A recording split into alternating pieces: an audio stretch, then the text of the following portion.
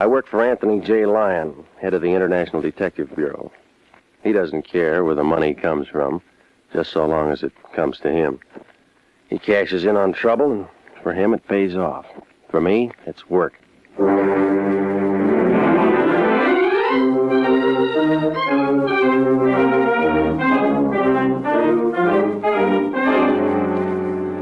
Here's the kind of adventure you've been waiting to hear. Hard-boiled action and mystery with radio's most exciting private detective, Jeff Regan. So stand by for trouble and suspense in tonight's story of The Prodigal Daughter. And now, here's Jack Webb as Jeff Regan.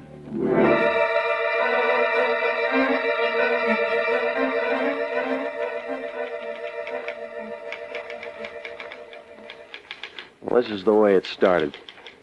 Melody was sitting in the outer office wearing her horn-rimmed glasses. That told me that the client was in with a lion. I smiled at her, and she blinked back, rolled her eyes toward the lion's den. He's polite today. Yeah, I know. On the phone, I was Jeffrey. No. Yeah? Why do you stand for it? I wish I knew, Melody. Buzz me in, will you? Yes, Melody? Mr. Regan, dear, now, Mr. Lyon. Oh, well, send him in. Send him in. We're waiting. Good luck. Thanks. Ah, Jeffrey. Jeffrey, my boy. My boy, come in, come in.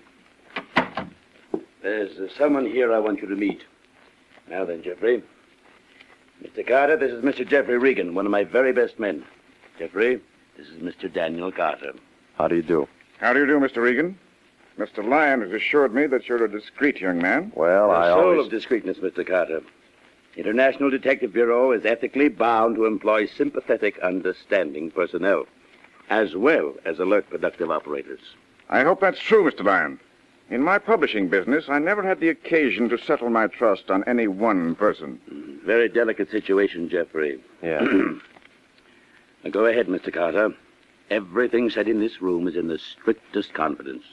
Well, I want you to know that it wasn't easy for me to come here. It's admitting defeat in a way. Patrice is my daughter. 5 years ago, she walked out. Oh, I can understand in a way. When her mother died, I started sending her away to schools. I was no companion for her. Well, have you heard from her at all? Do you know where she is? I've never heard from her, Mr. Regan, since she left. I don't know where she is. But I want her back, Mr. Regan. I can see how you feel. International is in business to make people happy. Now, I've offered Mr. Lyon a $2,000 fee if he can find my daughter. $2,000. That figures. Now, you can trust International to find your daughter and bring her back. Well, then I guess that's all, Mr. Regan. I'll go now. You'll let me know as soon as you find anything? Of course, of course. Then good day, gentlemen. Trust International, Mr. Carter. Good day. Here's your ticket. You leave on the Sunset Limited at 1:45 today. I do? You're going to New Orleans to pick up that dame and bring her back. She was 19 when she left home, and any dame who's 19 has a boyfriend next door. I found out that much in 2 phone calls. The boyfriend hasn't heard from her in over a year. But that means she's got another boyfriend down there. Here's the New Orleans address. You knew all this? And here's the picture of her. She's just been staying away from the old man. This is going to be a nice piece of change. $2,000 for bringing her back, plus expenses. How do you know she'll come back with me? She walked out all alone. That means she wants to be all alone. Maybe we could make another 1,000 if some nosy newspaper guy just happens to get tipped and wants money to keep quiet. Oh, you're crawling with ethics, aren't you? Melody will give you some traveler's checks. Sympathetic, understanding. Better pack some things before you miss your train. Just in business to make people happy. I want to be happy, too. Beat it. Call me if you run into any trouble. Good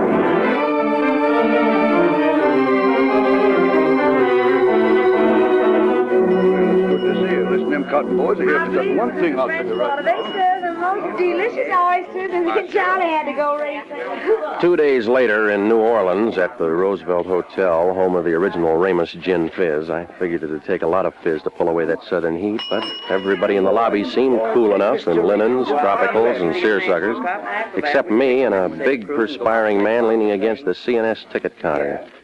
He smiled when he saw me and came across the lobby holding out his hand. Well, I'm certainly glad to see you.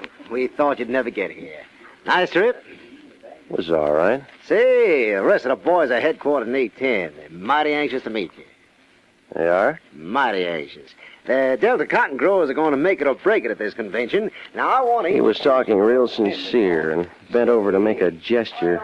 The accent was phony, but the bulge inside his double-breasted gabardine coat was real enough. It was a .38 automatic.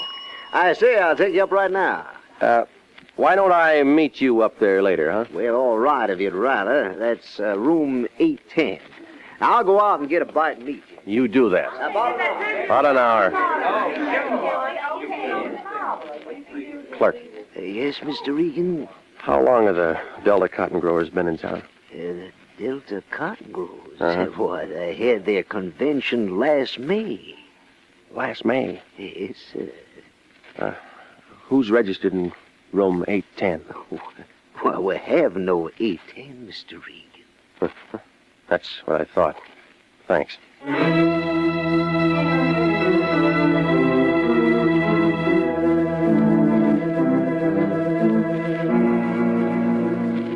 What do you do with a big man, a phony accent, .38 automatic, and no Delta Cotton Growers Convention? You tell me. 2 hours later, in a fresh shirt and a wrinkled suit, I was still working on that one as I climbed the stairs to the Ursuline Street address where Patrice Carter lived. It was one of those dirty, unpainted apartment houses in the French Quarter, full of heat and low-watt light bulbs.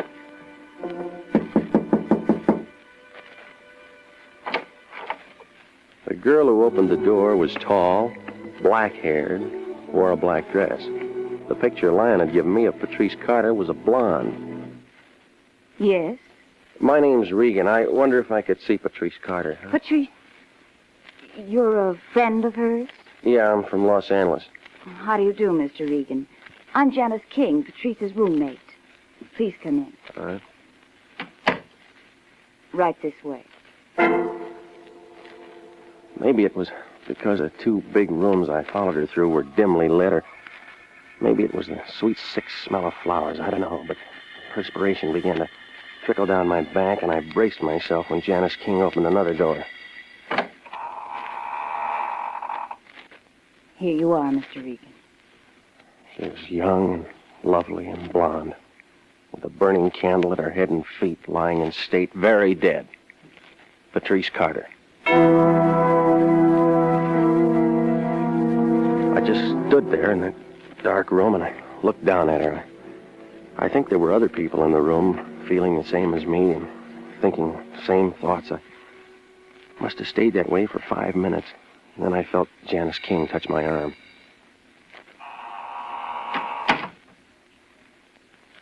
Did you know Patrice very long? No, I didn't know. She asked to have it this way. I know how you must feel, being a friend, Mr. Regan. Look, Miss King, I didn't know her at all, and I didn't know that she was passed away. I'm a private investigator. I was hired by Daniel Carter to locate his daughter. Daniel Carter. You knew that she had a father. Yes, Mr. Regan, I knew. She told me about him. She told me everything. Oh, you aren't the first one who's been here looking for her. There have been others. Detectives and lawyers trying to get her to go back. Carter knew she was here? If he'd loved her for just one unselfish moment, she'd never have left him. Well, Mr. Regan, she's where he can't bother her anymore. She's where he can't ever see her. Tell him that when you go back. Tell him she's going to be buried tomorrow. Tell him he can stop hiring lawyers and detectives to find her. Why don't you take him a copy of her death certificate? That ought to satisfy him. Now get out! Get out!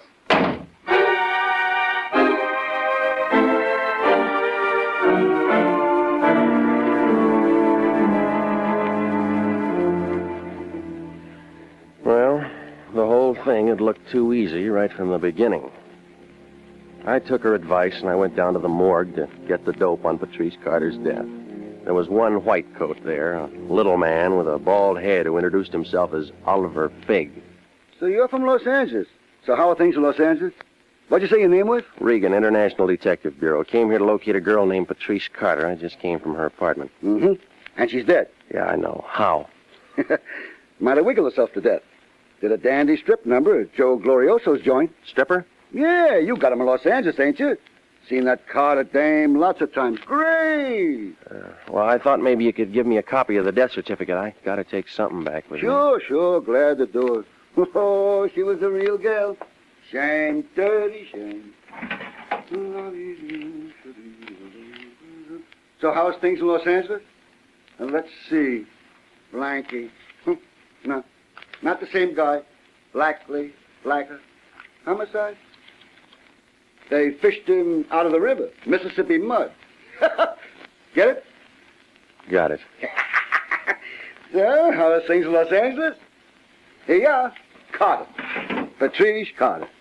731 Ursuline. Mm-hmm. Coroner's report referred to Dr. Emmett Swazi. Here you are. Dame died 3 days ago of leukemia. Let me see that. Sure. Leukemia. Then she knew. Sure. You get tipped plenty in advance on leukemia. Any doctor will tell you almost to the day. Nothing else?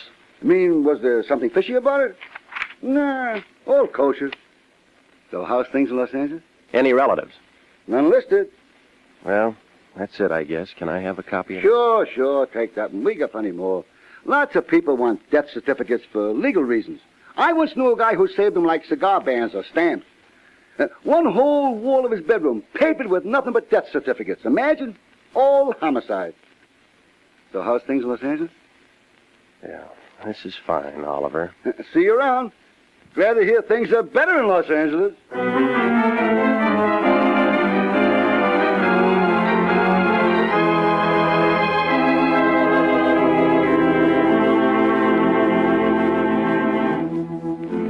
Well, there wasn't anything more to do after that but go back to the hotel and try to get a reservation out of town.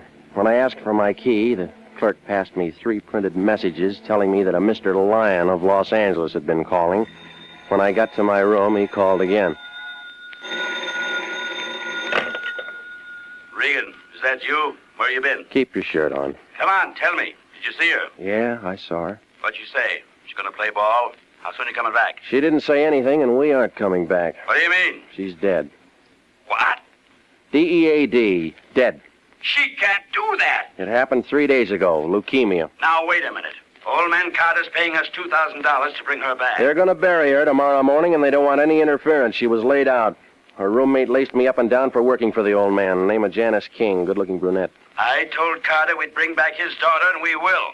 There's $2,000 in this, and you know how I feel about money. Yeah, I know. So get busy. Now, look. I've done a lot of dirty, rotten things for you, but he's an old man, and he's sick, and I'm... And he doesn't wear dark glasses because it's a sunny day. He's almost blind. Now go on over and get that roommate and bring her back. He'd never know the difference. I won't do it. Offer her $500 to come here and pose as Patrice Carter for a week. And she could take a powder. I won't do it. I'm calling Carter first thing in the morning and telling him you found his daughter and that you're on your way back to Los Angeles. I won't do it.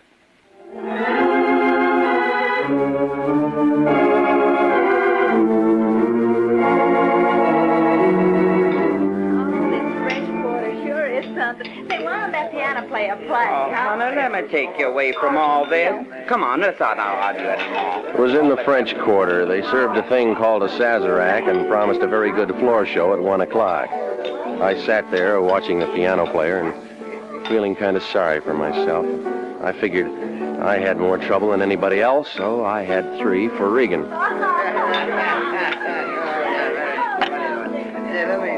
It was about then a tall redhead with a long cigarette holder eased off her stool at the other end of the bar, patted a bald-headed guy on the head, and came over my way. She gave me time enough to get a whiff of her perfume and then leaned into me.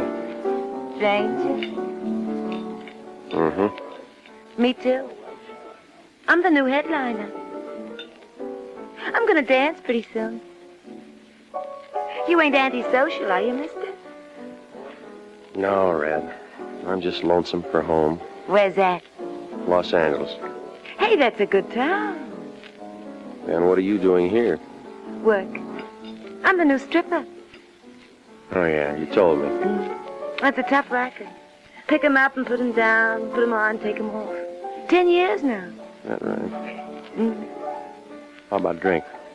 No, never when I'm working. Later, maybe? Maybe. Are you sure you ain't antisocial? I look all right, don't I? I mean, I ain't slipping. Come here. Hey, let go. No hard feelings, Red. I just want to see your face. You crazy or something? Come on, stand still. No, in the light. What's the matter? Something wrong with me? No, not a thing, baby. You're just fine. How long did you say you've been dancing? I've been dancing 10 years. Let go. Oh, hold still. That makeup. You wear it all the time? Have to in my business. All right. You had me scared there for a minute. You oughtn't to grab hold of a girl like that. Red, you mind if I ask you a personal question? Well, now, wait a minute. I just met you. No, it's about your face. What's the matter with my face? Oh, that's beautiful. Oh. Oh, sure, go ahead. That grease paint and makeup. Using it heavy like that for a long time, it's hard to get off, huh? Oh, can't ever get all of it off, mister. When you've been in the business as long as I have, always going to have some of it on. Yeah, that's what I thought. Is that what you wanted to ask me? That's it. Well, you can get more personal than that. You're a little screwy, but I like you. Not like you, Red. Thanks. Hey, where you going? What about the drink after my number? Hey. Rain check me, Red. I got things to do. Gee.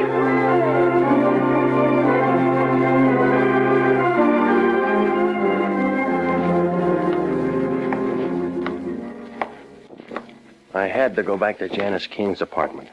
It was a sticky, sick kind of New Orleans night. From one lighted street, I turned off on Ursuline, a darker, dirtier street. I stopped, right in the middle of the block. All kinds of people have followed me at one time or another, and I've followed all kinds of people. But this had a professional feel to it. Stood there, listening, remembering my automatic and my suitcase back at the hotel. It only took him a second. He was a professional, all right. All I could see was well-pressed gabardine, 2 arms, and a hand-painted tie. The next thing was a gun butt carefully wrapped in a white linen handkerchief. Settled slowly against the side of my head. One of the well-pressed arms reached over and held me under the shoulders. I yelled at the top of my lungs, but there wasn't any noise. Regan of International was out as cold as a can of beer.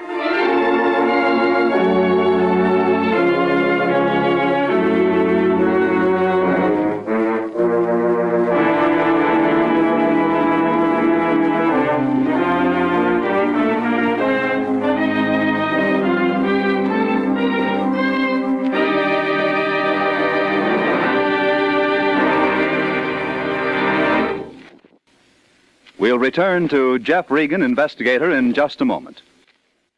An easy way to save for future security is by a payroll deduction for savings bonds. Or if you're not paid on a salary basis, you can purchase savings bonds at your nearest post office, bank, or Savings and Loan Association office. Now is the time to ask your employer to start deducting for savings bonds or to buy a bond on your own. If no other plan is feasible, your bank will deduct enough each month from your savings or checking account to buy a savings bond. For money in the future, buy United States savings bonds. You'll be glad you did.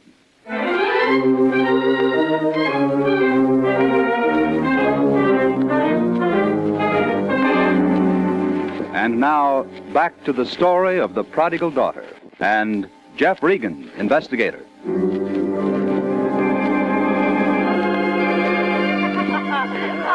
I declare you amaze me. When you look at that, isn't that awful? And him all dressed up. We won't pay any attention to him, honey. The next thing I knew, a man in a straw hat and a polo shirt was kneeling down beside me, carefully smelling my breath. Easy now, buddy, easy. You've been making whoopee. Yep, that Sazerac will do it every time. Ooh. You know, you folks visiting down here ought to be more careful. Get your suit all dirty? It hit me on the side of the head. Sometimes the side of the head, sometimes the back. No difference at all. Always wind up in same place, on the street somewhere. Had enough for the night? Yeah, plenty. Mm-hmm. I'll take you to your hotel. Huh? That's my cab. I nearly ran over you. Your first trip? Yeah. Well, you know better next time. Oh. Easy now. Did you see my friend? Hmm? Big man, gabardine suit. See nobody. Want to look for him? Later. Say, what you hunting for? My wallet. Somebody take it? No, nothing's missing. Everything's right here. Mm-hmm. Honest town. Oh, yeah, you're so right. Well, you feel better when you get back to your place. Yeah, sure. It wasn't quite right. I didn't feel better until the next morning when I got a telegram and read, "Found out Carter's broke. Come back. Forget the whole thing. Lion." And that was the first good news I'd had in 3 days.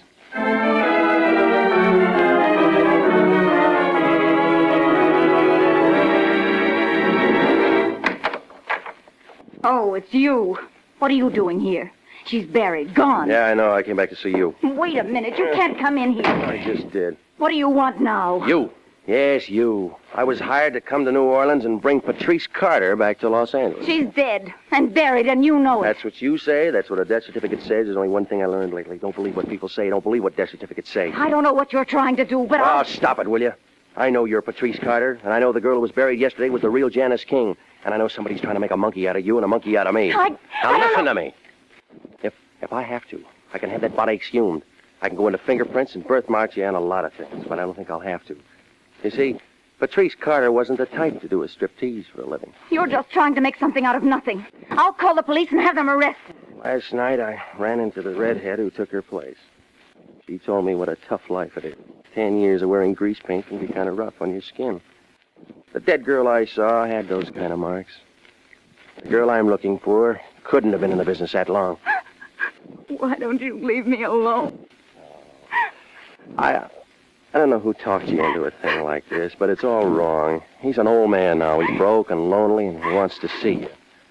I don't know what your differences are, but I want to take you back. Oh, what do you say? He was so off. He hated. I know he did. I never want to see him again. What's he been telling you, huh? Tim. Oh, Tim, he knows everything. He doesn't know anything. And he'll never know anything. This your boyfriend? He had a phony accent when he tried to shake me down in the hotel lobby. Get out of here, Regan. I played ball, and you had to quit trying. It all fits now. This guy's been holding your hand for the last year. He's been real sympathetic, and Get out before I throw you out. he told you how to trade names with that poor kid who was dying of leukemia. He told you to send me to that morgue for a death certificate. Shut up. And he dropped me in the gutter last night to make sure I had it. You know why? Don't listen to this character. Baby's off his nut. He's a private detective from Los Angeles who's been getting paid to make love to you. No. No. Regan, I told you to shut up.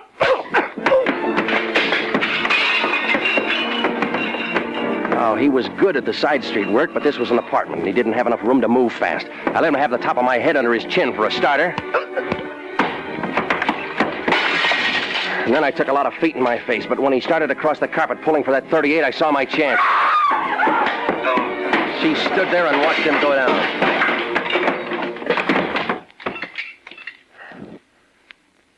It's not true. It's not true. You're just here to make more trouble for me. You're just here to make Am more... I? I thought I recognized the touch. Here. Here's his wallet. Look for yourself. Here, catch. Timothy Conover, private investigations. Well? Oh, come on, kid. I'll take you back home.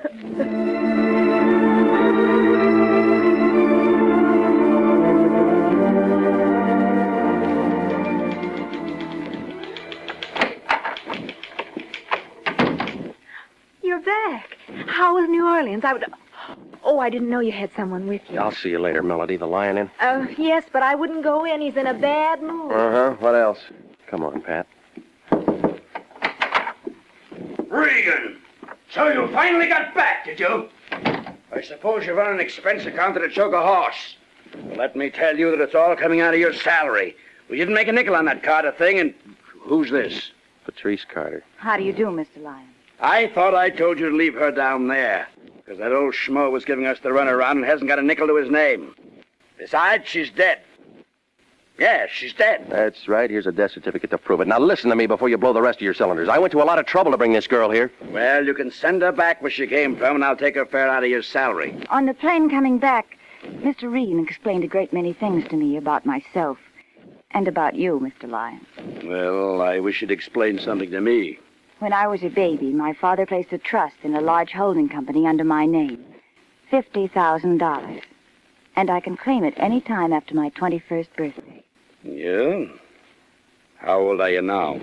Old enough. Mr. Regan found out that much. I made a phone call to Dun and Bradstreet, know a lot of things. Go on. Nothing more, Mr. Lyon, except I claimed that trust today, and I'll be glad to pay you the $2,000 fee that my father promised you. Well, now, that's very generous of you, Miss Carter. The International Detective Bureau is proud to have had a small part in bringing you and your estranged father together. I'm not going back to him, Mr. Lyon. I don't want to see her. Now, my dear, you're upset. Leave her alone, Lyon. Now, look. I tussled with a private detective named Conover down in New Orleans. He'd been hired by old man Carter to convince Pat that she should switch names with a burlesque girl who was dying of leukemia. Conover does a good job. When the girl dies, Conover wires Carter. Carter comes to you, you call me in and hustle me off to New Orleans, where, according to a perfect setup, I find a phony Patrice Carter dead. I bring back a death certificate, which you turn over to Carter, and then he walks right down and collects that trust fund, which reverts to the original maker only on death. And him with that story about being old and lonely and wanting only to see his daughter. Telling me he'd pay me a $2,000 fee. Why, that dirty crook, he's no better than I am. He tried to make a sucker out of me. He did. You fell for the whole thing. Trust fund in your name. Well, young lady, you can sit right down here at my desk and make out your check. And then I think that as long as you're in town, you might just drop over and see your old father. International Detective Bureau is in business to make people happy. That's all. Use this pen. Did everything come out all right? Yeah, I guess so. She's writing a check. That's what he wants. Cigarette? Here. Thank you. Why do you do it, Jeff? Hot in here, isn't it?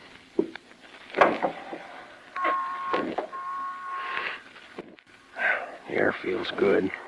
Makes you clean. He doesn't care whether it's homicide or arson or a lost daughter or just people getting kicked around. He makes money on it. I help him. You didn't answer me. Why do you do it? I don't know, Melody. I don't know.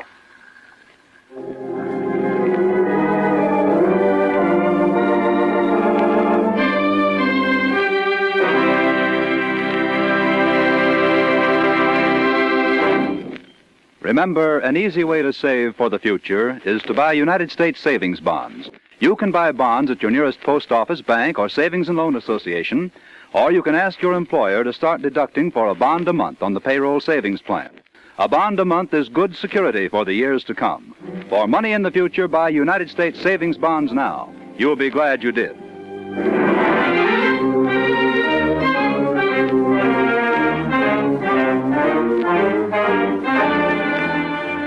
Jack Webb is featured as Jeff Regan, investigator, with Wilms Herbert as Anthony J. Lyon and Laurette Philbrandt as Melody.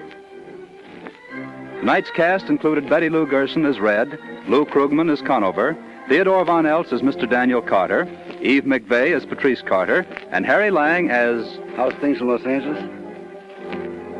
Remember, it's CBS same time next week for Hardboiled Action and Mystery with radio's most exciting private detective, Jeff Regan, as he tells the story of the Lonesome Lady. Jeff Regan, Investigator, is written by E. Jack Newman, produced and directed by Gordon T. Hughes, with original music by Del Castillo. This is CBS, the Columbia Broadcasting System.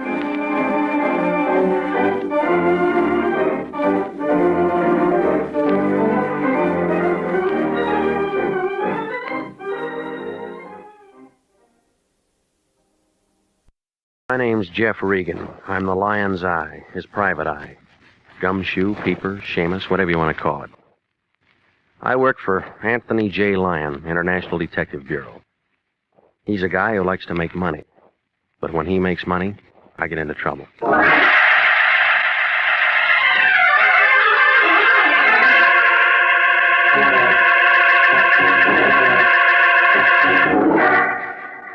Here's the kind of adventure you've been waiting to hear. Hard-boiled action and mystery as told by Jeff Regan, investigator. So stand by for trouble. Stand by for suspense. Stand by for adventure. In tonight's story, The Lonesome Lady. And now, here's Jack Webb as Jeff Regan. Well, this is the way it started. Everything was routine. Melody was at her typewriter working on the usual sheet of paper, backed by the usual 4 carbons, routine. The smell of the Lion's 50-cent cigar hung in the room, routine. And the air conditioning was out of order, all routine. I looked over Melody's shoulder and read the memo. Attention, International Detective Bureau, Anthony J. Lyon, from the American Insurance Company Claims Division. Here you are. Keep the original for yourself and give the others to Mr. Lyon. I guess you're going to be on this. On what? You beautiful thing, you. Huh? Jeff, don't. Jeff, don't do that. Somebody might walk in. Mr. Lyon will tell you all about it. What's the matter? New boyfriend, huh? Not Jeff. Mr. Lyon's waiting for you. Okay. I'll talk to you later. Regan, ever hear of a guy named John R. Renzo? Nope. A doctor named Maurice Wade? Nope. A French dame named Marie Rochelle Portier? Nope. Should I? Maybe. I don't know yet. It's all routine stuff on that American Insurance Company contract. They want us to do a little work for them. Their claim man came in about an hour ago, all excited about Renzo. He kicked off early this morning. I can't very well meet him. There's a time and a place for wisecracks, and this isn't it.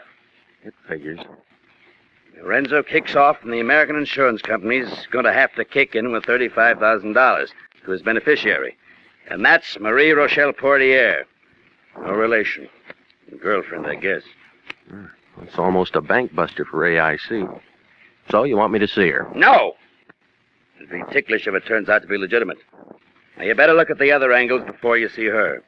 If AIC has to pay off to that dame, we might just as well say goodbye to their business. They can't stand much treatment like that. Well, you mean you want me to find a way for him to get out of it? I didn't say that!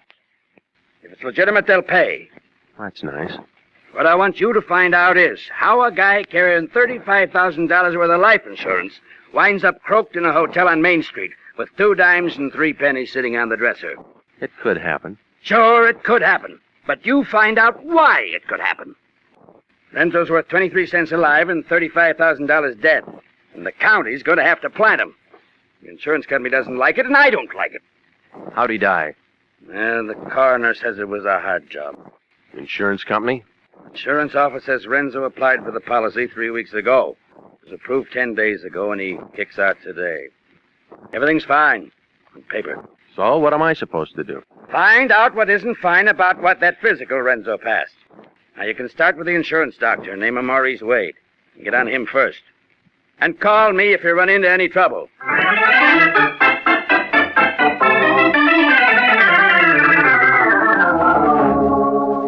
The place I was looking for turned out to be a brand new 3-story building on Wilshire Boulevard.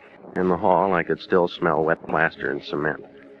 There was one name on the neon-lighted directory, Dr. Maurice Wade, internal medicine, diagnosis, and the numbers 310. The sign on the self-service elevator said, "Do not use," so I climbed the 3 flights of marble stairs. The first door at the top was 310. Enter. I entered. A blonde girl in a white uniform sitting at a small desk smiled up at me through sharp white teeth, showed me 1 well-shaped leg and 2 well-manicured hands, all routine stuff. How do you do? Have you an appointment? No, I don't. I was hoping I could see Dr. Wade without an appointment. Oh, that's almost impossible. He's so busy these days. I'm Miss Porter, his nurse. Perhaps I can help you. Well, my name's Regan, but I'm afraid I'll have to see him. Oh? Oh, if you don't mind, I'll just stick around and wait for him. Oh, he isn't in just now, and I was just about to go to lunch, Mr. Regan. Well, that's fine. We'll go together. Dr. Wade will be in at 2 o'clock. You can come back then. I get it. 2 o'clock. It was right then that my day began to change. I stepped outside the office door and walked over to the brand new stairway of that brand new building. Now get this. I stopped a minute because I thought I heard somebody opening the doctor's door. I turned around to take a look when I felt something brush my arm. The stairway suddenly turned upside down and began to walk up me. There was a lot of noise all around it. I was trying to yell for somebody to shut it off. It got louder and louder and louder. It was then I decided this wasn't routine.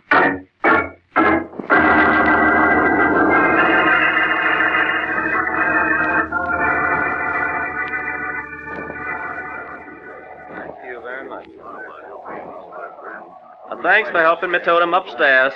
He'll be all right now. I'll take care of him. He'll be all right. He'll be all right. I was lying on a leather couch in a white room. A tall, thin man with a hooked nose seemed to be running things. He was waving an arm at a vague crowd of people near the door. Then somebody I couldn't see shoved a bottle under my nose. Give him a whiff of that. There you are. I think you'll be all right now. Now then, can you hear me, mister? Oh, don't try to move yet. Nothing broken, but you had quite a tumble for yourself, my friend. Quite a tumble. You might have been killed. That's what I was thinking. Somebody shoved me. What's that? I was shoved. That's crazy. I was on the second landing when you come falling down. Wasn't anyone around? Oh, why'd anyone want to shove a man down a flight of stairs? I don't know. You're just plumb bruised and battered, mister. When you get to thinking about it, you just got dizzy from the heat or something. Now, didn't you? Maybe. I'll show you. Mary, hand me that like a good girl. Here you are. Here. Try a little of this. Thanks. That help? Yeah. Have another. You want me to call you a taxi, Mr. Regan? No, thanks. I got a car out in front. Better you rest up a minute or two longer, friend. My name's Wade, Dr. Wade. This is my office. Wade, you're the man I came to see. Well, I don't believe I know you. You one of my patients? Oh, this is Mr. Regan, Doctor. I explained that you took patients only on appointment. Mm-hmm. Well, as long as you're here, Mr. Regan, what can I do for you? I'm not a patient. I've been retained by the American Insurance Company to investigate a claim concerning a former patient of yours, a man named Renzo. A private investigator. We're checking on a policy that was issued on him. You were the examining doctor. You don't represent the district attorney's office or anything like that? No, I don't. I'm with the International Detective Bureau. You don't have a warrant that says I have to show you my files. No, I don't. But I thought that as long as you were employed by the insurance company and you conducted the examination, that you Well, give me back my bottle, mister. And then you can get on out of my office. Huh? And get out fast. If I'd have known you was something like that, I wouldn't have drugged you up here in the first place. Now get on out of here before I throw you out. Well, you can see how things stood between Dr. Maurice Wade and me. I walked out of the place with as much dignity as I had left. I had other plans. There were other files to look at and other people in the city I could talk to. Detective Sergeant Salvatore Wendetti, morgue detail, was sitting in his office, chewing on a cold cigar, reading a traffic bureau memorandum on the new liability laws. Well, if it isn't Jeffy the Regan. How are you, Jeff, boy? I haven't seen you in a long time. Pull up a chair. What happened? I fell down a flight of stairs. You ought to be more careful. Lots of people get killed doing things like that, so what can I do for you? Sally, I want you to find out about a man named John R. Renzo for me. He died this morning, and your office is handling it. Renzo. John Renzo. Johnny Renzo. Yeah, sure, we got him in the icebox now. Want to see him? Handle it myself. No, thanks. I know he's dead. What else? Well, never really a bad actor, never really a good one either. Mind you, all the boys in the beat knew him. Why? Come on, tell me some more. Well, he made Lincoln Heights jail about 9 months out of 12 on a vag rap, one thing or another, routine. Vagrancy? Just one of our lazier citizens, so he's dead now, so what's to it? He was insured for $35,000. Oh. Yeah, that's what I'm thinking. So somebody's mighty glad to see little Johnny dead. Who gets it? Her name's Marie Rochelle Portier. No relation. A hot time in the old town tonight for her. Tomorrow night. The insurance company has 24 hours to investigate. Ah, that's what you're doing. All right, Regan, what else? Well, you got the coroner's report? Oh, sure. Right here, came in an hour ago. It was a heart job. You sure? Positive. No one deader than Johnny Renzo. It was bound to happen the way it did sooner or later. Was he an old man? 45, 50, maybe. You can never tell on that kind, but all of us around here knew it. Knew what? That his sticker's been bad for years. Every time he made the heights, it'd give him a soft job. Couldn't take a chance. Hey, look, Sally, are you telling me it was chronic heart condition? I'm telling you, it was a chronic heart condition. Well? I need that telephone. Not this one. Only inside calls. Try the one across the street.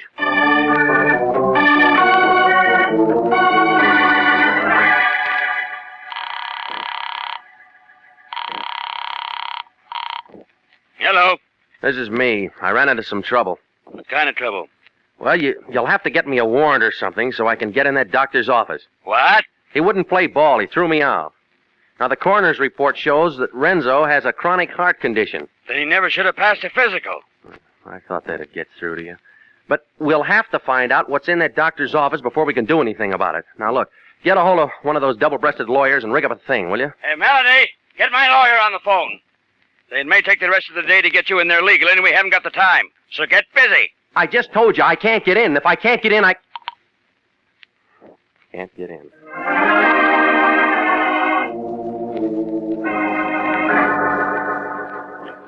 I hung up the phone and stepped out of the booth and crawled into my car. I was sitting there fumbling with the keys, wondering how I was going to get to those files when somebody else figured it out for me. He was a big man in a brown sport coat. Take it easy, Pilgrim. I just want to talk to you a minute. Well, that's tough, Pilgrim, because I don't want to talk to you. I've had a busy day and I Wouldn't try anything like that, Pilgrim. I just got here. I know lots of holes. Come on, this one's just basic. I can tear your arm right off if I have to. Wise up, Seamus. I'm here on business. Yeah? What kind of business? You just been in to see Vendetti? Sure, I've been in to see him. He's a friend of mine. By the muscle act. Just to make sure you don't start hollowing your brains out or something. Let go. Okay, so what'd he say? Ooh! What'd he say about what? You know what. Renzo. Well, the county's gonna bury him. More, Seamus. Keep talking. Only makes sense. He's dead. For good. Oh! More. He died of a heart attack this morning. Somebody gets $35,000 because of it. And you've been seeing people, a doctor, Vendetti. Dame next on your list? Maybe. Oh, is that what you want to know? Yeah. You're a good boy, Regan. Now here's what you want to know. You forget everything you know about anything. You don't say a word to nobody. No one, understand? No one. Not even your own mother. Just forget it. Right. No. Remember, not a word to anybody. Or else. I wonder if you'd do as good without a gun. Oh! I'll see you later, Pilgrim. Sure you will. Sure you will. But in case we miss connections, and so as you won't forget me, here's something to remember me by. Ooh! So long, Pilgrim.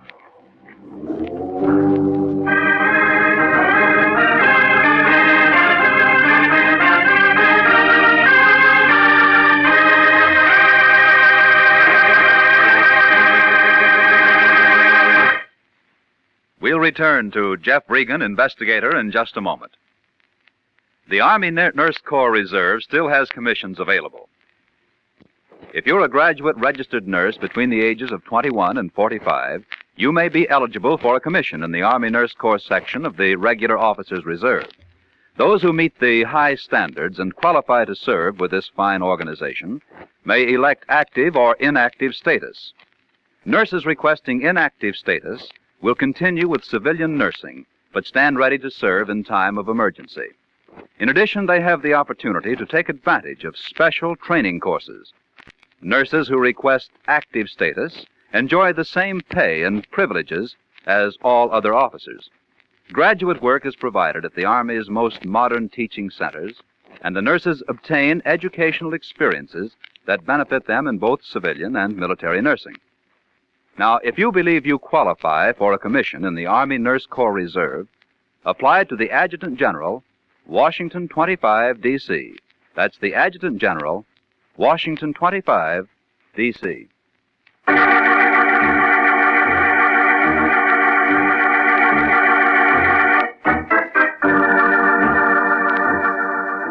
And now, back to the story of the Lonesome Lady and Jeff Regan, investigator.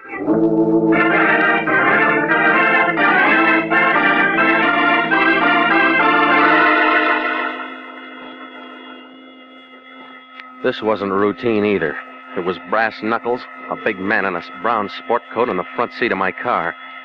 I guess I fell onto the horn into my steering wheel. I couldn't seem to sit up straight and get away from the noise.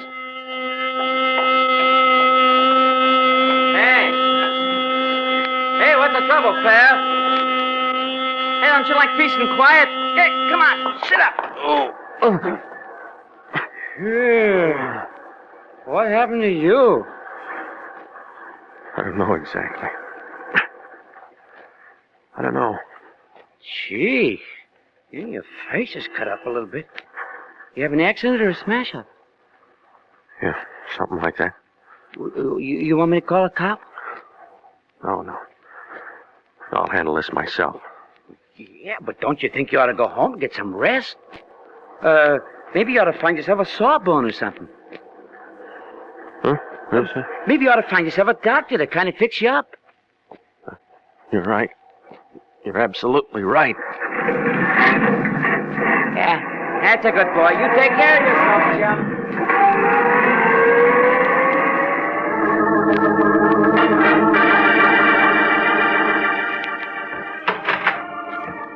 Oh, it's you again. Says doctor on the door, doesn't it? The office is still open, isn't it? Yes, but I thought Dr. Wade told you that he didn't want you here. I heard him, but this is different. If he doesn't see me now, I'll phone the state medical board and the lawyer and anybody else who's handy and make him a first-class Simon Legree for refusing me emergency treatment. Now, cut him out. Oh, you're hurt, Mr. Regan. Oh, please sit down. Sit down right here. Where's your doctor, lady? He isn't in here. He's already gone for the day. Let me see. What happened? You tell me, lady. I'm just a peaceful citizen looking for a doctor. Sit still. That's a nasty bruise on your forehead. Yeah, I got some better ones where a man tried to cave in all my ribs. Hold still. Lift up your face to the light. That's better. Ooh. Tender? Mm-hmm. First the stairs, now this. You've had quite a day, Mr. Regan. Maybe you ought to quit. Hold that right there. While I touch up this cut on your chin. There. Who'd you say you worked for? International Detective Bureau. I'd resign if I were you. They're working you too hard. What's happened lately isn't exactly routine. What happened lately? Well, I found out that the man who died this morning had a chronic heart condition, and he should have never been insured. Your doctor's in this up to his ears for passing him. Go on. A big man in a brown sport coat doesn't want anybody to look into anything. He's the one who did this. That's right. That should hold you. Thanks. Oh, wait a minute. Where do you live? Huh? Your address. I'm coming over to your place tonight. You are? If what you say is true, my doctor's going to get 5 to 15 in San Quentin for doing a fix on an insurance examination, and I might be dragged into it. And I wouldn't want that to happen. So? So I'm digging up that file and bringing it over to your place, and we'll see what's what. Why not look at it right now? Isn't here. We just moved to this place 3 days ago, and half the stuff is still in the old office. All right. I'll buy that. Try 1720 North Taft, 308. In about 2 hours. Why so long? You need some rest. Besides, your shirt's bloody. Well, what was that name? John R. Renzo, R-E-N-Z-O. All right. You can expect me. Feel better now? Yeah, much better. Oh. You know, you freeze me, lady. Your boss throws me out, you fix me up, you help me. Maybe I wouldn't have fallen down those stairs if you Hadn't sent me out to eat alone. Call me Mary if you like. I thought it'd be something like that. Mine's Jeff. I've had a hard day, Mary. I know. But maybe it'll be a better day from now on, Jeff. You know, I had a feeling I was gonna like you.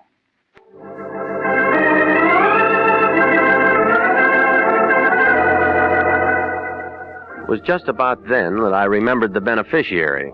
She was my last call. I bucked beach traffic out Wilshire and pulled up in front of the Beverly Hills address Lyon had given me. A row of brass mailboxes on the outside of a 4-unit court told me that Marie Rochelle Portier lived there.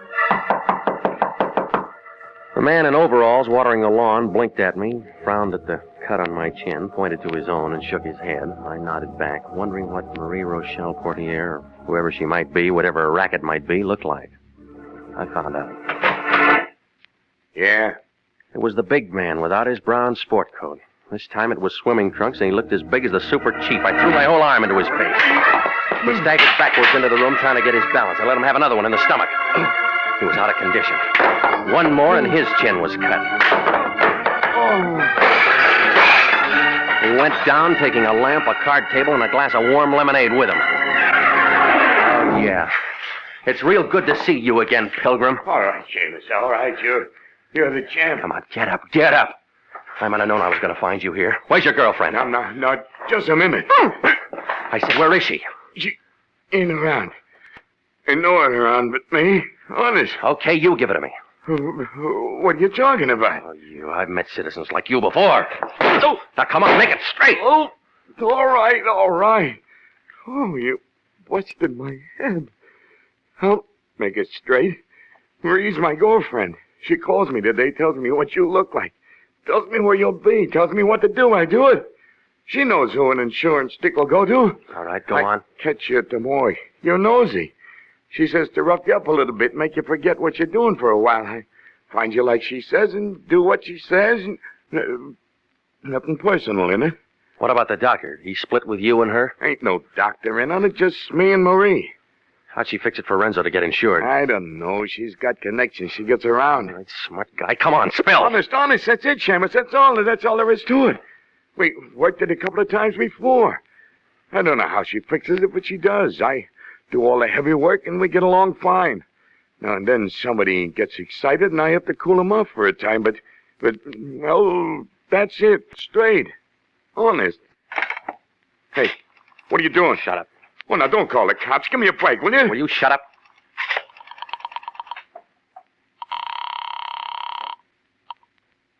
Lyon. It's me. Regan, where have you been? I'm calling from the address of Marie Rochelle Portier. I told you not. Look, there's a big ape here who roughed me up today, trying to put me out of commission. I don't care about that. We have only 12 hours. Come on out and pick him up and get a statement for a warrant. Warrant for who? For Marie Rochelle Portier. This monkey can give you enough to have her picked up. She's the one we want. You sure about that? I found out that the doctor who wouldn't let you into his office is in a lot of trouble. Got a wife suing him for divorce, and he might have been it's trying... the Portier dame we want. As soon as you get a warrant on her, it'll make that insurance policy invalid. I still don't trust that doc. It's early yet. Why don't you hop over? You bringing the cops out here? Look, Seamus, I got a little dough, and it'd come to more than the 10 a day in expenses you're getting if you... Now you... Stay here, Pilgrim. I'm tired. I'm going home.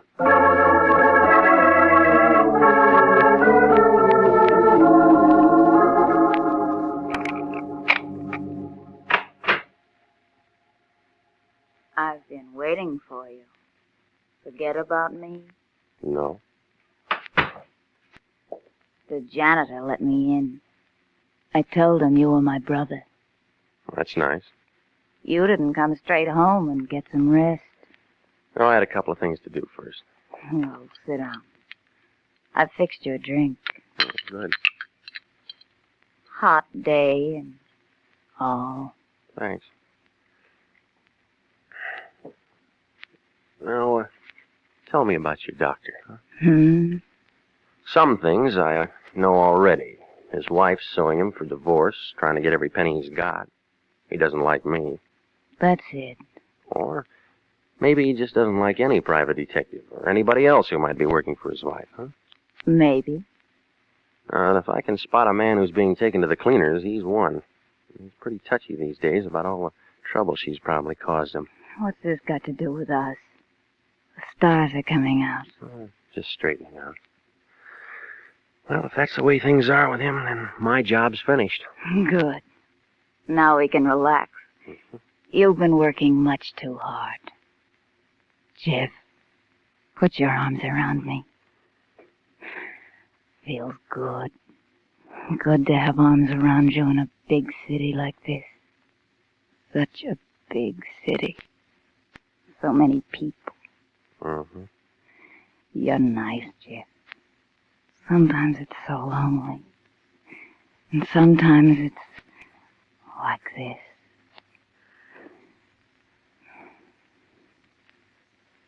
Sure. Sure, Marie. Darling. Marie Porter, Mary Porter, it's all the same to me. No, don't reach for it, lady. I took it out of your purse. I know, I tricked you. I've been wanting to trick somebody ever since you shoved me down that flight of stairs this morning, ever since you shagged your big boyfriend on me. I'll kill you. I'll kill you. No, not today, you won't. I'm not insured. All right, take it easy. Oh, let me go, Jeff. Let me go, please. You were so lonely in the big city that you just sat down and passed time making out phony medical reports and counting the insurance checks that you collected on bad bets. Oh, please, Jeff. Oh, just let me go, please. So you have me thinking that a doctor's phony when the only thing that's bothering him is a wife and a divorce suit. Oh, Jeff, listen to me. And when I start getting close, you try to scare me off. And when I get really close, you figure to drop over and put on a good act. Oh, Jeff, listen to me. They'll send me to prison. They'll make me grow old and ugly there. Oh, Jeff, please let me go. I'll do anything. Jeff, you can let me go. You can. You will. Oh, please, Ryan. Jeff. Me again. Let me You go. got that warrant? Yeah, he spilled. please. But where are we going to find that dame? Please. She's probably skipped. Oh, no, she's at my place. What? I'll do anything, Look, anything. get somebody over quick, will you? Oh, please. Get him over while she's still here. Please.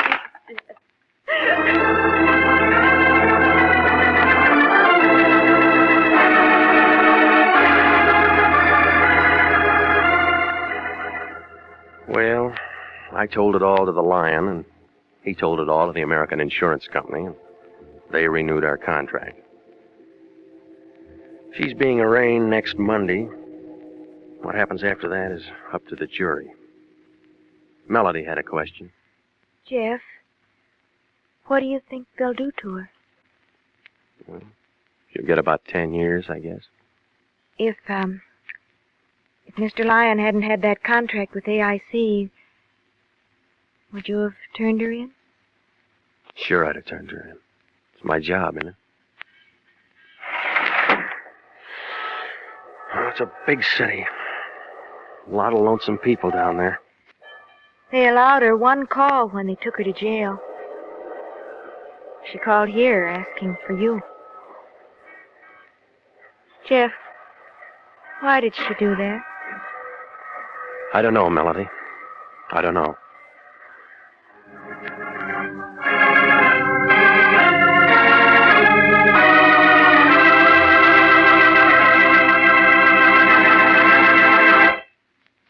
The easiest way to save for the future is to buy United States savings bonds. Your nearest post office, bank, or savings and loan association can accommodate you. Or you can buy bonds on the payroll savings plan. Just ask your employer to start deducting for a bond a month. A bond a month is good security for the years to come. For money in the future, buy United States savings bonds now. You will be glad you did.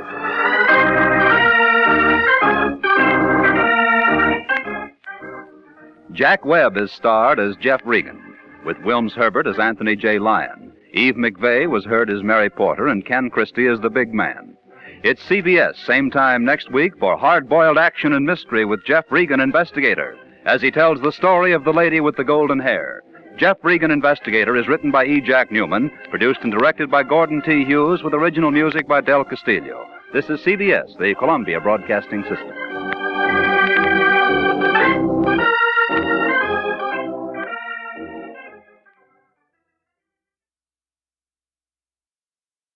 When Anthony J. Lyon cashes in on somebody's trouble, it means money for him.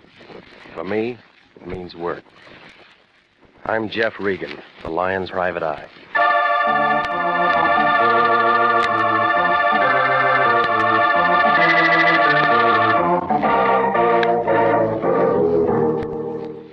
Here's the kind of program you've been waiting to hear. Hard-boiled action and mystery as told by Jeff Regan, investigator. So stand by for trouble. Stand by for suspense. Stand by for adventure. In tonight's story, The Lady with the Golden Hair.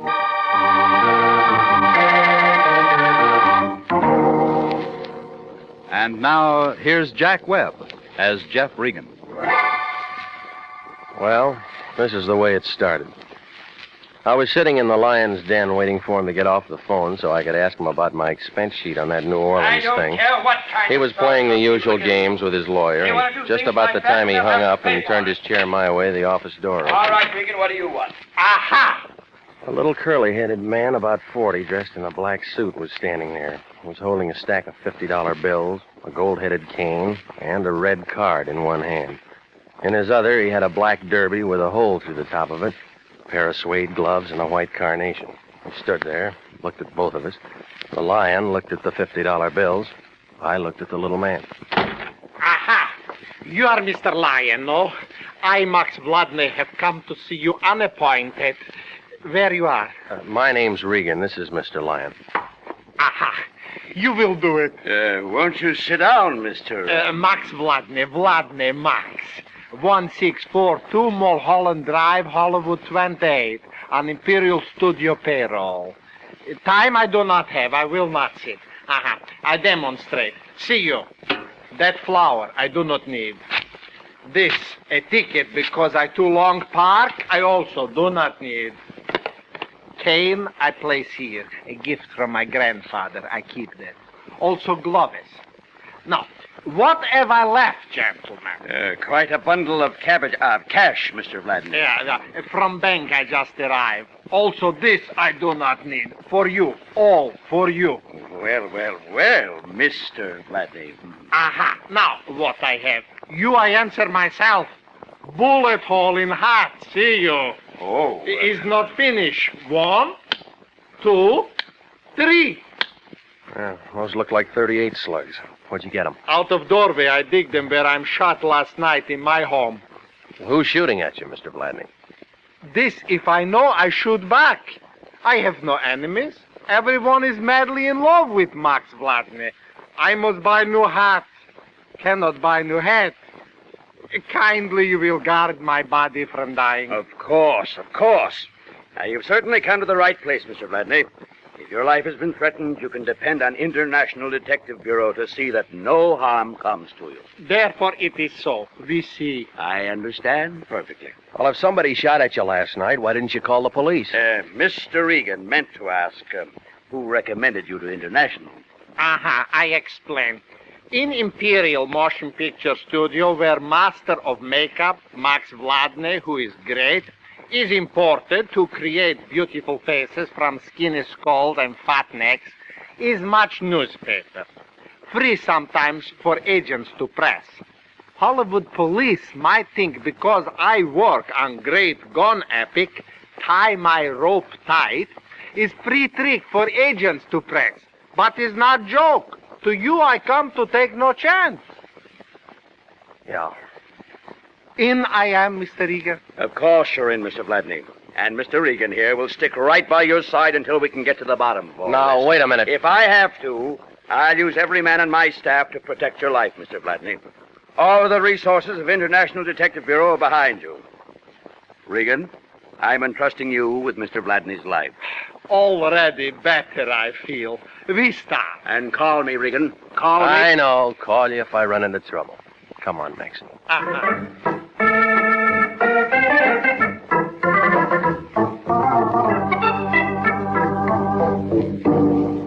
Well, you can see how it was. Max Vladney's car was parked in a red zone in front of the building, and there was another ticket on it. He tore that one up, too. On the way out to his house, I tried to get a little more information, but it didn't come to much. He couldn't figure out why somebody was shooting at him or who was doing it. It was about 6 o'clock when we pulled up in front of his house on Mulholland Drive, one of those little places with a big sun porch in front of it and an egg-shaped swimming pool in front of that. He was pulling things out of his pockets, looking for the keys to the front door when it happened. See what I tell you. All the time shooting at Maxie, someone. All right, get on. But I tell you, my heart is full again of hope. All right, shut up. You aren't hit. But he's frightening. Well, unless he's got a machine gun, he can't find anything more. Wait, where go you? You leave Max to be killed. I'm going after him. Stay right here. You'll be all right. I started for the heavy brush outside the clearing of the house where white gun smoke still hung around the trees. And then I saw him. He was a gray-haired man, stocky build, glasses, about 100 feet away, running down the hill waving the gun. I went after him, but I couldn't get a clear shot. Oh, he was quite an acrobat. He dived over a wooden road bracer and went skidding down the embankment. By the time I got there, he was climbing into an old Chevy convertible, and he took off in a cloud of dust. I couldn't see the license plate on the car.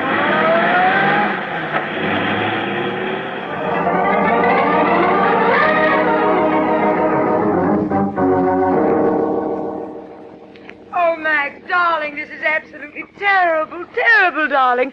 Something like this happening to you. Oh, Max, why would anyone want to do such a thing? It's beyond me. I got back to the house 10 minutes later, and there was a black convertible in the driveway and a very blonde girl in the doorway. She was digging the new slugs out of the woodwork with a penknife. Max was lying on one of the beach chairs. When the blonde girl saw me, she pulled off her sunglasses and held out her hand. How do you do? You're Mr. Regan. Did you kill him? I got away. Oh, and I am again to be shot at. You say he got away, then you saw who it was. Part of him. Who are you? Oh, you beg my pardon. This is Hilda Graham. You have seen her in pictures. The hair, I have seen her differently. She's my wife, almost. Did you see anybody?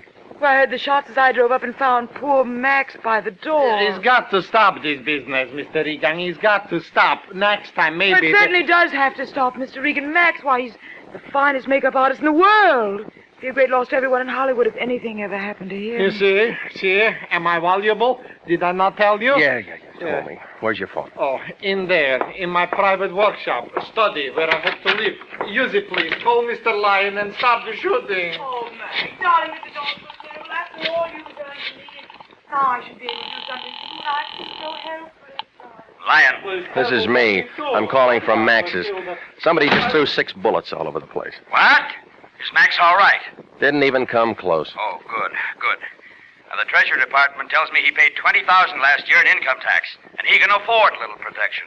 Well, whoever it is got away. I think we ought to turn this over to the cops. The cops? And let them do for free what we're getting paid to do? Not on your life, Regan. What about his life? Well, we'll worry about that, too. Now, listen. I'm sending Joe Candy out there to give you a hand. Now, this Vladney's a first-class gold mine as far as I'm concerned, and that means as far as you're concerned. I don't care what you... Until then, do anything you want. So long as you stick by Maxie and don't call the cops.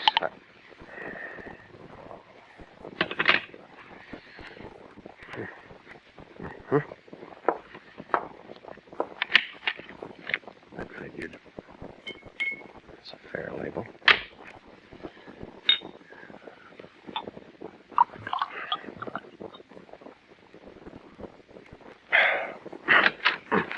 Roof phoning, Mr. Regan? Yeah, you want one? No, thanks. I've something much better than that at my house. I'll bet you have. I live all alone in Toluca Lake. End of the canyon. I'll remember that when I get thirsty. Who do you suppose is shooting at Max? You tell me, lady. I just met him. I thought you said you saw whoever it was. I did. Well, aren't you going to look for him or send out an alarm or whatever you do? Yeah, whatever we do. I see. Don't you think you ought to be in there holding hands with Max? He's had a hard day. Max? Oh, he's resting now. Do you think he's the kind I'd really have something in common with? I wouldn't know, lady. Well, as a matter of fact, I was just leaving. I have to be at the studio early tomorrow. If there's anything I can do at all, I'd be only too happy to cooperate. Yeah, well, why don't you start by giving me those slugs you were digging out of the doorway? Oh, I completely forgot about those. Here, I meant to give them to you. Thanks, I'll need these. Really, whatever on earth for? Comparison test, the ejector marks, the firing pin dents. You can tell if they were fired from the same gun if you want to look into it. And, of course, being a detective, you want to look into it. That's right, I want to look into it. Well, Mr. Regan, it's been nice meeting you. I know you'll take good care of Max. If there's anything I can do... Yeah, I'll give you a ring. Bye, Mr. Regan. Until we meet again. I followed her out the door and watched her pat Max on the head, kiss him on the cheek. And then she slid under the wheel of that convertible like she'd been built right along with it. That famous golden hair was blowing behind her by the time she got onto the main road. Be careful, careful. How lovely she is, Mr. Regan, huh? Yeah, Maxie, she's just fine. For her, too, you must keep me alive. She needs me. Yeah. What now? We wait for another guy. Aha, reinforcers. I like you, Mr. Regan. Already better, I feel.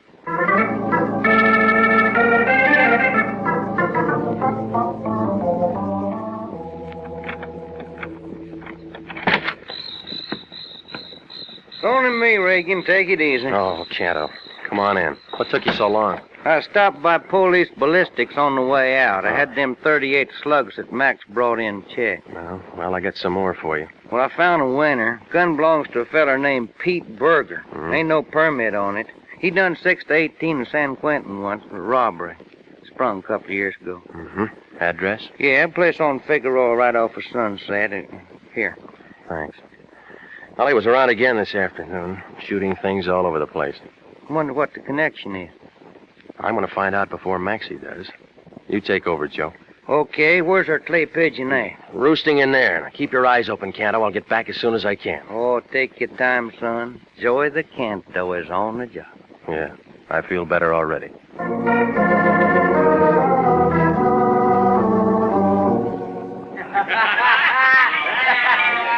do you know how to play Carolina in the morning? What about Carolina in the evening? Well, if there isn't a stranger in our midst, boy. Get a look at that. Will your white shirt off? Curly-haired. Maybe he's... Hey, sure shine. He's got big feet. Yeah, awful big feet. What'll it be, mister?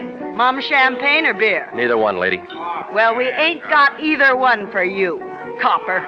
You picked wrong tonight. Flossie never picks 'em wrong. I can tell by your feet. You're paid by the city or you're a private peeper and somebody else pays you. Makes no difference to me, all spell copper. What do you want? No fuss with you, Flossie. I'm looking for Pete Berger. Who? Pete Berger. This is his last address. Ain't never heard of no Pete Berger, and neither's anybody else. And he ain't never lived here, and you got a wrong steer. That door lead to rooms upstairs? Yeah, that door leads to rooms upstairs. Mind if I take a look? I mind a lot of things, Seamus, and taking a look is one of them. All right. This Pete Berger you don't know and never heard of was throwing a lot of lead around yesterday and today, and I'm going to take a look anyway. Wait. Hey, you can't go up there. I was only halfway up when a man in a gray sweatshirt backed over to the top of the stairs. There were 3 red holes just above the center of the sweatshirt. He turned around and tried to say something. I saw what was going to happen, and I hugged the side of the banister. Oh, Pete! Pete! Oh, Pete, honey. She ran over and was kneeling beside him, holding his head in her arms, rocking back and forth.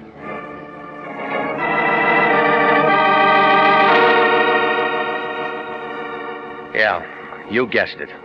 It was the same man I'd chased all afternoon, and he didn't live 5 seconds.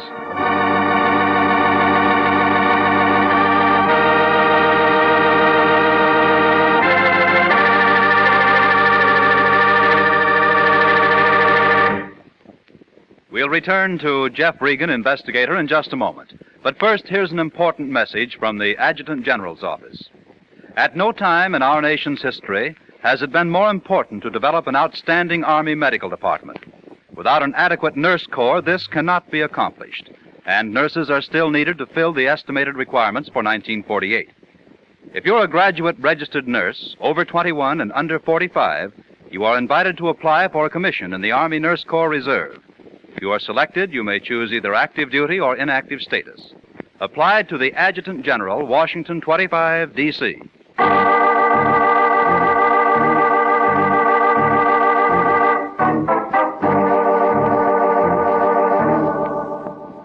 And now, back to the story of the lady with the golden hair. And Jeff Regan, investigator.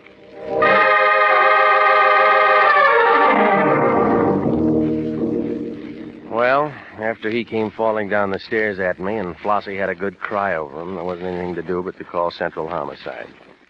They got there a few minutes later and went over the whole place, taking pictures and prints. Finally, a wagon pulled up, took what was left of Pete Berger down to the morgue.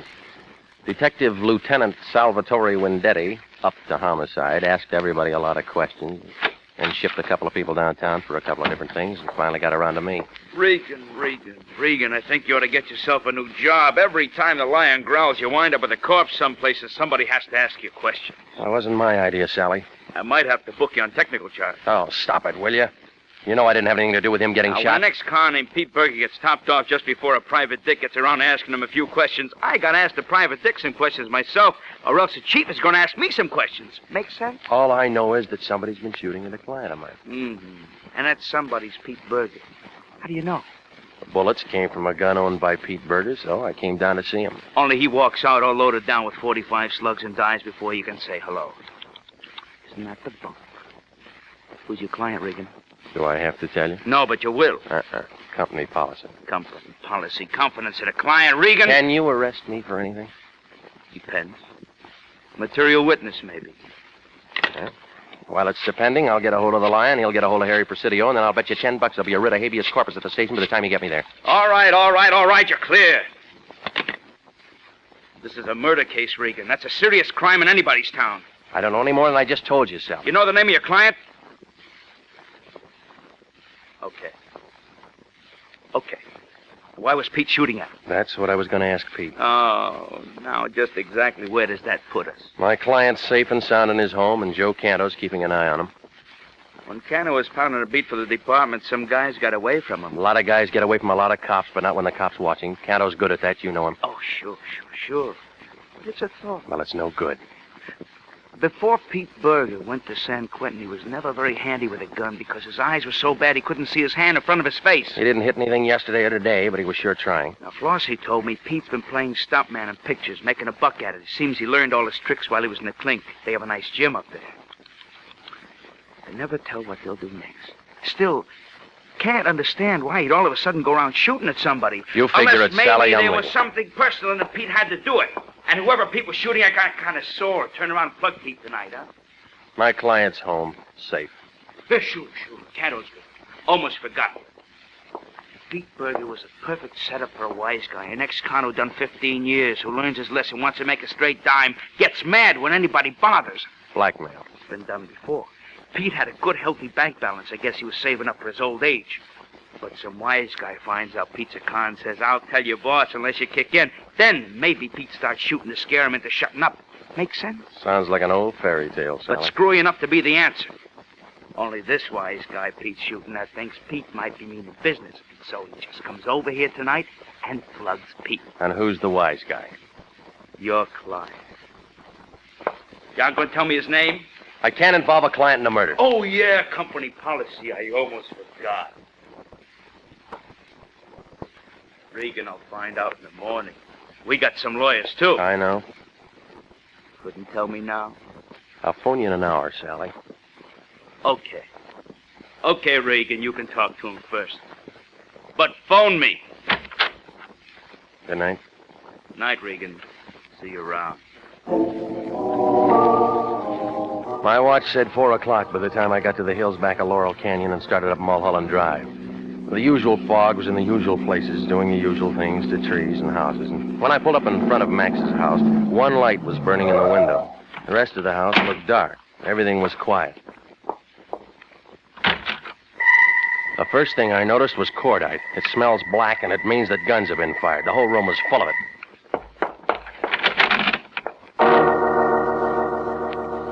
Max Vladney was lying half on the floor and half on the table he'd used for a workshop. A bottle of spirit gum was spilled on the floor along with some false blonde hair and a cracked wig block. He had one free arm around a white plaster cast of a head, just like it was a doll.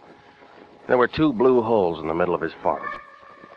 I just stood there looking at him when I heard a noise in back of me. It was Canto, and he was on the floor at the foot of the bed. Oh, no, don't try to move me, Regan. I've been laying here waiting for you. It's in my lungs somewhere. I don't think I got any blood to spare.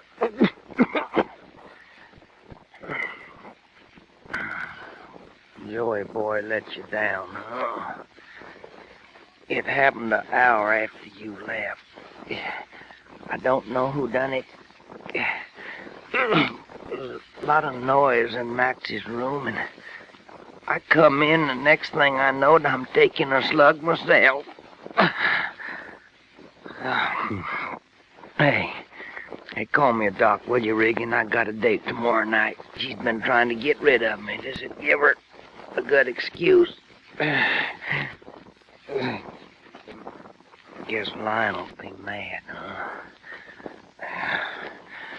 Call me a doc, Regan, right quick.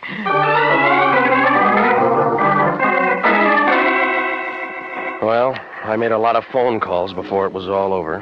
Hollywood Receiving Hospital, Windetti, Central Homicide, and I got the Lion out of bed and told him what had happened. He said he'd meet me at the hospital. I hung around a while and talked to Windetti. He didn't have much to say. When he got through poking around, he gave me a lift as far as the hospital. The Lion was standing around the hall when I got there. It was the first time I'd ever seen him look tired. Hello, Regan. I just talked to the doctor. This is going to cost plenty. How bad is it? $25 a day for a room, plus surgery. No, I mean Canto. Oh. Well, bullet penetrated upper lobe of his right lung. Here, they pulled this out. 45 slug. Who shoots 45s that good? Lots of people. Same kind of people who go around killing Pete Berger and Max Vladney. Yeah. Canto getting himself shot's going to eat up every penny we might have made on this thing. Is money all you ever think of? What else is there to think about? If you got it, you're fine. If you haven't got it, you're nothing but a bum. One of your own men is lying in there wondering if he's ever going to live or die, and he took that slug because you sent him on the job. Everybody dies. I'll give him a citation. You big pile of blubber. I ought to push you out a window. Now, talk like that isn't going to help anything. No, but I know what is. Now, wait a minute, Regan. This is a police job. Oh, now it's a police job. Yeah, like I told you. And you can't go running around sticking your snoot into a couple of killings and giving International a lot of bad publicity. Now, get this, Fatso. I'm going out and find the guy who plugged Canto. Now, you listen to me. And I want it down in the books and the papers and any place else that an international operator brought in the guy who killed one of their clients and shot one of their men. I won't be responsible for anything that happens. Okay, if you don't like the way I do things, you can pull my license right off the wall and get yourself another boy. Hey, where are you going? Come back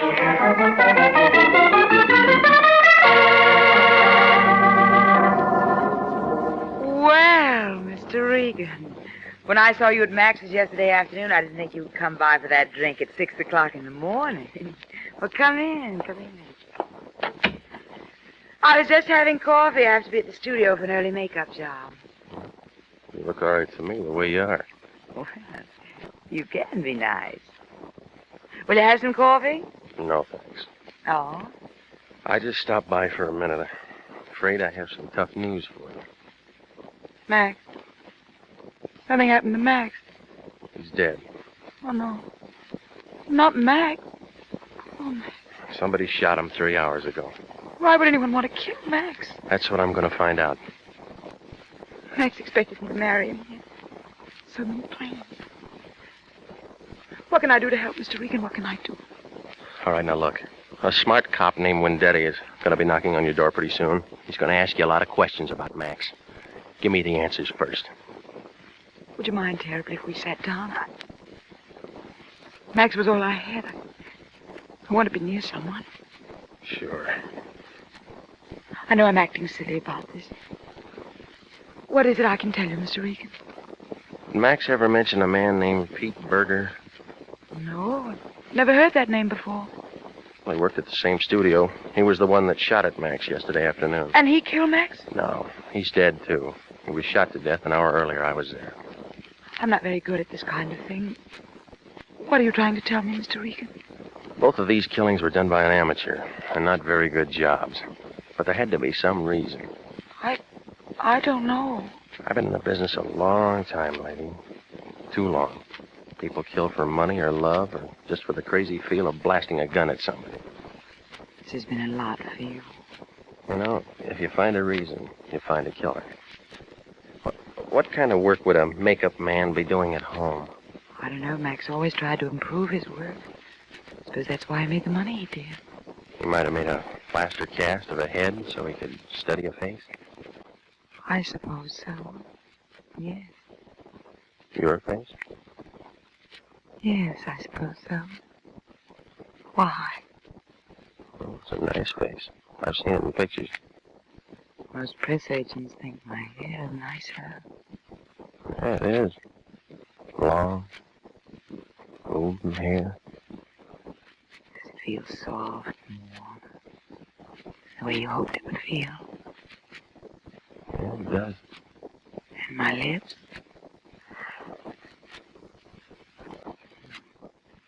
I don't feel bad doing this. I never did love Max. I was indebted to him. I was terribly ill several years ago. He helped me.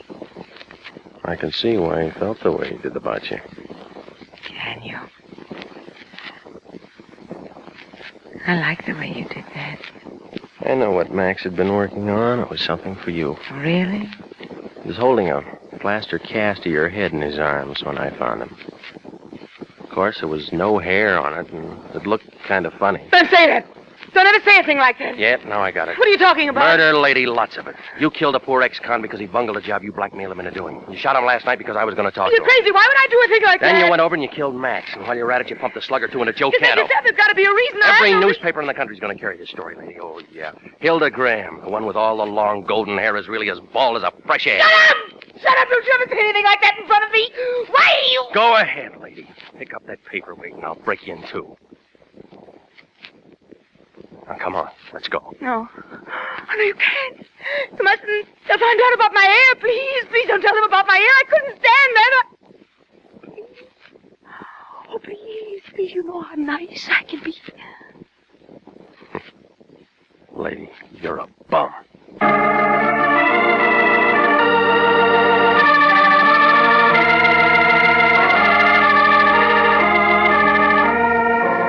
Well, Max had been trying to get her to marry him, and she didn't want to marry anybody, so she killed him. The police stenographer scratched his head on that one until I explained it was her hair, that long golden hair. Only it wasn't hers. It was a wig that Max had fixed up for her. She'd lost all hers when she was sick and couldn't stand the thought of anybody going around knowing it wasn't her own. Well, I guess you run into all kinds. A couple of days later, I saw Canto at the hospital. He'd had some transfusions and a lot of other things. He was coming along fine. He was reading a paper when I walked in. Oh, Ray. So what is what, huh? Hi, Joe. I've been reading about that Hilda Graham. Too bad they don't take her picture without all that pretty hair. It'd serve her right. Yeah. How you feeling? Peachy. Regan, how long we been working for the line? Too long. How many people been killed and messed up in that time that me and you knows about personally? Too many. There's one thing I can't get through my noodle. Why don't we get some other kind of a job? Real estate or movie extras or something. Why do we do it? Why do we do it, Jeff? I don't know, Joe. I don't know.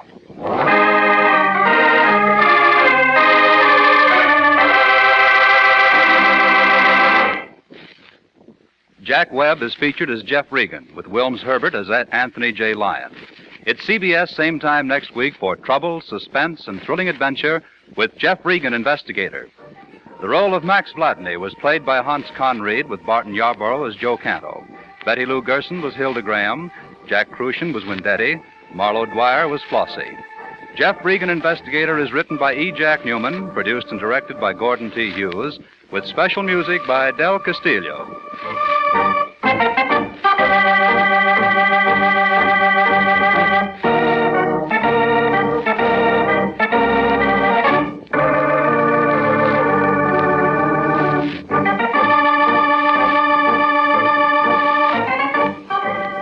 This program came to you from Hollywood. Bob Lamont speaking for CBS, the Columbia Broadcasting System.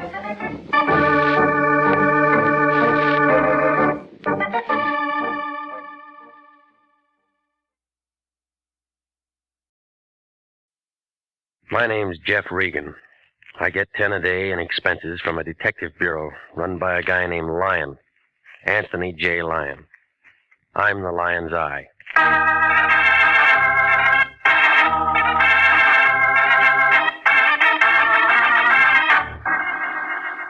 With Jack Webb as Jeff Regan, investigator, stand by for hard-boiled action and mystery and thrilling adventure in tonight's story of The Diamond Quartet.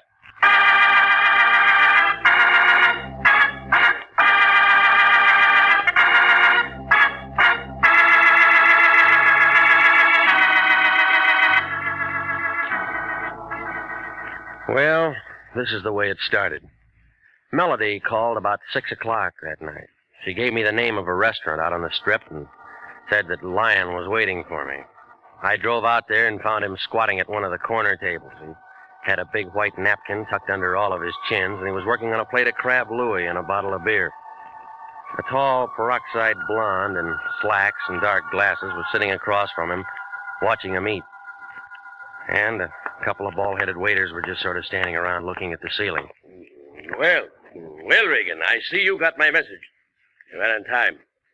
Sit down. I want you to meet Miss, what did you say your name was, young lady? Madge will do. Just plain Madge, fatso. Regan, this is Madge. I hate gumshoes. They all stink. Okay, where'd you find her? Madge? Madge works for Mr. Daly, Mr. Pete Daly. He's a new client of ours. Isn't that right, Madge? All gumshoes are nosy. That's why I don't like 'em. Madge is going to drive you out to Mr. Daly's residence, Regan. Who's Daly? Very nice chap. I spoke with him on the phone. What's the job? Well, it's a rather delicate matter, and I think Mr. Daly himself can explain it better than I. Come on, all this gassing ain't getting us nowhere. The boss is waiting. Gumshoes talk too much. Yes, Regan, yes. I told Mr. Daly you'd be there by 7 o'clock. You just run along with Madge here and see what it's all about. Let's drift. Nice to have met you, Madge. Ah, dry up, fatso. Good. Call me, Regan. Call me if you run into any trouble.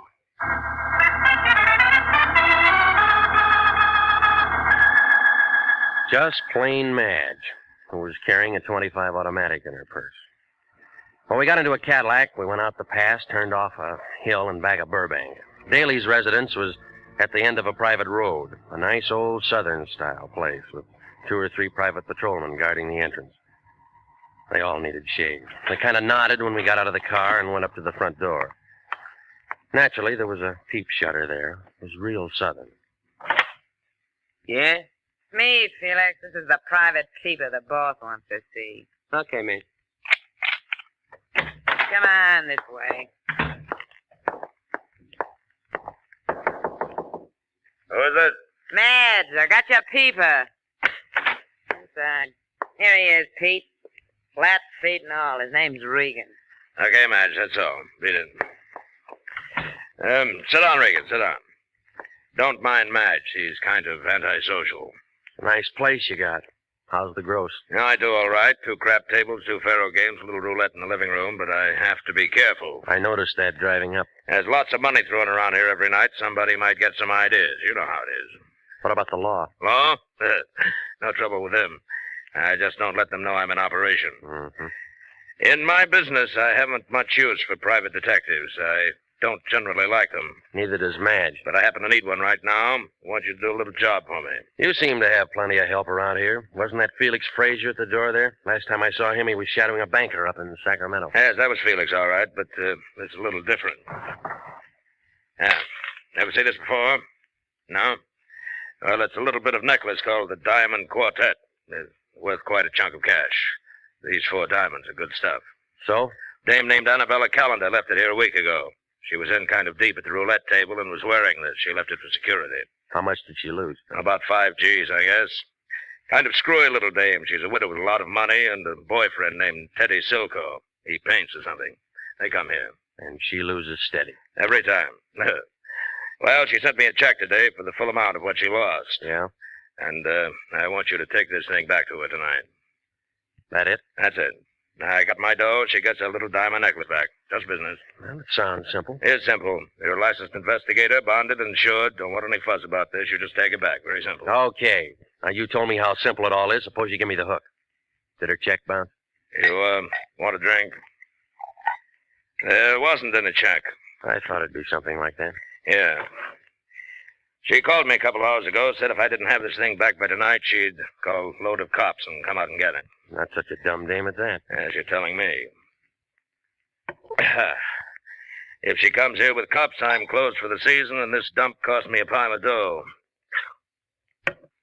Felix was running the roulette table that night. I didn't know he'd taken this as security until we counted up. I should have pushed his mush in or something. Letting a dame like that make a setup. Maybe you'll do better next time. Ain't gonna be no next time, Regan. Here's her address. Here's the ice. Just take it to her, and I'll chalk it up to experience. You better get yourself a new boy at that table. Yes, you're telling me. You're telling me. Well, I took a taxi over to the restaurant in Hollywood, picked up my Buick, and drove to an apartment house near Pico and Beverly Drive. A couple of men in a little gray coupe were sitting in front of the building smoking cigarettes and pulling on their hat brims.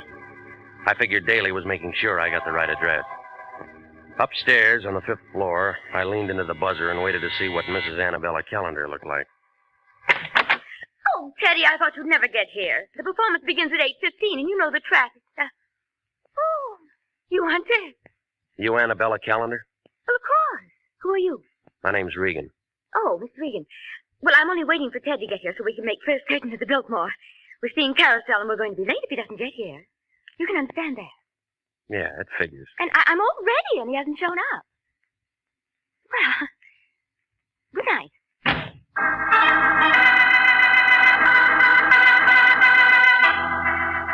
Yeah. Her white ermine cape and the black strapless thing needed a touch. But she had it. That necklace I had in my pocket, or a very good copy, was hanging around her neck, and it looked like 4 Klieg lights at a Hollywood premiere.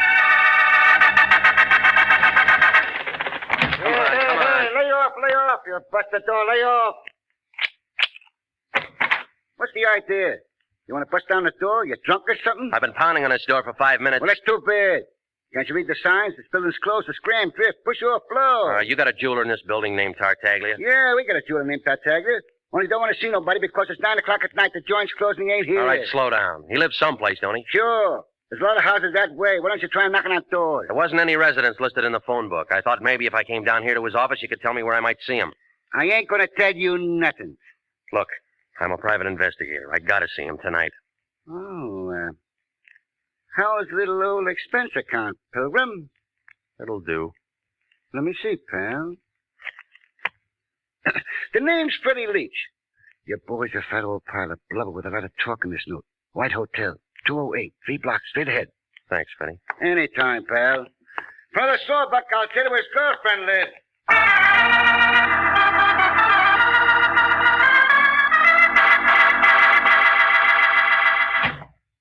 Well, come in, Mr. Regan. Come in.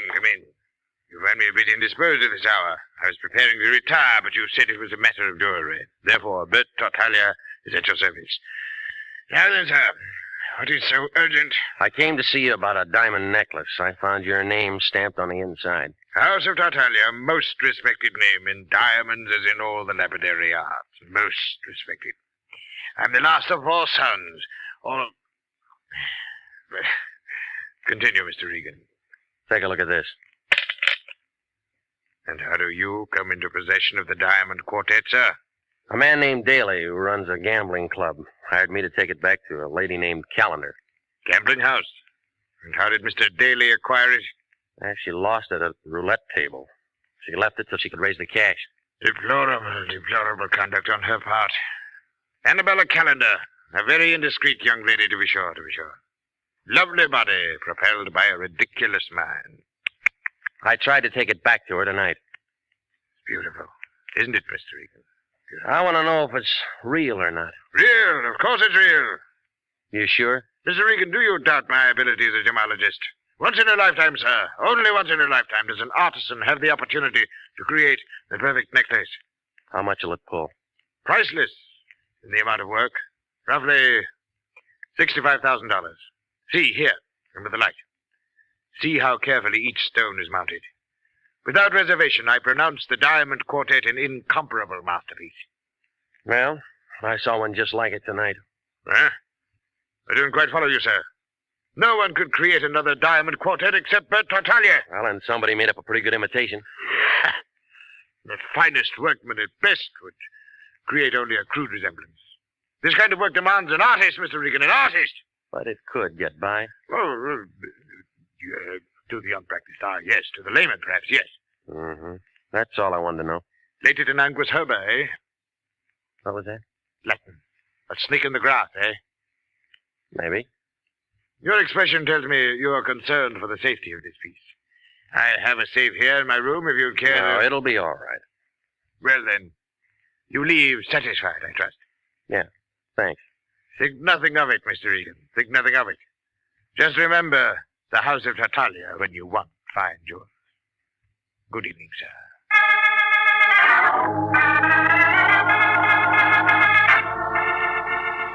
In the lobby, I got 2 3-cent stamps from the clerk.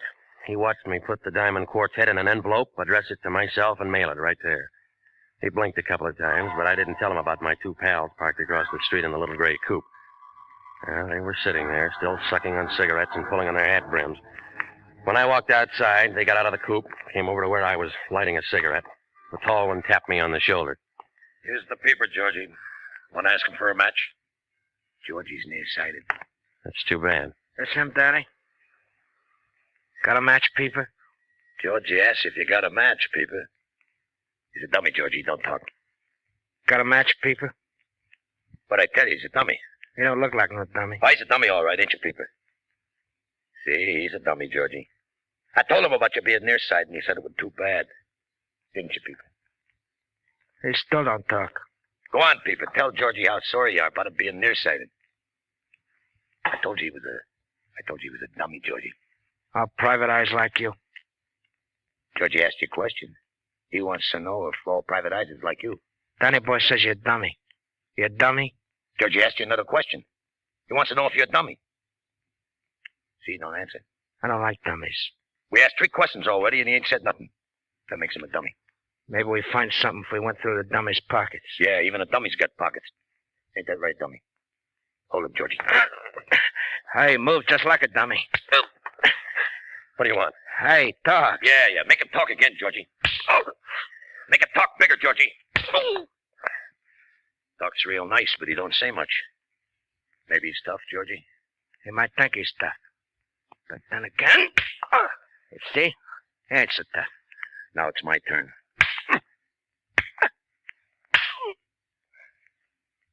Hey. You don't talk no more, Danny. This Peeper ain't no pretty picture, Georgie. Why you want to hold him up?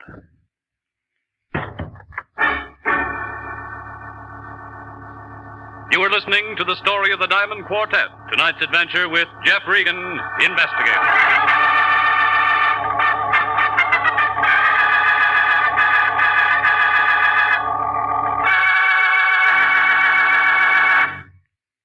29,000 nurses are needed now to join the new Army Nurse Corps Officers Reserve. For the first time in history, qualified nurses are given the opportunity of receiving a commission in the regular Army Reserve. These nurses will remain on inactive status, ready to serve their country in the event of an emergency. 4,000 of them, if they wish, may choose active duty. Inactive reserve status will not interfere with the nurse's civilian life, but the educational opportunities offered her by the Army Medical Department will be of a great advantage to her in her work. So don't wait.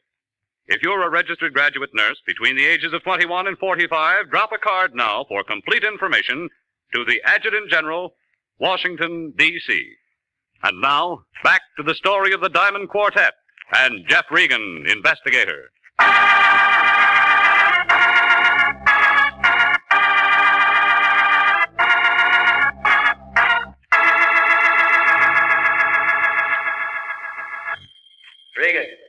Regan, can you hear me, Regan?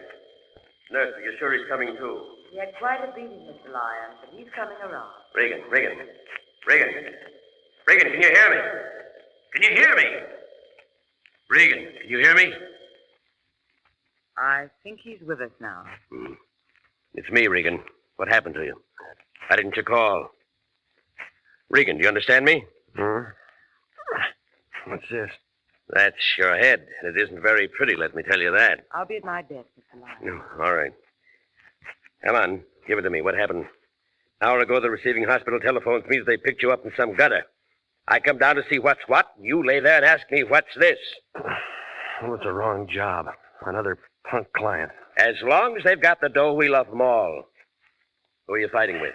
A couple of boys named Danny and Georgie. A couple of boys named Danny and Georgie. Well, would you mind telling me just where you've been while you should have been doing what you were hired to do? I was out with Danny and Georgie. Sure. You were out with Danny and Georgie. But what did you do before that? And what did you do with the necklace?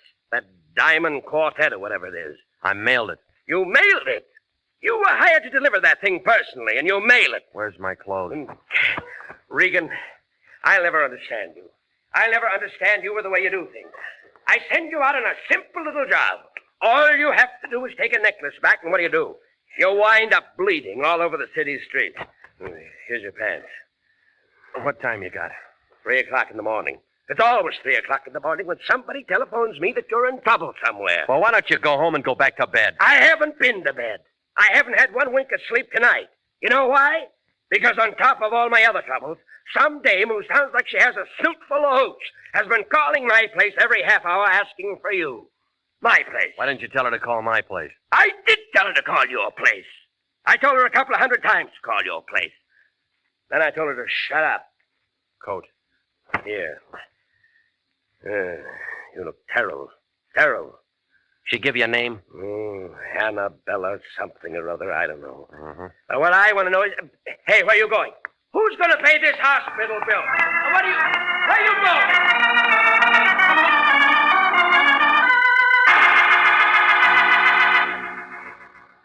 Well, the cab driver circled twice before he picked me up, but he got me out to her place in 20 minutes. When I got upstairs, her door was halfway open, and the light from the hallway kind of seeped in. She was sitting in a big chair right by the door. I don't know why, but she was holding the phone on her lap, just sitting there, looking at nothing.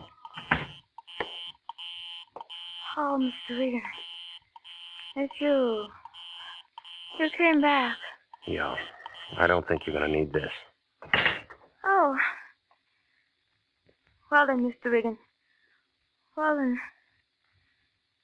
I suppose you've met some people tonight who know a great deal about me. Some? A gambler? A jeweler? And of course they told you how I carry on with money and all that. Everyone seems to know that. Yeah, Daly told me. Do you know about Charles? Charles and I had so many things together, and it was so much fun being alive with him.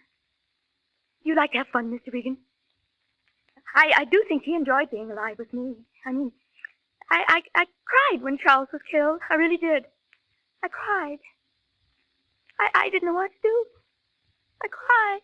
How long ago was that? Oh, Charles was killed 3 years ago. But now I have Teddy. He's really a dear. You should meet him. We should all have a drink together or something. Teddy's a fine artist. Very fine artist. I think you'll be very prominent someday. I do. I really do think Teddy will be very prominent someday. Of course, it wouldn't make any difference now. Did they tell you that did they tell you? It's funny. I can't seem to get my tongue adjusted to my mouth. Did that ever happen to you, Mr. Regan? Sometimes. Teddy asked me to marry him tonight. He did? Yes, I've been very lonely since Charles died, and it isn't my money that Teddy's interested in, I'm certain. Teddy has some money of his own, although many people don't know it. What is money, Mr. Regan? What would you say, money? Oh, dear, there I go again with that business about my tongue. You think I should see a correctionist? Why did you call me tonight? You're the only detective I know. And I really don't know you. It's just that Mr. Daly said you were a detective. Why did you want to see me? I really can't understand money. I know it must sound strange to you, but some people live for it, and some people die for it, and some people... Come here. What's wrong? What is it? Come on. Oh, they do look so funny. So very funny. I've seen them count money. Oh, so much money, and I really believe that's all they live for. They handle it and caress it now. Come on, tell me what's wrong. What is it? What is it?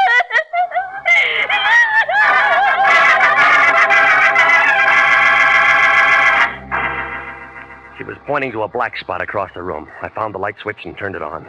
Oh, yeah. They looked funny, all right. It was Daly and his dumb roulette table man, Felix. And both of them were as dead as you can get. I've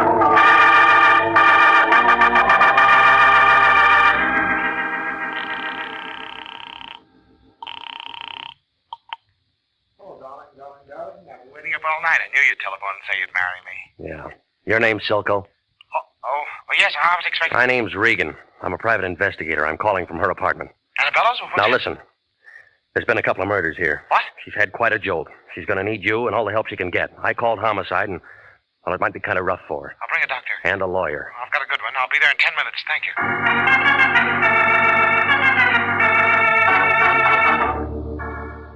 Well, he showed up about the same time Wendetti and the homicide boys got there. By that time, she couldn't even talk, and they had to put her to sleep. I told Wendetti what I knew about it, and he said we'd get it straightened around as soon as she had something to say. It was about 8 o'clock in the morning when I got home. I didn't expect my boy to show up so soon. He was already there. Regan. I've been expecting you. Come in, sir. Come in. I've been amusing myself with your chessboard. So we meet again. Sit down, sit down.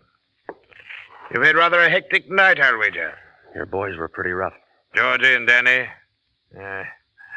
Two men of another world, Regan. Not our world.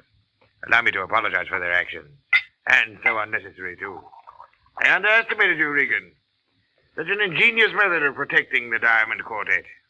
Why, sir, by the simple expedient of placing a 3-cent stamp on an envelope and mailing it to you yourself, you hired as guardians the entire United States Postal Service, not to mention the Army, Navy, and Marine Corps. You want one of these? No, thank you, Regan. Much too early in the day. But go ahead. You give me cause to admire you again, sir.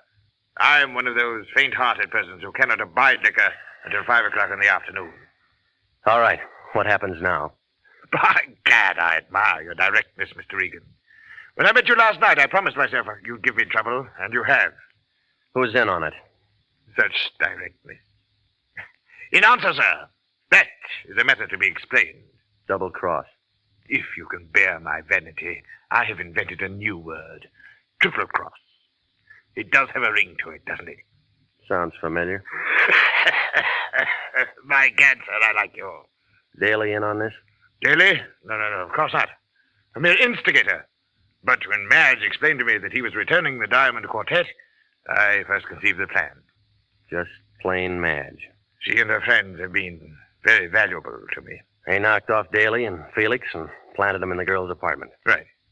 With 2 cadavers in her living room, Mrs. Callender was very unlikely to discuss missing jewelry with the police. Then it was a phony she was wearing, and she didn't even know it, huh? Mm-hmm. And it caused all of this. If you had merely returned it, it would have been simple to remove it from her. But then... And you just sit here and wait for the mail. We wait for the mail, Mr. Regan. What about your playmates? You do act your role, don't you? And I like you for it, Mr. Regan. I wish you and I could have worked out something together. An unbeatable team. In answer, sir, I'm afraid I shall be sought for murder. The 2 this night. Danny and Georgie? And, Madge. Does that name bother you as much as it bothers me? Give me a woman with a name like Celeste, or Josephine, or Roxanne. Those, sir, are proper names for the creatures. But Madge... Where are the police going to find all these bodies? In my hotel room, which I departed hastily. I know a man down at Central Homicide named Wendetti. Do you? Mm-hmm. He's the best cop I've ever seen. You'll never get away with it. Allow me to correct you, sir. I don't intend to get away with it. Observe me well. You see before you a man advanced in years, attached to a destitute and bankrupt jewelry firm, with nothing more to look forward to than a grim few years, and finally the end. Now an opportunity to live like a king, and by God, sir, I've taken it. They'll pick you up before you can pack a bag. I'll risk that. I shall turn the Diamond Quartet into cash, and with a well-laden purse, I shall be satisfied to elude the police over half the world. Oh, yes, they'll get me. In 2 years, 3 years, perhaps. By that time, I shall have spent the money. And what more could a man ask than a perfect fulfillment of all his wishes? Huh? I ask you, sir, as one gentleman to another, what more could a man ask? You have company, and I have a gun. Answer it. Tell him to go away. I'll be right beside you. All right. Open it. One side, Shamus. I got a gun. Madge. Thought I'd find you here, flubber boy. You didn't do such a good job on me. Caution, my dear. I have a gun, too. I can last long enough to let you have it. Get out of my way, people. Oh!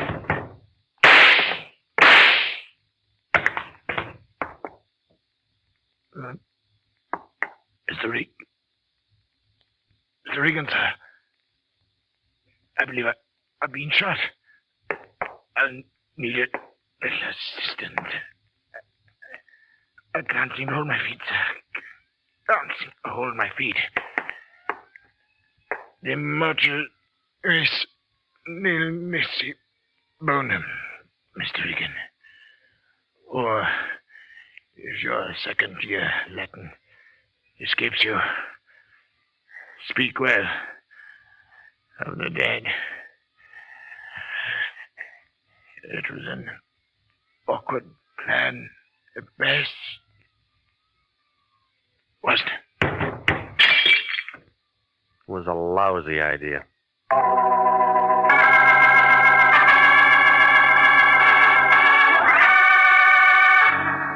Well, there wasn't anybody left for Wendetti to arrest, so we sat around and looked at each other. Wendetti agreed that Madge double-crossed Daly. Tartaglia double-crossed Madge and her boys. Yeah, triple-crossed. Well, the Lion had something on his mind. He wanted to know, was I satisfied with what I got out of this case? I didn't answer him. I need the job.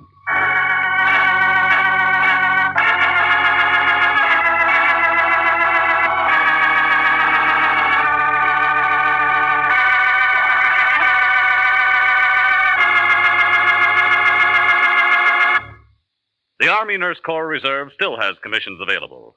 If you are a graduate registered nurse between the ages of 21 and 45, you may be eligible for a commission in the Army Nurse Corps section of the Regular Officers Reserve.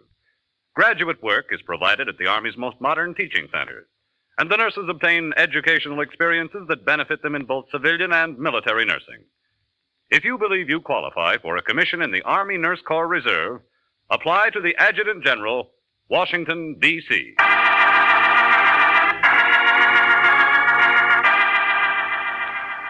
Jack Webb is featured as Jeff Regan, with Wilms Herbert as Anthony J. Lyon. The role of Bert Tartaglia was played by Barry Kruger. Lorene Tuttle was Annabella Callender. It's CBS same time next week for trouble, suspense, and thrilling adventure with Jeff Regan, Investigator. Written by E. Jack Newman, produced by Gordon T. Hughes, directed tonight by Cliff Howell. This is CBS, the Columbia Broadcasting System.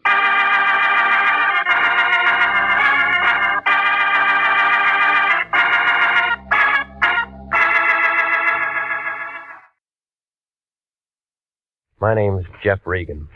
I get 10 a day and expenses from a detective bureau run by a guy named Lyon. Anthony J. Lyon. They call me the Lion's Eye.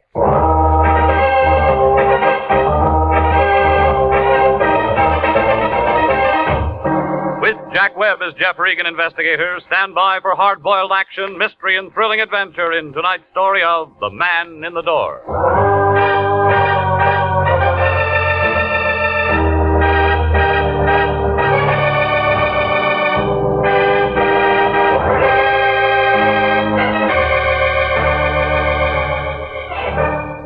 Well, this is the way it started.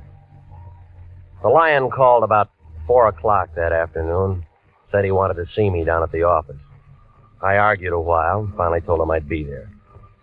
Melody was sitting in front of her typewriter when I came in, putting a new coat of paint on her nails. She handed me a blank contract with no dates filled in, jerked a thumb toward the Lion's den. I went in. Regan, I'm glad you got here. What do you know about architects? They draw things. I know that much, but what about bids and all that stuff? Well, they figure out what a building's going to cost, don't they? Go on. If whoever's paying for the building likes what they write down, then they're hired. A couple of architects, maybe 3 or 4 make bids.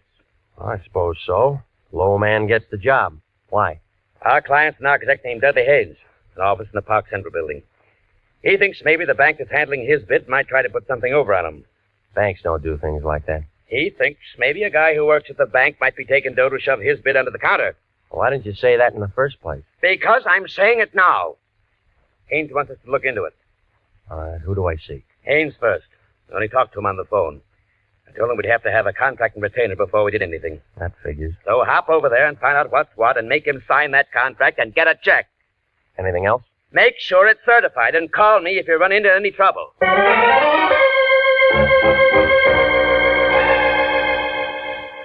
Dudley Haynes, architect, Park Central building. Had an office on the 9th floor. When I went in, a girl with hair that figured to be blonde right down to the roots pulled off her glasses and put out her cigarette.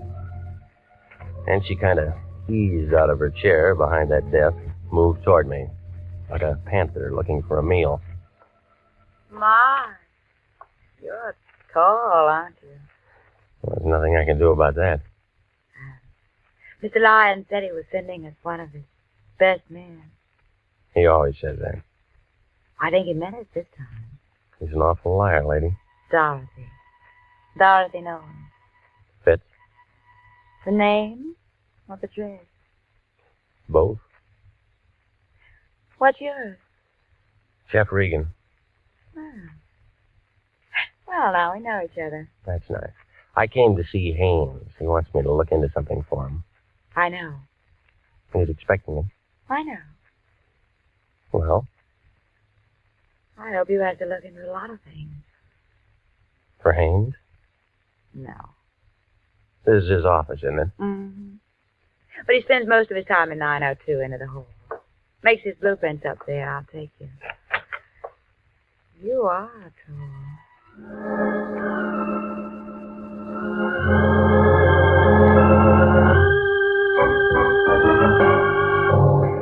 Well, we started down the hall. We got about 10 feet from the frosted glass door at the end. We both stopped. We were looking at the outline of a big man behind the door. Both of us expected him to open it and walk out. Oh, he came out all right, but he walked right through it. Oh, he's been shot. Oh, Do you know him? my boss, Mr. Hayes. No, it was your boss, lady. He's dead.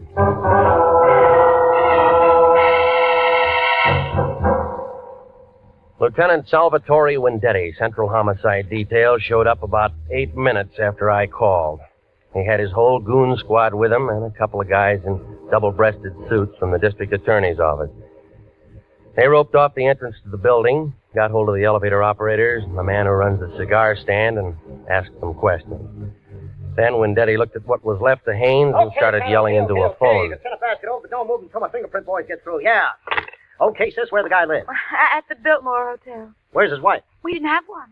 What do we tell? We didn't have any family. So no one's going to cry. Well, that makes it easier. Regan, was he your client? No, nobody's a client until they sign a contract, Sally. Well, you would bring him a contract to sign, and then you would do something for him. What? Well, I didn't talk to him. Sis?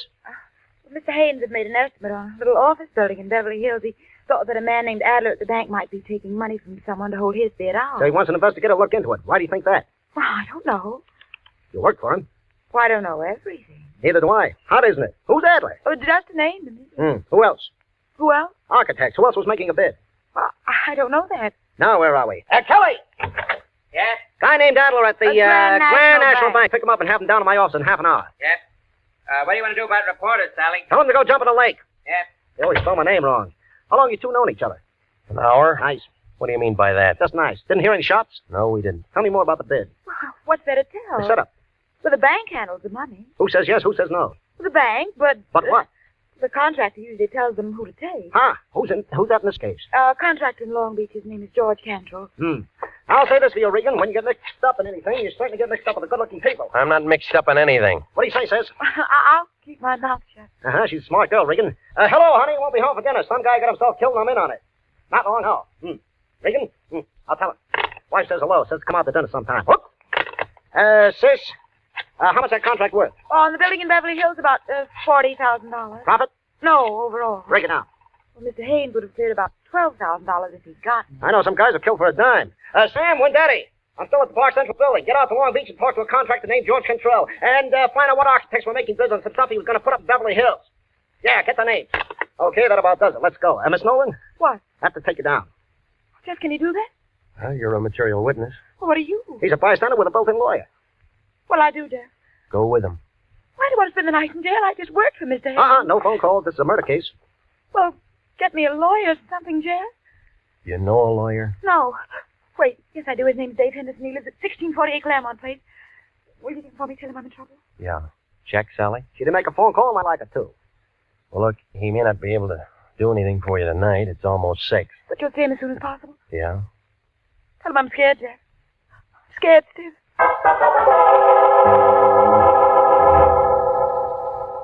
Well, I stayed there and phoned the Lion, told him what had happened. Oh, he got mad and yelled something about me being a jinx on all our clients, and then he hung up.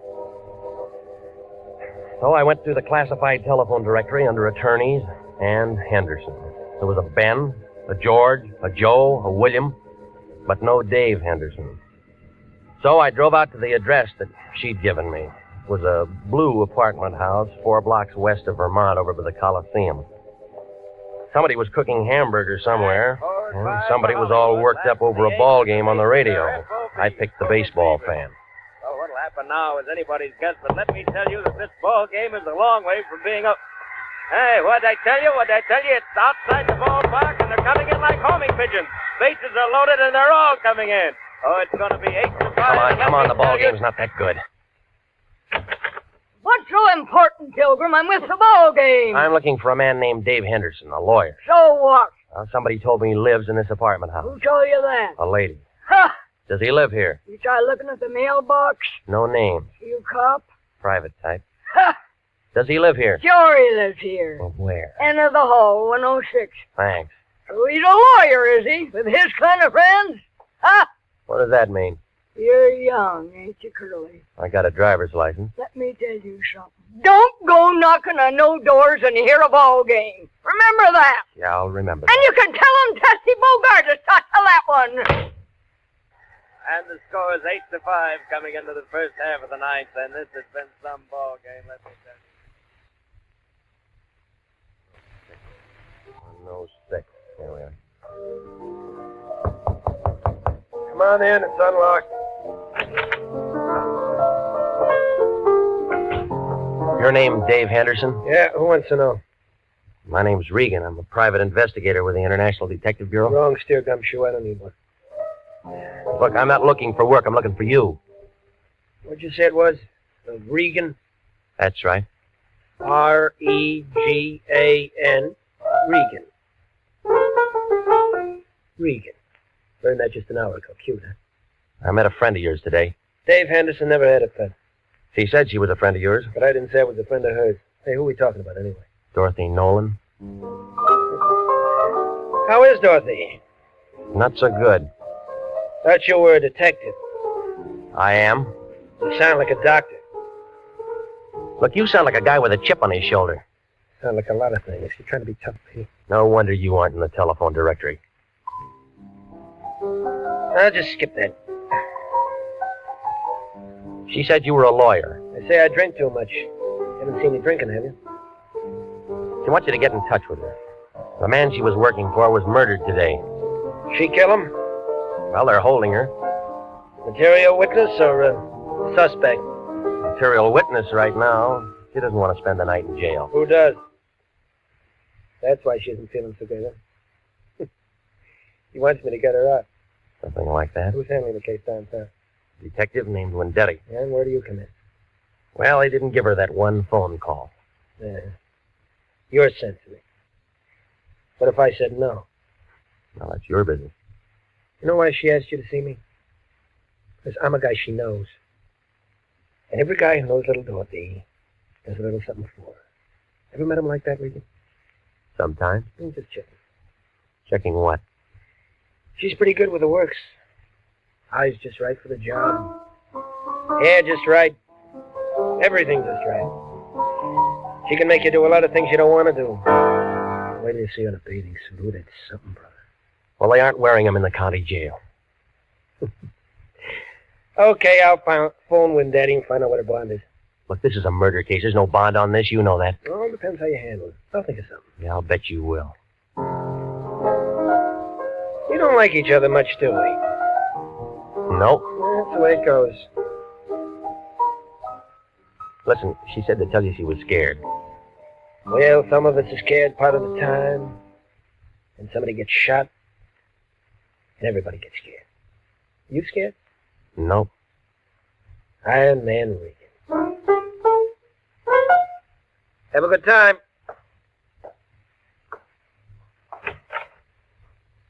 Did I say Haynes was shot? No. You didn't say a thing. See you somewhere, Peter.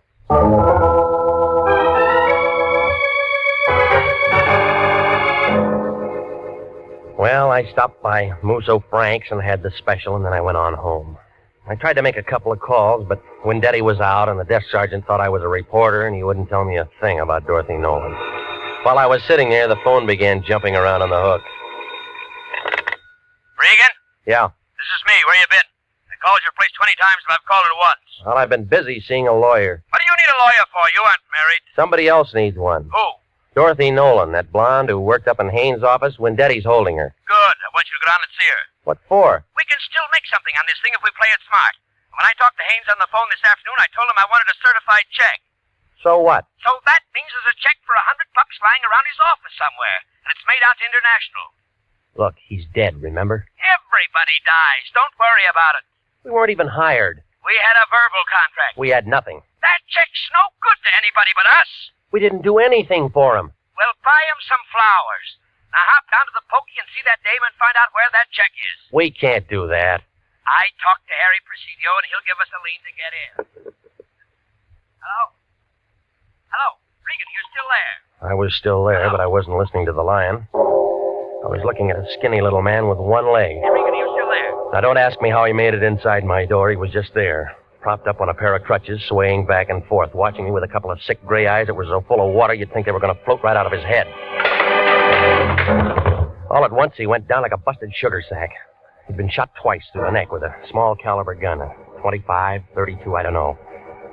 I found a dozen razor blades in one pocket and 2 dozen sets of shoelaces to go with them.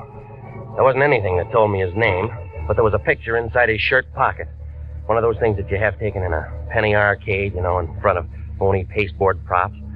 Well, a man with one leg was looking out from between a pair of painted angel's wings, and the guy standing next to him, who was smiling up at the halo, was the same man that I'd seen that afternoon. An architect named Haynes.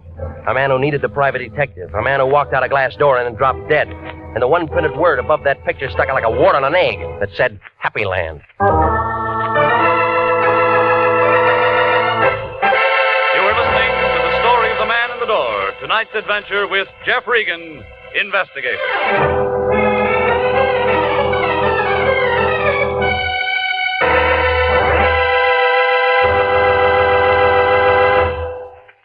Here is a special and important message to every businessman listening. To every businessman, regardless of the size or the type of his business. Gentlemen, do you realize that the schools of this community help you every day that you're in business? That's right. For one thing, our schools teach the boys and girls of this community to cherish the human rights, the free enterprise on which our country and your business are founded. With each new generation graduated from our schools, the Army defending our way of life, and your business grows stronger. What's more, good teachers and well-equipped schools do a better job of developing our children's talents. The result? School graduates who become more skilled and more efficient employees. So remember, any time and taxes that you contribute to improving local schools are an investment in your own business future. Education is good business. Education can maintain our freedom. And freedom is everybody's job. And now, back to the story of the man in the door and Jeff Regan, investigator.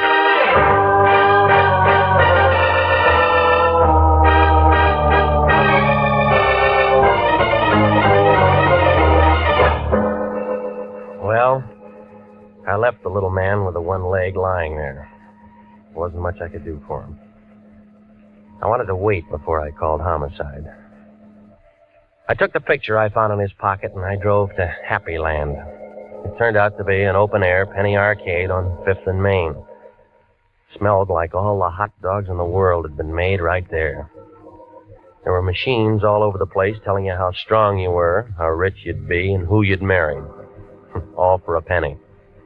I guess it wasn't much of a bargain. The only customer was a sailor trying his luck at the shooting gallery. Back in the corner, a tired-looking girl in light blue slacks and a dirty gray sweater was sitting on a stool by the hot dog counter staring at nothing. Want some pennies? Not right now, no. Oh, just looking? Go ahead. When you figure out where you're going to spend your money, come back and I'll give you some change. You got a picture gallery here? Oh. You'll tell me you're a real big spender and want to have your picture taken. Maybe. You got one? Yeah, we got one. Where is it? In there.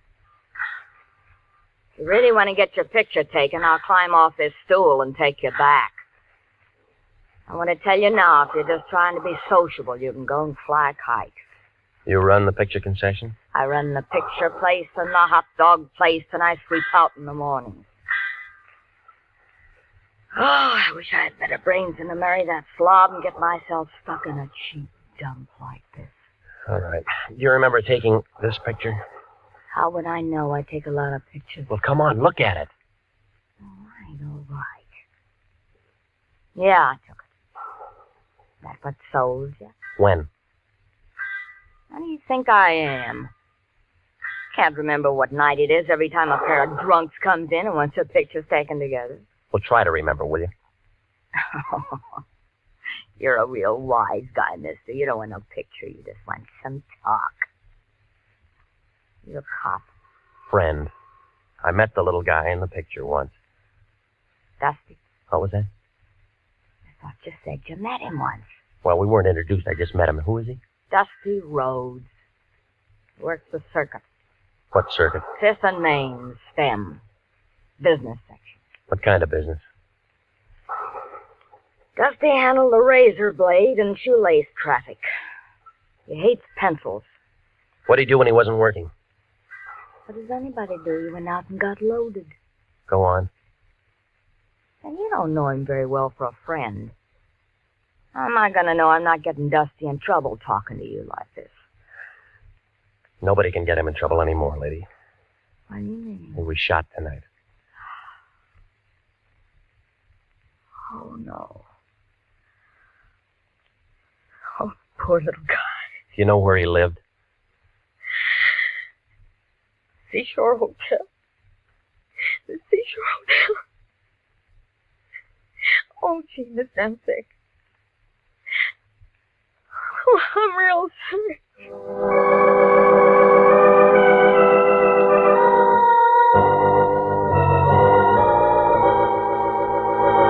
Brother, the seashore caters to many types of people, good and bad, just out of the pokey. 2 bits a night for transients, $1.50 a week for solid citizens.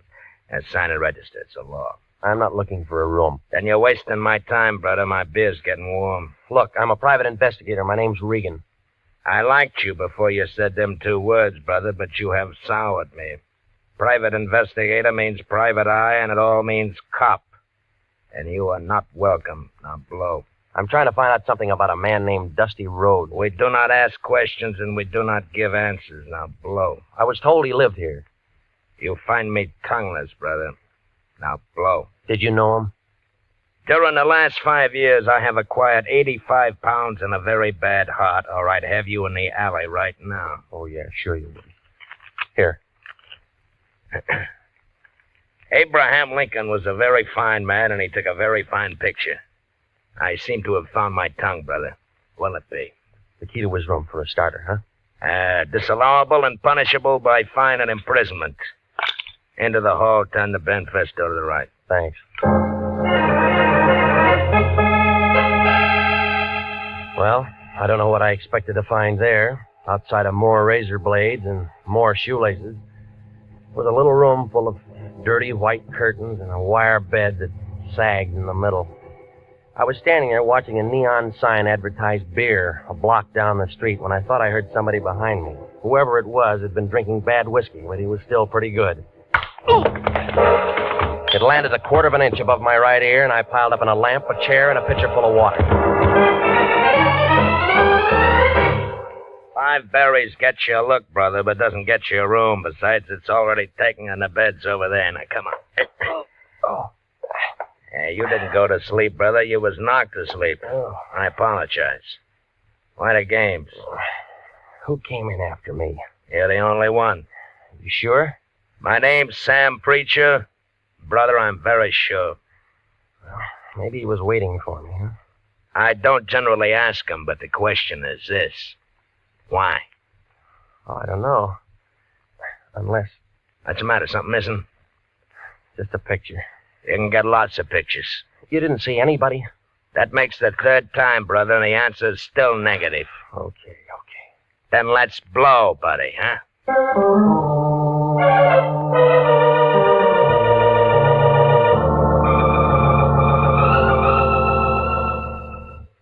Coroner's office.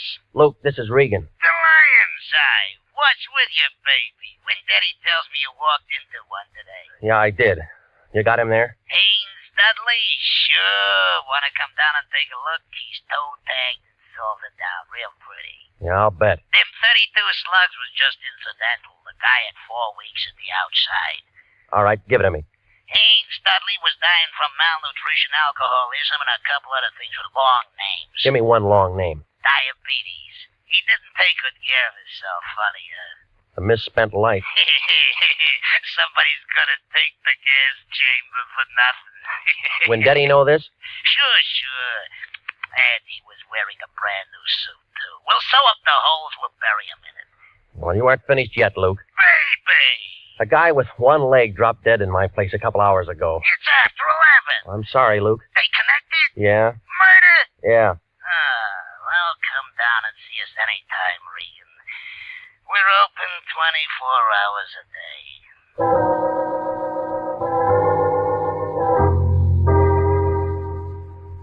Well, at the homicide office, they told me she'd been released about 10 o'clock. They said a lawyer named Henderson had put up the bail and handled the whole thing.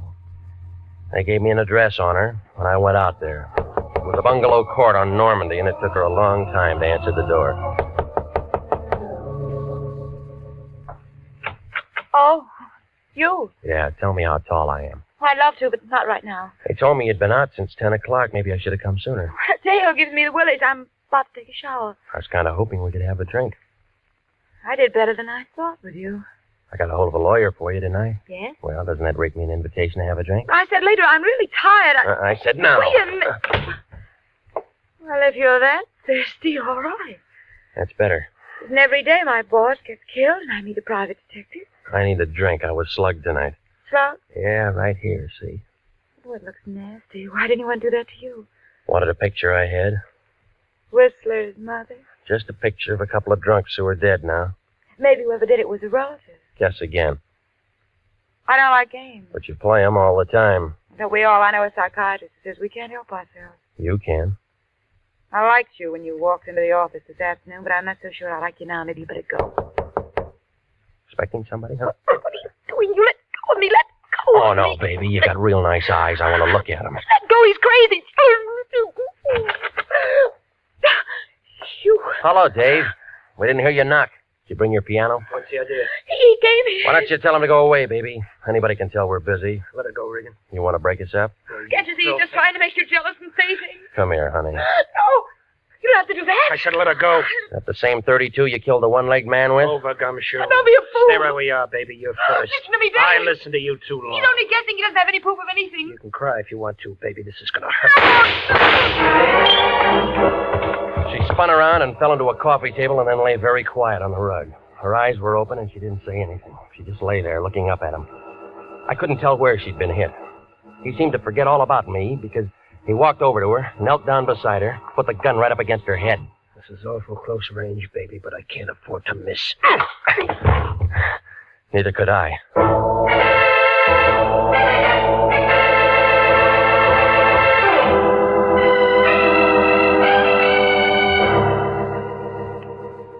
Well, when Daddy and I stuck our heads together, and it all came out when we looked into a couple of things. You see, Dave Henderson was Dudley Haynes, and he was wanted for attempted murder and embezzling and one thing or another back in Ohio. So he figured it'd be a good idea to bump himself off. Dorothy helped him with the idea. They both went down on Main Street, and they picked up an old bum, dressed him up in a new suit, and shot him. I was supposed to walk in with Dorothy, and she'd identify the body, and as far as anybody knew, Dudley Haynes would be dead. Dave didn't figure that she'd be taken down.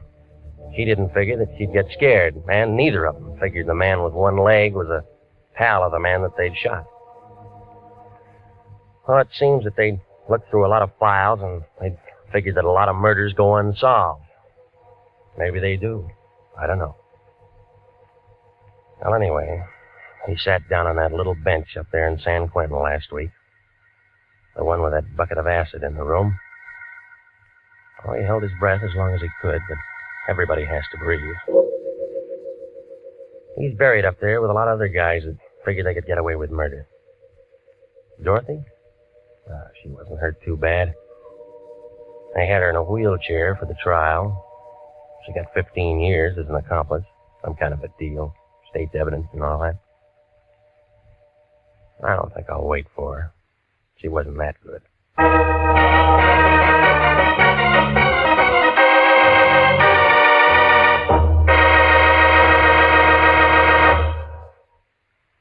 Jack Webb is featured as Jeff Regan, with Wilms Herbert as Anthony J. Lyon. It's CBS at 9:30 next week for more hard-boiled action and mystery with Jeff Regan, Investigator. Written by E. Jack Newman and produced by Sterling Tracy. Dorothy Nolan was played by Betty Lou Gerson, and David Ellis was Dave Henderson. Lorene Tuttle, William Conrad, and Lou Krugman supported.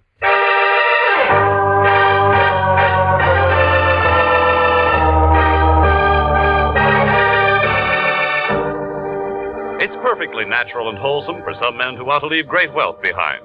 There's a druggist in a small town in Pennsylvania who'll do that. The wealth he'll leave behind will make many lives easier and happier and finer down through the years.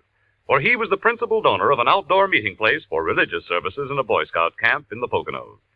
Working with his neighbors in community activities, he saw the need of this improvement, helped to install it. That's the kind of wealth that you can bequeath to generations coming on as you enjoy the freedom of working with your neighbors for the betterment of your community. Freedom that can be anybody's pleasure is everybody's job. Music for this program is arranged by Dick Arant. Next week at 9:30, Jeff Regan, Investigator, brings you another thrill-packed half hour with his story of the House by the Sea. Bob Stevenson speaking. This is CBS, the Columbia Broadcasting System.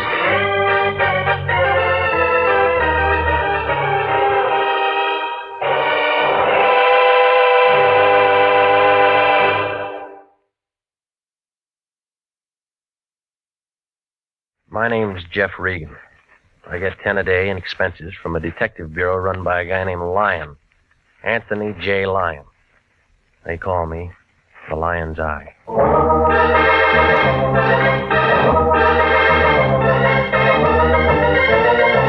With Jack Webb as Jeff Regan, Investigator, stand by for hard-boiled action and mystery and thrilling adventure in tonight's story of The House by the Sea.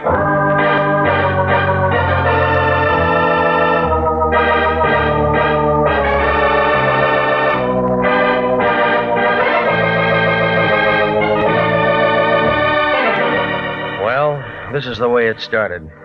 I walked in the office about 11 o'clock that morning. It was a nice, warm day, and I didn't have much on my mind. That's the trouble with nice days. You take a couple of easy breaths, open somebody's door, and it's just like peeling a wrapper off an atomic bomb. The Lion was in his den, sitting behind his desk. You couldn't tell where he left off and the desk began. He was talking to a girl with a flock of black hair. She was the kind you see driving a Cadillac convertible down Sunset Boulevard on hot Sunday afternoons. No wonder the Lion's cigar was out. It was wet on both ends. Well, come in, Regan, come in. I was just about to call you, but now that you're here, it makes things simpler. Miss Carmen, this is Mr. Regan. How do you do, Mr. Regan? Mr. Lyon tells me you're just the man I want. You said the same thing to a mortician last week. He is the man I want, Mr. Lyon. Well, that's fine, Miss Carmen. I knew you'd be pleased. I'm very proud of Jeffrey. As long as I'm in the cast, how about a look at the script, huh? Miss Carmen is associated with the famous psychic consultant, Prince Carew. I help the prince look into people's minds. Well, that ought to be real fun if all your customers are under 6. You don't believe in thought transference, Mr. Regan. Do you? I said I helped the prince. Prince Carew sent Miss Carmen to retain an operator, Jeffrey. It's a very delicate matter, and I'm placing the entire case in your hands. Why didn't he come himself? Do you disapprove of me? I just want to know what's what. Well, Prince Carew never appears in public. He prefers to spend his time in meditation and thought. Yeah. I handle all of his outside contacts. So, Jeffrey, you just drive on out to Prince Carew's home in Ocean Town with Miss Carmen and speak to the prince. What kind of a retainer did he send? How much did you get? Now, see here, Regan, we don't discuss finances in front of clients. Oh, stop it, will you? This is another blind spot. You don't know what it's all about. All you know is she waltzed in here with a check, and you'd sell your grandmother to a glue factory for $2. How do I know I won't wind up being a patsy Is again? there any way I can reassure you? Buy me a battleship. Jeffrey, have I ever involved you in anything that I wouldn't undertake myself? Have I ever knowingly imperiled your life? Yeah. Jeffrey. Come on, lady. What's it all about? You work for the guy. Well, I really don't know. He was excited this morning, called me in, gave me this address, and told me to make arrangements. He must have told you something.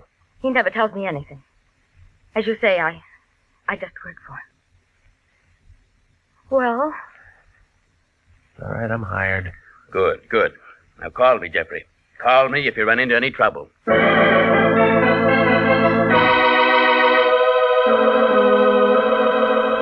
Well, I asked her how about lunch. She said no. I asked her about dinner. She said something that meant no, so I gave up. You know, it's like that sometimes. The flag's up, the meter's ticking, and you're not getting anywhere. But from a couple of things she told me, I got the idea she was doing more than just helping the prince read minds. Well, his place turned out to be a good hour from downtown Los Angeles, up 101. It was a couple of stories of glass and concrete leaning out over the ocean. It was high and dry and quiet up there. And you got a feeling you should be hearing things and feeling things when you looked down and saw that water banging around the bottom of the cliff. She unlocked the door, and a guy in a white turban and some pants that looked like oversized diapers and a pair of tennis shoes was standing there. He had a big curved knife hanging around his waist, and he put his hand on it when he saw me. Right this way, Mr. Regan. Who's he, the butcher? Oh, that's Telly. He works for the prince. Manservant. He's from India. Yeah, I'll bet the Indians were glad to get rid of him. Telly's harmless, tongueless, and he doesn't hear. I like you, Mr. Regan. Come in, come in. Thelma, my dear, you've returned with spoils. Welcome, sir, welcome. Mr. Regan, this is Prince Carew. Regan, the lion's eye. I've heard of you, Mr. Regan. I'm honored. Sit down. That'll be all, Thelma. Charming girl. Hmm? She handle all your outside contacts? Most efficiently. Except, of course, for matters that I must handle personally. What kind of matters? I'm in trouble, Mr. Regan, and I beg your assistance. Well, it's all paid for. Correct. But there's a personal bonus in this for you. Why? Because, sir, I want you to save my life. You look healthy to me. I am healthy, let me assure you. But my life has been threatened. Well, that'd come under police business, wouldn't it? Normally. Didn't Miss Carmen explain that this was a delicate matter? Yeah, she did. Why didn't she call the police? I'm hardly in a position to ask the police for assistance, Mr. Regan. It is a delicate matter.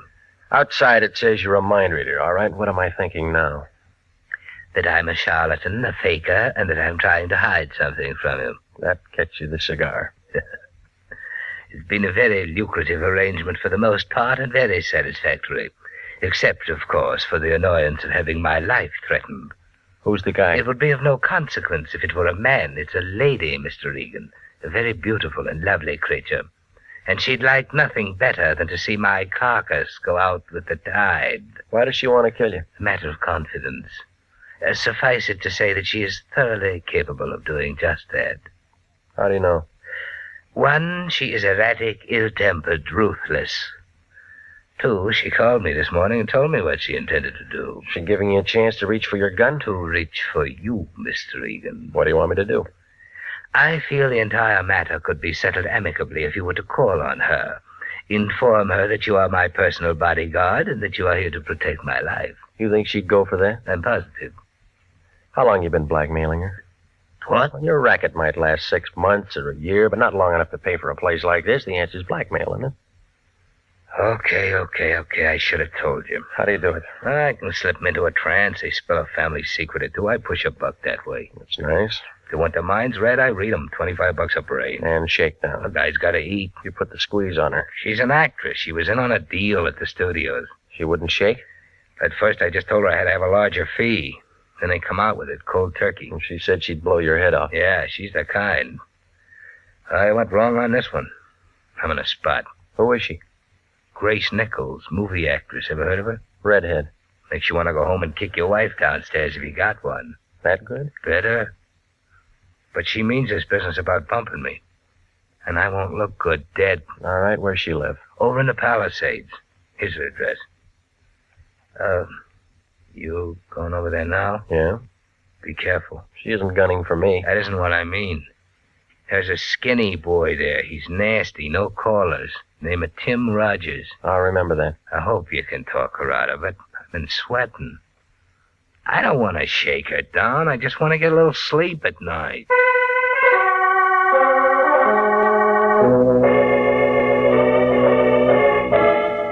I left him sitting there, scratching his bald head under his turban. He looked about as happy as a guy who just ate a Vaseline sandwich. Well, Grace's place was too big for a marble game and too small for football. I think I remember reading something about how she got it from her third husband. There was a big wire fence all around it and a sign every 15 or 20 feet telling you not to trespass. So I parked my car outside the driveway and walked up to the front door. A guy in a chauffeur's uniform was standing there. He looked like a razor blade with arms. He gave me the fisheye and blew smoke in my face and kind of nudged me with his shoulder. Move on, Pilgrim. No handouts here. I came to see Grace Nichols. Yeah. I got business with her. Yeah. So tell her I'm here. Blow. You always like this, or did you miss lunch today? I don't know who you are, Pilgrim, but I don't like you. Beat it. I know you. There's something about a guy in a lineup. Yeah? He memorizes real easy. Copper. Investigator. Private or city, I don't care. You all smell the same. This isn't hunting season. You always carry a .38? Does it show? Maybe you got a broken rib. A real funny guy. I met all kinds of funny guys. Drift. I said I wanted to see her. And I said she wasn't in. All right, I'll tell you once more. I got business with her. So do a couple of hundred other guys. Watchdog? Ah, you're getting smart. You aren't. Kind of a crack is that? I want to see her, and I'm going to see her. Trick I learned a long time ago. Shoot a guy in the knee, and he'll never walk straight again. You ever done it? Oh, yeah. That's how I learned. Ow! That's when I learned, baby. Well, I might have to get a new chauffeur. You looking for a job? I already got one, lady. Timmy's going to be awfully upset when he finds out what happened to him. When someone works for me, they have to be perfect. Want his job? They wouldn't let me in. I'll let you in. You, do that kind of thing often? When I have to. I suppose you have a name. It's Regan. I'm a private investigator. All right, Mr. Regan, you've ruined a perfectly good chauffeur and bodyguard, and you're in my house. What have we got to talk about? A guy named Carew. The prince? Must we talk about him? He thinks you're dangerous stuff. So do a lot of people. Tell me, Mr. Regan, what do you think? About what? Me. Right now, or when I'm a couple of feet away? Right now. Look, remember, I just got here. I know. You must have a first name. What is it? Jeff. Oh, Jeff, we'll get along. It's in the cards. Pretty fast deal. I like it this way. Fast. Might be a bum deck. Never mind. Deal.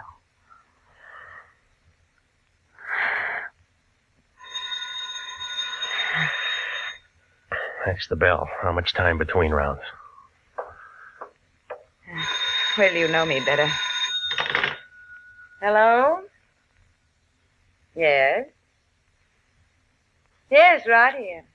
You know a man named Lion, Jeff? Uh-huh. He seems to be roaring. Give it to me. Yeah. Regan, is that you?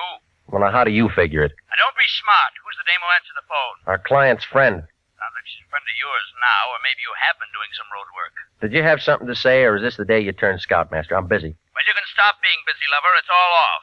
Don't tell me you're passing up a fee. I'm passing up nothing. Prince Carroll called me 10 minutes ago and told me to forget the whole thing, and that's what I'm telling you. How'd you know I was here? The prince told me, so it's all over. Finished. Forget it. I've already started something. I don't care what you've started. Now, just remember, you finish it on your own time and expense sheet. You look worried, Jeff. Anything I can do? I'm called off. You mean you're out of a job? I got one. Remember, you put my bodyguard out of commission. You owe me something. Oh, Tim, boy, he'll come around. I don't want Tim anymore. I want you. Hmm. I'll get you a drink. We can talk about it. Carew told me that Tim was a pretty good boy. You can fill his shoes.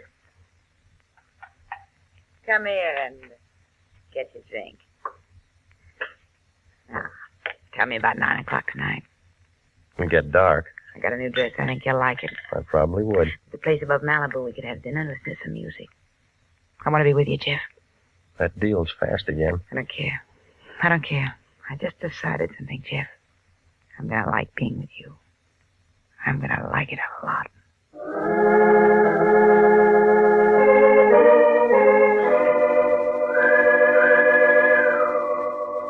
Well, she didn't want me to go, but I was thinking about the prints and the way everything looked. I told her I'd see her that night.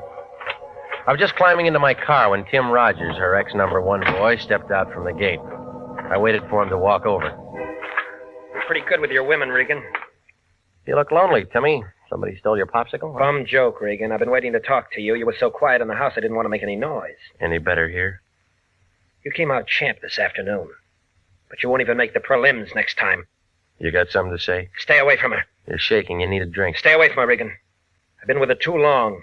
Known her too long to take the bounce from a 2-bit gum heel. Goodbye. I'm not finished yet. That's your version. Now get your foot off that running board, punk, or I'll take it with me.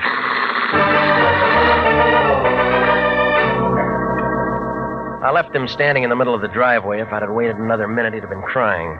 I stopped off and had some barbecued ribs at a drive-in out on Sunset. It was just getting dark when I got to my place. I had company. It was Velma Carmen, Prince Carew's right-hand man. She was sitting on the edge of my sofa. Her back was as stiff as a filing cabinet, and there was a little ring of white around her lip. She looked like she'd just been measured for a coffin. There was a .25 automatic sitting in her lap. I've been waiting for you, Mr. Regan. I asked the janitor to let me in. Yeah? He was very nice about it.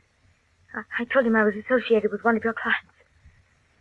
Yes, I told him I was associated with one of your clients. Did you know that Prince Carew was my husband? Since when?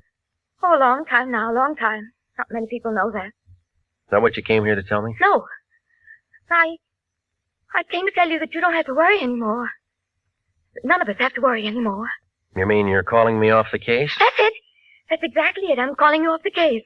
Well, I've already been called off. My office phoned me when I was over at her house. First Nichols? Yeah. Then it was about her? Yeah. Well, then, we don't have to worry anymore, do we? No. She's very pretty, isn't she? I've seen her many times. I think she's quite pretty. I could hardly blame the prince. I could hardly blame him at all. What are you getting at? Could have told the others were pretty, too. Where'd you get that gun? I bought it for $30. Let me see it, huh? Oh, yes. I brought it here so I could show it to you. I paid $30 for it. I paid $30. I'd imagine the air would be cleaner in there, don't you? What are you talking about? I mean, it's really very humane, they tell me. It's just like sitting down and never waking up. I've read all about it.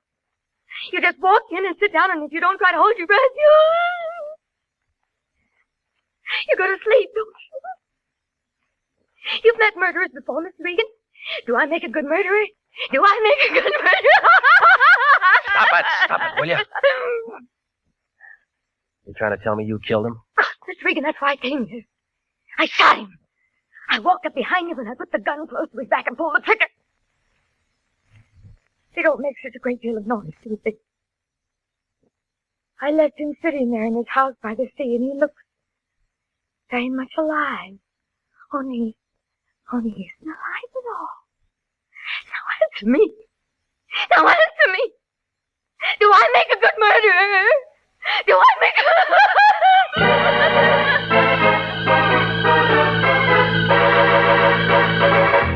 You are listening to the story of The House by the Sea, tonight's adventure with Jeff Regan, investigator.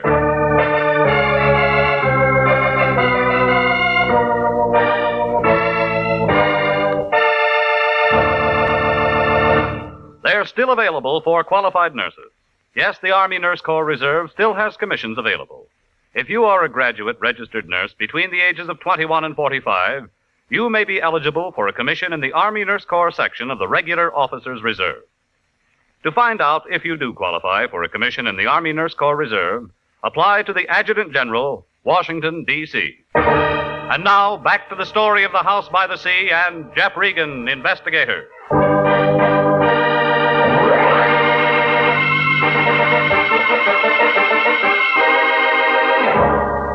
Well, after she got through, she settled down to a slow, even kind of a giggle that started somewhere around her shoelaces and didn't get past her knees. It was one of those things that gives you a feeling like somebody's standing in back of you with a red-hot iron ready to press your pants before you get 'em off. Now, she wasn't going to do any more talking, so I went downstairs and brought back a doctor friend of mine named Sammy Wing. He brought his little black bag with him and gave her a shot of something, and she wilted like last night's orchid and went to sleep on my couch. Sammy began talking. Some playmate. Wish I'd have been here for the party. I had 4 appendectomies and 1 broken leg today, so all alive. How is she? You know her better than me. No, is she going to be all right? But she'll wake up in 5 or 6 hours and want some water. And then what? She might ask you what happened, or it might start all over again, whatever it was. By the way, what was it? Well, I found her here when I got home. I should find something like this. She said she killed an ex-client of mine. Oh, maybe I'm lucky at that. What does all the past tense mean? I was called off the case. Oh, nice. It's all clean, no clients to protect. Is there a corpse someplace? I don't know, Sammy. Call the police, they'll find out. And then you and me can go out and get a drink. She said she used this gun. Smell it, Sammy. It hasn't been fired. Safety catch is still on. She's pretty and she's nice, and I'll bet she looks like $1 million in a bathing suit. But if I'd have met her within the last 3 hours, I'd have run for help. Call the police. Is that professional? This is acute hysteria. The kind that pops off guns and pops off people and does a lot of things they can't remember later on. Call the police. What about the gun? Other guns. Call the coroner while you're at it. Tell him to go out there with some DOA forms. He'll use them. Or will you stay here with her till I get back? Corpse hunt? Just an idea. Hitler had an idea. The odds were against him. You got about as much chance as a 3-legged horse in the Kentucky Derby. She's bit somebody, and she's told you about it. I want to make sure. What do they do when a private eye walks in and messes up a nice, clean murder? Sammy, will you stay? Had any bourbon around here? Yeah. Okay, take your time. Maybe both of us will get our pictures in the paper.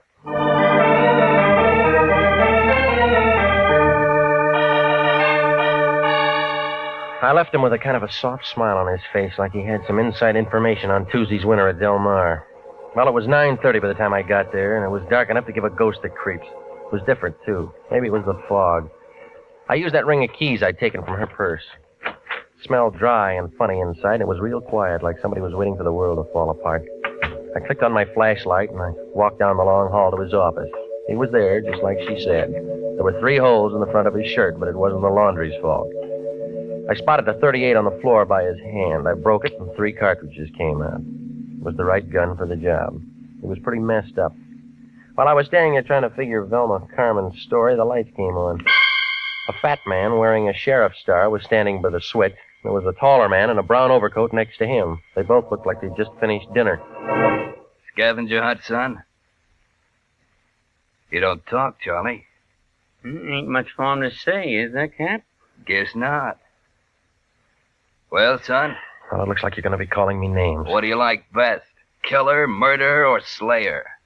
The papers use slayer a lot. I don't like any of them. Kinda breezy for a hot boy, ain't you? Mind giving me a name? It's Regan. I'm a private detective. It's Regan. He's a private detective, Cap. Yeah. Got a card or something with you, son? Yeah. Yeah, he's right. But international. Lion still there? Yeah.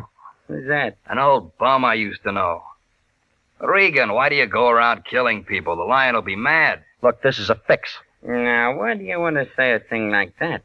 Somebody tip you? Phone call a little while ago. Huh? Funny kind of a voice, a whisper. Said we'd find a stiff up here, but didn't say we'd find you. You're extra. Look, I just came here to see what it was all about. Same thing we did. Only we come up with a suspect and a corpse. No cop could ask for anything better. Charlie, better call a coroner. Ocean Town, just a small place, Regan. Only me and Charlie around. We borrow from the county when we get something like this. I can find you a real answer in an hour. You let me and Charlie worry about that. You look good enough for the time being. All right, son. Let's go. I had as much chance as an elephant in a tea room, and if those two locked me up and booked me. So I leaned back into his gun and spun around and knocked his wrist down. He pulled the trigger. By that time, I'd flicked the light switch and was out the door. I didn't run for my car. I cut across the driveway and doubled back up the hill. I could hear him yelling and shooting out in the dark.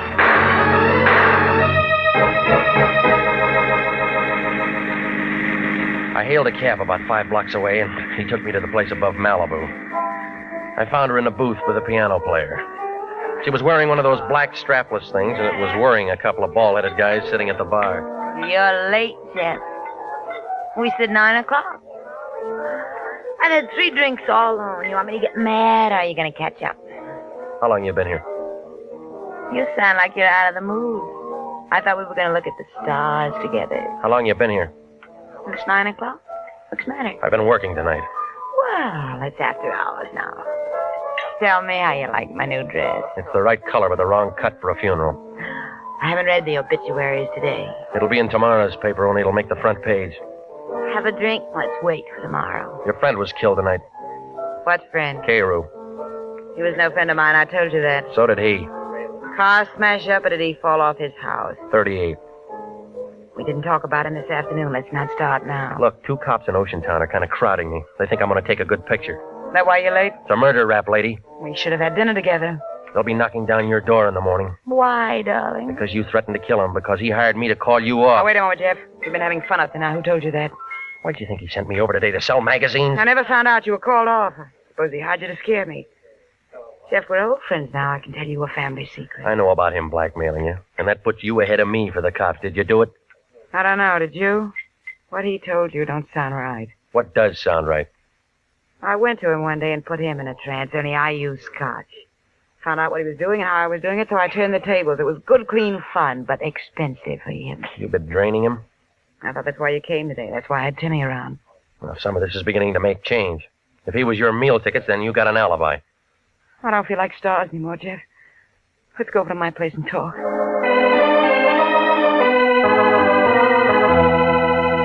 On the way over, she didn't have much to say, and I couldn't think of anything. I was all too mixed up. If she'd really been shaking him down, then she figured out. And the girl back in my apartment figured in. Only she had the wrong gun. And then there was a little business that I'd have to explain with the Oceantown cops. Well, when we turned in the driveway, I stopped figuring. Tim Rogers, the man with the guns, was there, standing on the porch. Oh, gorgeous. I've been waiting to see you. You're home late. I thought I fired you. Still tramping with this tramp, huh? I thought you'd be sick of him by now. For once, I'm glad to see you, Tim boy. That sounds cozy, but I don't want to see you. I know where your 38 is. You're wrong. It's her 38. And it's got her prints on it. Jeff, he's making it look bad for me. Ask him what he's doing here, will you? Just in for a showdown, Angel. You're tagged for his murder. They'll want you. I fixed it good. I can fix it so you can get away. How? A friend of mine shutting off at Pedro. 4 o'clock. It'll go all over the world. Jeff, if all of this is straight, I'm in a spot. Relax. This guy never did anything right. Tell me how I'm wrong. All right, that tip to the Oceantown cops was wrong. Trying to pile up a scare on me was wrong. Killing Carew was wrong, and this clinches it. Yeah? Well, that's where you're twisted, Pilgrim. I got a warrant out for you right now. Plugging a murder suspect is something they'll thank me for. You said her prints were on that gun? They'll find that out in the morning. And how was I to know? Just happened to hear on the radio they were looking for you tonight. I see you, I plug you. Everybody will be sorry, but it'll be manslaughter and suspended. I worked it once in Toledo. What do you say, Angel? Do I plug him and meet you somewhere in 2 weeks? Let me have a smoke. Let me think it over. Sure. Sure, go ahead. Angel.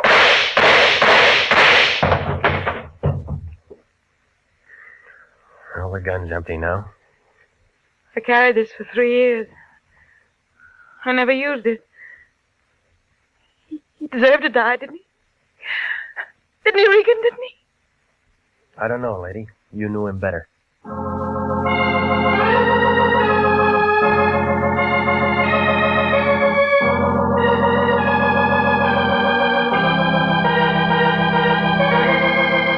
Well, it unwound like red thread in the Levi factory. Grace Nichols had been putting the shake on the prints. He got tired of it and called me in and told me his phony story so he'd have a good self-defense angle when he finally got around to shooting her some afternoon. He had Tim planted there to keep me from really seeing her. Oh, it was a nice idea, only I bounced Tim and got inside. And then Tim made a phone call, and the lion jerked me before I had a chance to compare notes with her. I guess Tim went kind of crazy, seeing how well we got along together, and he figured Grace would do anything if she was wanted for murder. So he killed the prince and made her the patsy with those fingerprints. She'd handled the gun before, see. But then I had my caller, Velma Carmen, the prince's wife. She went kind of crazy, too, when she walked in and found him dead. It took 3 doctors a couple of weeks to tell her what really happened. When I told it all to the lion, he was mad at first, but then he saw Grace Nichols' picture in the paper. He asked just one question. What was I doing at Grace's place all afternoon? I didn't even bother to answer him.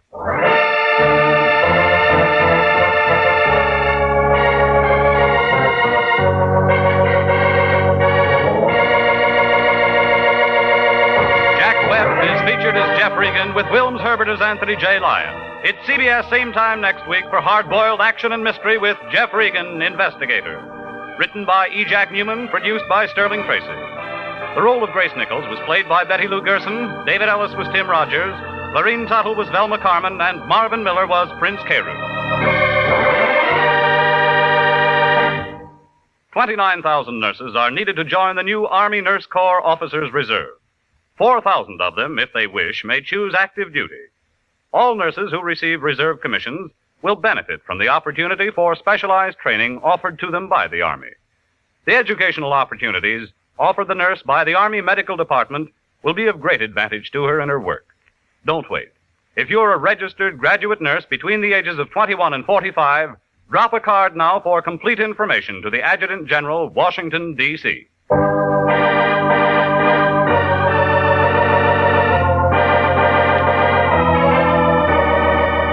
Original music for this program is by Dick Arant. Jeff Regan, Investigator, is heard every Saturday at 9:30 over CBS. Bob Stevenson speaking. This is CBS, the Columbia Broadcasting System.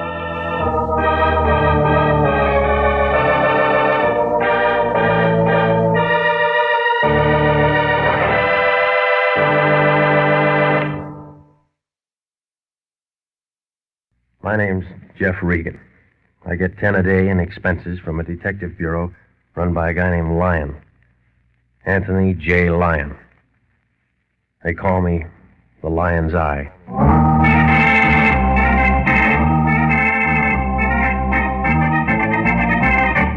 With Jack Webb as Jeff Regan, Investigator, stand by for hard-boiled action and mystery and thrilling adventure in tonight's story of Cain and Abel and the Santa Maria.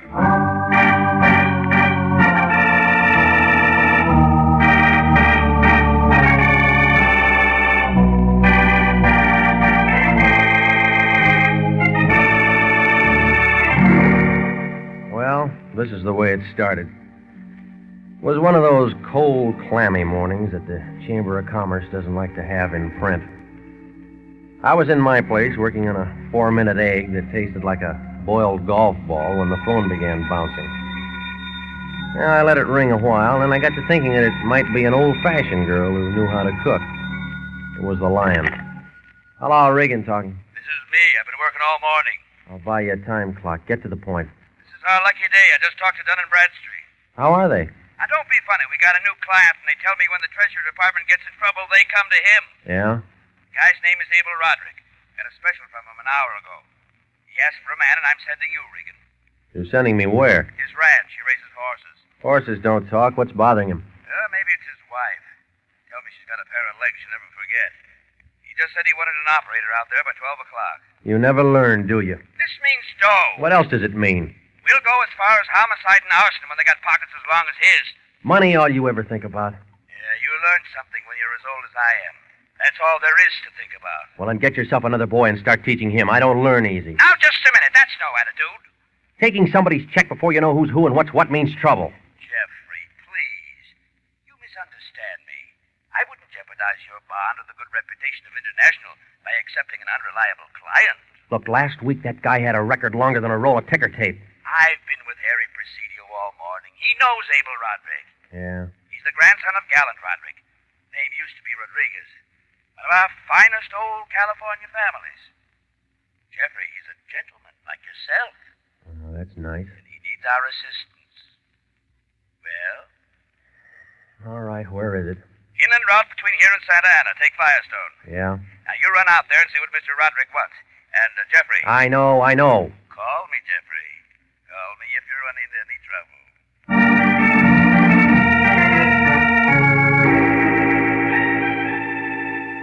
Well, when the lion hung up, he sounded as happy as a chorus girl with a new mink coat. Oh, he's a smart guy, I guess. But he uses check stubs for a telephone directory. Well, the home of Abel Roderick wasn't too hard to find. All I had to do was to get out on the highway and look for a hill. That's where it was. One of those old Spanish-type places with a block of porches, windows, and lots of iron grillwork. Yeah, 20 years ago, it might have rated the good home section, but now you couldn't tell where the grass stopped and the weeds began. It's kind of used up and sad, like a derby winner with a broken leg. A tall blonde guy, about 30, in a black polo shirt, was stretched out on a beach chair in the front porch. He pulled off his dark glasses and watched me get out of the car and come up the steps. Then he gave me one of those looks, like he was already tired of knowing me. We don't want any. How do you know? We never want anything. Go away. I'm here to see Abel Roderick. You him? No. But he lives here, doesn't he? Yes. Who are you? My name's Regan. So?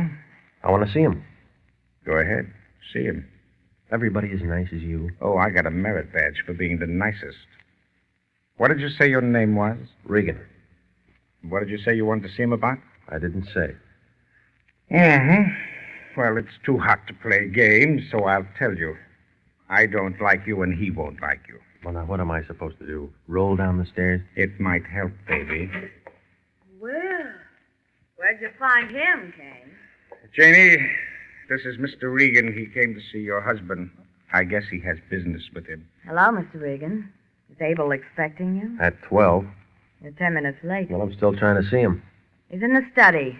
Come on. I'll see you later, Regan. I thought I knew all of Abel's business acquaintances, but I don't remember you. Oh, no, I'm a new one. What do you do? A lot of things. You're very interesting, Mr. Regan. Mm-hmm. Will you be coming here often? I don't know. I hope so. You keep your husband in a vault? I'd like to. You're cute. Here we are. This is Abel's study. I guess he stepped out for a moment. Would a drink take off the rough edges? Might. Good. I'll make you one. Okay. Where are the horses? Horses? We gave that up a long time ago. We've given up a lot of things, Mr. Regan. Let's not worry about that. Here's your drink. Thanks.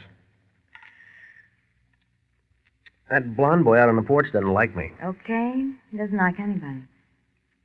But let's not worry about him either. You're crowding me. Don't you like to be crowded? It all depends on whose wife is doing it. You're worried about Abel? I'm drinking his whiskey. I've never had any complaints. I don't see why you should. What kind of a nasty crack is that? You figure it, lady. Mister, nobody talks to little Janie like that. Hello, my dear. Introduce me to our visitor. Oh, Abel. This is Mr. Regan, darling. He says he has business with you. Regan?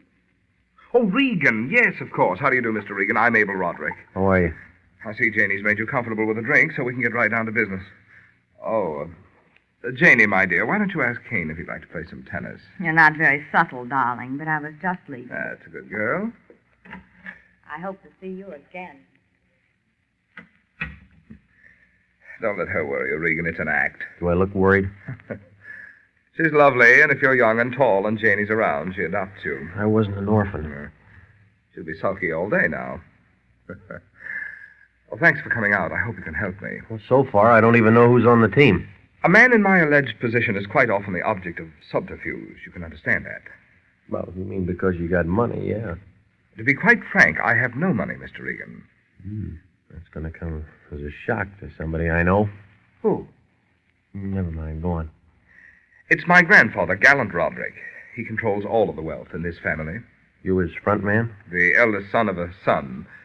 And I live in this deplorable old shack waiting for grandfather to die. How long you been waiting? Too long, Mr. Regan. But I'm past 40 now. I don't know how to do anything else, so I continue to wait. Along with my devoted brother, Cain, who has the same thing to look forward to. Yeah, I met him. If you think he's bad, you should meet my grandfather. He fitted us with these charming names, Cain and Abel. Well, what's all this got to do with me?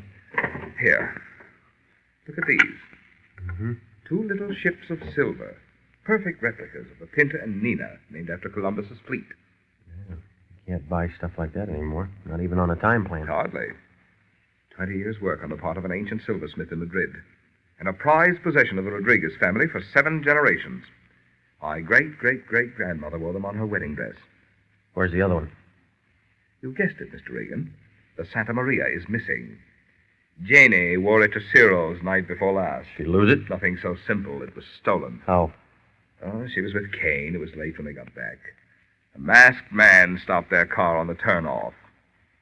According to Janie, he was very polite, merely removed the Santa Maria, took nothing else. What about Cain? He was passed out. Janie was driving.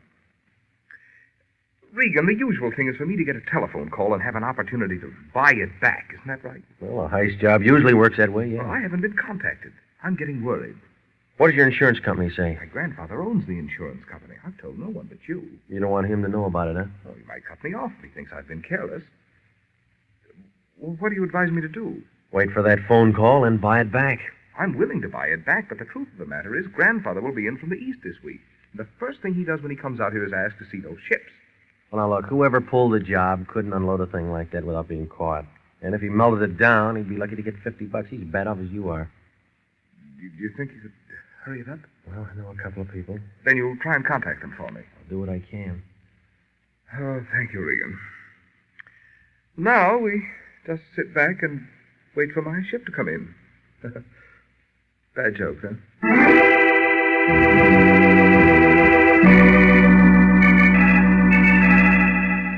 I left him sitting there in that big room. He looked about as happy as a St. Bernard with a stomachache. Well, he'd have probably felt worse if he'd have been outside on the porch. Janie was there with his brother, only they didn't hear me. Well, maybe they were just checking each other for broken ribs. I didn't bother to ask. Out on the highway, about a mile from the place, a 49 Nash picked me up. I turned off a couple of times on those little roads to make sure, but he stuck with me. Once he got real close, but he was wearing dark glasses and a straw hat. He could have been Whistler's mother for all I knew. When I pulled into the lot by our building about 3 o'clock, he drifted along with the Broadway traffic. I took his license number, and then I backed out and drove over to 3500 Hope Street. So I said, wait till I go see my friend Moriarty. Okay, buddy, well, let's see. I want to trace a license number. Accident? No. Okay, man. Highway to 11. Thanks. Next. I want to know who's registered for these plates right here. 4E7542. This year? Yeah. I'm a private detective. I think it might be connected with a case. Yeah. Makes you think that. Well, the car followed me this afternoon. Yeah. Just tell me who owns it, will you? Then what? Well, then I'm going to write you a letter. I don't collect stamps. You worked here too long, lady. You telling me. 6 years I collected fines A through G. Now I'm doing this. Thanks, huh? Who does the car belong to? I gotta look. A lot of cars in Los Angeles. Thousands of cars. Mad Munster would blow his brains out if he knew just how many cars there really are around this town. Well, Ruby DeRoy knows, mister, and don't you forget it. 4E7542 belongs to a guy named Richard I. Chambers. Address? Hotel De Soto. Thanks. Come back anytime, doll. Glad to help you out.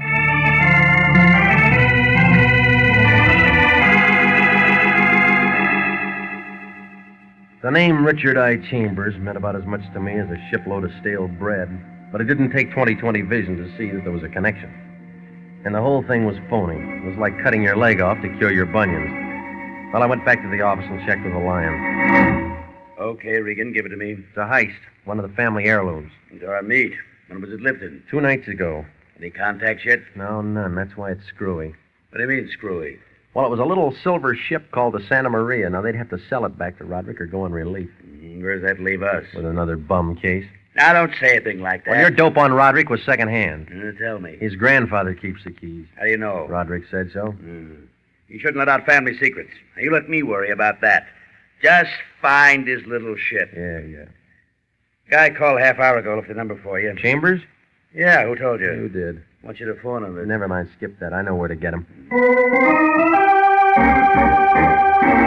Things began to move. That meant that all the cards were out and somebody was asking for bets. Over at the DeSoto Hotel, the clerk told me that 305 belonged to Chambers. He was a little guy, about a head shorter than Margaret O'Brien. He shoved 3 inches of nose out at me through a crack in the door. All I left went for you to phone. You, Chambers? I was having a beauty nap. Come back in an hour, will you need it. Look out! Hey, what is this? Oh, tough guy, yeah? All right, you're tough. I think you're a bum. All right, simmer down, Junior. You'll never make Eagle Scout. Oh, you're so good, I gotta take that from you, huh? We're gonna talk. What makes you think so? Everybody's grown up now. Dickie Chambers talks when he feels like talking. All right, Squirt, have it your way. Hey, that kind of stuff ain't going to get you nothing, Regan. Your weight's up, Dickie. You got a different job now. I said you're a bum. You tell me today. Ask your mother. What you want me to phone about? Wrong track, gumshoe. The 2-buck window's downstairs. You're in this somewhere, and I want to know where. Through being tough, Regan? No. I'll let the boys in the personnel division handle you. What do you mean? That shiv on your dress is about an inch too long to be legal. Call him. See where it gets you. I'll send you a nickel later. Okay, I'll open. Just that I don't like to get shoved around, that's all. Why didn't you figure that before you got tangled up? I'm your contact. All right, come on. Let's put the show on the road. How much does it cost? $5 grand and 10s and 20s. Go on. Tonight, 10 o'clock. You come with him. Where? Mile this side of Santa Ana Airport. Little road turns left off 101. Drive 2 miles and park. And then what? Well, if you got the $5 grand, you don't try anything funny. He gets his little silver ship back. That it? That's it, Peeper. Happy? See you later, Dickie. Oh, I'm checking out tomorrow. Hey, look, Buster, you aren't any heist man. They come smoother. What's your angle? Maybe I love jewelry. Do you care if maybe I love jewelry? I don't. A guy like you's got to love something.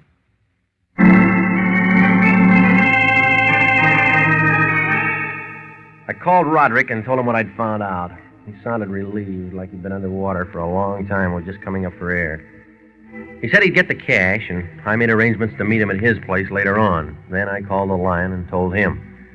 After that, I stopped off at a place on Wilshire, and I ran up a tab watching a skinny guy trying to make a piano sound like a symphony orchestra.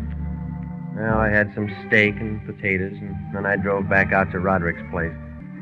It was about 9 o'clock when I got there. The same people were on the front porch doing the same thing. I remembered what the lion had said about those legs of hers.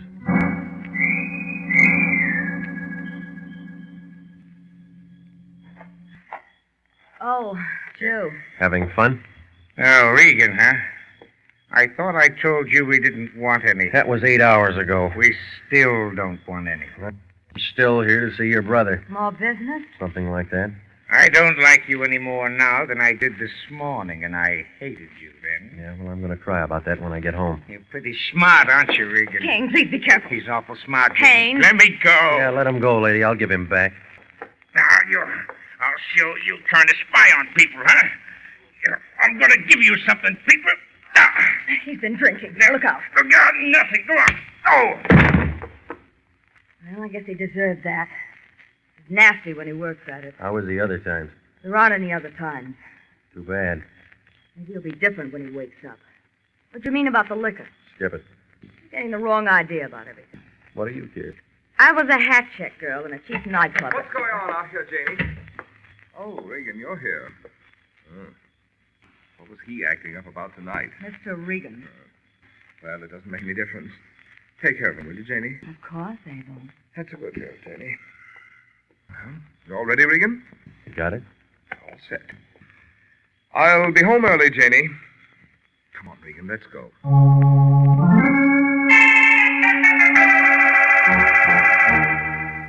Well, we climbed in my car. We drove to the place Dickie Chambers told me about. It wasn't hard to find. It was a flat dirt road by the edge of the airport. We clicked off 2 miles on the speedometer, then we switched off our lights and parked. It was dark and quiet there, like the inside of an empty barrel. Roderick didn't have much to say. He just sat there chewing on a cigar and looking at nothing. He was real good at waiting. I looked at my watch about 3 minutes to 10, then I saw the headlights of another car coming down the road from a long way off. Roderick nodded his head, and I began to have a feeling like I was standing on top of the trap, and the warden had just smiled at the hangman. That must be ours, Regan. Do you think we should switch on our headlights? They may not see us. Well, unless they got wings, they got to pass us. They don't seem to be slowing down much, do they? Well, get out of the car. What? Get out of the car. Say, what is Don't this? talk. Move. Oh, all right, all right. What's got into you, Regan? Come on. Well, we can't just... Well, they'll think something's wrong. Look, this is a packed deck. You're a ringer. I'm not sure Spun him around and he fell against the car. I pulled out my gun, but it didn't do any good. Whoever it was must have been in vaudeville. That was the fastest disappearing act since Houdini. You are listening to the story of Cain and Abel and the Santa Maria, tonight's adventure with Jeff Regan, investigator.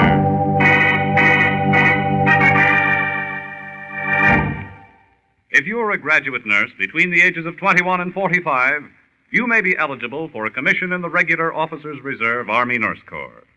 If you are eligible and meet the high standards to qualify to serve with this fine organization, you may elect active or inactive status. In addition to this privilege, they also have the opportunity to take advantage of special training courses. So if you believe that you qualify for a commission in the Army Nurse Corps Reserve, apply now to the Adjutant General's Office, Washington, D.C. That's the Adjutant General, Washington, D.C. And now, back to the story of Cain and Abel and the Santa Maria and Jeff Regan, investigator.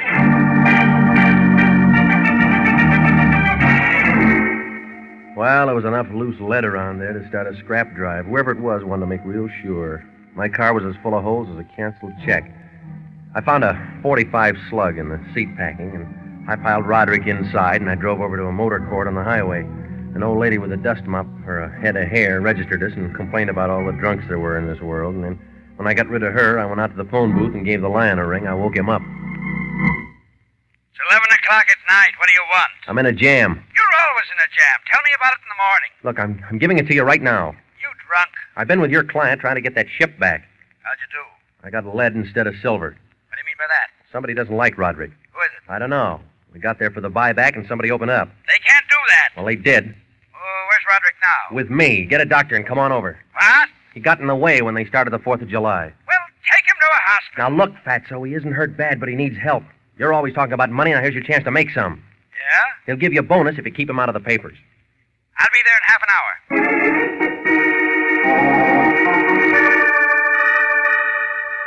hour. Well, the lion showed up 20 minutes later. He had a long-faced guy with him who said he was a doctor. He looked more like an undertaker, but I didn't argue. I told the lion to keep Roderick there till I phoned back. Then I beat it over to the DeSoto Hotel. The door to 305 was open. Dickie Chambers had company, only he wasn't receiving. He was lying under a sheet. A fat guy in a wrinkled suit seemed to be running things. Come on in, brother.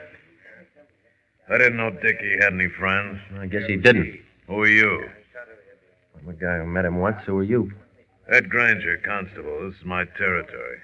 What's your name? Regan, private investigator. International? Mm-hmm. The Lion's Eye, huh? Know anything about this? I talked to him this afternoon. He gave up riding horses for other things. What kind of things? He was contact man on a heist job. Yeah? Where do you come in? I was hired. That's why I met Dickie. Mind telling me by who? It's a client, Granger. This is a murder. Okay, well, better go for now. When'd you find him? A little while ago, clerk called, said he heard shooting. I came down with the boys and found Dickie doing the long sleep. Happened less than an hour ago. He's a tough little guy. Well, them 45s don't know nothing about that. 45? Big holes, chest and neck, close range. Corner's gonna lose 2 bits. He thinks it's a 38. Well, look, if it turns out big, try this one for a match here. Oh, you've been playing games tonight? Somebody gave it to me. Connected? Ballistics will tell you. Anything else? No. What'd you come back for? Talk to Dickie. No good, huh? No good. I should have asked him earlier. We can get you through International. Yeah. Well, if you got anything, remember the name. Ed Granger. He was peeking under that sheet looking at Chambers when I left. There was kind of a sad smile on his face, like somebody put gasoline in his thermos bottle. I drifted across the street for a package of cigarettes, and then I came back and climbed in my car thinking about the whole thing. I don't know how long I sat there in the car, but when I looked up, there was a shadow against the wall of the building. It was a good-looking shadow. Doing your homework? Yeah, I do for a diploma. Congratulations. What would you like for a gift? How about a little silver ship, huh? Sorry, too expensive. Try again. All right, give me a 45. What would you do with that? Give it to a cop named Granger. Then what? All right, go home and go to bed. You haven't asked me what I'm doing here. I know. Kane, Him, too? he isn't so bad when you get to know him. From where you're sitting, he must have wings. Well, if it isn't the gum heel, you ready for laughs? What do we got, a comedy? Take a look, Janie. Okay, bright boy, where is he? You sober enough to shoot straight? I took the pledge. Before or after you came by us out on that road? After, baby. You don't smell like it. Where is he? Try my car trunk. I'm using him for ballast. What did you do with him, Regan? Kane, there's some people coming. Have he told you what he did with Abel? Not yet. I'm going to have to talk to him somewhere else. Right, Angel. Okay, Regan, come on, get out. Hurry up. Now turn around. Let me guess what's coming. It's a trip to the moon. Sit tight, baby. Here you go. Oh! I settled down to having a headache. Then the headache went someplace, and I had nothing. Oh, it was a nice play. Everybody was a quarterback, and everybody had the ball. I looked as good as a fat girl in a French bathing suit. It was some time later, maybe 10 years. I had a mouthful of brandy, and my throat was burning like an oil stagger. We were in Roderick's place. She was standing over me, holding a bottle in one hand and a .45 in the other. Coming around now. Got to work fast. Don't worry, he'll talk. Feeling better, baby? Well, you're gonna feel worse. Now sit up, baby. Come on, it's time to talk. Now, wait a minute, Kane. Wait. Let me ask him. We're all alone here. No one's going to disturb us. And we'll find out anyhow. Why don't you tell us what you did with him? I get a short memory. I forget things. It's a shame to let Kane do this to you. I think you're pretty. Might not be able to stop him once he gets started. Well, it's your idea, lady. I'm along for the view. Iron men went out with short skirts, but I guess you don't know it yet. You look tough, brother, but you bruise easy. You're already wearing striped pants. You mangled it when you tagged me tonight. Think so? Tell me how. All right. No one knew I was a detective but your brother. That meant you hired Dickie Chambers to find out. So you know it. So what? So you bumped Dickie when you thought it was finished. Well, that makes you know I'm not kidding. There's a constable named Granger. Kane? Relax, Angel, relax. Don't let him scare you. He hasn't told anything to anybody. No? No. If you did, we would have found him in a hospital. I saw him go down. Are you sure? Of course I am. Now all we got to do is find him. So let's get started.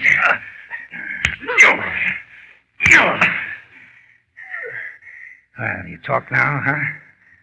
No? It's going to get worse, baby. You might have to write it later. You got hold of a bad label. Stop it. Now, stop it. This isn't getting us anything. Yeah, but I'm having fun. No, kill him. Let go of my Listen arm. to me. Now, we need him. You've got to find him in the car with Abel. It's ruined if you kill him. I said let go. Now, where were we, baby? I said to stop. Huh? Stand away from him. Are you crazy or something? It would work fine if you could think, but you can't think. You're no good to me anymore. Janie.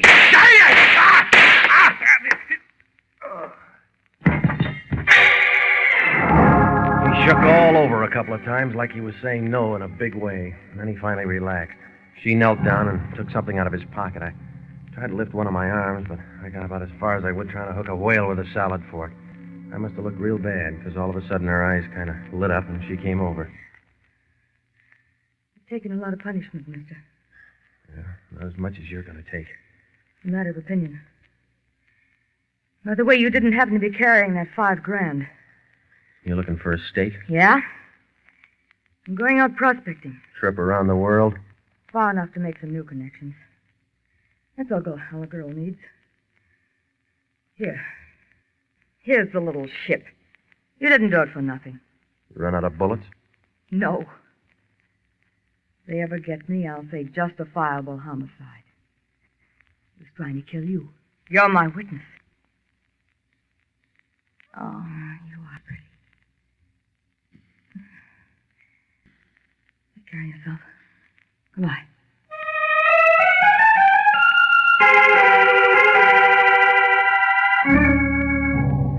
Take care of yourself. Goodbye. That's all she said, and that was the last I ever saw of her. Well, it seems that Janie and Kane had figured to tag both of us out on that road, and it'd all be blamed on a phony heist gang. There was a lot of insurance they could have turned into ready cash, but I had a feeling that when I made Abel get out of that car that night, it ruined things for him. Jeannie and Kane thought that they could still do it if they could find him and get us together again. That's why he went to work on me. Kane already killed Dickie Chambers because he thought there might have been a double cross, and I guess he was kind of crazy by the time he got around to me. Well, anyway, about 3 months later, a detective sergeant down in Miami Beach spotted Janie one night working the hat stand in a nightclub. Everybody wondered how he could recognize her. She dyed her hair, and she really changed her appearance. But it figured. You see, the police folder had a picture of her in a bathing suit, and she couldn't change those legs.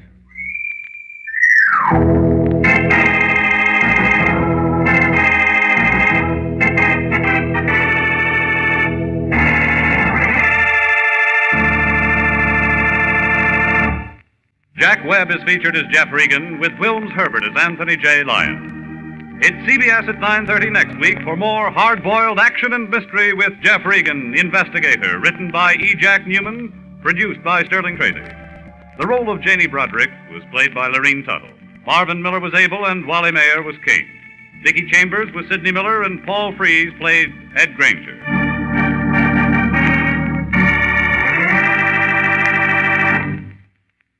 Are you a graduate registered nurse? Do you know someone who is? Then please listen carefully to this important message from the Adjutant General's Office, Washington, D.C. 29,000 nurses are needed to join the new Army Nurse Corps Reserve. For the first time in history, qualified nurses are given the opportunity of receiving a commission in the regular Army Reserve.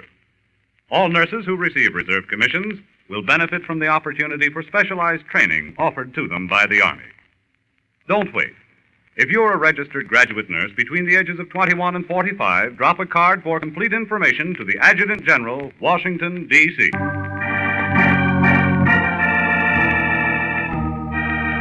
Original music for this program is by Dick Arant.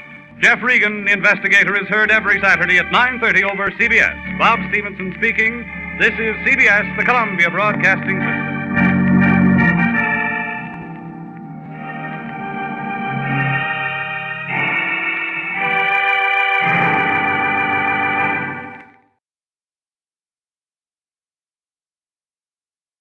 My name's Jeff Regan. I get 10 a day in expenses from a detective bureau run by a guy named Anthony J. Lyon. They call me the Lion's Eye.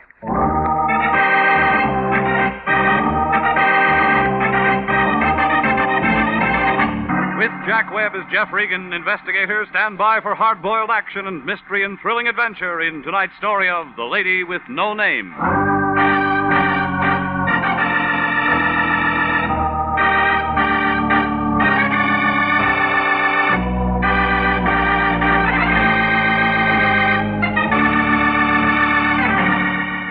The next time you're out for a drive, pick up Olive Street along about the 700 block. You can't miss it. It's a big building made out of white granite. The Cosmopolitan Building. The man who built it is doing a long run up at San Quentin for graft. Anthony J. Lyon, the guy I work for, rents an office in that building. International Detective Bureau, Suite 308. A couple of rooms with a connecting wastebasket. The Lion has the only desk in the office and a typewriter that Remington dropped from their catalog back in 1915. Well, I walked in last Tuesday at 10 a.m. The office was full of taboo. She was a tall girl, very pretty, wearing slacks and a coat that must have set the mink population back 20 years. But she still looked cold, like she'd never get warm again. The Lion had one arm around her shoulders. He knew by this time that coat was the real article. There wasn't any music, but he didn't seem to mind. Come in. Not much room to dance. We got trouble. She's your date. This is one of my operators, Mr. Regan. How do you do, Mr. Regan? Now, tell him exactly what you just told me. Yes. Yes, all right. May I sit down? I feel strange. Of course. Oh, there. Thank you. Get this, Regan. I don't know where I live. I don't know my name. Yeah? I want you to find out who I am. You heard that, Regan? Heard what? It's a verbal contract. She just hired us. Oh, you're out of your mind. And you're a witness in case anything comes up. Please. Please, I don't feel well. I'm perfectly willing to pay you. You'll just find out who I am. Well, look, lady, there's a cop on every corner. I couldn't go to the police. You got here. Quit pushing her. This is our case. I was afraid. I found this in my purse. Mm-hmm.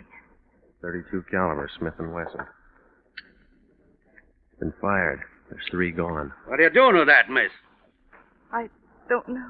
It's just been used by you. I don't know. Well, where'd you get it? Just found it in my... Remind you of anything? No. You take it. Now, look, miss, I know you don't feel well, but there are certain questions you'll have to answer. I just want you to find out who I am. It's terrible this way. It's... Ain't it? Yeah, you always had a way with women. Help me bring her around so she can sign that contract. She hasn't got a name, remember? We'll give her a name. Jane Doe's good enough. I guess so. What do you mean? She's dead.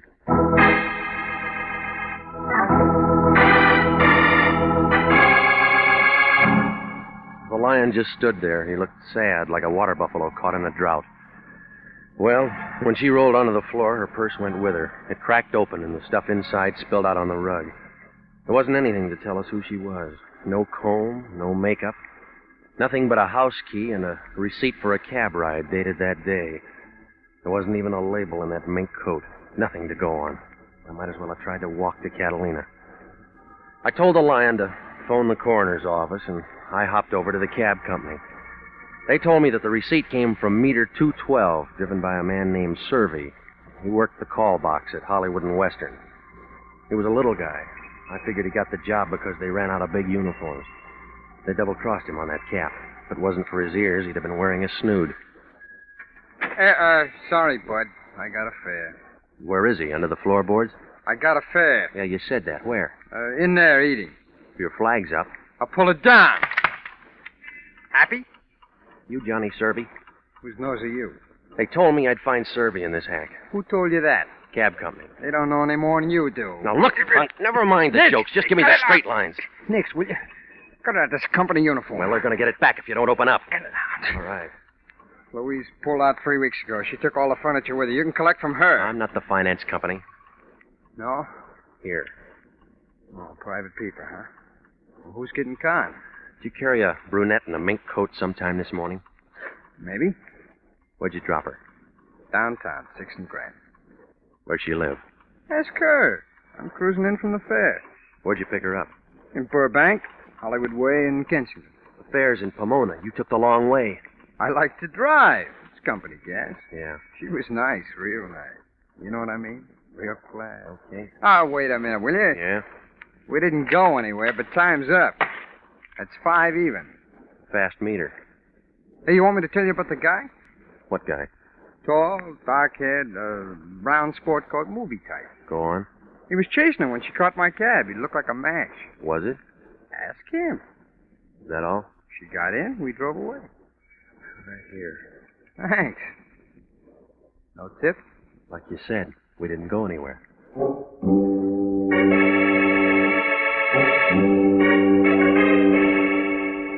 Ever have somebody drop a key in your lap and say, go find a door? Well, I drove out to Burbank and I began looking around for a good lock near Hollywood Way in Kensington. I figured that key I'd found in Jane Doe's purse would have to fit something. I made my letter on the 10th house.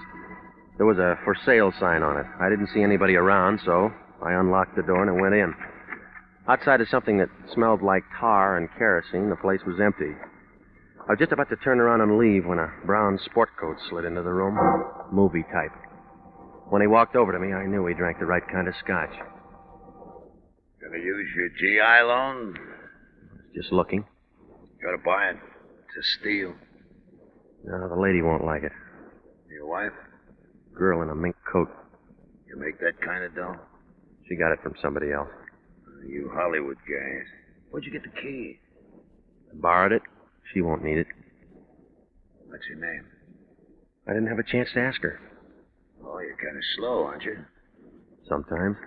We'll see how fast you can hit the door. No, I just got here. Yeah, now you're leaving.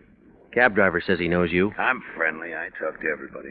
Said you were doing a chase scene. Could be. She was pretty. They all look good in mink. It's not the house. What do you want? We could start with a name. It's Dameron. Not enough. That's all you get, wise punk. Now beat it.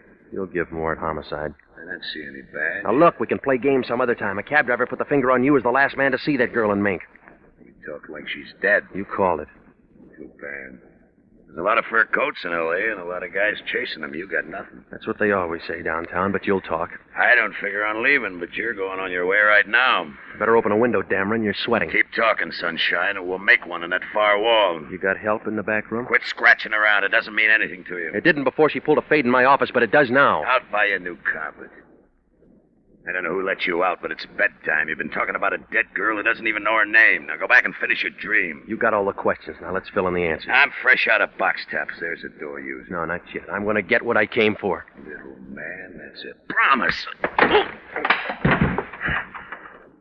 You're out of condition, Dameron. You're in a great position to throw that line. Oh, you got talent, mister, but it's still raw. Come here. Now, come on, get up. I'm not through. That's where you're wrong. It's a big Luger. Makes the same size hole. All right, punk, you got a name? A lot of them for you. School isn't out yet. Just answer. It's Regan. Okay, Regan, let this sink in. Forget you ever saw any dame in a mink coat. Forget you ever saw me. That won't be hard. Look, Junior, you just lost the round. Now remember what I told you. Have a memory lapse. Is that clear? You made your point. Now blow. You always use a Luger? Close work. Well, then that 32 doesn't fit. What 32? The one that the girl was carrying. You got it? No, I gave it a homicide. Good, good. It saves me a trip downtown. You're not worried? No, I'm very happy. Huh? Today's my birthday. That's the reason you're walking out of here.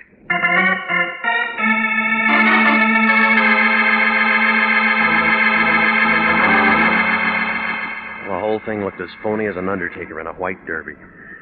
Well, I went back to the office, and the lion was sitting there with a bottle of beer and a sandwich that looked like a couple of end tables. He stopped chewing when I came in. What's her name? It's still Jane Doe. You've been gone 4 hours. Movie? They don't open till noon. All right, where you been? A vacant house in Burbank. I trailed it up from that cab receipt. What'd you find? Guy named Dameron. What'd he say? Nothing. Shy? Tough. That where you got the egg on your chin? He was nervous. When you gonna learn to be nice to people? He had a gun, too. Tell me more. That's all. Yeah, I like this. It's got possibilities. All right, take off your saddle. The race is over. When the coroner's boy showed up, they told me why she dropped. That's easy. She died. It's poison. Without an autopsy? Something about her color. It isn't official, but we can work on it. Suicide? Murder. Why murder? They feed themselves iodine and sleeping pills, but they don't take Alicine. What's that? A hot drug with a petrol base. It burns. Homicide will handle it. Sure, homicide will handle it. Only we got things to do. We got a stake in this. You made her the client. We're gonna give her service, dead or alive. What does Wendetti say? I don't pay Wendetti. We find out who she is. All right, you try. Her picture shows up in the paper. She drops dead in our office. How's it make us look? They sent in the first string when she died. You'll clear this up before homicide does. They'll lift your license. We won't need it. What do you mean? I still got Exhibit A. What? Smith & Wesson, 32 caliber. You're withholding evidence? I forgot to give it to him. All right, now give them a call and tell them. That was 5 hours ago. You make the call. All right, I'll tell homicide. They'll give me a break. That's what Dillinger thought. Give me the gun. They've got Jane Doe's prints on the wire. They'll have the answer in 10 hours. Cut that in half, Regan, and we've won the championship. You'll have to give the cup back. You cheated. When I left the lion, he looked happy, like a guy who just figured the mystery melody. I had the gun with 3 bullets gone that Jane Doe had been carrying in her purse, the lion in back of me, the police department in front. That left me about as much chance as a blue peanut on a wedding cake. I knew that if I walked into homicide with that 32, they'd hold on to me like a season pass. I had to find out who it was registered to, so I gambled and I went down to the city hall. I went in the Temple Street entrance, room 11, personnel division. If I pegged it right, I could get the dope on that gun without getting involved. I figured wrong. Can I help you? You in charge here? Lunchtime, yeah. All right, whose name matches these numbers? Small arms? Yeah? What authority? I just bought it. Want to know if it's clean? Yeah. Caliber and make? It's a 32, Smith & Wesson. Okay. Smith & Wesson, 32. Yeah, right here. Got the weapon with you? No, why? No rule. No gun, no vitals. I got it. Here. Okay. Purchased August 1929, factory reblue job 1931, owned by American Trust and Loan. Permitted to Dale W. Curtis. Thanks. I'll have to ask you to wait. Why? No rule. Got to run them all through ballistics. Anything special? Maybe. Found a guy floating around Silver Lake this morning, full of 32s. Who? Working on it. Have to ask you to wait. No, I can't. I haven't had lunch yet. Stick around. We may invite you. I don't like your food. Oh, don't worry. You can have anything you want the last day.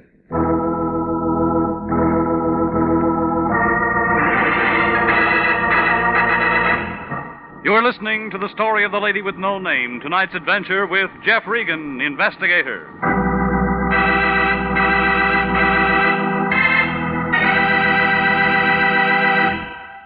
If you are a graduate registered nurse, please listen carefully to this important message. 29,000 nurses are needed to join the new Army Nurse Corps Officers Reserve. If you're a registered graduate nurse between the ages of 21 and 45, drop a card for complete information to the Adjutant General, Washington, D.C. And now, back to the story of the lady with no name and Jeff Regan, investigator.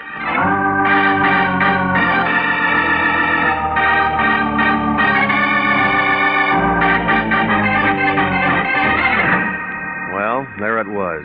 The clerk took Jane Doe's gun and closed the door marked ballistics. I figured he couldn't be too sure about whether that 32 would match up, but I didn't want to wait around to find out. He left the vitals card on the counter. I spun it around and I got the address of Dale W. Curtis. Turned out to be a one-story frame that stood in the way of the new freeway they're building. The movers were just jacking it up and I caught the last carload of people leaving. They told me that Curtis hadn't lived there for 7 years. They did give a number over on Manzanita off Fountain, where I might be able to find him. It was an apartment on the second floor. From the looks of the place, it figured that the OPA had a fight on their hands. I rang the bell and waited. I don't know whether it was the lighting effect in that dim hallway, but when she opened that door, I expected to see those 1,000 ships slide down the ways again.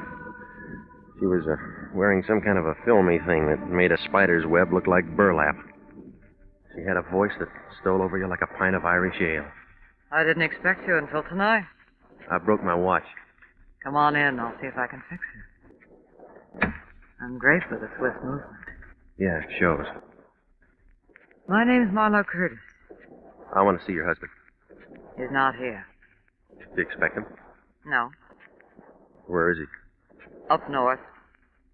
Business trip? Yeah. He sold out. Oh, what kind of business?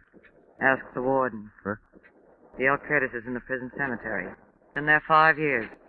Sorry. Don't be. He deserved it. You're going to drown in those tears. I'm still wearing black. The right color, wrong occasion. Soda? What? Just drink. How do you want it?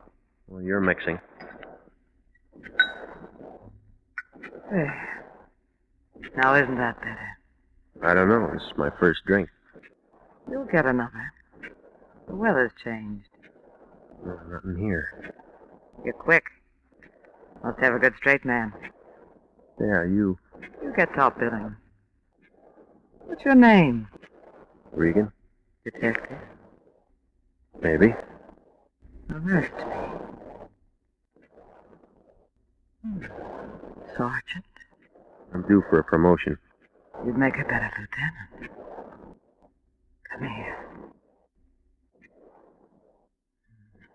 If I had anything to do with it, you'd be captain. Yeah, sure, until you snag your colonel. You're nasty, too. Did I pay for my drink? Get out. Tell me about this nail file. You got that out of my purse. I had one hand free. You two-bit shadow artist. Ooh, now get out. Hello? Yes, he's here. Yeah? This you, Regan? You don't know me. I've been lucky so far. They should never have taken that gun down to the city hall. You get around. You shouldn't be up there in Marlowe's apartment. You gonna run my life? Now, I told you what you shouldn't do. Here's what you're gonna do. Look, Buster, don't crowd me. You're gonna forget all about today. The girl forgot a lot of things today, and she dropped dead. Got the idea? Suppose I don't buy it. They want a partner for that gun. Dameron give you the nickel? He gave me a dime. I got one more call to make to the city hall. All right. Suppose I lay off. And I got something for my piggyback. You're no petty girl. Hang it up and get out. You know, Regan, I could have really liked you. Yeah, Marlowe, that's why I'm scared. Well, you can see how things were. I felt like a short girl with a new look. No matter how I tried to break it down, I figured to cop the leading role. A Jane Doe walks in her office and drops dead. She has a gun that probably talked to a couple of people. A cab ride receipt takes me to Bill Dameron, a guy with a talkative gun. I end up in Marlowe Curtis' apartment for a lot of punctuation marks. Everybody talks but the people. Well, I knew I'd have to begin to move before homicide tagged me, so I hopped down to the Times and I checked the morgue file. I pulled the clips on Dale W. Curtis. Marlowe didn't lie. He was dead. The old papers didn't mean anything, but the banner headline on the night final put one piece of the jigsaw in position. It told about a Treasury Department agent named Shields. I found him in Silver Lake. He'd been shot 3 times with a .32. Now I knew where Marlowe's nail file fit. I started to leave when I caught the last paragraph. It said, "Unidentified man turns in the murder weapon. Police are seeking his whereabouts."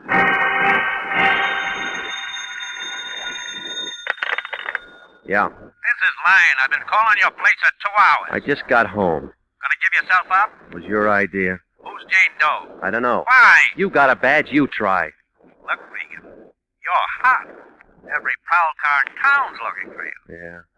Better start filling this in or they're gonna get you. Now listen, big shot, you're in this too. Not from where I sit. I gave you the gun.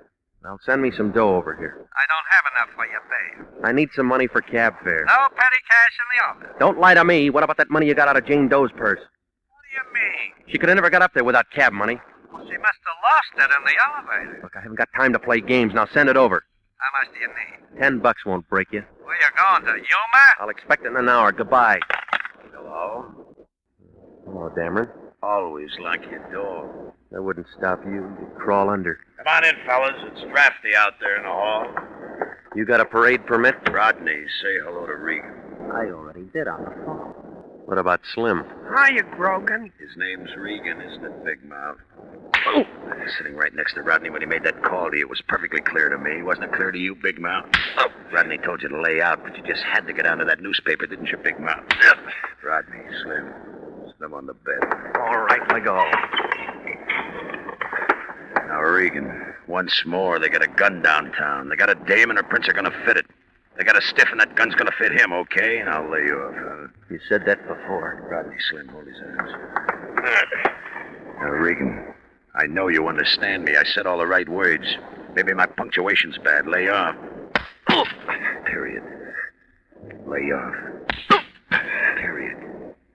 All right, leave him in the bed.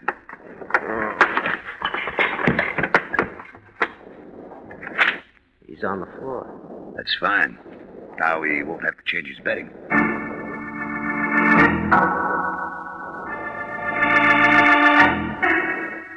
Dameron was good. When I got up, my face looked like a relief map of Death Valley. He was wearing a signet ring. He left out all the water holes, but the mountain ranges were rising fast. I figured I was safe now. That guy in the personnel office would never recognize me. Well, I was standing in the kitchen giving myself the cold water treatment when somebody knocked. I figured that was a switch, so I opened the door. It was that hacky, Johnny Servey. He had an envelope in his hand. Yeah? Hi. Remember me? You give up cab work? Oh, I found this under your door. Here. Thanks. Football? What do you want?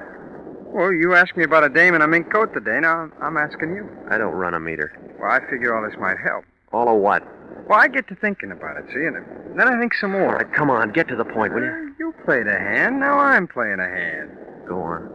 Well, dames mean trouble, and mink coats, they mean double trouble. Yeah? Is it worth 5 if I remember another guy? Maybe. Well, he's all over the papers now. I seen him.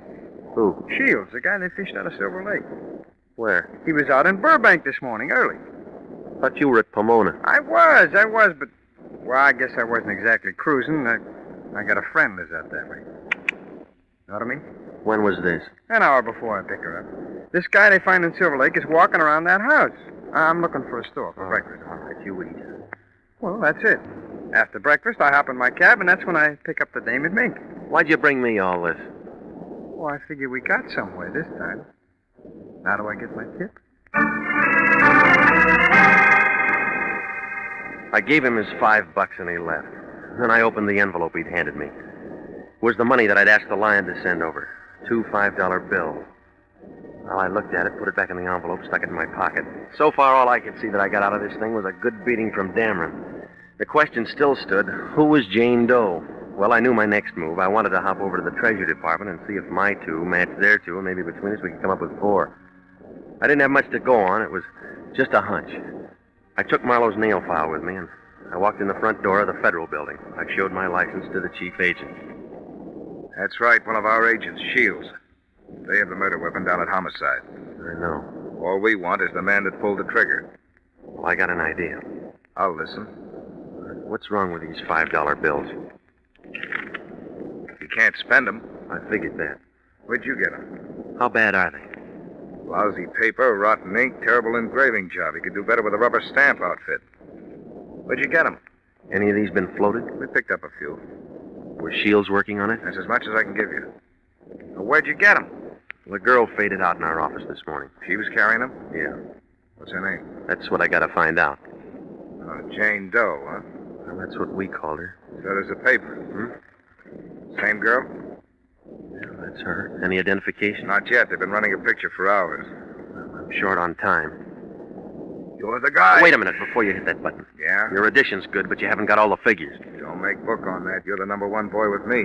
You think I'd solo in here? You might. No, I got an ace. All right, so you keep your nails clean. Now, look at it. It's a nail file. They cut dum-dums out of Shields. Who told you? A second-story apartment with a deep floor. How did you know? You're holding the file that cut the grooves. You use it? I can give you the guy who did. Dum-dum makes a big hole. Ask Shields. Through the tip of a 32 slug, it'll spread from here to Kansas when it hits. You can do it with a nail file. Maybe. Where's that apartment? No, I'm too close to quit now. I can't let you go alone. I got a big car. Now, before we go, mister, if no one belongs to that file, you belong to the gun. In that case, I'll have a lot of time to do my nails.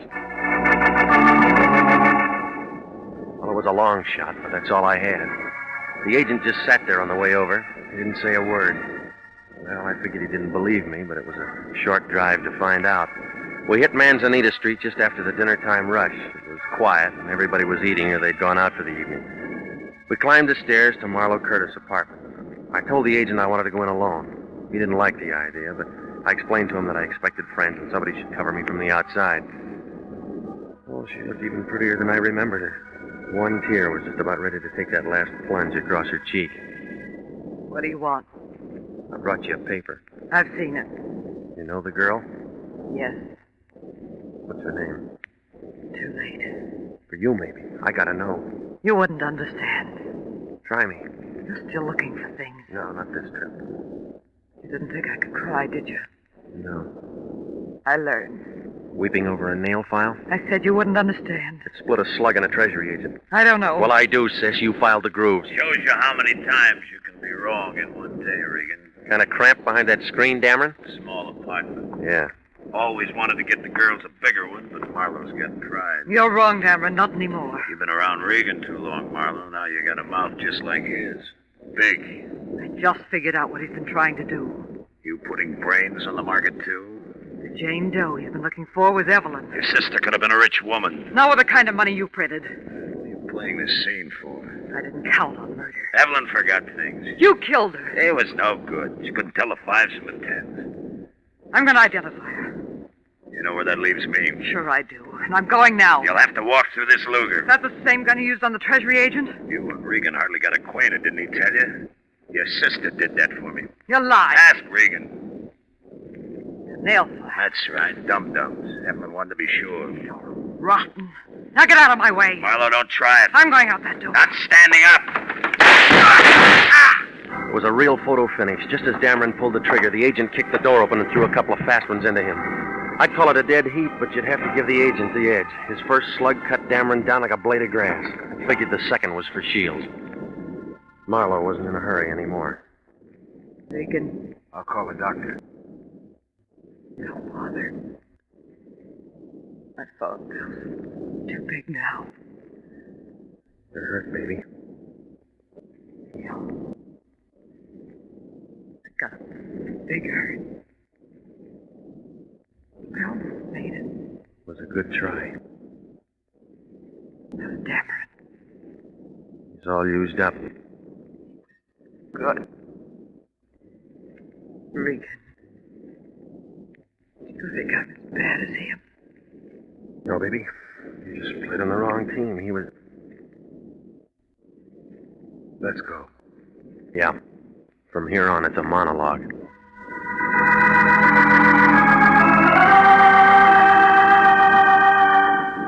Well, it was hard to figure. It was like trying to throw a saddle on a porpoise. I gave what I had to homicide, and it unbuttoned something like this.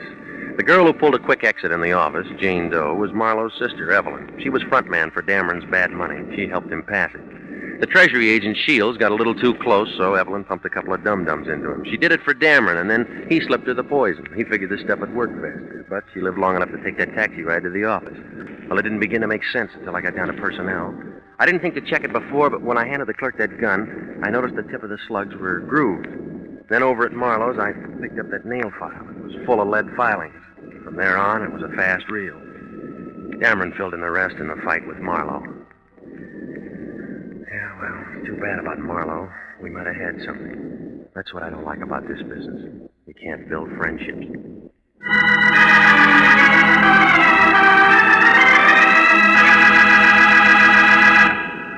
Jack Webb is featured as Jeff Regan with Herb Butterfield as Anthony J. Lyon. It's CBS at the same time next week for more hard-boiled action and mystery with Jeff Regan, investigator. Written by E. Jack Newman, produced by Sterling Tracy. The role of Bill Dameron was played by Charles McGraw. Yvonne Patey was Marlowe Curtis. Marvin Miller was the Treasury agent. David Ellis, Stacey Harris, Lou Krugman, and Bernice Barrett supported.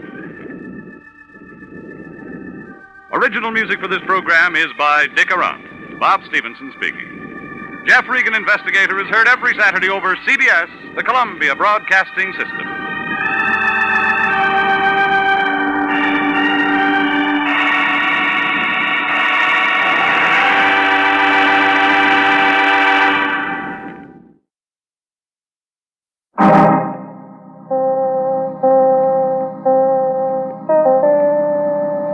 My name's Regan. I get 10 a day and expenses from a detective bureau run by a guy named Anthony J. Lyon. They call me the Lion's Eye. With Jack Webb as Jeff Regan, investigator, stand by for hard-boiled action and mystery and thrilling adventure in tonight's story of The Too Many Mrs. Rogers.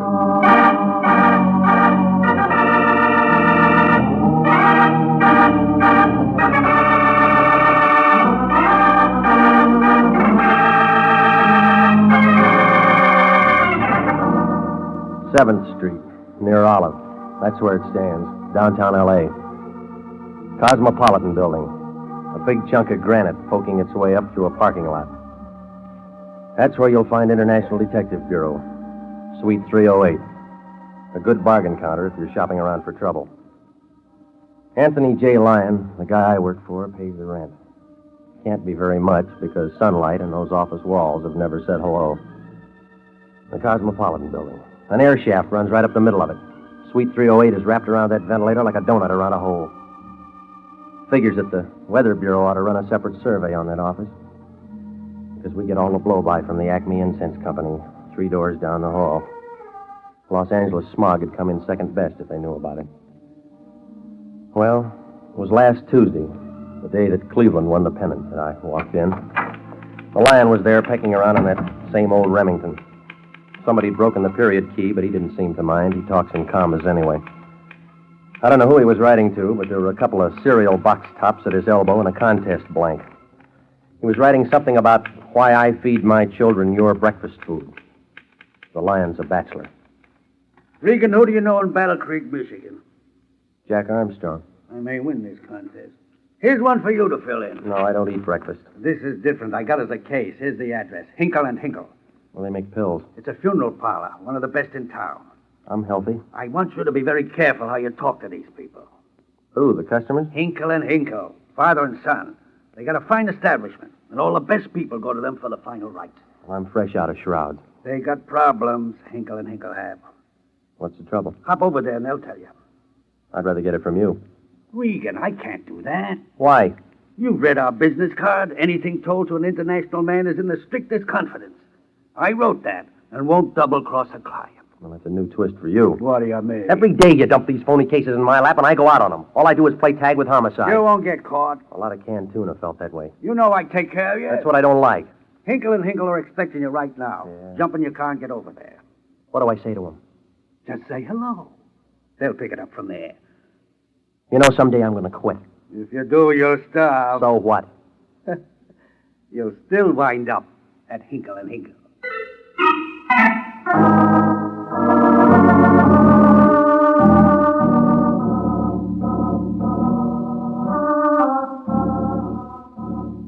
Well, the place was on Hope Street near Washington Boulevard. You couldn't miss it. A two-story building, painted a battleship gray that sort of crouched at the curb. It had a square pimple for a door and flanked on each side by a brass angel. They were a dirty green color. I figured that one of the Hinkles could have been a little more eager with the metal polish. The glass door was draped with white satin, and it fluttered as I walked in. The hall was quiet. There was enough marble inside to make the Bank of America jealous. Another angel, this time with the wings folded back, was pointing toward the reception room. I followed directions and moved on. It smelled like the bargain matinee at the Roxy. Over in one corner was a vase of tired-looking flowers, trying real hard not to be cheerful. A little guy in a black serge suit was floating around the room with an atomizer filled with perfume. The whole place was about as inviting as a maiden aunt's kiss. The little man didn't even look at me. He just kept squirting. He couldn't put the perfume people out of business, but I figured he had them working nights. Your name, Hinkle? As soon as I finish. Yeah, well, that might take months. That's a big bottle. Don't you just adore this scent? What's the matter? Aren't the flowers working? They're paper. Now then, sir. I asked first. Yes, I am Jason Hinkle. Aren't there two of you? Gerald? Did you call, Pa? Just showing this man the other Hinkle. Oh, hi. Now then, I believe that you'll find we can make all the necessary arrangements. Save the commercial. Nobody's dead. Oh, that's too bad. This week we're having a special at a greatly reduced rate. Well, I figure I got a few more years. Now, look, didn't you want to see me? Oh, you from Atlas. Who? Atlas Casket Company. We have plenty on hand. Penicillin has practically ruined our business. My name's Regan. I'm with International. Oh, of course. You're the Lion's Eye. I'm glad you got here. Well, tell me, and we'll both be happy. Hey, Pa, he don't look so tough. What you do, Buster, you scare me. I'll bet I could break in the middle. Never mind, Gerald.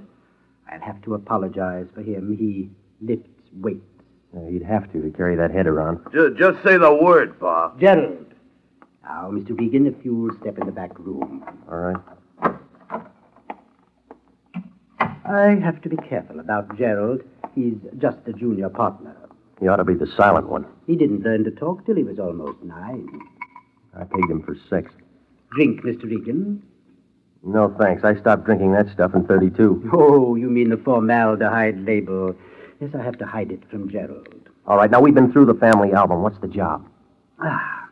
Do you know a Mrs. Rogers? The phone book's full of them. Mrs. Rogers has been most unfortunate. Poor dear woman, they were married such a short time, and they were ecstatically happy. Her husband die? She lost him 3 days ago. Hinkle and Tinkle are handling the last rites. Poor Mrs. Rogers. She's so young. You want a shoulder to cry on?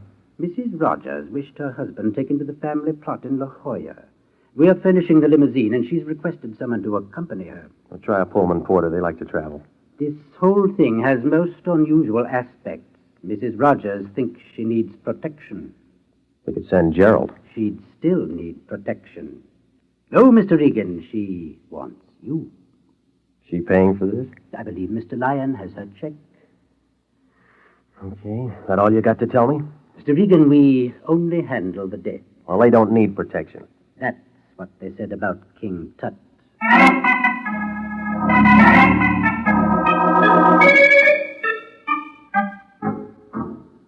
Hinkle gave me her address. It was over near Westlake Park. It was one of those new modern apartment houses painted an elephant pink. It was around 6 o'clock when I rang the bell.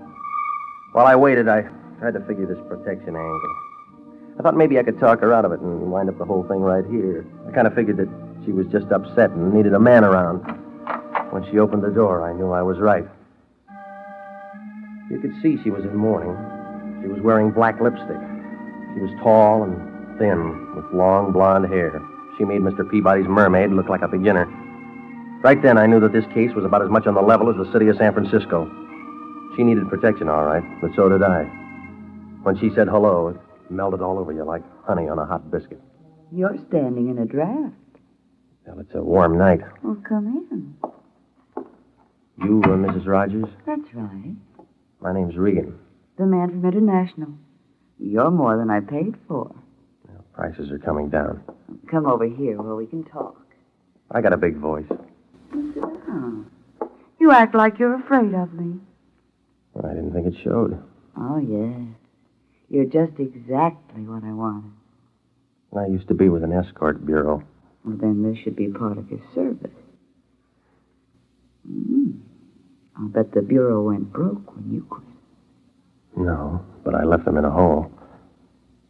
Relax, Mr. Regan. It's early. Look, lady, we can play musical chairs some other time. What do you want? Why worry? You're getting paid? Yeah, but this kind of stuff won't buy food. I'm lonely. Do your act in the Coliseum. It'll be a sellout. You're practically a crowd. That's what they say about three, No, it's just you and me. with a dead man in between. Never mind Victor. He's my problem. Not anymore. Come on, lady. This is a fat blister. Let's break it. Slow down, Mr. Regan. Maybe that's what happened to Victor. All right, if you don't want to play my game, let's play yours. That's why you hired me. You know about my husband's coffin? Hinkle's having a sale. In the next room now. The limousine will be here in the morning at 8 sharp. We're going to La Jolla. Hinkle knows that much. And that's all you need to know. All I need or all I get. Light up, lady. I don't like the dark. It's a simple job. You go with me on the trip. Not enough. All right, I'll give you a bonus. How much? $1,000. Just a whisper. That's $10 a mile between here and La Jolla. I get car sick. Now, what has to get there besides Victor? Star sapphire as big as the moon. That good? Need sunglasses to look at it.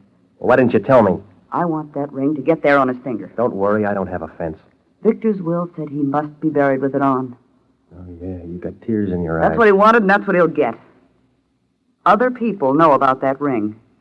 Victor wouldn't want to lose it this late in the game. I'm the nursemaid. That's right. When I said I do to Victor in Yuma 1946, I promised him. The trip to La Jolla? I'll see you tomorrow morning at 8. Until then, get out. That bonus still good? If that ring gets to La Jolla, I'll see that it does. aren't you afraid somebody might steal it? No, lady. You'll ride with me.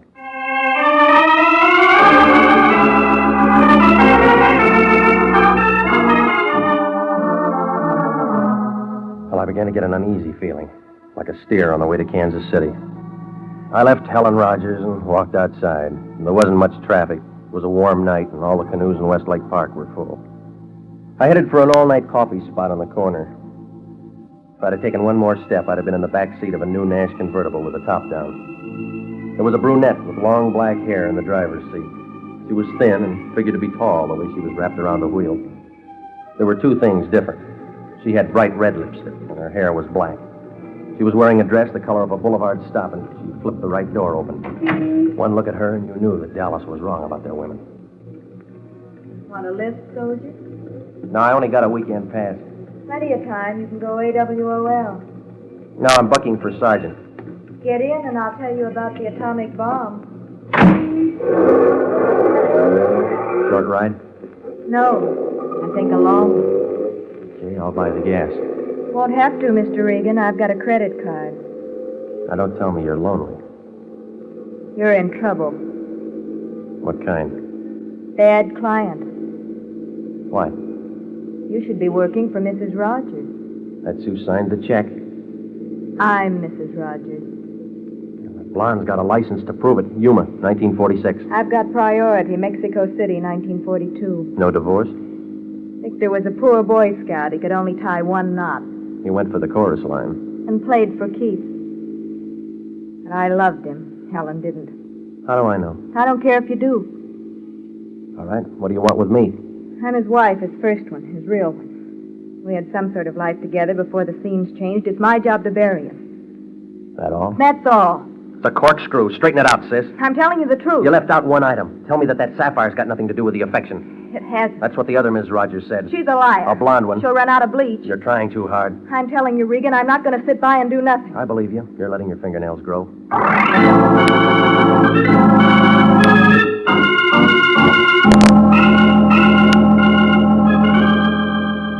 Well, the brunette's name turned out to be Catherine Rogers. She gave me her number, but I wasn't buying. I felt kind of confused, like a polar bear in Palm Springs. Catherine didn't have any more, so she let me off in a corner, and I doubled back to the first Mrs. Rogers' place.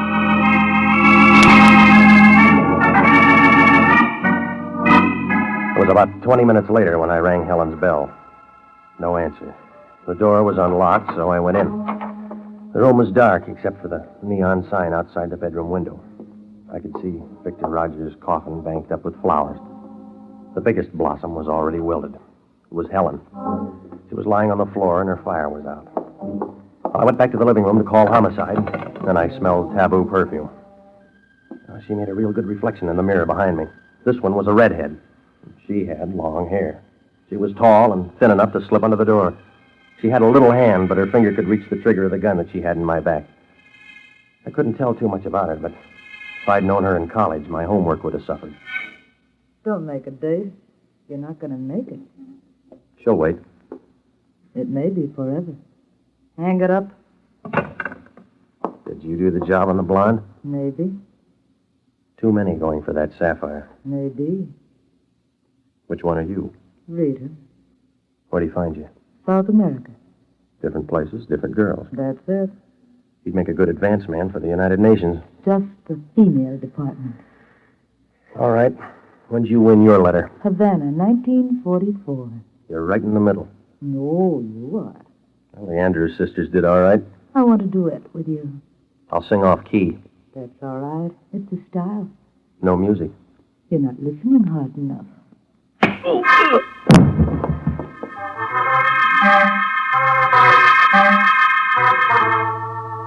Well, South America took it away. When I came out of it, I was all head, like tapped beer in a cheap saloon. The room was full of homicide. They must have got a hotshot call, because they were all there. All I could see was the seats of their pants. I picked out the shiniest pair, and I knew it was Sergeant Sanducci. He was standing over me with a notebook. The way he was sucking on that pencil, I figured he must have been a lollipop man in his youth. Everybody was there. All the newspapers, the fingerprint men were dusting everything. I had about as much chance as a Christmas tree salesman in July. Sanducci leaned into me. Borderline anemia? Oh, huh? Kind of tired? Yeah. Anybody would get tired lugging a heavy gun. What gun? This 38. It pushed a hole in that blonde. That's not mine. Who cares? The hand is yours. That's where we found it. Hey, Sanducci, let me shoot a picture of the eye, will you? Go ahead. Look happy, Regan. I got a bad smile. Oh, we'll retouch it. Good. Now look like a killer. That's enough. Oh, come on. Let's see your teeth. Beat it, punk, or you'll spend the rest of the night picking yours up. How do you like that for gratitude? Okay, Regan. Now, why'd you do it? You tell me. I'm working on it. You're out of your mind. I blow a hole in her, then crack myself in the head? I'm working on that, too. We're working a redhead named Rita Rogers. I'm going steady. She rapped me. It's her gun.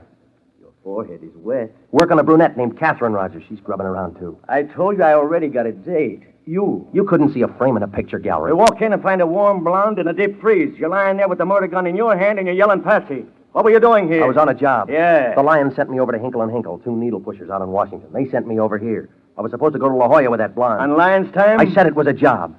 She was taking her dead husband down to the family plot. She was worried about a sapphire ring. Look in the coffin, you'll see. We already did. Well, what'd you find? Air. The coffin was empty.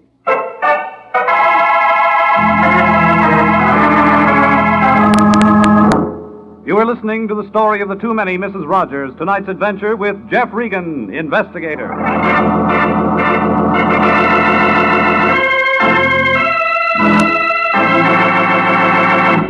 Commissions are still available in the Army Nurse Corps Reserve. If you're a graduate registered nurse between the ages of 21 and 45, you may be eligible for a commission in the Army Nurse Corps section of the Regular Officers Reserve. These commissions are still available, and those who meet the high standards and qualify with this fine organization may elect active or inactive status. If you believe you qualify for a commission in the Army Nurse Corps Reserve, apply to the Adjutant General, Washington, D.C. And now back to the story of the too many Mrs. Rogers and Jeff Regan, investigator.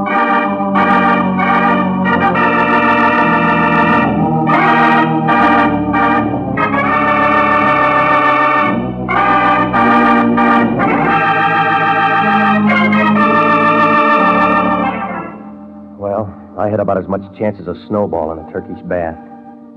The Lion sends me to a funeral parlor run by 2 guys named Hinkle and Hinkle.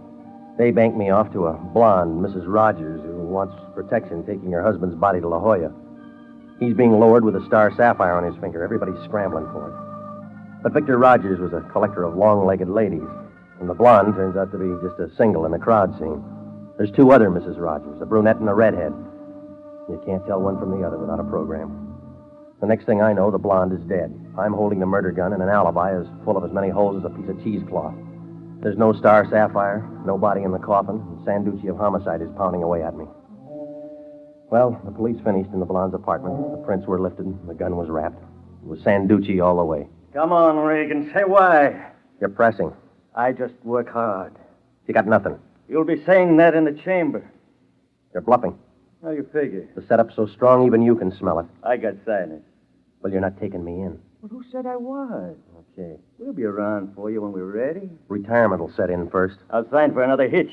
Look, if you got to keep beating your head against the wall, come over to my place. What for? It's brick.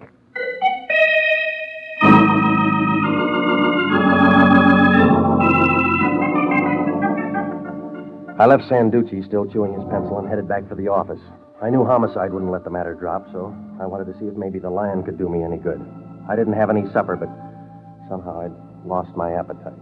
When I walked in, the lion was still working on that contest blank. He was keeping late hours, and the only reason he doesn't go to his hotel room is he gets a reduction in his weekly rate if he doesn't sleep in the bed. Regan, where you been? Dating Sanducci. You're in trouble. Yeah. How many times have I told you to watch your step? Well, you never check before you send a guy out on a job. What have you got? Well, she's beautiful. What else? She's dead. That's no way to run a business. You got your advance. I was thinking of public relations. Oh, stop it, will you? Somebody mentions dough and you're there with a basket. That's enough. Let's drop this case. Not until the wind dies down. I got another job for you. I'm still with the old one. The case is closed. Well, I'm opening You it. do as you're told. Now, listen, big shot. You eased me in on that hook. Now, let's see you work backwards. Regan, you're getting out of line. Get a trace on Catherine and Rita Rogers. Who are they? A brunette and a redhead. What else? Victor Rogers' wives. What about Helen?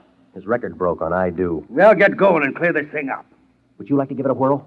Regan, don't you like working for me? I'll answer that when we both got more time. Well, I left the line, picked up a cup of coffee and a sandwich, and went home. Then I tried to figure the mess. A guy with 3 wives drops dead and is going to be buried with a fortune on his finger. All the hens start clawing around. That figures. One of them gets the axe. I happen in. Set up for a patsy. That figures. But what doesn't is why is the coffin empty?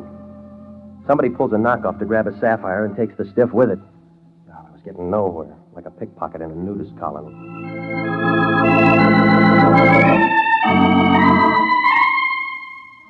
The next morning, I was back on Embalmer's Row, Hinkle and Hinkle. I went inside. The little guy in the black suit and his son were standing in the entrance hall. Old Hinkle came toward me kind of slow, like an ant with a super chief in tow. You're back so soon, Regan.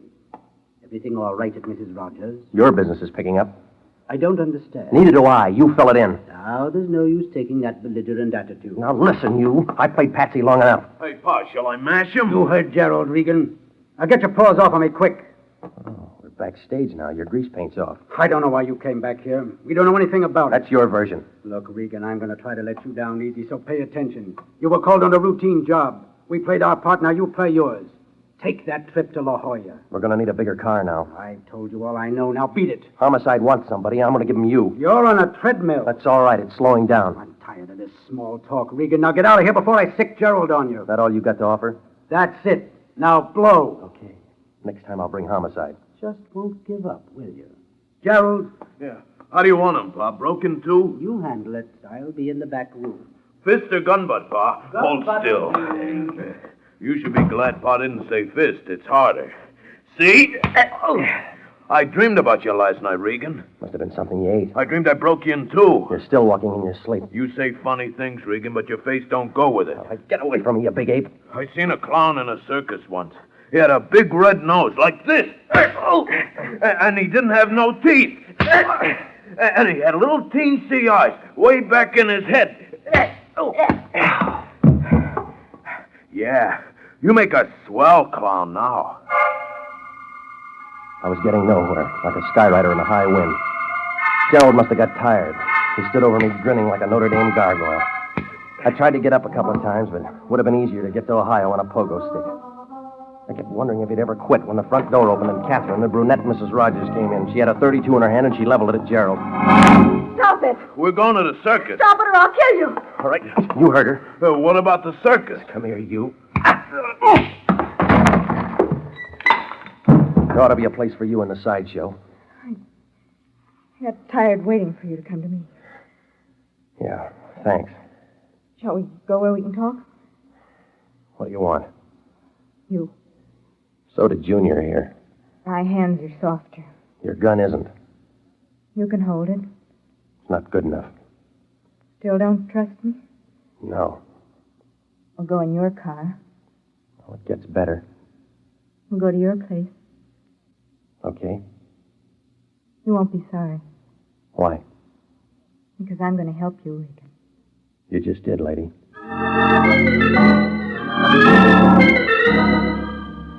We left Hinkle and Hinkle and drove up Washington to Vermont and then north toward Hollywood. Above Beverly, we had to detour for the freeway coming in. It made me kind of mad. I'd been detouring since the beginning. Well, she didn't say much, and I tried to figure.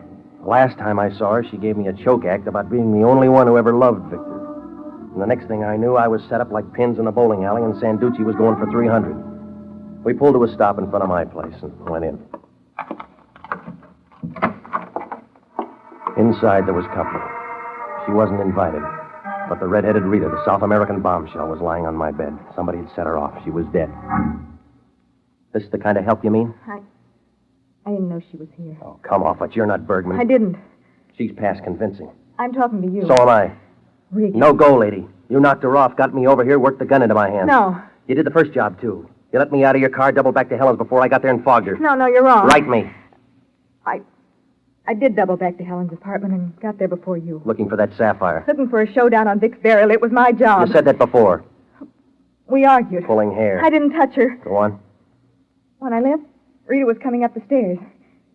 She didn't see me. I stepped into the shadows and watched her go into Helen's apartment. They began screaming. I looked in and saw Rita kill her.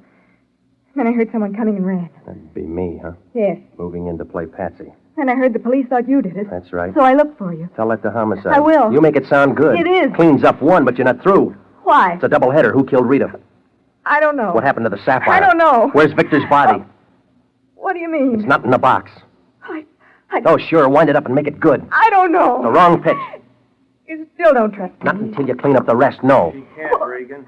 I've got the broom. Victor. Nice of you to remember, Catherine. How do you remember? I got a card file. You can throw away some pages. That's what I figured. I've been tagging after the two of you for some time. So you're Victor. Well, it's beginning to clear. You got Hinkle to help you play dead. Tell me why.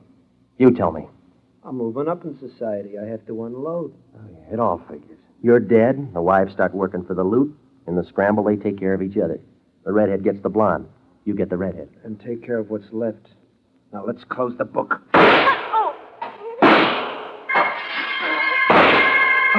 Victor's aim was good. Catherine went down. Sanducci got Victor from the bedroom window.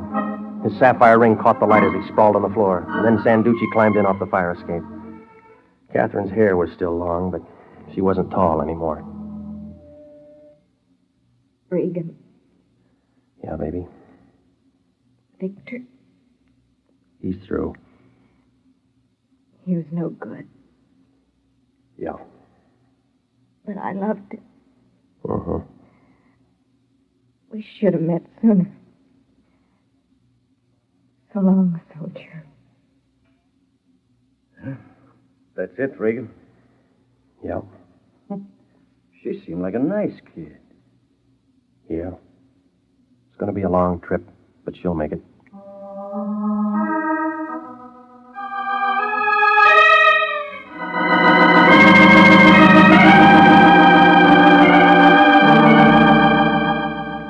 Well, that was it. Victor was ambitious. He was moving up in society and couldn't stand a bigamy scandal. His brain worked overtime cooking up that dish. He rigged it with the blonde Helen at first, but she got it right off from the redhead, and that didn't make him cry. Took care of one. When the redhead came over to my place, Victor tagged her and put her away there. 2 down, and I'm the fall guy. Then he waited for the brunette so he could finish the game. Oh, yeah. Vic was a busy fella, but he ran out of breath. Well, Sanducci put my place back in order, and nothing was left of the girls with the long hair but dandruff. I called the Lion. He was mad. A whole day shot without adding a mark to his bank account. Well, Sanducci and I both came up with the same question. All three of those women were beautiful. I wonder if they'd all gone for Victor if they really knew. That star sapphire was a phony.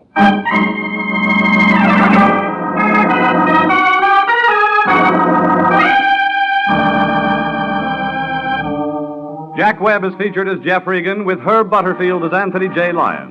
Jeff Regan, Investigator, written by Larry Roman and E. Jack Newman, produced by Sterling Tracy, is heard each week at this time over CBS. Tonight's cast included Grace Leonard, Gloria Blondell, Laurette Philbrandt, John Hoyt, Jack Petrucci, Paul Frees, and David Ellis. If you're a graduate registered nurse, please listen carefully to this important message. 29,000 nurses are needed to join the new Army Nurse Corps Officers Reserve. For the first time in history, qualified nurses have the opportunity of receiving commissions in the regular Army Reserve. These nurses will remain on inactive status, ready to serve their country in time of emergency. For further information, drop a card to the Adjutant General, Washington, D.C. Original music for this program is by Milton Charles. Bob Stevenson speaking. This is CBS, the Columbia Broadcasting System.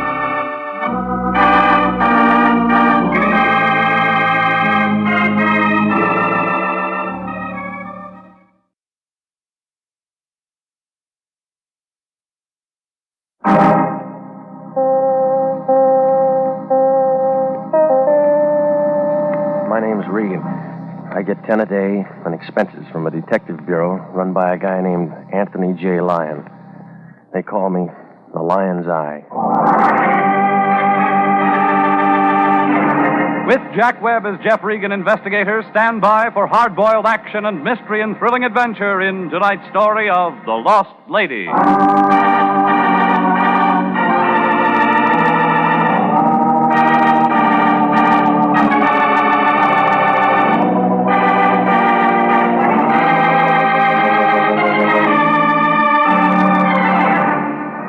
You'll find it in Hollywood, jammed in between Van Ness and Wilton, right off the boulevard, Taft Avenue.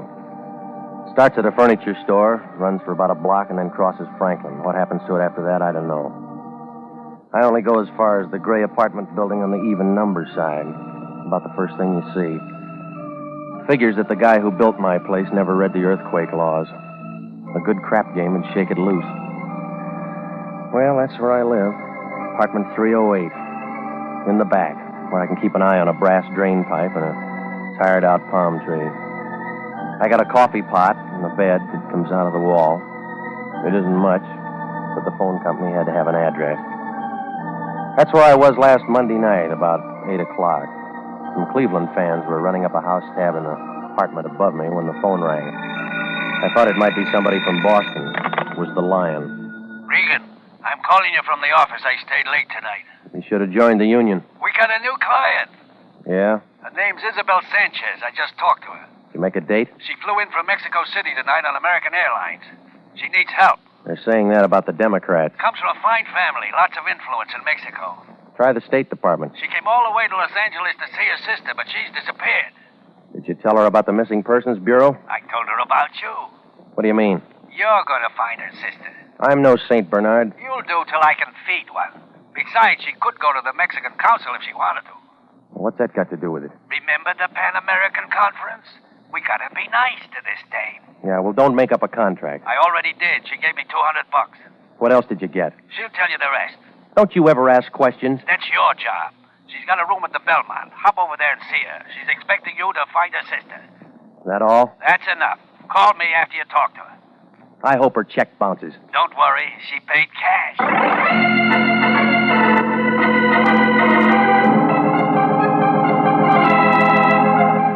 Well, you can tell that the Lion only stayed in school long enough to learn how to spell dollar. It took me about 20 minutes to get over to her hotel. Isabel Sanchez had a room on the 6th floor. I found it on the Wilshire side. 610 it was. She was a tall, blonde girl, not the least bit pretty. She had a mouthful of good-looking teeth, but she never learned how to use them in a smile. You're Mr. Regan. That's right. Come in. Please excuse me. I'm still unpacking. Come in. All right. I'm so glad you're here. I suppose Mr. Lyon told you everything. Your sister's missing. You want to talk to me? Yes. Oh, it's terrible. An awful vacant feeling. I was so looking forward to seeing Carmen again. We were very close. You talk like you don't expect to see her. Something might have happened to her. Like what? I don't know. She's always been so independent and, well, strange. Well, a lot of people have their own ideas. I'm embarrassed telling you this. You've got to tell somebody. Well, Carmen left home against my father's wishes. How old is Carmen? 22. What was the guy's name? What do you mean? Oh, come on. I got to have it all, lady. There was a man in it. Yes. Martin Chambers. From here in L.A.? Carmen met him once in Mexico City. Thought she was in love with him. When was this? A year ago. She followed him back. Yes. You took a long time to catch up. I've been very concerned about Carmen. I received this letter from her a few days ago. It was the first word since she left home. Here. You can see it's not much. She asked me to come here. I took the first plane. What about this address? There's no such place. I went there right from the airport. Who sent you to us? You're in the phone book. Is that all you got? Well, I have a picture. It isn't very good. Just a snapshot here. Blonde, huh? A little darker than mine. The same height. We wore each other's clothes. Who else did she know? Just Martin Chambers. Oh, no. Now, wait a minute. She mentioned a Dr. Menlo in her letter. Did she need a doctor? She just said he'd been very kind to her. That isn't very much to go on. I know, but you will follow every lead. Yeah, sure.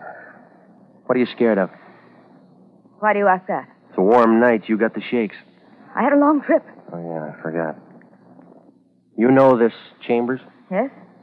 You like him? No. What's that you got there in your hand? An evening gown. Why? You didn't bring that for me.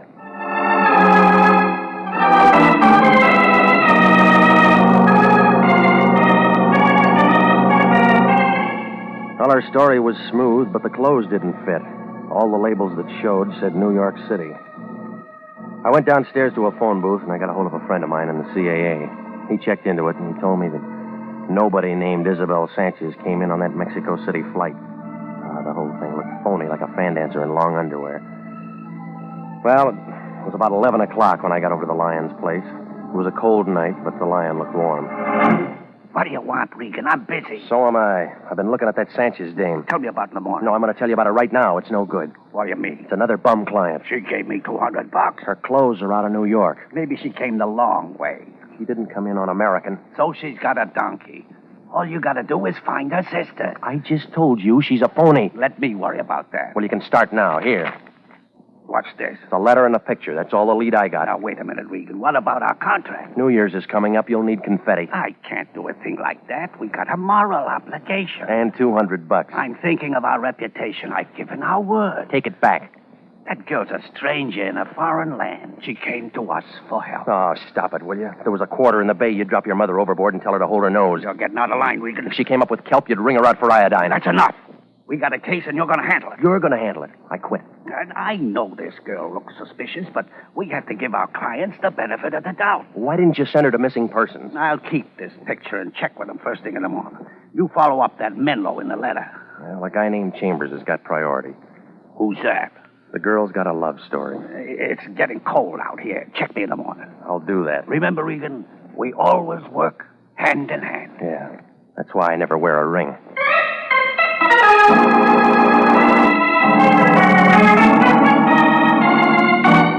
Well, it was too late to do anything else, so I went home and pulled that bed out of the wall. The next morning, I found a Martin Chambers listed in the city directory with an address on Laurel.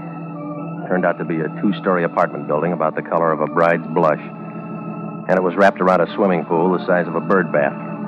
Chambers' name wasn't on the mailbox, but a skinny guy with a load of bed sheets told me I could find the manager in apartment 15. When she answered the door, her voice sounded like a beer truck in low gear. Hello, Sonny. Looking for an apartment? You got one? Nope. Come on in. Having some coffee. You want some? No, I'll pass. You don't know me, do you? I just got here. I played the Palace in 26. Ah, them was the days. Write it up and sell it to the movies. Damn slobs. Central Casting had called me in 4 years. You got a card? AFRA, SAG, and the Musicians Union. I play French horn. None of them call me. I figure it's the record band. I'll talk to Petrillo. I hate this dump. My third husband gave it to me. By the way, what are you doing here, Sonny? I'm looking for a man named Martin Chambers. What do you want him for? Talk to him. Cop, No?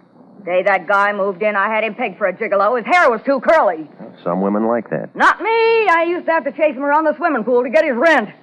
You're using the past tense. Where is he now? Forest lawn. That's one way to break a lease. He got boozed up about 6 months ago and drove off Malibu Pier. Took him 3 days to fish him out. Straighten his hair? Yeah, it sure did.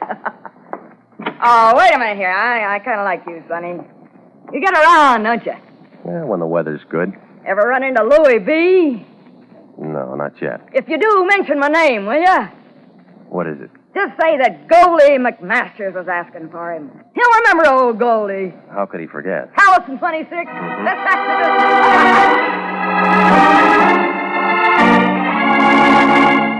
When I left, she was thumbing through an old variety. She looked unhappy, like a banjo player with a paper pick. Well, what she told me about Chambers took the leading man out of the picture, but there was a bit player named Menlo. Well, I called the office of a Paul Menlo, but they said he wasn't in that day, so I drove out to his address in Encino. It was a ranch house poured all over the top of a hill. From the looks of the place, Dr. Menlo must have been getting over-sealing for his cough drops.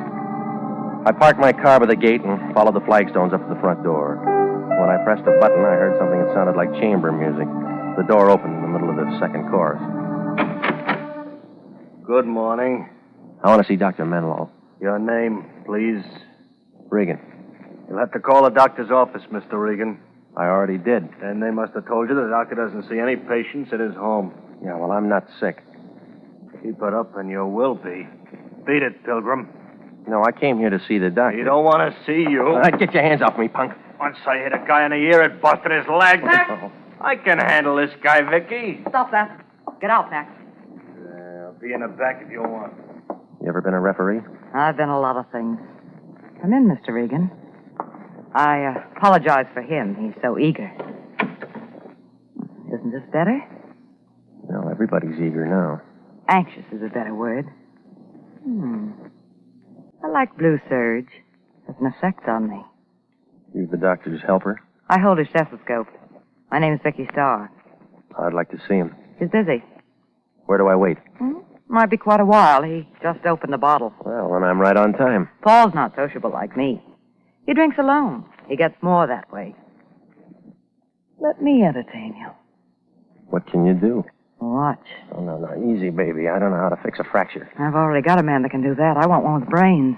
What's the matter with the doctor? He keeps his in cold storage. Hasn't used them for a long time now. Oh, I don't know. He's done all right. This place?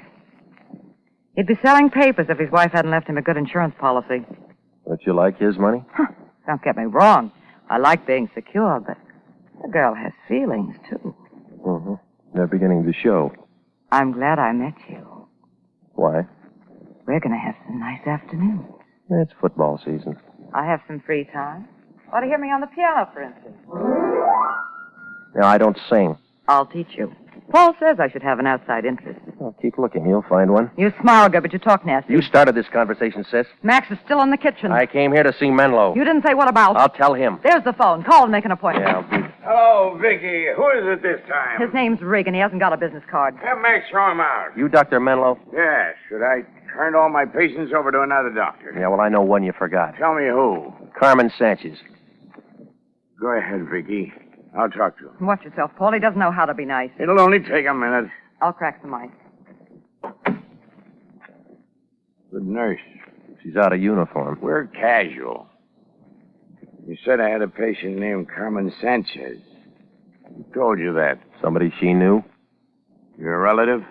Friend. You heard some wrong information, mister. I never heard of Carmen Sanchez. I read about you in a letter. Must have been another Menlo. No, there's only one with a license. You peaked, too. 25 a day? 10. I work for another guy. Who? Lion. Lion's eye. Okay. You're still at the wrong house. You want to show me your files? Why not? Come on. Okay. Hey, keep a duplicate at home. Help yourself. Want a drink? Too early. You don't mind if I have one? No. Anything? Not under Sanchez, no. Now do you believe me? She could have used another name. Got any ideas? Blonde girl, 5'4", brown eyes. Means nothing. Do you ever know a man named Chambers? Yeah. In high school, back in Denver. Drove a truck. That doesn't help. I'm sort of retired now. That's what Vicky said. Nice girl. Talks to everybody. You satisfied? Not yet. Don't mention. Always glad to help out. There's easier ways to make a living. Yeah, I haven't got a wife with an insurance policy. A year ago, I'd have broke you in half for that. Now it doesn't matter. You can find the door. I'll be back. Don't bother, Regan. Doctor will be out. I left him sitting there with a glass of rye in his hand. It wasn't much of an interview, but there was a story somewhere. What Menlo didn't have in his files, he was keeping in his head, and figured he might open up if I showed him that snapshot in the letter. While I drove back to town, I put in a call to the Lion. Nobody answered at the office, so I went home. When I opened my door, I caught a load of taboo. Isabel Sanchez was wearing a dress she must have put on with a shoehorn. You've got the nicest janitor. He thinks I'm your sister. Where'd you meet him? He was in the lobby when I came in. I've been waiting for you. Yeah, well, we got an office, you know. No one answered when I rang. I wanted to be sure and see you before I left. Taking a trip? I leave for Mexico City first thing in the morning. Well, it was a short visit. It was long enough. What about your sister? That's what I came here to tell you. I found Carmen. Oh, you did? Or rather, Carmen found me. I feel foolish now, calling in a detective service and all that. Why? Well, Carmen came to my hotel about noon today. And you imagine she's been looking for me. Last night you said she didn't have an address. Well, that was another silly thing. Only it was her mistake. She's not very good at details. Where is she now? She's out buying a few things and packing. I've convinced her to come home with me. All right. Now you want to know what I found? Why on earth should I? I have my sister. You were worried about a man named Chambers last night. Carmen told me she hasn't seen him for months. Did she tell you about her doctor? No. I met him. Only he said he never saw her. Oh, is that so? Well, Mr. Regan, I do appreciate your services. Please thank Mr. Lyons for his kindness. I'm sorry I won't be able to see him. He's going to be sorry, too. You'll give him this envelope with $100 in it. You're paid up. It's for all the unnecessary trouble I've caused you. And, Mr. Regan, it's all confidential. You read the contract. I wouldn't want any of this to get back. It's wrong. You know some of the wrong kind, do you? Doesn't everyone? Thank you again. Bye.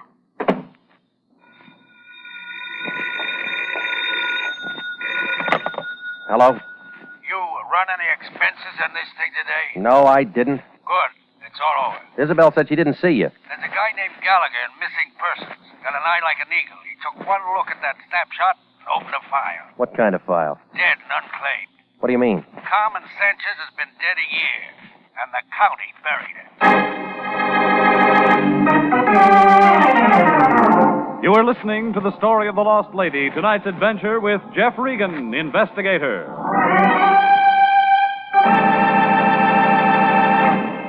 Before we continue with tonight's story, here's an important message from the Adjutant General's office. The Army Nurse Corps Reserve still has commissions available for graduate registered nurses between the ages of 21 and 45. If you believe you qualify for a commission in the Army Nurse Corps Reserve, apply to the Adjutant General, Washington, D.C. And now, back to the story of the lost lady and Jeff Regan, investigator.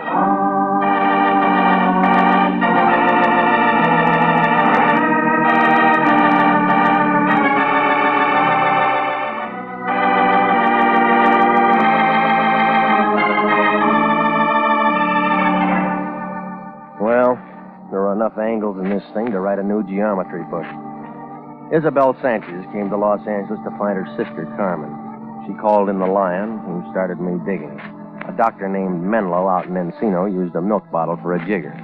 He was heavy on green stuff, but light on memory, and gave me nothing but an ice cube. His girlfriend, Vicky, was a little different. She gave me a warm glow, but I still drew a blank on the missing sister. Then Isabel walked into my place and said she'd found Carmen and called off the chase. That's about when the Lion rang and said that he'd found her, too, only his version was a little different. She was holding down a plot in the county cemetery, been dead a year. Well, I caught a cab and I went over to her hotel. A small man with a bald head opened the door and looked at me like I was trying to crash a coming-out party. Yes? I'm looking for Isabel Sanchez. Are you a friend? She won't think so. She's not available. All right, I'll wait. What I mean is, could you come back later? What's wrong with her now? Well, you see... All right, come on, Buster. Let's throw it in gear. Are you a guest of the hotel? No. Could you please tell me the nature of your business? I want to see Isabel. I'm sorry. I can't let you in until you tell me who you are. Regan, International Detective Bureau. She's a client. Oh, come in. I'm Dr. Stanwyck, the house physician. She need one? Not anymore. Look for yourself. Well, how long's she been this way? 2 hours, I'd say. Bellboy found her a few minutes ago. She drank a lot. Alcoholic poisoning. Yeah. Oh, Mr. Regan, when a thing like this occurs, naturally, we don't like it to get around to the other guests. You'll use discretion, I presume. I'll be as quiet as she is. Thank you, Mr. Regan. We appreciate it. The elevator's to your right. I got a good memory. Regan, What are you doing here? I've come to talk to our client. You'll need a Ouija board. What you mean? She's dead. Why'd you let that happen? She wouldn't have done you any good. What you talking about? Yeah, all right. You go to Isabel. You say her sister's buried on the county, but it'll take a little cash to keep it out of the newspapers. Not so loud. Go back to your contest blanks, big shot. That Sanchez dame didn't come from Mexico, and she wasn't rich. You mean she's been lying? I told you that yesterday. All right, we'll close the Sanchez case. Oh, no, we won't. It's still wide open. Where you going? To buy an airwick.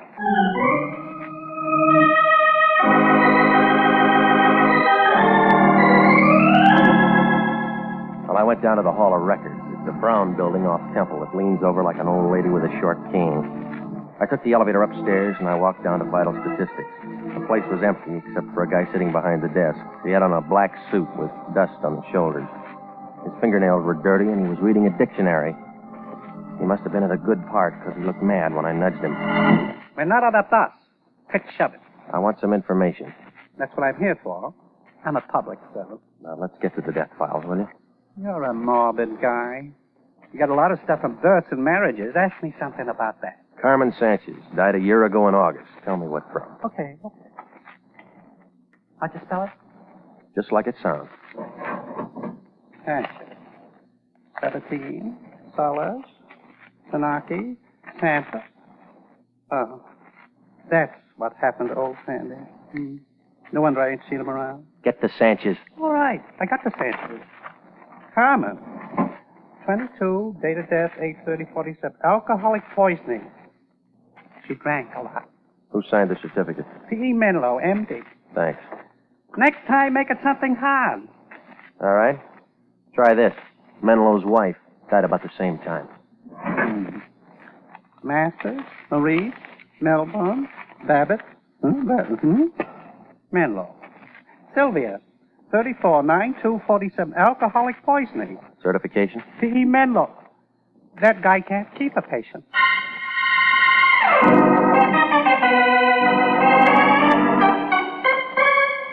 Well, I left and I went back out into the street. It was almost 5 and the traffic was heavy. I started to cross the street to a sandwich shop on the corner. A yellow cab raced me to the sidewalk, but I won. I went inside and a skinny waitress with peanut-colored hair brought me a cup of stale coffee and a burnt hamburger. I sat there and I tried to figure it. It was like swimming through a tidal wave in hip boots. 3 deaths from the same thing and Menlo's name on every one of them. Well, the answers weren't in the coffee cup, so I went home, picked up my car, and drove out to Menlo's place in Encino. The drive was nice, and so was the reception. I built a fire. I forgot the marshmallows. And we'll think of something else. You know, I'm not mad anymore. I'm still looking for your doctor. Let me take care of it. No, I want to see him. And you'll have to wait again. When's he going to climb out of that bottle? We had dinner at a place on Ventura. Paul found the bar. He'll stay till it closes. I better go there. Questions again? Maybe. I know some swell answers. I'll bet you do. I've worked for him a long time. 1 year. How did you know? This is my night off. You here all alone? Isn't it terrible? Anything can happen. How do you like it? Your way? It's better. Now, let's have a nice, quiet evening. Just you and me. I had a feeling you'd be back. That why you wore that? Like it? Well, you got talent, lady. Discover me. It's been a famine of men like you. You don't look underfed. Why didn't I meet you sooner? We didn't travel in the same crowd. Let's start over. Do you keep his files? What's that got to do with us? They'd never pass inspection. Are you talking about something I should know? Carmen Sanchez. What about her? She died. Menlo signed her death certificate. Paul's lost a lot of patience. He's not very good. Did I tell you I played the piano? He told me some other things. Did I? They make a good story. I don't like stories. Well, I'm going to tell you anyway. I thought we were going to have a nice, quiet evening. The girl walked in his office one day and dropped dead. Good opening. Why'd she do that? Alcoholic poisoning. She was a nobody named Carmen Sanchez. Story's getting dull. There was a snapshot in her pocketbook, not much else. When does the action begin? Right now, lady. The doctor's wife had an insurance policy. He convinced her to take a trip. Why'd he want to do a thing like that? So he could pull a name fix and collect his wife's insurance. He had a body. No one will ever believe this plot. He buried an empty box. How do you know? I'm going to have somebody dig it up. What about the body? He turned that over to the county. Everybody lives happy ever after. Don't you like my music? You're going to have to take up the harmonica, lady. Why? The gas chamber isn't big enough for a piano. Who's going to the gas chamber? You, maybe. An insurance fraud's one thing. Murder's a longer rap. You haven't touched your drink. I don't like mine that strong. Now, come on, lady, get your coat. Max! I thought you were alone. I lied. Hello, Regan. You look excited. It's tough, Max. Yeah, that's easy. Soften him up. Oh!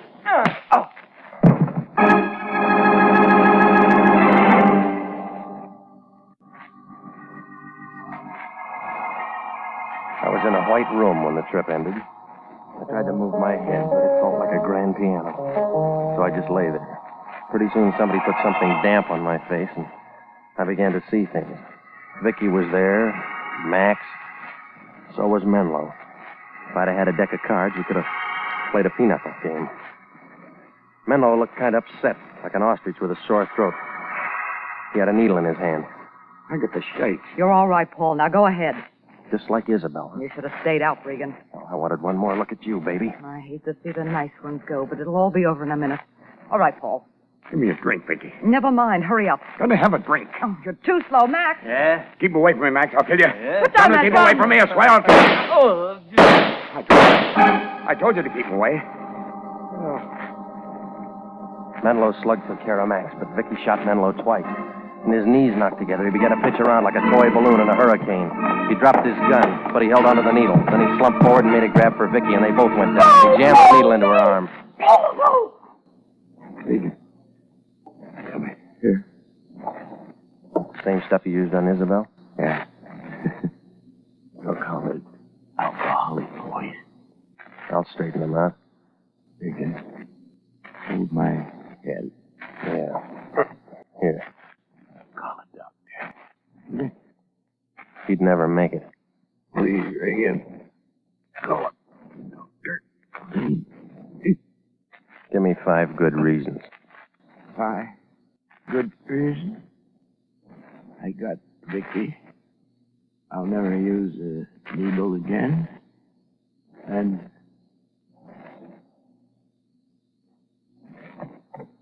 You only gave me 2.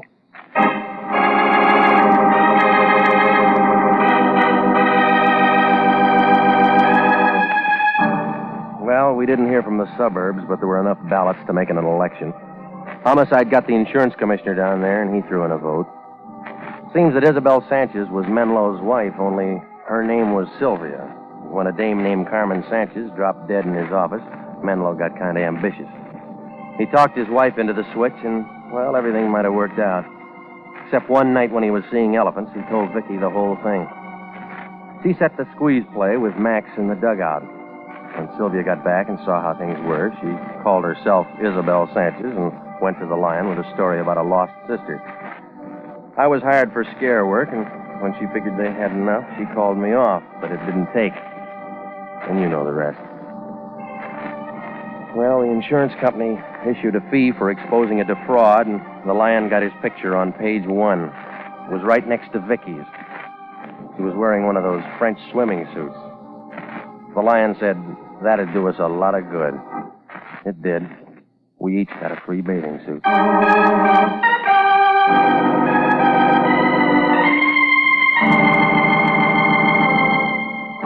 Jack Webb is featured as Jeff Regan with Herb Butterfield as Anthony J. Lyon.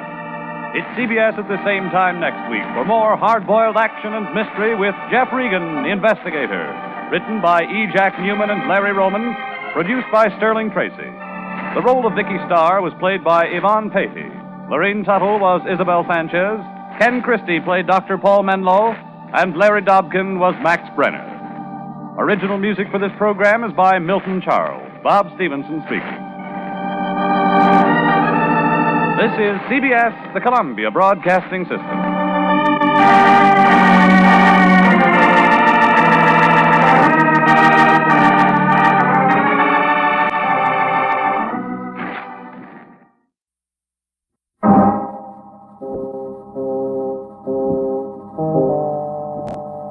My name's Regan. I get 10 a day in expenses from a detective bureau run by a guy named Anthony J. Lyon. They call me the Lion's Eye. Jack Webb is Jeff Regan, investigator, as CBS offers you hard-boiled action and mystery and thrilling adventure in tonight's story of The Lady with Too Much Hair.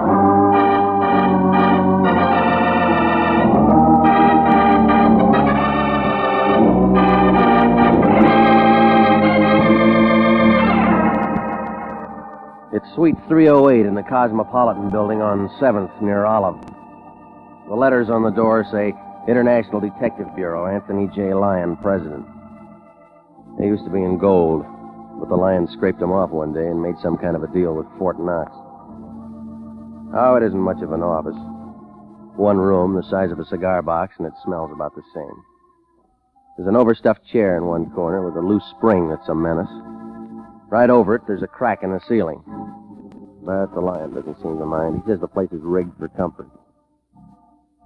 Well, that's where I was at 5:25 last Wednesday night. The Lion was sitting behind the desk looking at himself in a mirror. What he saw should have scared him. A pair of shoe-button eyes mounted in a head like a Spanish onion. You know, Regan, I don't feel like I used to. Neither do the Republicans. Think I've got that middle-aged look. Just the spread. It's getting a little scarce on top. Change your shampoo. I shouldn't be getting bald at my age. I'm only 39.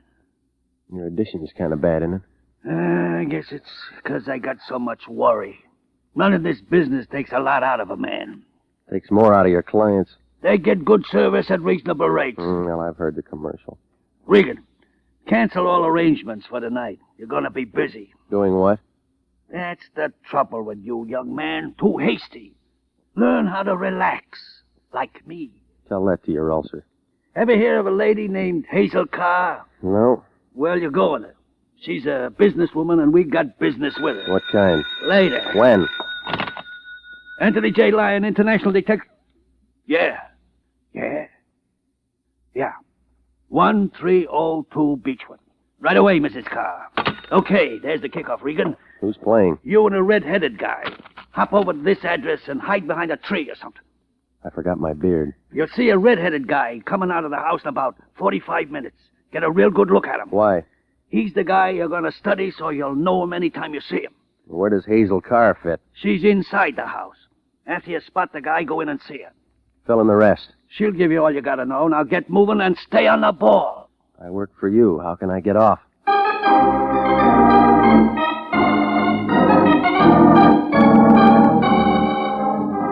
Well, I left the Lion sitting there, and I drove out to the Beechwood address. It turned out to be a corner house stuck on the top of a hill, and it figured a good rain would wash it down the drain. Well, I parked across the street and lit a cigarette. Watched a kid on a bicycle throwing newspapers. His aim was real good. He got them all on the roof. I watched him finish the block, and that's when my knee action began to suffer. A heavy guy in a trench coat had his foot on my running board. He had a big face, and he turned it sideways and stuck it in the window. What's the matter, buddy? Out of gas? No, my foot fell asleep. Oh. How about a light? Want a light? Got one. Okay. Out of fluid, anyway. Well, pull your head out of here before you lose it. It's all right. I always carry a spare. Come on, beat it, Buster. You spoil my view. Oh. Peeking, huh? Maybe. You say maybe. I say yes. All right, what do you want? Same as you. You're looking. I'm looking. Whose side you on? Depends. On what? Whose side you're on. See ya. That was when the front door of the car house opened and 6 feet of pinstripe gray came out on the sidewalk. His 200 pounds was topped off with a bush of red hair, and he had a face to match. It had a flushed look, like a high school boy at a burlesque show. He started down the street. The guy in the trench coat crossed over to the other side and moved after him, kind of slow. Then they disappeared around the corner. Now, he was playing his hand, I was playing mine. I climbed out of my car and walked up to the door of the car place. The bell sounded like something that should have been in Buckingham, but the woman who answered wasn't any queen. Yes? My name's Regan, International Detective Bureau. Oh, lion's eye. Please come in, Mr. Regan. I'm Hazel Carr. All right. You saw him, I suppose. The redhead? Rather large, isn't he? The Dons are missing a bet. Sit down, Mr. Regan. May I offer you something? I'll try a story. We'll get to that in a moment. What's wrong with right now? We have other things to discuss. You have a dark suit, I suppose. Yeah, I got it on. Well, get it pressed. You're going out tonight, Mr. Regan. I'm already booked. Then disappoint her. You see, from now on, you're working for me. Come on, strike a match, lady. I don't like the dark. You're going to meet the 7:10 at the Union Station. My daughter Phyllis is coming in. She's been at an Eastern school getting finished. How'd she turn out? Just a vacation. She's dying to see Hollywood. She should have a young man. Well, I'm no escort bureau. I want more than an escort for Phyllis. I want a man with authority. She play that rough? That redhead you saw. He thinks he's in love with her. We all make mistakes. But he's impetuous. Follows her all over. He even threatened her. He says he'll kill her and himself if she doesn't marry him. Well, either way, he loses. I don't care about him. It's Phyllis that worries me. She's so young. Mm-hmm. But I don't want her to know that things are so bad she needs protection. You must remember that. Maybe she'll figure it out herself. Don't let her. Anyway, I've wired her that a young man was going to meet her at the train to show her around. A nice young man. Can you act the part? I'll try. See that you do. Who's that boy out in front in the trench coat? I don't know what you mean. Okay. Anything else? I've made your reservations for dinner dancing at the Grove. Now show her a good time. You're paying the bills. And keep her occupied until I figure out a way to get rid of that redhead. Murder might work. Think about it. Call me after you pick her up. Sure. Now, you better go. Okay. Oh, Mr. Regan. Yeah? Here. What's this? Emily Post. Read up on your manners.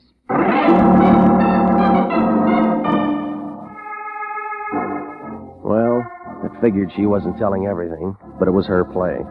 I headed for my place to clean up before meeting the train, and it took a little time bucking traffic on Franklin. At Gower, I played tag with the truck driver, trying hard to crease my fenders. It was about 6:15 when I pulled to a stop in front of my apartment. When I opened the door, I smelled cigar smoke. Somebody was over for a slumber party.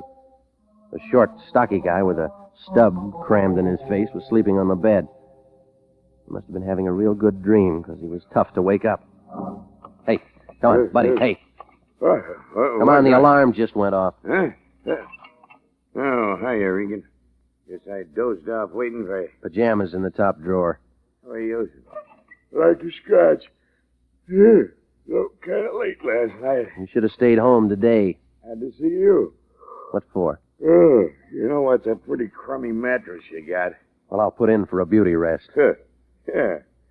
Do that, Regan. All right, punk, let's get to it. Ease off, Pilgrim. I'm still shaking the sand out. Well, get up and start talking. Easy. Name's Mo. I'm a friend. Convince me. I'm going to. Hey, you got something to drink around? Maybe after the talk. Who sent you? Your insurance company. I'm paid up. I'm not in the collection department. What else they got? Friendly service, goodwill. Getting close to Christmas. Yeah, I'll send you a card. Don't want no card. Just want the pleasure of knowing I did you a service. Name the kind. Guys going to meet trains have accidents sometimes. Santa Fe's not going to like you. But I figure you will. Tipping you how to stay healthy. My doctor tells me vitamins. Mo says it's a wrong dope. Skip the train and take in a show. I don't like popcorn. It'd pay you to learn. You want to tell me why? You got enough. How about that drink, friend? You didn't earn it. Suit yourself, Peter. But being nice is really an act with me. I'm pretty nasty. That won't get you an argument. I'd even hit a guy 2 feet shorter than me. Yeah, I'm turning pale. That's a good color for you, Regan. Stay that way.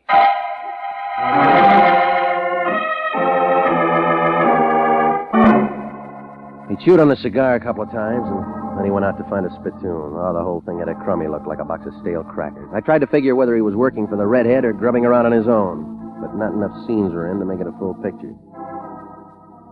Well, the car woman was writing the checks, and I was still trying. So I cleaned up, threw on some fresh clothes, and made it to the Union Station a little after 7. The super chief was just coming in. The station master, who walked with a slight lisp, took her name and said he'd bring her to me.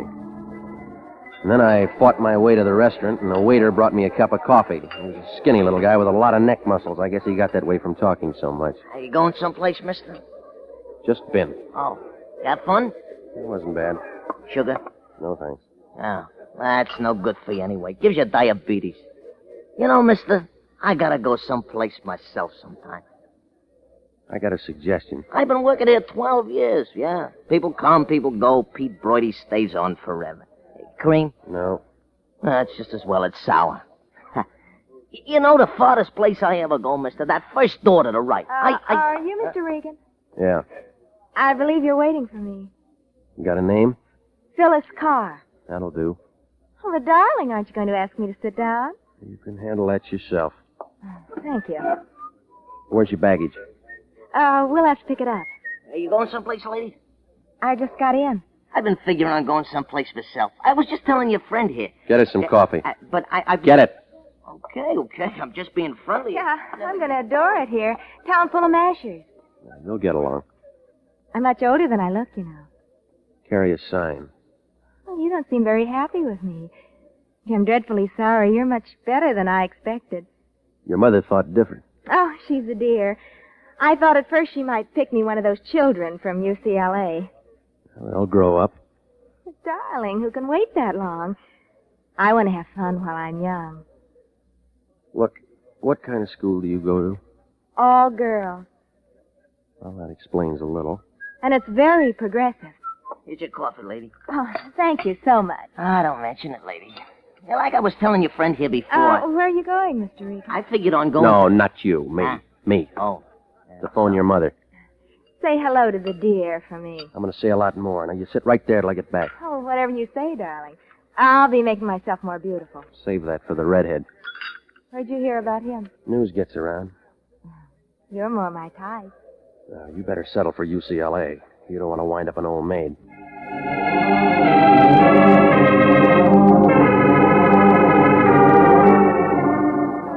Well, it wasn't appealing.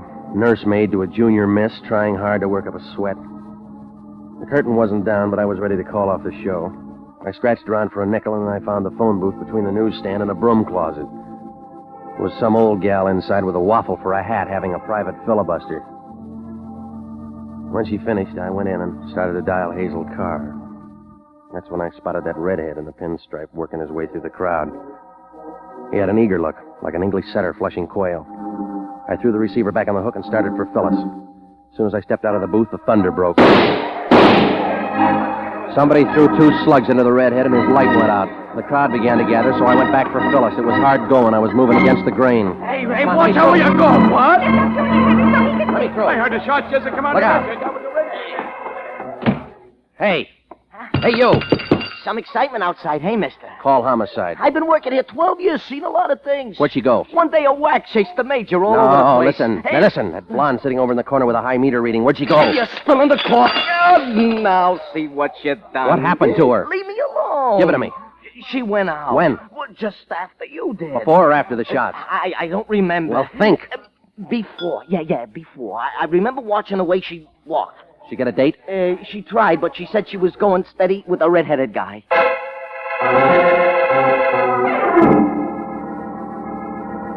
Well, things weren't going to get any better at the Union Station. Homicide would be down there scratching around. So I used the back door of the restaurant, picked up my car, and went out to the Lions. When he opened the front door, he had a bottle of beer in one hand and a chicken sandwich in the other. He looked unhappy, like a beaver with a loose tooth. Regan, where you been? I've been looking all over for you. Did you try missing persons? Called your place 3 times, nobody answered. You know I was working. That's what I called you about. I got something to tell you. Well, wait your turn. What's the matter with you? In trouble again? No, you are, big shot. Another bum client. International detective never had a bum client. Well, those 2 women just spoiled your record. You've been drinking. You better call homicide and get us off that hook and then turn back Carr's retainer. Regan, what are you saying? You heard me. But it's unethical to return money. When Anthony J. Lyon stop gets it, will his you? word- You quit giving blood when you found out somebody'd pay for it. You're out of line. Every time you cut yourself, you make a beeline for the Red Cross to get it back. International detectives under obligation to Mrs. Carr, and we're going to see it through. All right. You hold her hand in the gas chamber. What does that mean? That's where she's going to be after the police get through. What happened? That redhead got himself a free ride to the morgue. It looks like her daughter, Phyllis Carr, called the play. You're out of your mind. Look at this telegram. Let me see. It's from Phyllis Carr in New York. She just ran away from school with a Princeton man.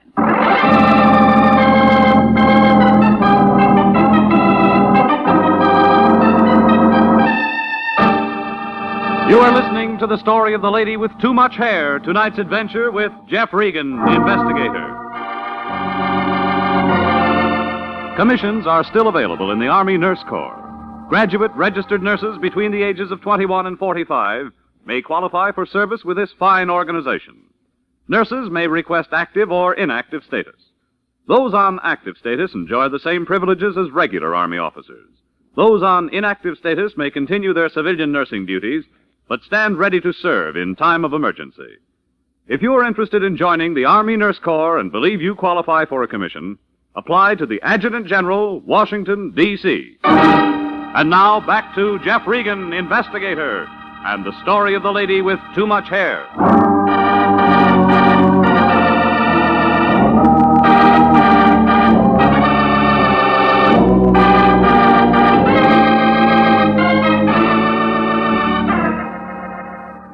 Well, it all made sense like a girdle on a Siamese twin. Started out with a redhead and a pinstripe and wound up a nursemaid job with a girl named Phyllis. While I'm in a phone booth, somebody throws a couple of sleeping pills at the redheaded guy. The smoke cleared and Red's doing the big sleep in Union Station and my date somewhere else. The Lion makes it a Sunday special with a telegram that says everything is off. Well, it didn't take 20/20 vision to see that the girl in the station was a substitute or the telegram was a phony. Well, it was easy to figure my next move. I went across the street and I found a booth way over in the corner. I was 2 drinks into the house when the skinny guy in the trench coat eased down beside me.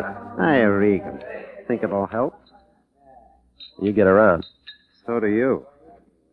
Still following people? I gave up. You? You got something to say? I'm just here for a friendly drink. Try the bartender. I like conversation. What kind? All kinds. Bourbon and water. Now, don't look so worried, Regan. I'll pay for my own. You're going to make a night of it? I can't. Got things to do. Got to find a man who shot a man. What man? The one I followed. The one you watched. Any ideas? Yeah. Who? You. Bum joke, Regan. Well, why'd you follow him? My business. Besides, I lost him in a traffic jam. Here, Mick. Thanks. Well, here's to the newspapers. Seen this one yet with pictures? All about our friend. Fine murder story. No, I work the crosswords. Oh, give me crime and lots of it. You know why? No, tell me why. It's sin, and sin is here to stay. All right, you said your piece. Unknown assailant fires 2 shots into traveler at Union Station. Listening? It's an old story. Think so? He got his red hair dirty on the floor. Wrong caper. Well, I'll catch up later. This guy was different. How? Bald, like a boiled egg. Crazy. Give me that. See what I mean? The guy in the picture ain't got red hair, got no hair. What's your angle, Buster? Like I said, I read papers. Why? Thought maybe you belonged to the Barbers Union.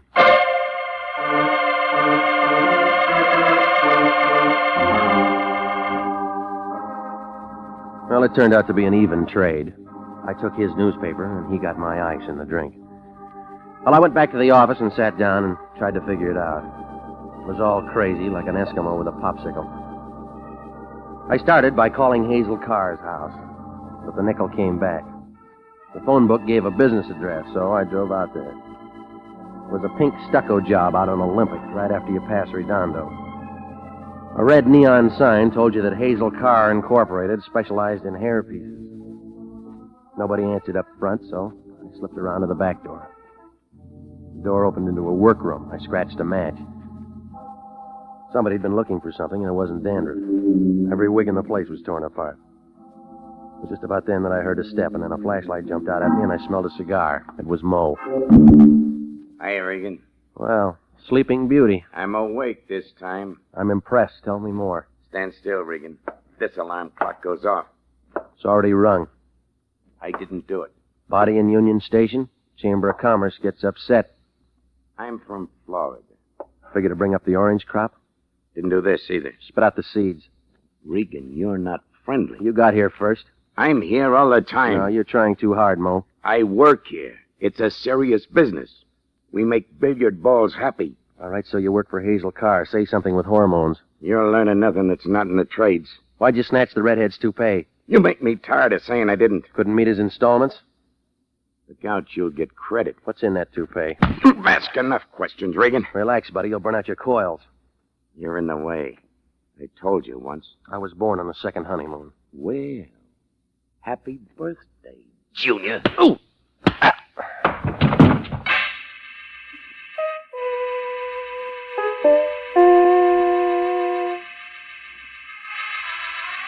I was lying face down in a pile of Santa Claus beards and yak tails. When I rolled over, there was the lion. He was shaking like a polar bear in a French bathing suit. Wake up, Regan, wake up. Ooh. I could hire a detective for the price of you. Get a midget and he'd starve to death. We got a client. She needs you. What are you, Silent Arrow? I'm a nursemaid with you around. She called the office. Gonna have another daughter? I told you it's legitimate. She didn't know nothing about the phony. Where is she now? 1629 Locust Avenue. Why? She's in the middle of a smuggle. You sure? It adds up. She pays the bill. She's straight. How'd you meet her in the first place? I got a right to a private life. Not at your age.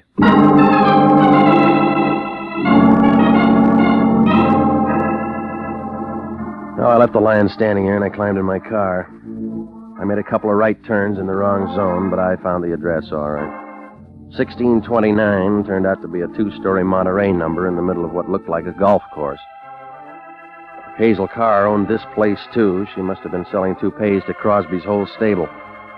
I parked the car and I headed for the lights that were on downstairs. I took the front steps two at a time. Well, Wow. If it isn't UCLA. I just got in from Berkeley. Oh, don't be bitter. I'm not. Where you been? Jealous? You're fickle. Just when I'm in college. Lucky student, Bobby. I didn't know you noticed. Well, skip it. It was a lousy act anyway. Good enough to fool you. Going somewhere? I got a date. If it's with Mrs. Carr, don't bother. I sent for you. You better try again. Your boss just got a phone call. Well, if I put on one act, I can put on another, can't I? You didn't kill Red. It's not important. Yes, it is. Come on back inside. We're going to have a threesome. I like it better at the zebra room. You could find a dark place. That'll come later. I'm leaving. No, you're not. Inside, sis. You don't have to coax me. Where is she? Mrs. Carr. Look, it wasn't me. She's been dead a long time. So's your alibi. I've only been here for 5 minutes. You're lying. I'll make you listen to me. Look out. Drop it. You pick up that gun and I'll break you in two. Oh, stop it. Get me a drink. Some over there. All right. Look, I didn't kill him. Not either one of them. Sure. You don't believe anything. Depends on the source. Here, this will slow you down. Thanks. All right, now let's start talking. You got me into it. Mo, Maybe. say yes. Don't be personal. You get me out of the way so he can plug the redhead and snatch the toupee. Mo's impulsive, that's all. Forget about him. But the toupee was empty, so the two of you have to scratch around some other places for it. Shall I run my fingers through your hair? Let's stick to the subject. I wish you would. Did the redhead know he was carrying an empty load? Nobody did, except Mrs. Carr. It was a smuggle, and she was holding out. It's a mistake for a woman, don't you think? They had a trio, and she wanted to sing solo. The boys weren't smart like you are. Maybe she was worried about her daughter. Maybe she wanted to go straight, and the boys didn't want her to. You're wasting our time. Let me show you where I fit in. No, you're on the wrong floor. There's a way to fix everything. You're an accessory. I can become essential. You'd get lipstick on my expense account. Come here. Now, break it up, baby. You scratched around every place. You still can't find the goods. I think I found it. You figure the old lady used me as a safe deposit box? Where else could it be? All right, supposing I got it, what next? Do I have to draw a diagram? You might as well be realistic about this thing. What's it worth? $50,000 of the white stuff. I don't like to dream. You look like you could use one. I'm extra. Meet the contract there. Oh, Oh, yeah, this act figured to do it. Mo. You got a good memory. Mo, baby. Skip it. Stand still, Pilgrim. I was trying to get it from I you. heard the song. But Regan might like to hear the chorus. Oh. Mr. Bet, Regan. You should grab an offer when it's hot.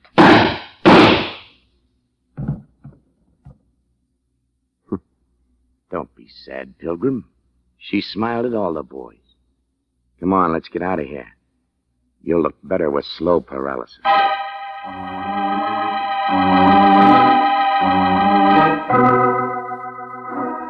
I had about as much chance as a clean towel in a boarding house. When the muscle said move, I had to be polite. I guess he figured the car place was too crowded and he wanted new scenery. Well, we went out to the street, and he steered me for his car. It was a black job with white sidewalls, and there were 2 suitcases in the back seat. But all his bags weren't packed. He was missing a small package, and he had the idea it was over at my place. When we got there, it was about midnight, but it wasn't too late for him to go to work. Now, isn't this better, Regan? Home sweet home. I never liked it anyway. Move. I got a lease. Those things can be broken. Want me to show you how? No, I'll struggle along. You make things hard on yourself. Now do something the easy way. Get me the stuff. You're wasting your time. I got lots of it. You ain't. Well, I haven't got it. Mo thinks you have. Well, then he's pretty dumb. That's on account I don't like your choice of words. Buy me a dictionary. You're gonna get yourself 2 big holes in your middle if you don't lay that stuff in my hand.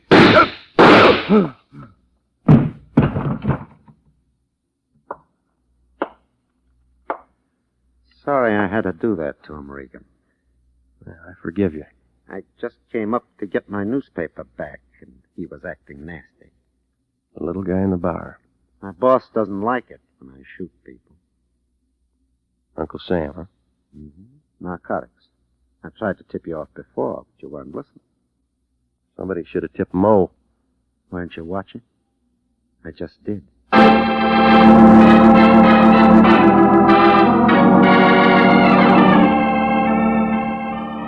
Well, it was all over fast, like a short beer in a cheap saloon.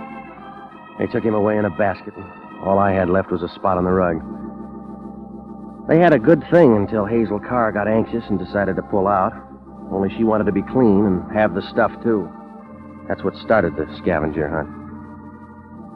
The only thing straight in the whole corkscrew was the part about the daughter needing protection. But I guess she got it back at Princeton. The stuff?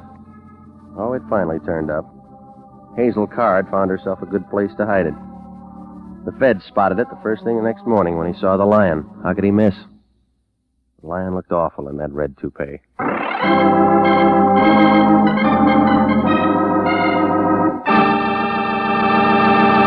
Jack Webb is featured as Jeff Regan with Herb Butterfield as Anthony J. Lyon. It's CBS at the same time next week for more hard-boiled action and mystery with Jeff Regan, Investigator. Written by Larry Roman and Jackson Gillis. Produced by Sterling Tracy. Included in tonight's cast were Mary Lansing, Ken Christie, Sidney Miller, Lorette Philbrandt, and Ed Barrier. 29,000 nurses are needed to join the new Army Nurse Corps Officers Reserve. For the first time in history, qualified nurses have the opportunity of receiving commissions in the regular Army Reserve. These nurses will remain on inactive status, ready to serve their country in time of emergency. 4,000 of them, if they wish, may choose active duty.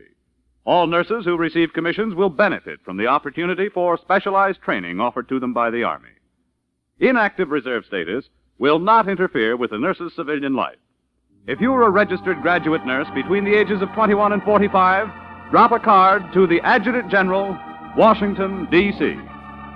Original music for this program is by Milton Charles. Bob Stevenson speaking. This is CBS, the Columbia Broadcasting System.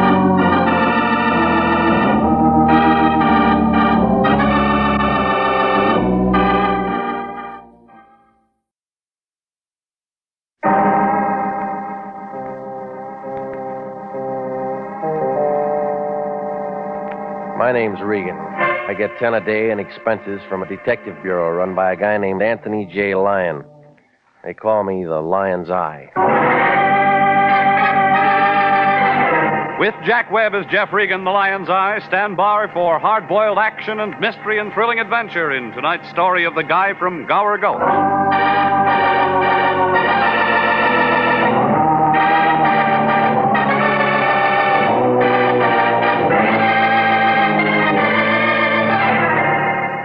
It's a gray building, about the color of moldy bread. It's an apartment house in the middle of Hollywood, and it figures that the guy who built it quit voting when they named the street it sits on, Taft Avenue. My place is furnished with war surplus from the Spanish-American War. Well, it's got a hat rack, and that's where I live, number 308. In back, where you get a view and some fresh air from the alley. One's about as bad as the other. But I got it fixed up kind of nice. Hot plate, coffee pot, an autographed picture of Sally Rand that somebody left there. Only mistake I made was putting in a telephone. It spoils a lot of things. Regan, it's the Lion. Wake up. We got a job. Why don't you sleep at night? Lucky for you, I got insomnia. We'd go broke. Try Ovaltine. What kind of a job? How should I know? Get your clothes on. What are you doing, reading the want ads? I got a note from a client. You mean you got money? $100 is all. Says he'll match it if we run him an errand. Where to? Santa Ana Canyon? He'll tell you. You know, you got morals like a cash register. Can he write his name? Davy Crockett. He's 50 years old. Well, he's a little old for cowboys and Indians, isn't he? That's his name, Davy Crockett.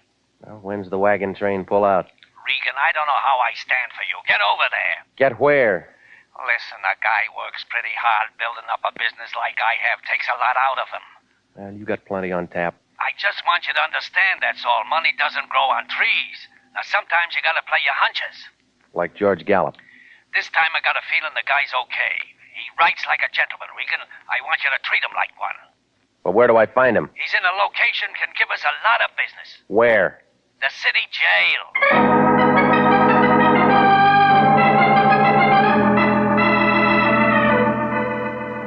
Yeah, that's the Lion. Born under the sign of the dollar. Well, it happened on Monday night, and I found the Lincoln Heights jail looking real tired after a rough weekend. They were putting fresh creosote on the walls in front of the drunk tank, and the guy at the desk looked like he'd burst his radiator if anybody phoned for another reservation. It was about 1 a.m., but after a couple of jokes I know about alligators, Sergeant Gonzalez hauled out a drawer with some cards in it. Under C, he found it. Full name, David Crockett, cell 273, solitary. Gonzalez walked me through a couple of corridors, and then he opened his cell and let me inside. Davy Crockett was there, awake and standing up. He was about 4 feet high, skinny, with a head like a sunburned turnip. He had blue veins roaming all over his nose and a handlebar mustache to hold him up. He looked at me like I was holding the fifth ace. Howdy, stranger. My name's Regan, International Detective Bureau. How do I know? Start anything and I'll set up a racket. Now, I work for the Lion. You called him. Maybe yes, maybe no. You got credentials? Where do you want him? Easy, son. Not talking to an amateur. Flyweight champion, Buenos Aires, 29. Grab yourself a squat, partner. All right. What are you so nervous about? Nothing. Precautious, that's all. All right, look, let's start at the beginning, shall we? What are you locked up for? Fire plug. Got him in the dangest places in this burg? What'd you do, steal it for your dog? No. Parked my landlady's car alongside it while I ran an errand. You don't get jugged for traffic tickets. There were 2 cops. Looked like a posse. I don't like injustice. All right, resisting arrest, is that all? What more do you want? Told you I'm not a man to be trampled with. Taught judo in Tokyo, 34. Well, the Japs still lost the war. Sit still, Regan. You're working. On what? Well, it's just another errand. It's not much. Well, come on, let's pick up the tempo, will you? My bicycle's double parked. Say, you ever get saddle sores on a bicycle? I did once. 8-day race. Yeah, I know. Now, what about this errand? Little package wrapped up in a sweater. In the alley by the ash can. Go on. I calculate I dropped it about 3.5 feet to the left of the big ash can. By accident? Man can't fight with his hands full. I'll get down the address for you here. All right. What's in that sweater you didn't want the cops to see? A polecat. It fits the rest of your story, yeah. Son, there's nothing in the life of Davy Crockett won't stand inspection. When you get the package, check it in at the Union Station. And then what? Save me the stub. You get 100. Save it for bail. You could do this job yourself. Thought I told you, Sonny. I like to be lonesome. So you had him lock you up on purpose. No, I just like it here. You want a reference? Check any of the boys in Gower Gulch. Movie cowboy, huh? Laddie, you're looking at the greatest jockey since Paul Revere. Eddie Sand to Eddie Arcaro. I beat them all. Kentucky Downs, 39. Yeah, sure. Well, a job's a job, Davy, but I got a hot tip where I fit in. Where's that? Trailing the field.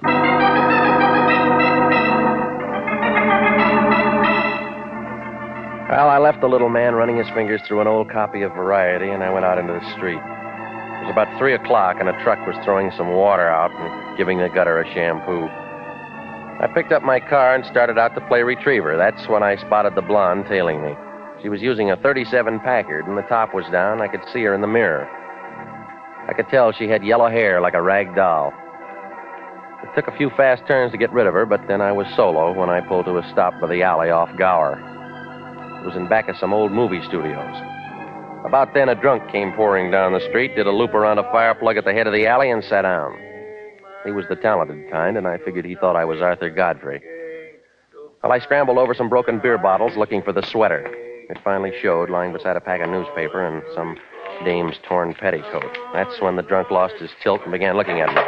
I picked up an old shoe, I wrapped it in a newspaper, and I started out of the alley. The drunk went back to his audition, moving toward me. Marie, the dawn is breaking. Marie, you'll soon be waking. Hiya, friend. Have a drink. That's not my brand. Don't be a mug. A little drink between friends is real nice. We haven't been introduced. My name's Maxwell. What's yours? Slipped my mind. That's the trouble with the whole world. No fellowship. Except for my girl, Marie. You know Marie? No, I don't. Sort of short and plump with a little sinus trouble. It's too bad. Thought you might have met her. Lots of fellowship in that girl. Every time you look, another fella. All right, move it, buddy. Now, you don't want to get by me, friends. You want to stand right there and have a little drink.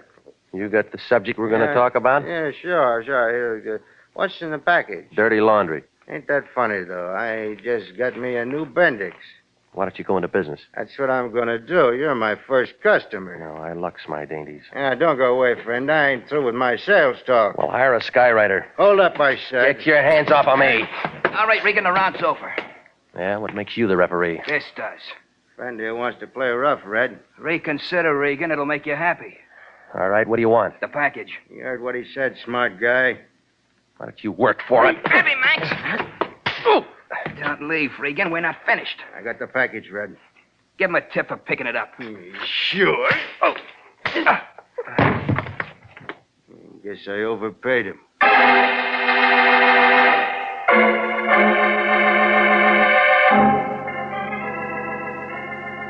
Well, it was easy to see it was their play. I had about as much chance as a midget in a basketball game. The muscles ambled off with the package that they took from me, and I crawled back for that sweater. It was still there, wrapped around something hard and round. And when I ripped it off, a shine caught my eyes. It was a metal can of movie film, and the word Peru was marked on it. Not much for all the hush-hush, but it must have had a story. Well, I looked up a friend of mine who owned a camera shop, and I made a commotion with a $5 bill. That shook the sand out of him, and he rented me a projector with sound. The Lyons house was the next stop. We threw up a sheet on the wall and turned on the film. That completed the night.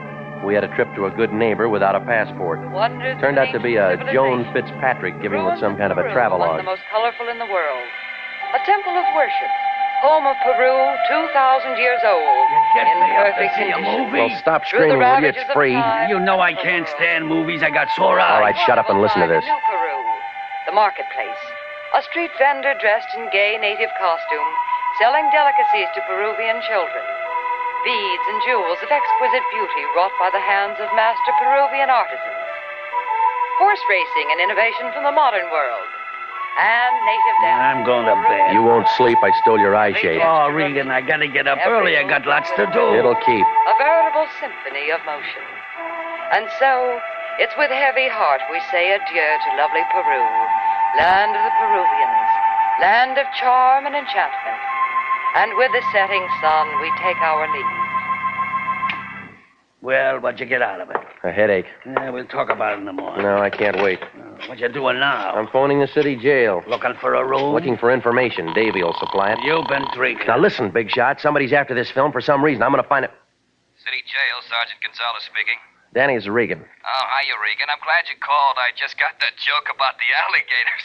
Yeah, well, do me a favor, will you? Sure, pal, sure. Say, I told it to the lieutenant. He's still laughing. You know, it may earn me a promotion, pal. Let me talk to Davy Crockett. Oh, I can't do that, Regan. Well, you can say I'm his lawyer. Well, it's not that, pal. He's not here anymore. What do you mean? Some guy bailed him out 20 minutes ago. When I was telling the lieutenant the joke, this guy in the briefcase comes in, slaps down the bail. Out walks your friend. Well, he said he liked it there. Davey must have changed his mind. Where'd he go? Not very far. Just over to the morgue.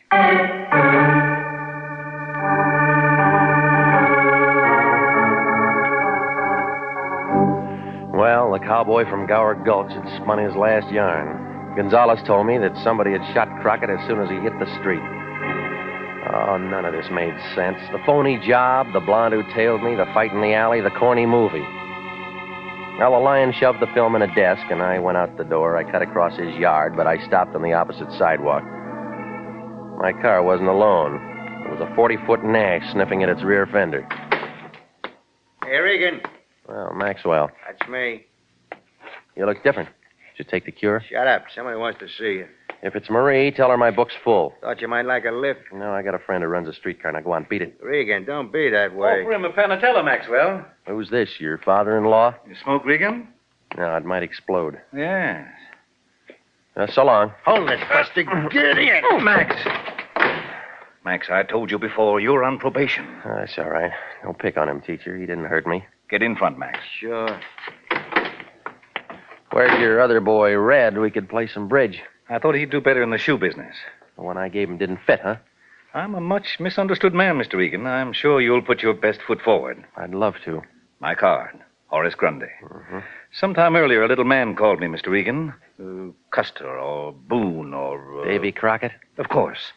I want you to understand I get many such calls. Party line. It's a private number, but the salesmen bother me anyway. Well, it's tough to be popular. Davy tell you what he was selling? No. Well, he didn't tell me either. Have it your own way. When I told him I'd meet him, he said he'd arranged to get out of jail. He said all he wanted was a job. And he got one. Yes, only there's no future to it. I wouldn't want anything like that happening to you, Mr. Regan. I'll renew my insurance. Oh, no, you'll come with me. It's more friendly. Suppose I don't like to talk. You won't have to, if everything goes all right. Well, it's your taxi. And you're paying the fare. All right, Maxwell. Cloverfield.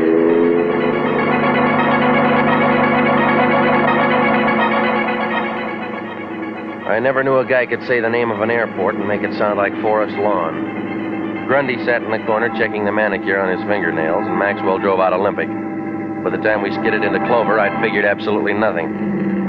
It was still only 4 a.m., but there was a string of cars parked in the lot. I spotted a 37 Packard Roadster, but I was too busy getting rushed up onto the field to look for the blonde. Besides, the faster we ran, the more excited Grundy got. And then we rounded the hangar, and the reporters hit us. Say, Louis B's pretty sore, huh? No, Louis B. and I are friends. Just his plugs are burned. Let us through, boys. Hey, wait a second. This Julio who's traveling on the plane. They say he wants $250,000. You going to pay him today? After I see a workout. Come on, Regan, let's go.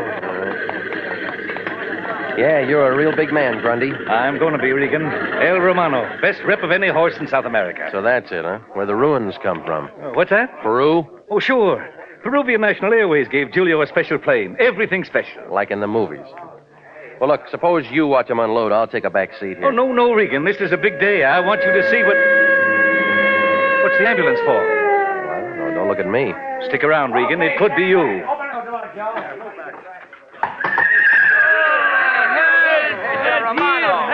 Hey, got that stretcher over there. Oh, he kicked me, hit me, kicked me. It's Julio. That the guy who owns him? Must be. I tried to hold him. The halter break. Oh, my rib. Take it easy, boy. We got you. What happened? Bounce. The landing, she is rough. That is all. Where is the doctor? You're going to the hospital. Lie down. I'm broken in 6 places. Lift up the stretcher. Come on, boys. Hurry it up. Oh, he kicked me. Move fast, boys. Yes, hot. Hey, Mr. Grundy! Mr. Grundy, the horse! The guy by the plane started to yell just about the time they took Julio toward the rear of the ambulance. Grundy took a dive for the cargo door, and so did everybody else. Then I had to stand there while 6 feet of Big Shot cigar turned into a crybaby. Look, Regan. Look at the horse's leg. He's kicked himself. Okay, so he's clumsy. But he might not run again. He was going to be mine, Regan. That's too bad. Call a vet. I have already paid 50,000 retainer on the horse, Regan. I'll send you a lawyer. I got an idea you're connected with this. Oh, dry up, Buster. It's an accident. Yeah? I got an idea there's going to be another accident. Yeah, Grundy. Maybe you're right. Go! Hey, stop him! I didn't wait to see if he went down. Maxwell swung, but I took off through the crowd. It figured that Cloverfield wasn't for me, and I wasn't going to stick around for the daisy. And then I spotted a ride, the rear end of Julio's ambulance. I made it just as the buggy started to move. I pulled the door shut and tried not to step on that stretcher inside. I shouldn't even have bothered that. The stretcher was empty. The only patient was me.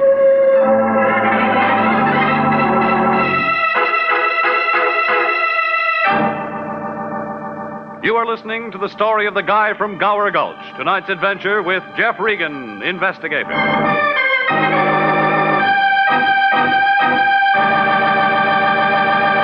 Commissions are still available in the Army Nurse Corps Reserve.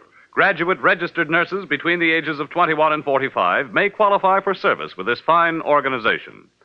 If you are interested in joining the Army Nurse Corps and believe that you qualify for a commission, apply to the Adjutant General, Washington, D.C. And now back to Jeff Regan, investigator, and the story of the guy from Gower Gulch.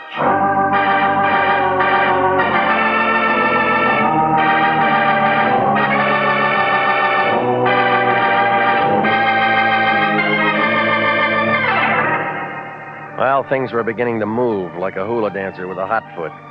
Davy Crockett sent me out to pick up a roll of movie film. A Joan Fitzpatrick travelogue on beautiful Peru. There was something in it that was hot, but Crockett got himself plugged before he could say what it was. There were shots of a horse race in Peru. And when a big buster named Grundy turns up buying a nag from a Peruvian breeder, I figured a connection. So did Grundy. When the horse got hurt and Julio did a disappearing act with his money, everybody looked at me. That's when I took the shortest way to Hollywood in an ambulance, got my car, and made it for home. Only parked up the street from my apartment was that same 37 Packard Roadster I'd been dodging all evening. The blonde wasn't in it. She was sitting in my place looking real hopeful. Good evening. You keep late hours, Mr. Regan. That's the kind of friends I've got. Perhaps you ought to change them. I'll stick it out. What do you want? A little chance to talk to you. It'll keep till morning. Oh, but Mr. Regan, I've been waiting so long, you've got to talk to me now. Why? I'm Davy Crockett's wife. You've got something that belongs to me. I don't see any wedding ring. I don't wear one. Scare off the other boys? That's not a very nice remark, Mr. Regan. No, but you'll let it go. Only because it's not important. Oh, stop it. You're not Davy's wife. If the little guy had anybody he could trust, he wouldn't have had to call in the lion. All right, Mr. Regan. I lied. Now, let's have it, lady. What are you after? The roll of film. That figures. It's mine. Convince me. Mr. Regan, you're becoming very annoying. Well, why don't you call the police? But I tell you, it is mine. Let's see the pink slip. And so it is with heavy heart we bid adieu That's to... enough. Yeah. I thought I knew that voice. Davy stole the roll from my library. Now may I have it back? Homicide will turn it over to you when they're ready. I can't wait. Well, what makes it so valuable? I'm not sure. Then how do you know it is? Because I'm not stupid, Mr. Regan. Somebody goes to a lot of trouble to break into my film library. But he only steals one roll of film. Go on. I put the police on Davy, follow them to the jail. So you go after the film. That adds up to pretty important business. Did you push those holes in Davy? Of course not. Now, you're going to get a chance to prove that when Homicide starts speaking in your cupboard. About the film, I'll buy it from you. No sale. There's the door, lady. Use it. I threw the light switch and grabbed for the floor. When the noise stopped, I looked up. My landlady was going to be mad. The shots plowed a few holes into her flower pot. The blonde turned a couple of different colors and decided she could find safer company. She left with a fire escape without even goodbye.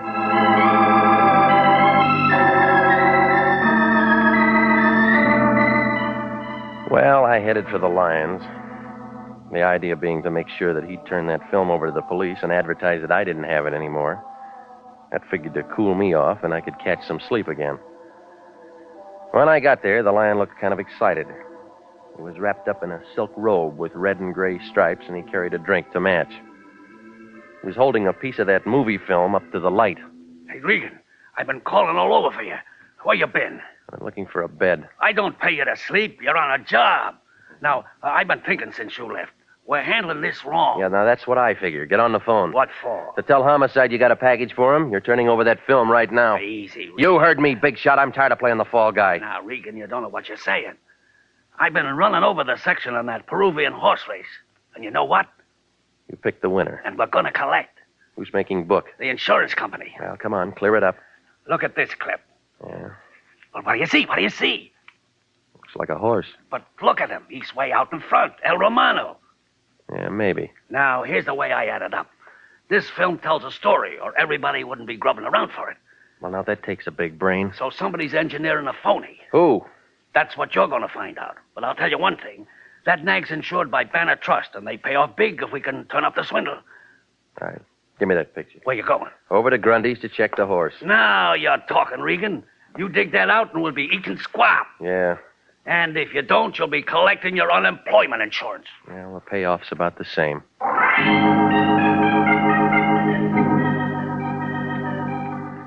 I didn't like it any better than a fan dancer likes a wind tunnel. I'd already seen enough of Grundy and his boys for one night, but when the lion gets an idea, he's like a hangman with a new rope. So I went out to test it. I found Horace Grundy's place. It was a bright new house in the San Fernando Valley. There was some fancy fence in back, and a stable looked like the paint was still wet where it said El Romano. A trailer was parked on the road with a truck from the veterinarians. When Grundy opened the front door, he looked like he'd been sitting a 3-day wake, but without any beer. Hello, Regan. Well, what's the verdict? It's bad, Regan. Bad. Tendons torn. Never run. Never. Yeah, you said that. I can't believe it. Uh-huh. I knew somebody else liked animals. A guy from Gower Gulch. Decided to talk? Maybe. If you keep your hands in the audience. What else did Crockett say? Now you got him on the wheel. All right, you drive. That's better. Do you know the horse is insured? Not by me, it isn't. You don't own it. You just paid a deposit. Sure, 50 G's. You got it back yet? There's plenty of time. Julio's in the hospital. Oh? Well, now, if it wasn't for the accident, you would have coughed up another $200,000. Yes. No. Oh, what difference does it make? The whole deal's a bust now. What if that horse is a phony? Say some more, Regan. I don't know much more. Davy Crockett was a movie fan. You're doing fine. You had pictures? I wouldn't advertise them, but there's a shot of a horse winning a race. Take a look here. Give me that. All right, it's economy size. You're going to ruin your eyesight. I got a magnifying glass for my income tax. Well, let's get a light behind it. Now, what do you see? Horse. Right, you get a star. 4 white feet. I can do that well myself. Listen, Regan. Horse in the stable's got 3. That does it. My boss gets promoted. Come on. Come on outside. I'll show you. I'll take your word for it. Let go of me. I got my information. Maxwell, where are you? I told you, don't whistle the bulldogs. You're in it now, Regan. You're on my side. All right, drop your blood pressure. There's a handkerchief on the play. Hey, wait. Hello. I look for somebody. Good morning. Pan America. Si. I'm Julio. Is Mr. Grundy? Well, it's the guy with his mouth open there. How do you do? I'm so glad to meet in Choget.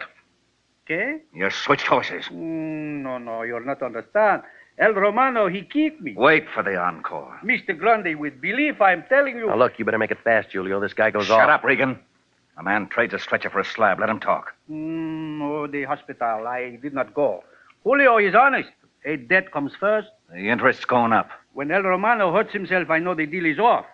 I know I must see the consul, so we cash the check. What? Here we are. 10,000, 20, 30, 40, 50. Your down payment is up. Now we are one big happy United Nations, no?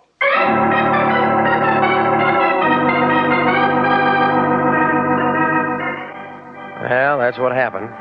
Now there were 2 guys with their mouths open. By the time we got them closed, the little gent from Peru had waddled off someplace, and Grundy folded his money and started to laugh. He was happy, and at least I had what I came for. Figured I could dump the whole plate of spaghetti on the lion. The lead horse in the travelogue was a different nag from the one in the stable.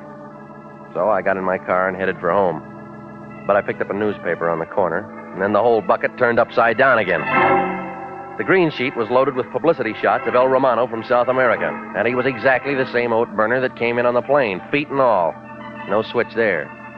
Well, if there was something phony in this act, it was that winner in that Fitzpatrick film. Well, for a minute I felt like a test pilot in a yo-yo factory, and then the string broke. I took a fast run to the Lions and one more look at those movies. I had it. The case was beginning to wind. 10 minutes later, I was back on Gower Gulch. Yes? Who is it? Regan, you alone? Don't be insulting. I'll open the door. What's the matter? You're slow. What do you want? Ask me in. No. Ask me in. Regan, look out! Be careful, Regan. I have a gun. Well, Julio. Yes, Julio. What are you doing here? Well, I told you. I know. Back at my place, you were aiming at her, not me. She's been to Peru. She has the films. You knew that. You whistle like I know it. I go to the movies like everybody else. I keep my eyes on the winner. After Hollywood Park, I should have known better. Yeah, there are lots of races. El Romano was a dud. He came in last. 60 lengths with Davy Crockett digging in the spurs. You gave the nag a build-up, phony publicity to sucker an insurance company. $250,000, I was over. Can it? You could have never closed a sale without Grundy watching a workout. That would have been a slow boat to China. You want to be a sailor, too? Oh, stop being tough, will you? You wore yourself out when you kicked up El Romano in that plane. It looked good. Not to me or Joan. Look out, Regan. You're asking for a daily double. Well, I'm going to take it across the board. Give me that gun. Leave me Drop alone. it. No, you're breaking my arm. That's the idea. I'll kick you in the stomach. You better go back to his stretcher. Well, Yeah. my, you can be useful. Well, when I'm working. What about after hours? I'm not bad, you know. No, I never noticed. Look again. No, I'm all through with the ponies. Want to bet? Davy Crockett told me to play my hunches. Here I am. Yeah, but you're a loser. What do you mean? You threw those holes into Davy. It was Julio. Oh, you're trying real hard, but he was on the plane. What do I do now? Well, you might bid a fond-adieu to Gower Gulch. That's not funny, Regan. I know it. But you ran out of film.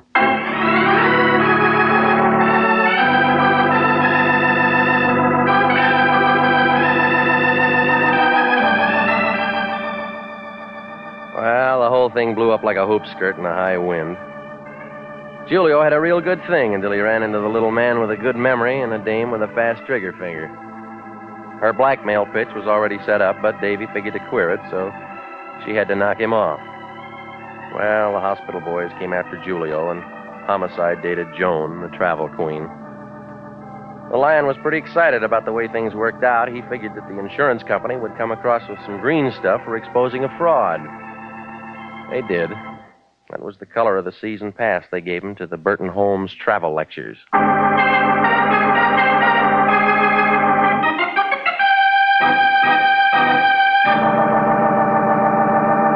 Jack Webb is featured as Jeff Regan with Herb Butterfield as Anthony J. Lyon. It's CBS at the same time next week for more hard-boiled action and mystery with Jeff Regan, investigator. Written by Larry Roman and Jackson Gillis, produced by Sterling Tracy. Included in tonight's cast were Leo Clary, Clayton Post, Yvonne Patey, Ed Begley, and Herb Ellis.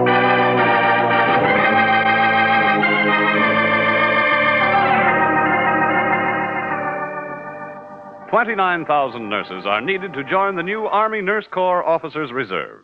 For the first time in history, qualified nurses have the opportunity of receiving commissions in the regular Army Reserve. These nurses will remain on inactive status, ready to serve their country in time of emergency. 4,000 of them, if they wish, may choose active duty. All nurses who receive commissions will benefit from the opportunity for specialized training offered to them by the Army.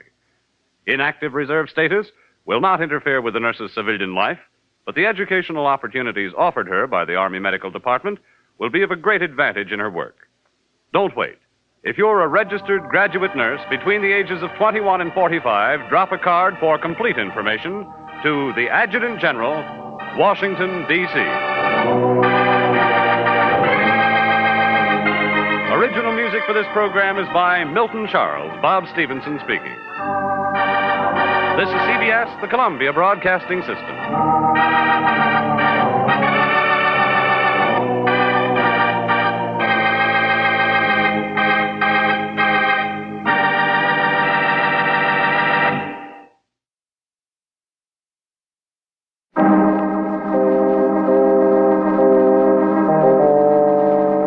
My name's Regan. I get 10 a day and expenses from a detective bureau run by a guy named Anthony J. Lyon.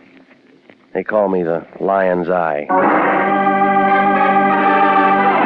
With Jack Webb as Jeff Regan, the Lion's Eye, stand by for hard-boiled action and mystery and thrilling adventure in tonight's story of the Pilgrim's Progress.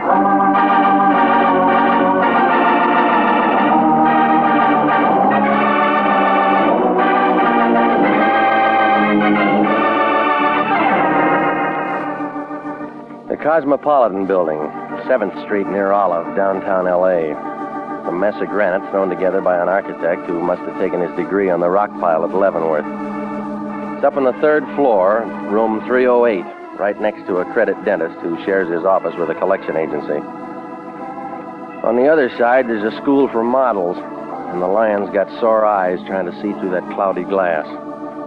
International Detective Bureau, Anthony J. Lyon, president. He's also vice president, secretary, treasurer. I work for him. Well, the office isn't much, but there's enough elbow room for a client to write a check. I went to the office Friday night, about 5:20, answering the Lion's call. He was sitting behind the desk, sucking on a quarter cigar. He looked real pleased, like a fat lady locked in a cream puff factory. Man I know had a baby. Plumber named Broman or Groman or something like that. Mazel tov. Cancel any arrangements you got for the night. I got something for you to do. Got your car? It's in the lot. Gas it up. You're taking a trip. Where to?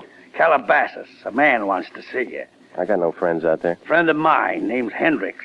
He counts his money with an adding machine, and his finger's always swollen. What's the problem? I don't know. He didn't say. He just called and told me to send out a man. How much did he give you for a retainer?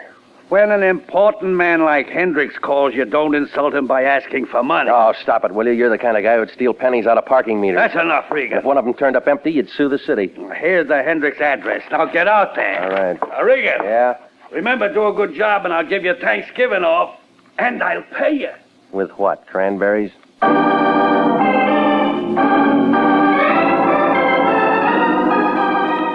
Well, I headed out Beverly and then up through Hollywood.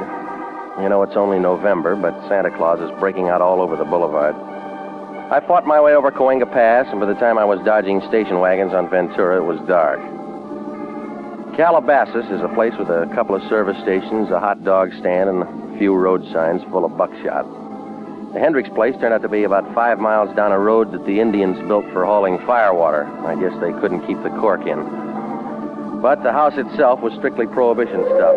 A big pile of slate roof and leaded windows. It looked dark and lonesome.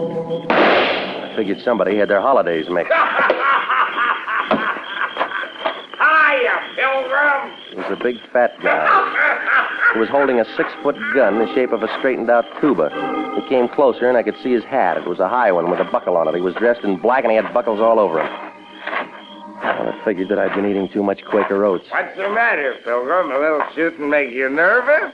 That's a big gun there. Shoots musket balls. Good for Indians.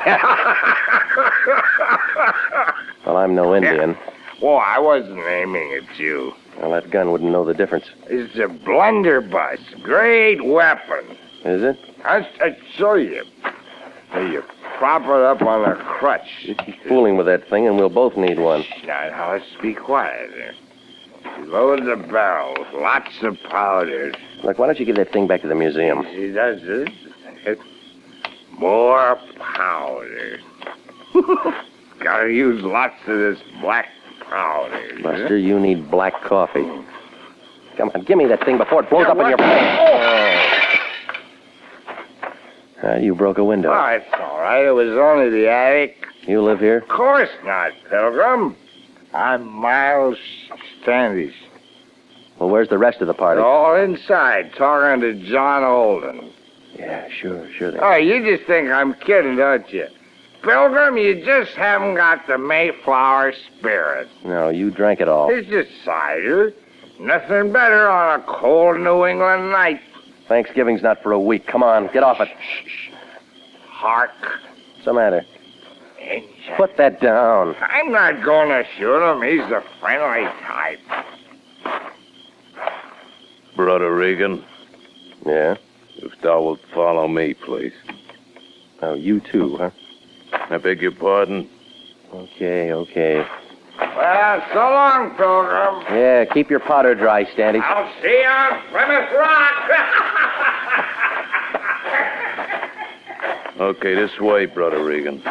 Now, look, Sunshine, you work here. My name is Phelps. Why don't you lock that guy up? I'd be outnumbered, sir. 21, Pilgrim. Bad winter. They make you wear those corduroy knickers? Knee breeches, sir. It was Priscilla's idea. You need a union. Need more shapely legs. Through here. Well, it's quite a place you got. Well, looks better without the decorations, sir. Yeah. How do you keep from stepping on these pumpkins? It's only when they use them for bowling that it's difficult. Come on, fill me in. What's this all about? Thanksgiving, sir. 1621. Okay, this room here, sir. Go right in. Okay. Shut the door. Shut it. Mr. Hendricks around? He's not here. Come over, sit down. Who are you, Priscilla? Don't. Please don't say another word of that silly rigmarole or I'll start screaming. Yeah, well, I could use a little yell myself. I'm Agnes. I'm Mrs. Hendricks. Or Agnes. It doesn't make any difference. Does to my friends. Didn't I say sit down? Yes, you did, and I didn't. So you don't like the party, huh? I'm not much of a Puritan, Mr. Regan. Well, that Great Dane says the masquerade was your idea. Oh, Phelps is stupid. This goes on all weekend, Mr. Regan. It's called a turkey shoot. Oh, so that's it. Who gets the bird? The Pilgrim Fathers, my husband's friends. They ought to be shot, every one of them. Yeah, well, I'm not from the SPCA. Oh, wait a minute, Mr. Regan. I like you. That's not the point. I won't bore you. Your husband might. Him. He's crazy, Mr. Regan. Crazy as the things he does. Shooting, drinking, spending money. It's a hard life. I don't know how I stood it for as long as I have. My lawyer says I'm the most patient woman in the world. Yeah. Well, thanks for the conversation, Miss Hendricks. Why did my husband send for you? I don't know. Yes, you do. You do know. Tell me. I don't know. Please. You don't realize what kind of a man my husband can be. I never met him. You don't know how much I need help. How lonely I am. Well, where is he? I'll tell you if you promise to come back to me. No, I'll write you a letter. He's out in the shed, other side of the patio. Thanks. I wouldn't act this way if I weren't so frightened. You don't know what it is to be frightened all the time. No, but I'm learning. I wish you'd stick around, Mr. Regan. Well, thanks, Mrs. Hendricks, but the pin feathers are a little sharp.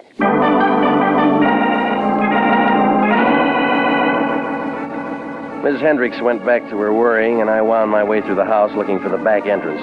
My legs got tired before it finally showed on the other side of the pantry. It poured out into a flagstone patio as big as the Palladium.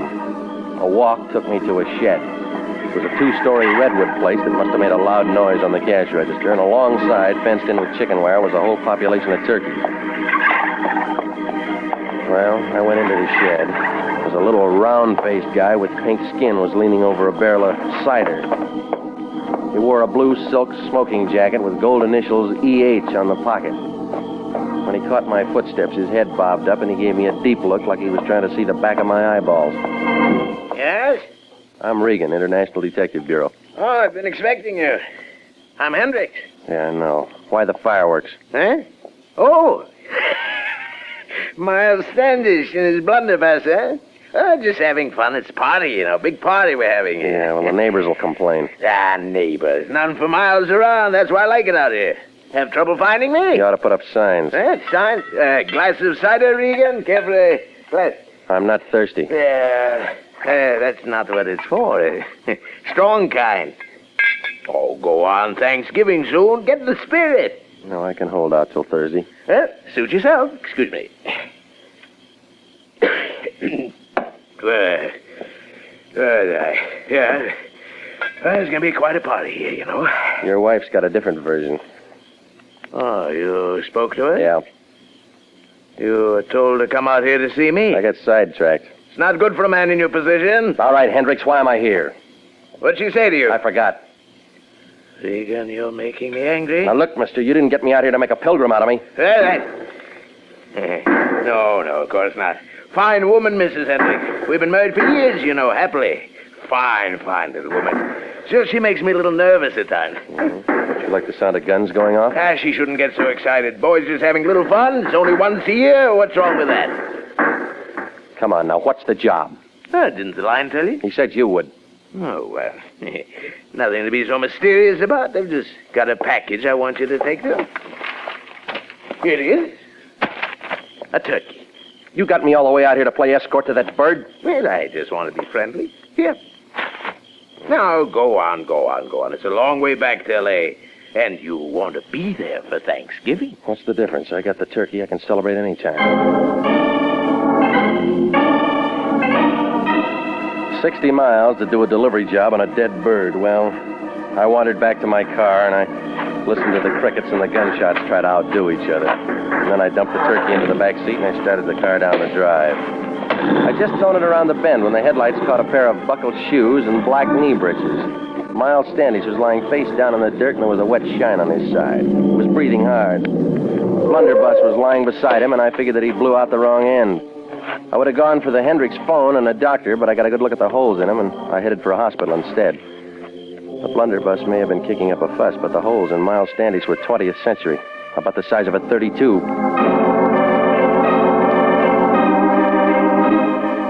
Well, I turned him over to an emergency hospital, and I put a call into the sheriff's office. I gave the story to Lieutenant Robinson, and then I headed back toward town.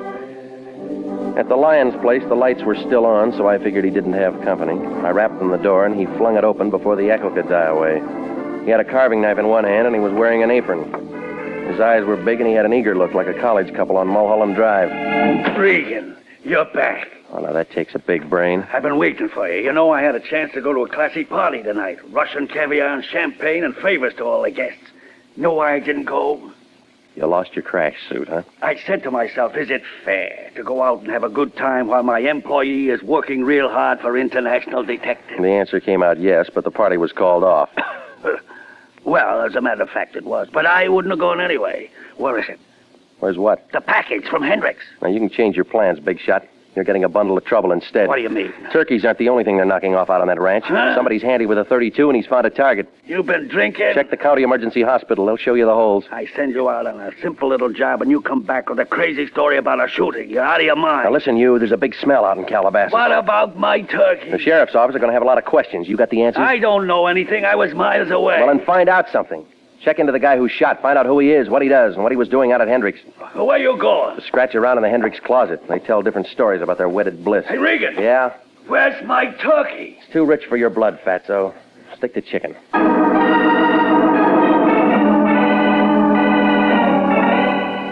Well, I left him standing there with his apron hanging out. Miles Standish might get enough wind through that extra hole to say who shot him, but more likely not.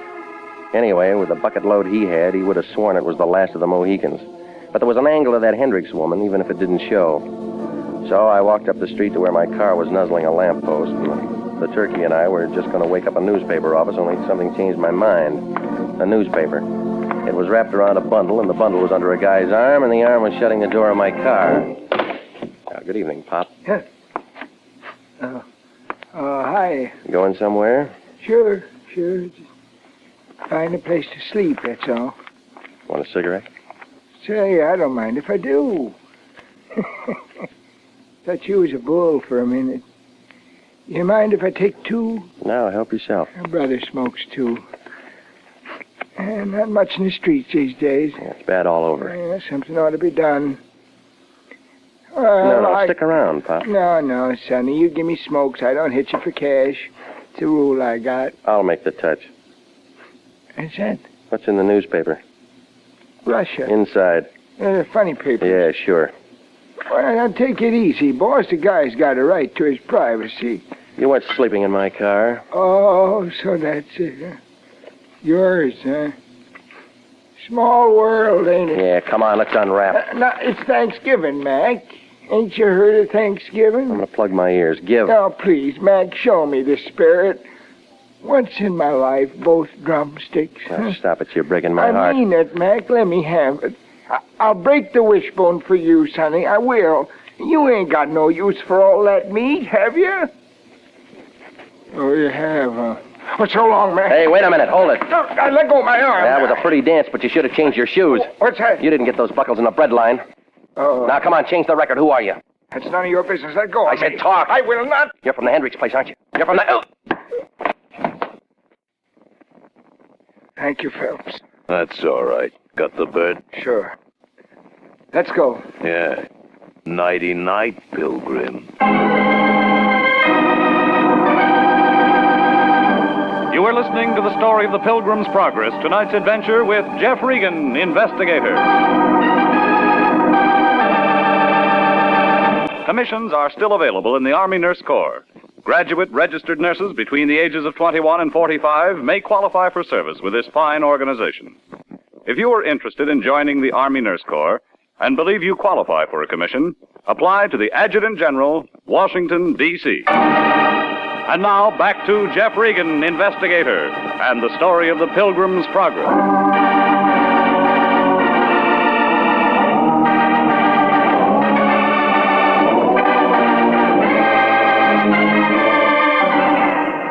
Well, none of it made sense. The Lion sent me out to pick up a turkey on the Hendricks Ranch in Calabasas, and the Mr. and Mrs. were having an old-fashioned turkey shoot, and all the guests carried blunderbusses and dressed like pilgrims.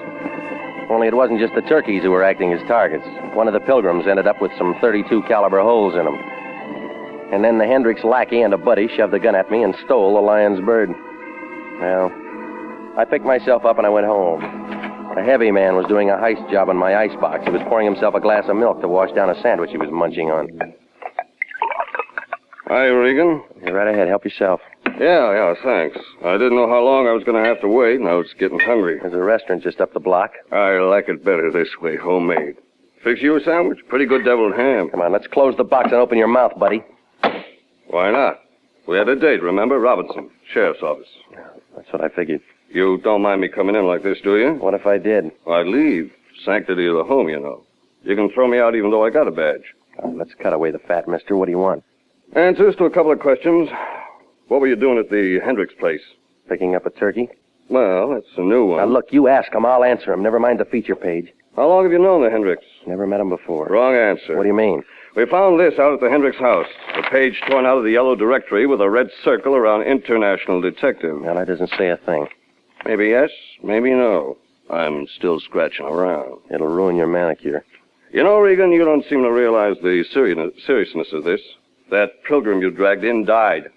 Well, I figured. We don't like unsolved murders messing up our record books. Well, then you're wasting your time here. I got lots of it. I don't come up for pension for 12 more years. What was that pilgrim's name? Well, he gave me Miles Standish. Sounds like a fake. Well, don't count on it. I once knew a John Smith. Give me the real name. I don't have it. All right. He's an out-of-town boy, but we'll track him down. Now, straighten out something for me, Regan. How long did you say you knew the Hendricks? Now, look, I gave this to you once. Nothing's changed. How come we find a $5,000 check in that joker's pocket made out to cash and signed by Hendricks?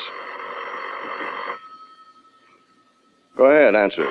Just don't make a date. You may not be available.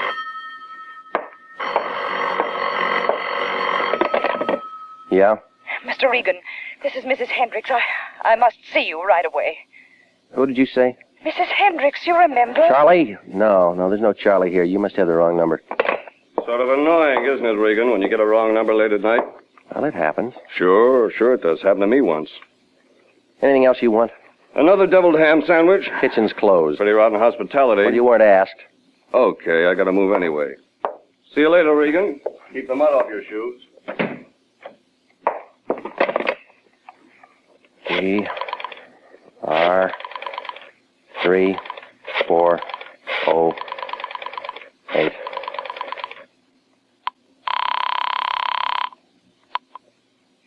Hello? Mrs. Hendricks, this is Regan. I just called you. Well, I couldn't talk. What do you want? Can you come out, Mr. Regan? Right away. You're still lonely?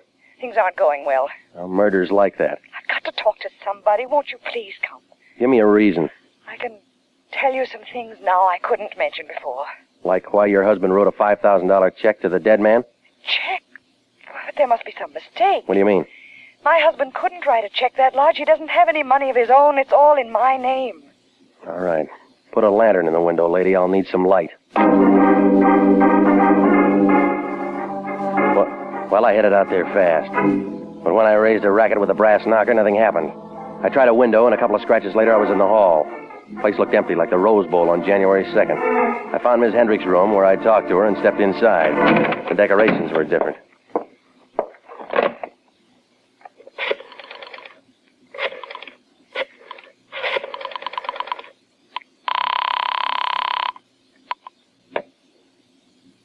Sheriff's Office. Robinson. This is Regan. I got something for you. It better be good. You're going into overtime. What do you mean? Bring some boys out to the Hendricks place with a wet rag. Somebody blew out Mr. Hendricks' fuse. Well, I backed out of the room, and I made it for the bar trying to turn up a bottle. In the corner, something else turned up instead. Another dead body. The turkey Phelps and his buddy had stolen from me. Somebody real eager had done a carving job on it before it was even cooked. They'd torn it apart like they were looking for something. Well, it was morning before the sheriff's boys cleaned up the Hendricks mess and we got back to town. Robinson had a few more questions, but I was still short on the answers. Ballistics had one, though. Same gun did the job on both Miles Standish and Hendricks. That's all. Homicide was getting places in a hurry, like a snail hauling a piano. Well, the lion was waiting for me outside the sheriff's office, and he pulled me to the side. His eyes were lit up like a pinball machine, and you could tell he'd caught the scent of a greenback. They treat you okay, Regan? Good enough. No rough stuff? Well, nothing that shows, no. Regan, we're in luck. I've been turning up things. We've been playing the wrong horse. Well, that figures you're good at picking losers. Hendricks is a piker, a social climber. He's a dead one. I'll send him flowers, but I'm telling you, he could only write checks for 5 G's. With a big bounce. Somebody else in this thing can write bigger ones. Well, let me guess who. Mrs. Hendricks, that's who. Oh, I tell you, Regan, it pays to keep up your connections. How high can she go? The sky's below sea level. What else you got? Standish is a phony moniker. That's grammar school. Real name Jeffrey Kelly, age 42. He's a wholesale jeweler. He had a little business with Mrs. H. $250,000 worth. That's going to run up his taxes. He can handle it.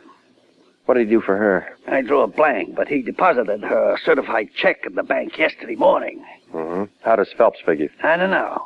Well, who's the little man in the big overcoat? I can't do everything. You gotta do some work, too. Yeah, sure. Now, find Mrs. Hendricks. Offer her the services of international detective at our usual nominal rate, but don't underplay it. Now, get busy. Where are you going? Home to bed. A man's gotta get some sleep. Well, the time was ticking out, but the game wasn't over yet. I figured to have a fast finish, and the Lion had a pretty good idea about catching some shut-eye. So I moved for the office and to stretch out on the couch. But through the glass, I could see there was a light on. Company was inside. Crestview 2045. Phelps, no luck. I looked all over. I told you, I tore the place apart. Nothing's here. I'm trying my best. Stop harping. Oh, well, it must be someplace else. Okay, right away. Leave a nickel, Buster. Huh? Oh, Regan. You looking for something? You, Pilgrim. What else? Plymouth Rock. Come on, punk, level it. All right, coax me. All right, Nick, 'cause you've been crying for this. Now, flatten out. Well, it felt good to watch the big guy fall. He folded in like a steeple in an earthquake. When his head bounced on the Lion's carpet, it figured he was due for a long sleep, so I went through his pockets. Ticket stubs from the prize fights, the gun, and a pocket knife I dumped into the safe. There was a pass to the Dons game on November 25th. He must have swiped that from his boss, so I filed that in the Lion's desk for future reference. But this guy Phelps had taken orders from somebody besides Hendricks. I just heard him do it on the phone. So when I turned up an old envelope with 832 North Palm scratched in the back, I crossed my fingers. He'd been calling a Crestview number, and the phone book said that I had a lead. North Palm was in the Crestview Exchange area. So I called for the cops to sweep up Brother Phelps, and I climbed back onto my broomstick. I drove out through Beverly Hills. I wound up in front of a big Spanish house with potted $10 bills on the driveway. There was a new Nash sticking out of the garage, and I walked around to take a look. But honest John had beat me to it. Who's there? Now stick around. I want to talk to you. Stand back. Stand back. You like cars, don't you? Maybe you want a hot rod. No, you don't. Get away from me. Hey. Well, it was the little turkey fan that I'd last seen in an overcoat. Phelps' buddy. He took out of there like a cow in deer season, so I let him go. No license. Well, I took a look around the car he'd been sniffing, but nothing showed except the registration. It said Mrs. Agnes Hendricks. I went to the house and rang the doorbell, and she answered. Oh, what's you? Mr. Regan. All right, I'll ask myself in. Yes, come in. Who are you expecting, John Alden? No, I'm glad to see you. You know, I don't like girls who break dates. Oh, that. Yeah, that's one thing. I couldn't help it. I couldn't wait for you to come all the way to Calabasas. You got impatient on account of a body in the house. You saw him? Yeah, after I tripped over him in your room. I didn't do it. Did I say you did? You've got to believe me. Relax. I look like a jury. You got multiple vision. Oh, Mr. Regan, I was so frightened. I didn't know which way to turn. We've been through all that woman driver routine. You don't like your husband. You wanted to get rid of him. But only in Reno. All right, now let's get back to page 1. You gave 250 G's to a jeweler named Kelly. You bought a rock. What? A rock, Plymouth Rock. It's a diamond. It's got to be. Well, why'd you do it? Who'd you buy it for? Myself. My lawyer said I should get it for myself, that's all. He likes you pretty, huh? No, it was a community property thing. He said I could keep my husband from knowing how much money I had when he asked for a divorce settlement. Only hubby got wind of the deal. I guess so. You're making sense. Only why did he write a check to Kelly? Well, it was a small one. It must have been for a paste imitation, don't you think? It's not my business. Keep dealing. I mean, maybe he planned on switching them and getting my real one. Yeah, that's been done. But he actually did it. Because all through this, there's been a diamond in the place where I always keep it. All right, you got a strong boy, Phelps. Had him out looking for the real diamond. What? And the other guy, the old man, was out in the garage. No. Phelps tore up my office, phoned here to you. Mr. Regan, Now, look, please. there's been 2 guys killed. Mr. Regan... Good evening, Pilgrim. Where's your overcoat? Stand still, please. Yeah, my foot's in a crack. Mr. Regan, this is John Allman. Oh, can it, will you? I've seen him act one part already. That's true. Mine is the only name that's real. This is my house, Mr. Regan. Lawyer? Yes, I came here to see him, Mr. Regan. I just got here before you did. Be quiet, Agnes. Well, I got it all now. You won't keep it. Phelps took his orders from you. It's a waste of testimony. You started this. Spotted the gem switch. Figured to cash in. You're losing your chips. Shut up, will you? I got aces. Hendricks outfoxed you. You never found the real diamond. 5 in the hand draws blood. Mr. Alden, don't... Now, you keep out of this, Agnes. She's not in it. You are. That's all, Regan. All right, come on. Drop it. Drop it. Go with that.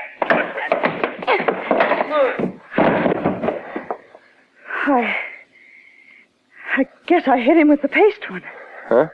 Look, the diamond, it broke. Yeah. It was just luck. I have the other one, too. I thought Alden was honest. I came to tell him I found it in my husband's cider. Well, that tears it. Come on, Priscilla. That docks the Mayflower.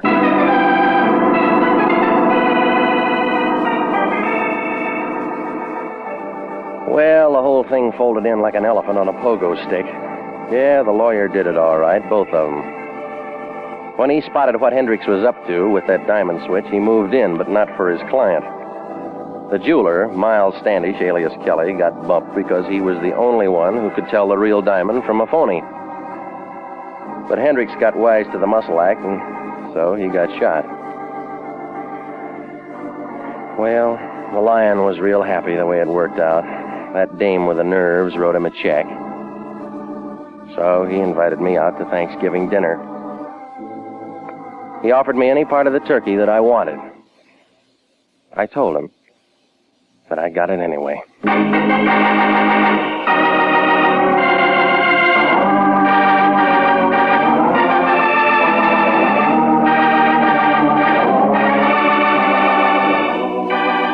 Jack Webb is featured as Jeff Regan with Herb Butterfield as Anthony J. Lyon. It's CBS at the same time next week for more hard-boiled action and mystery with Jeff Regan, investigator. Written by Larry Roman and Jackson Gillis, produced by Sterling Tracy. Featured in tonight's story were Mary Lansing, Marvin Miller, Paul Frees, and Paul DeBove. Original music for this program is by Milton Charles. Bob Stevenson speaking. This is CBS, the Columbia Broadcasting System.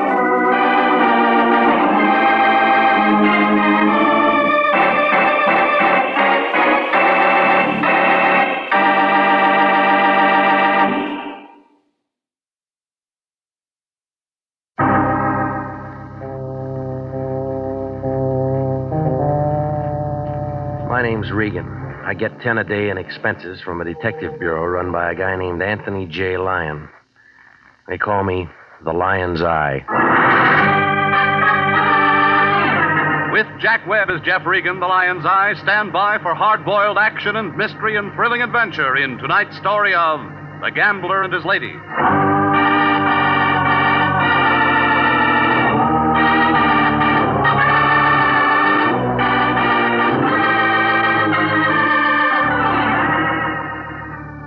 You find it in Hollywood, on Taft Avenue. 4-story apartment building, the color of a rainy afternoon. They call it the Havenwood. It sags in the middle like a tired frankfurter. That's where I live. Apartment 3K. 2 rooms with a pull-down bed and a pair of windows that stick when it's hot. Oh, the view isn't much. 6 strands of telephone wire and the head of a shaved-off palm tree. Beyond is the city, L.A., spread out on the map like a raw egg with a broken yolk. Oh, the town's all right, I guess, if you can afford the sedatives. The Lion likes it. He set himself up as a receiving clerk for trouble, and I work for him. It was about 11:15 Tuesday night when my phone began making itself felt. Turned out to be the Lion breathing hard. It figured he was running his fingers over a greenback. Regan, want to hear the sound of a brand new $50 bill? Send me a record. What's the matter? You sound like you're flat on your back. How do you sleep? Who's sleeping? I'm working, and that's what you're going to be doing. Try me tomorrow. Throw on some clothes. You're going down to Venice Boulevard to see a lady. She's got daughter trouble. Well, marry her off. She didn't pay us $50 for that. The problem goes deeper. How much? She'll tell you. I want it from you. I don't know it all for sure. Don't you ever check into things? I do the general work. You get the details. Yeah, you drag a wet rag over the 50, and if the ink stays on, we got a client. That's insulting. How would you know?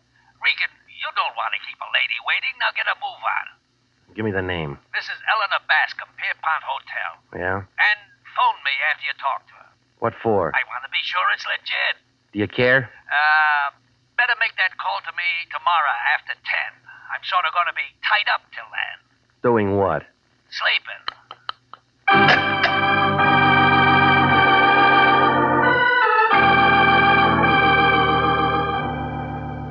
Well, I put on some clothes, picked up my car, and moved out to Venice Boulevard.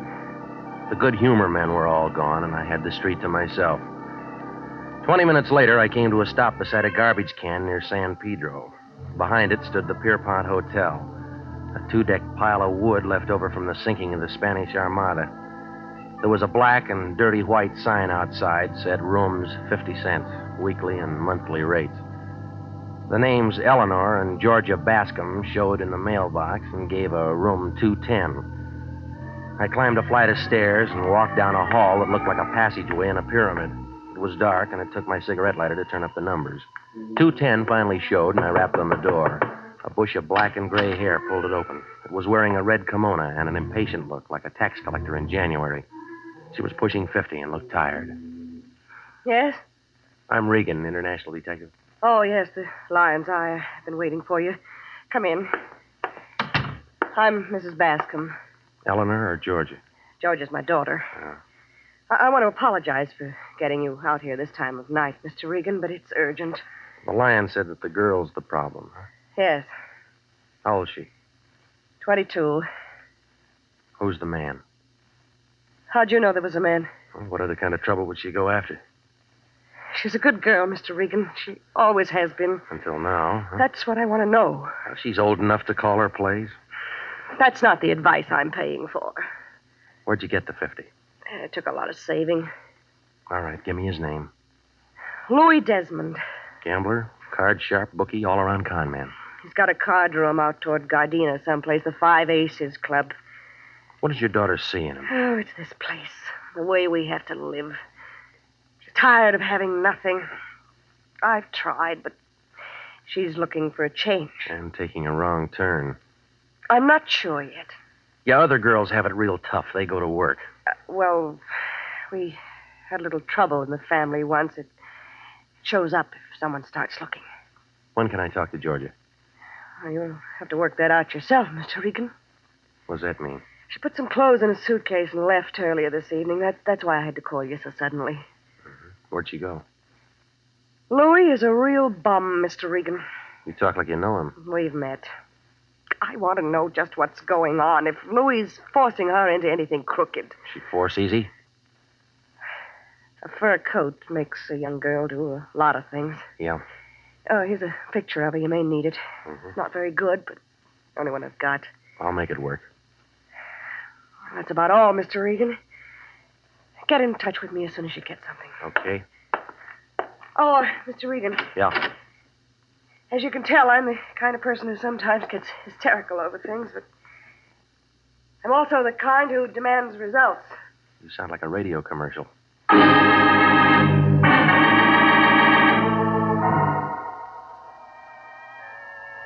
It was after midnight when I followed the fog out Vermont toward Gardena. The yellow lights were pressing, but they were doing about as much good as a pint of bourbon at a Shriners convention. I wound around the flatland for a while before the Five Aces Club turned up by a bend in the road. It looked like a blue wart with a neon sign. There was a front door and a back one, and a couple of pairs of shoulders standing at each. A little guy in a pinstriped gray was figuring the size of the wallets going in. Louis Desmond's office showed at the top of the stairway, and I moved for it. But a muscle looking down on 6 feet was playing frontman.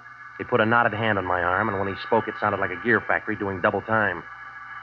Slow down, Pilgrim. The room you're looking for is the other way. Yeah, well, this one says office. That's the trouble with you guys who read. Can't take hints. Spell it out. Beat it. Not until I see Louis Desmond. What's your business? I'll tell it to him. You owe him some dough? No, I don't. Then he ain't interested. He will be. Listen, Junior, Come on, get him off of me, punk. What's all the noise, Patsy? Sightseer without a ticket. My name's Regan. Cop? Maybe. You want me to bounce him down the stairs, boss? Maybe. What do you want? Talk. That's always a waste of time. Not if it's about Georgia Bascom. Come on in. Never saw you around here before, Regan. No, I can't afford it. Oh, don't say that. Some people go out of here with more than they come in with. Yeah, you. Guess you're right at that. Cigar? No, thanks.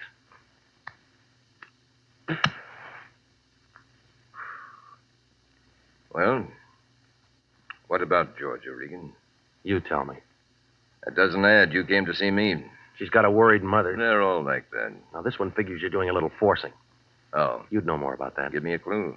Blackmail, maybe? You're a kick. Arthur Godfrey'd love to get a hold of you. I come too high. Let me give you some good advice. Go home and pull a blanket over your head and say it's all a bad dream. You know, you talk a lot, mister, but you don't say much. What's the hold on Georgia? All right, wise guy. Honey. Come over here, baby. Regan, you know this girl?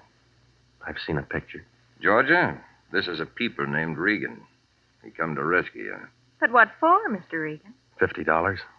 My mother gave you that to come and take me back? Something like that. But I can't go. Why not? Well, Go ahead. Show him, baby. look, Regan. 3 carats. With a wedding band to match. On what dice table did you pick those up? Stop the noise, Regan. Congratulate the lady. Not on a bad mistake. Listen, Shamus. Oh, never mind him, Louis. He doesn't matter. When did the furs come? Louis said soon. Tell Mama we're married and not to worry. We're going away for a few days. Ensenada for some gambling and fishing. You won't enjoy it. Sure I will. You'll be in L.A.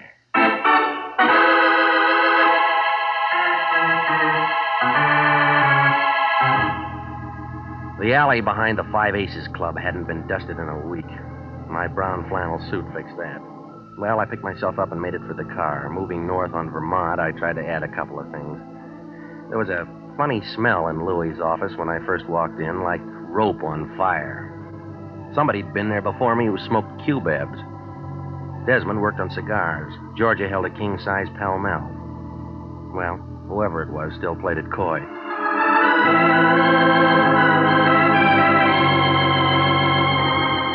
About 1 o'clock, I started raising a small campaign with the Lion's door knocker.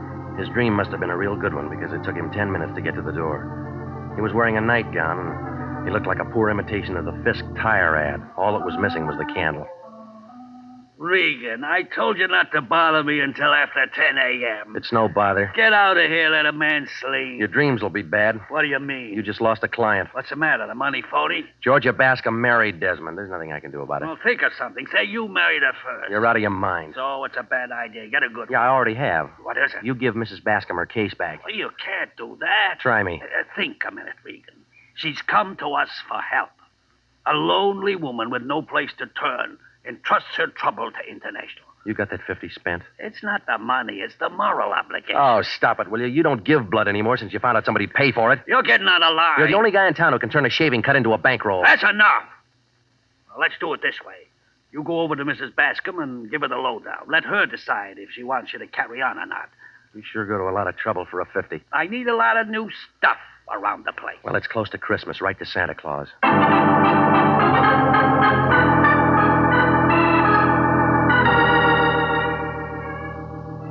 I left the Lion looking for a fountain pen, and I drove out to Venice Boulevard in the Pierpont Hotel. The place still looked the same. A black Nash was parked up the block, the motor going. A couple of cats were doing a duet on a garbage can. I climbed the stairs to the second floor, and I started down the hall for 210, walking real easy to keep the boards from creaking, but somebody else didn't care about the noise. There was a gun with a silencer working in Mrs. Bascom's room. I pushed the door in, but by then all I could hear was silence. The light showed an open window with a fire escape, and the wind was blowing the curtains. Mrs. Bascom lay face down on the bed, real still, and the holes in her blanket were turning wet. The Lion really lost a client that time.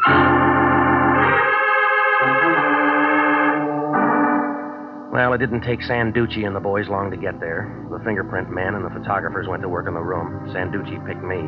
He had a grouch on like a fat lady in an upper berth. What's the matter, Regan? You get lost? What do you mean? You're pretty far from home. Well, I get around. Who is she? Name's Eleanor Bascom. I know that. What'd she do? Where'd she come from? I don't know. What were you doing out here? She called in the Lion. Her daughter ran off with Louis Desmond. Oh, he in it? How far? Ask him. Mrs. Bascom wants you to bring her daughter back? She wanted to know if the girl was moving into a racket. Was she? I haven't found out. I should have known better than to ask a detective. Why didn't she call us? She was behind on her taxes. What do you do, Private? Sit up nights figuring ways to make my job harder? You through with me? No. Who killed her, Regan? I don't know. Bad choice of words. Go check a black Nash parked up the street. Got a license number? No, I haven't. Thanks a lot. Look, I'm no medium. I didn't know she was marked. Any other big ideas? A few. Well, keep them to yourself. They're all wrong. Now get out of here. Yeah. Say, Sanducci. Yeah? The Lion can handle another client now. So what? Want to sign up?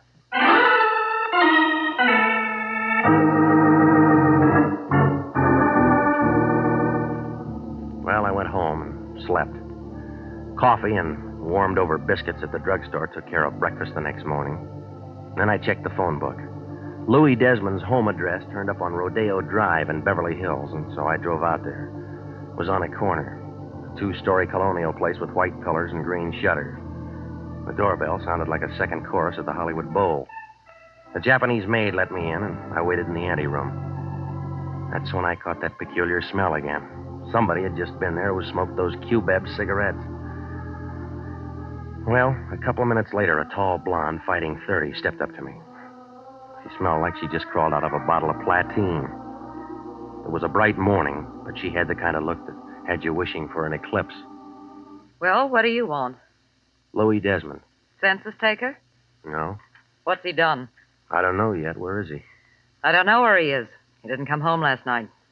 Lots of work at the office? Card room out in Gardena. Lots of work out there? He didn't say. He doesn't tell me everything. Should he? Depends on what you think of your marriage vows. Who are you? His wife. Want a drink, mister? Sure. What'll it be? Yours? Bourbon. You pour. I don't know when to stop. All right.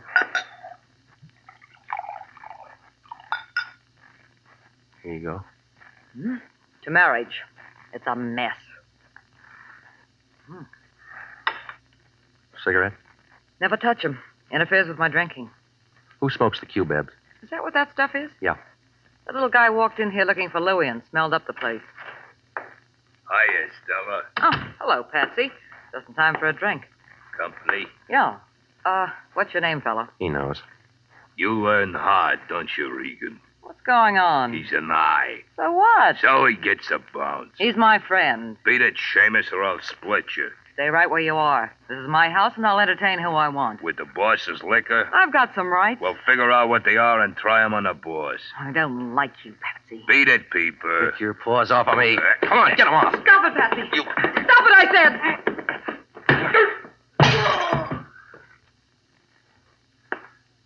Well, you hit him pretty hard, lady. No, I didn't. His head's soft.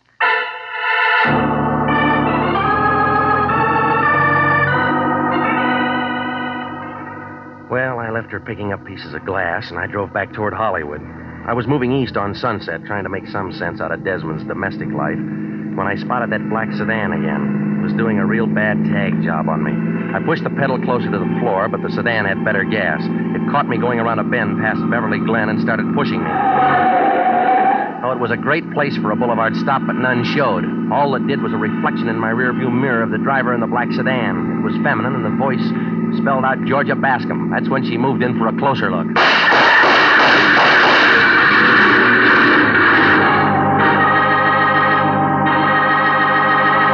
You are listening to the story of the gambler and his ladies, tonight's adventure with Jeff Regan, investigator.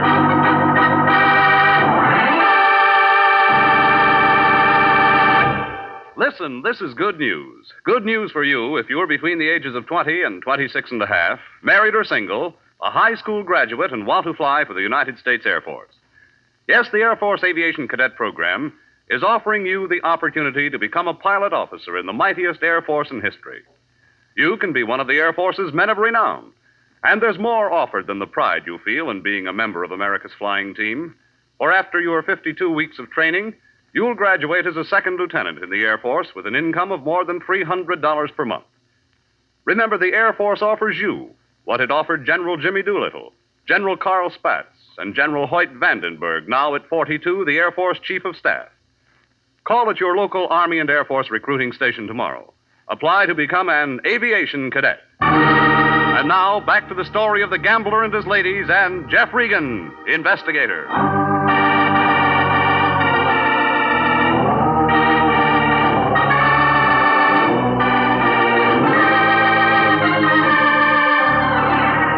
Well, things were moving as fast as the last reel in a Western movie. The Lion sent me out to see a lady who was having daughter trouble. Georgia Bascom had done a tie-in with a gambler named Louis Desmond. Only it looked real permanent. She was wearing his wedding ring, and the mother ended up carrying a couple of bullets, and homicide moved in. That's when I met a blonde at Desmond's house who said she was Louis's wife. Well, I was working on the mess when a black sedan with Georgia at the wheel ran me off the road, and the slugs began to fly. I peeled myself off the side of the hill, and I got in touch with the police. Sanducci took over and invited me to headquarters for some more talk. He put me in a little room with pale green walls and sat behind a big desk chewing a dead cigar. He was taking me all in like a Hoover vacuum cleaner on a dirty rug. Well, how do you feel, Regan? All right. You shouldn't. Why not? Looks to me like from here on in, you're a marked man. I'll get along. It'll be real interesting to see how. All right, now look, have you got something to say? Maybe. Well, let's hear it. Relax, Regan. You're not going anyplace. You can't hold me. I was the one who got shot at. Well, that's enough. I'll work out a way to hold you for creating a disturbance. It won't work. Listen, you. The bullets we pulled out of your upholstery match the ones in Mrs. Bascom's. So what? So we figure she was knocked off because she knew something somebody didn't want said. We also figure that applies to you. Yeah, well, that gets you nothing. All right, Regan. Play it your way this time. You'll come running back when the heaters close in. Don't make book on it. Well, if you've got to get yourself knocked off, don't mess up our city streets. Yeah, I'll be real careful. Oh, and wear a dark suit. Save our morticians a little trouble. That all? Yeah, go on, beat it, sure. Oh, Regan. Yeah. E baffi de tuo padre. What's that mean? Your father's mustache.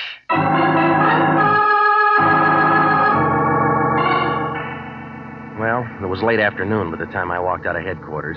The sun was still working, but it was cold. The cab driver, with a lot of conversation, drove me to my place over on Taft. When I opened my front door, I smelled it again, those cubebs. A small face was sitting on my sofa, sucking on them. It belonged to a guy who had to stand on a box to see over a fox terrier. When I shut the door behind me, he ground the cigarette into an ashtray and turned on a nervous look like a pig in a football factory. Your landlady let me in, Mr. Regan. I hope you don't mind. I have to talk to you. We met before. We did? I don't remember. Just me and your cigarettes. Huh? Oh, you mind if I smoke?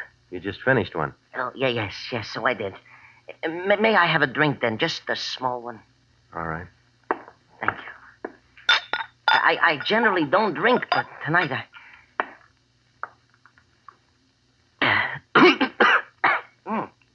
Yeah, thank you. Now, I barely know where to begin. Well, you better figure it out. You haven't got much time. Yes. Well... Start with a name.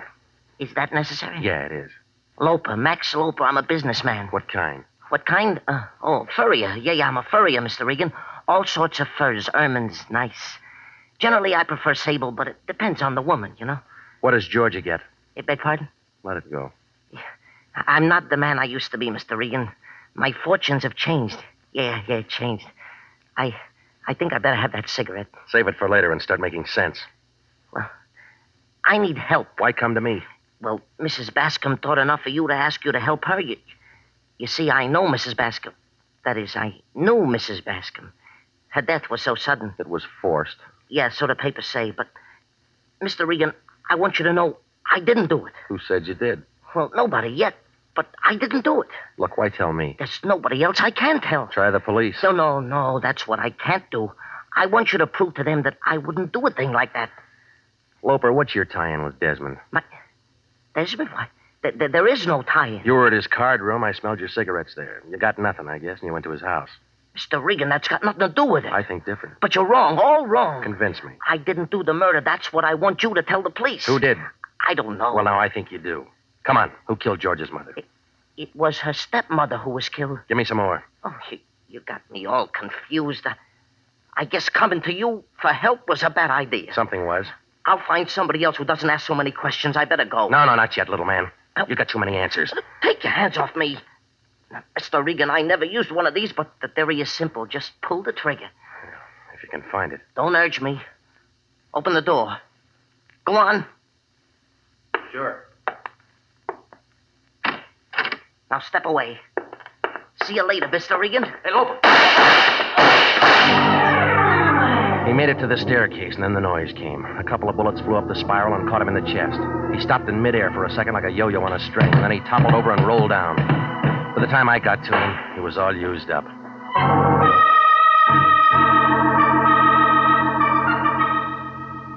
Well, a call into homicide brought some of the boys out, and they took care of him. A fat guy with a head like a plunger took him pictures for a paper, and a girl with a leaky fountain pen got the story. Took about an hour and a half to clear my place. But the minute the crowd moved out, the lion moved in. He had a sheet of paper in one hand, and his face was lit up like an old maid at a cocktail party. This concerns Louis Desmond and Georgia Bascom. You interested? Yeah? Desmond's got a wife, and her name's not Georgia. No, it's Stella, and she's a ripe candidate for a drunk tank. What else do you know about her? She's jealous. Well, there's no record any place of a divorce or of a marriage between Georgia and Desmond. That whole setup's a phony. Tell me why. Georgia's father, named Peter Bascom, was a furrier. And he was once in on a fur job with the same Louis Desmond. Go on. The old Bascom ended up with a bullet in him, and Louis with a pile of dough. How did it work? I can't find out everything. You got to do something. You know a Max Loper? Never heard of him. You got an address on this Georgia? The Lorena Hotel, room 406, on Catalina, off Wilshire. All right. The way I figured, an insurance company might be real interested to get hold of her. No, the gas chamber's got priority. We figured the swindle first, collect the fat bonus, then let the city handle her any way it wants.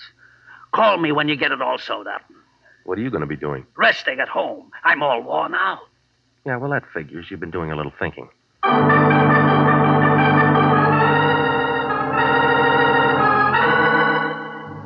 The Lorena Hotel, 6 stories of plush carpet and gold paint.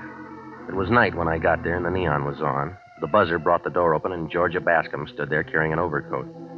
She had her purse under her arm and it figured she was leaving. When she saw me, she turned on a surprised look. Oh, Mr. Regan. Moving out? Just a little errand. It'll keep. Shut the door.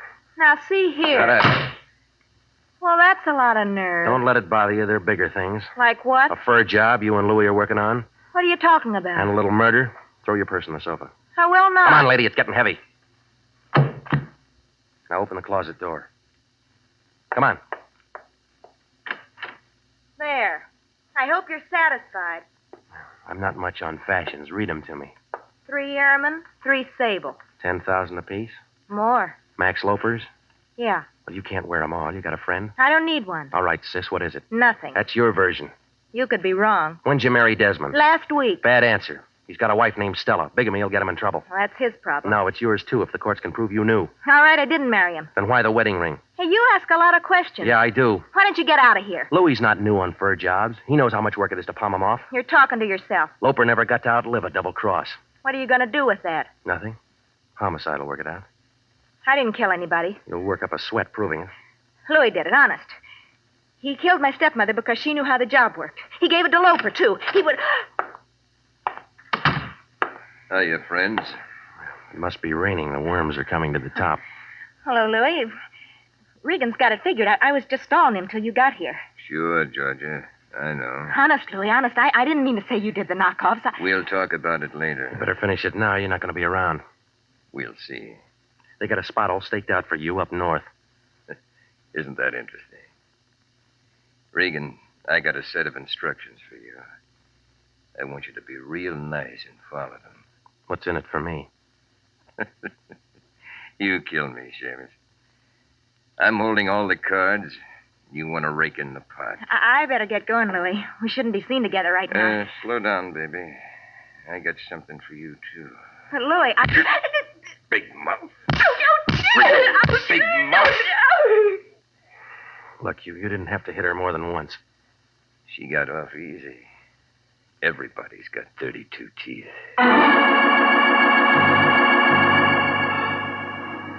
Desmond moved us out of the apartment and down the hall. Georgia was beginning to sob, but Desmond wasn't impressed. He held the gun under his coat and walked behind us careful, like an elephant on a crate of eggs. The button brought the elevator, and the three of us went in, and then it started down. When the door swung open on the first floor, a whiff of bourbon came floating in, packing a .32. Louis turned white. Stella! Stella! I told him if he kept messing around, he was going to have trouble at home. You want to give me the gun? No.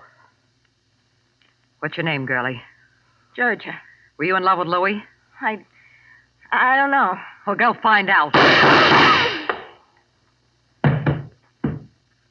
You want it now, Regan? It's empty.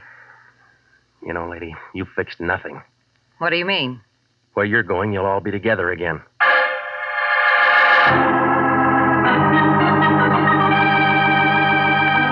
Well, it was all over fast, like a $1 dinner.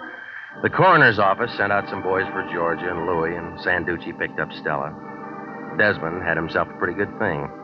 Do a tie-in with a furrier and move the furs across the border with nobody making a fuss. Oh, it was slow work, but $10,000 a week's pretty good pay, and it was real safe.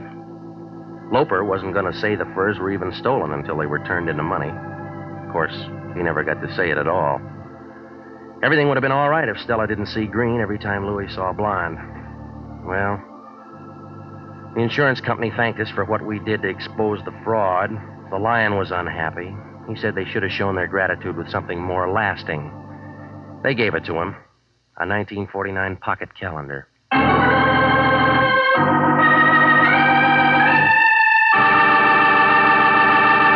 Jack Webb is featured as Jeff Regan, with Herb Butterfield as Anthony J. Lyon. It's CBS at this same time next week for more hard-boiled action and mystery with Jeff Regan, investigator. Written by Larry Roman, produced by Sterling Tracy. Included in tonight's cast were Mary Lansing, Marvin Miller, Pat McGeehan, Lorette Philbrandt, Jack Petruzzi, Yvonne Patey, and Sidney Miller. Original music for this program is by Milton Charles. Bob Stevenson speaking. This is CBS, the Columbia Broadcasting System.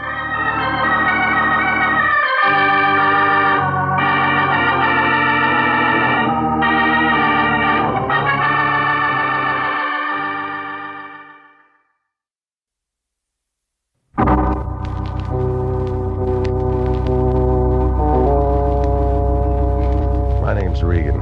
I get 10 a day in expenses from a detective bureau run by a guy named Anthony J. Lyon. They call me the Lion's Eye. Jack Webb is Jeff Regan, investigator, as CBS offers you hard-boiled action and mystery and thrilling adventure in tonight's story of the man who lived by the sea.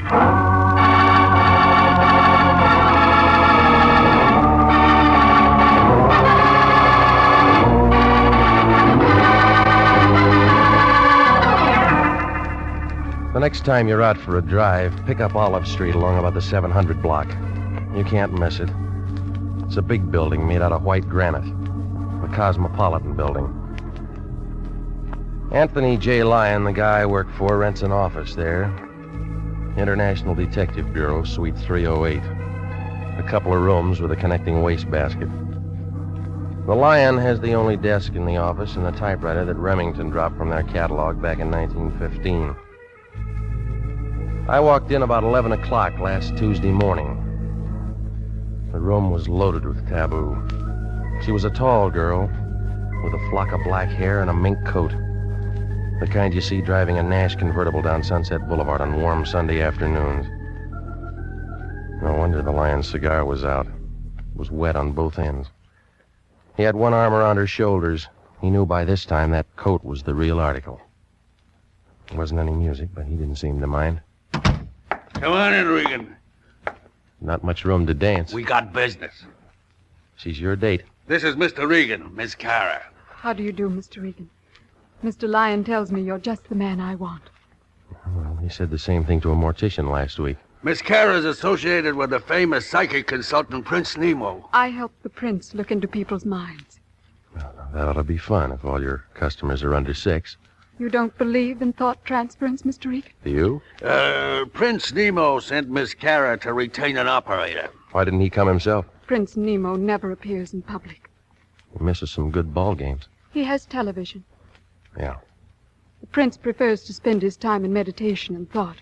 I handle all of his outside contacts. Regan, I want you to drive out to Prince Nemo's home in Ocean Town with Miss Kara and speak to the prince. What kind of a retainer did he send you? We don't discuss finances in front of clients. Oh, this is another blind spot. You don't know what this guy wants? He said it's a very delicate matter, and he wants to explain it to you himself. Oh, sure. She waltzed in here with a check, and you'd sell your grandmother to a glue factory for $2. Is there any way I can reassure you, Mr. Regan? Buy me a battleship. You got a license and a contract with International.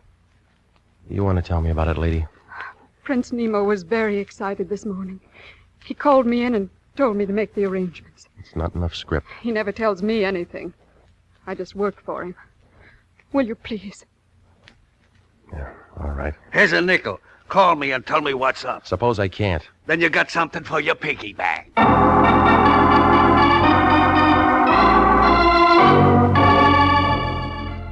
The Lion stood there and watched us leave. He looked happy, like a hobo in a bubble bath. Well, we went downstairs. We climbed into her convertible. The guy in the parking lot had to take a walk around the block when she flashed him a smile. I asked her about lunch. She said no. I asked her about dinner. She said something that meant no. It's like that sometimes. The flag's up, the meter's ticking, and you get nowhere. But from a couple of things she told me, I got the idea that she was doing more than help the prince read minds. His place turned out to be a good hour from Los Angeles up 101. A couple of stories of glass and concrete leaning out over the ocean. Inside, a guy in a white turban and some pants that looked like oversized diapers put his hand on a big curved knife he had in his belt. He was wearing tennis shoes. Right this way, Mr. Regan. Butcher? That's Guinea, the prince's manservant. He's from India. I bet the Indians were glad to get rid of him. Guinea's harmless, tongueless, and he doesn't hear. I like you, Mr. Regan. And this is the prince's study. Come in. Oh, come in. This is Mr. Regan. Of course. Welcome, sir, welcome. The Lion's Eye. I'm honored, sir. Please sit down. That'll be all, Lena? Of course. I'll be in my office. Charming girl, Lena.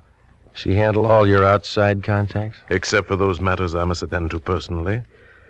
Mr. Regan, I'm in trouble. It's paid for. I want you to save my life. You look healthy. I am healthy, let me assure you.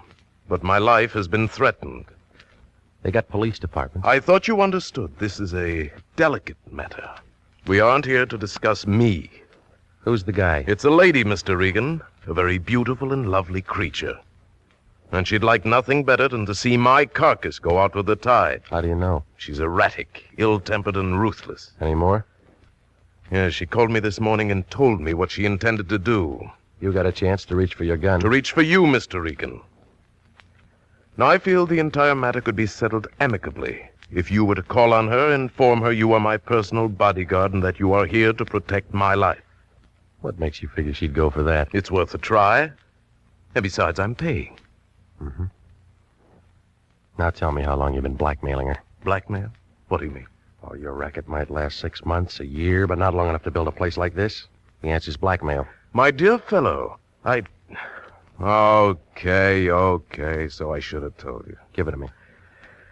Well, I can slip them into a trance, spill a family secret or two. What kind of secrets? Any kind. They want their minds read, I read them. $25 a hit. Where does the shakedown come in? When I tell them what they told me. You been putting a squeeze on her? She's an actress. She was in on a deal at the studios. And she won't shake. She said she'd blow my head off. Look, I'm in a spot, Regan. She's the kind who'd do it and make love to the jury. Give me a name. Doris Patrick. Never heard of her? Where's she live? Palisades. Here's her address. All right. You going over to talk to her now? Well, she isn't gunning for me. Oh, thanks a lot, Regan. You know, I've been sweating. It's real good for a cold. Yeah, I'll try and catch one. You guys yell real loud when they answer back. I'm just thinking of my future, Regan. I won't look good dead.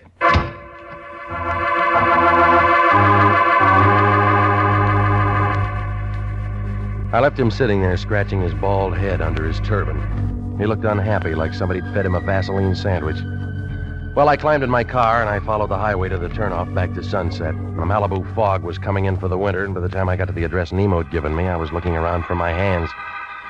Doris Patrick's place was too big for a marble game and too small for football. There was a wire fence all around it and a sign every 15 or 20 feet or so that said, "Not to trespass." I parked in the boulevard and walked up the driveway. It was about then that a guy in a blue suit showed up. He was tall and heavy, and he thought a lot of his hat. He pulled down on the brim, blew smoke in my face, and kind of nudged me with his shoulder. Move on, Pilgrim. We don't want any. How do you know? We're waiting for the 49s. Scram, huh? You aren't even on the list. All right, we'll wait for the 50s. Blow. I came to see Doris Patrick. Yeah, what for? You her? Sure. What do you want? Business. Shop closed. You always like this, or you missed lunch today? Look, I don't know who you are, Pilgrim, but you don't understand English. Well, I know you. There's something about a guy in a lineup. Yeah? He memorizes easy. Cop? Private. Private or city, you all smell the same to me. Hunting season's over. You always carry a .38, do you? Oh, that's showing? Well, maybe you got a broken rib. Well, I met all kinds of funny guys. I said I wanted to see her. Ain't in. Watchdog? Now you're getting smart. Well, you aren't. What kind of crack is that? Just this. I'm going in. Trick I learned a long time ago. You shoot a guy in the knee and he don't ever walk straight again. Ever done it, punk? Oh, sure. That's how I learned. That's when I learned, baby. He slumped against the side of the wall, and he looked tired, like he'd been running from Compton. Well, I left him there, and I went up the driveway to the porch. Coming around a blind corner, I bumped into something that kind of relaxed and rolled into me. It was a blonde girl, about 25, in a white polo coat. Well, I was willing to try it again, but she began talking with a voice that was deep enough to go in the oil business. Oh, I thought you might be running interference, but you look like the whole team. Whose side are you on, lady? I keep score. Doris Patrick? You're on the right field. Where's the locker room? Maybe I like you. Where do you come from? Right here. Didn't know we raised your kind anymore. Or did you go wild? Do I pass? What'd you say your name was? Regan. Welcome. Mm-hmm. Which highway? Straight ahead. To the den. It's a nice place you got. When's harvest time? I said welcome. That isn't what the tall boy said. Tall boy? A blue suit with a .38 and a hat.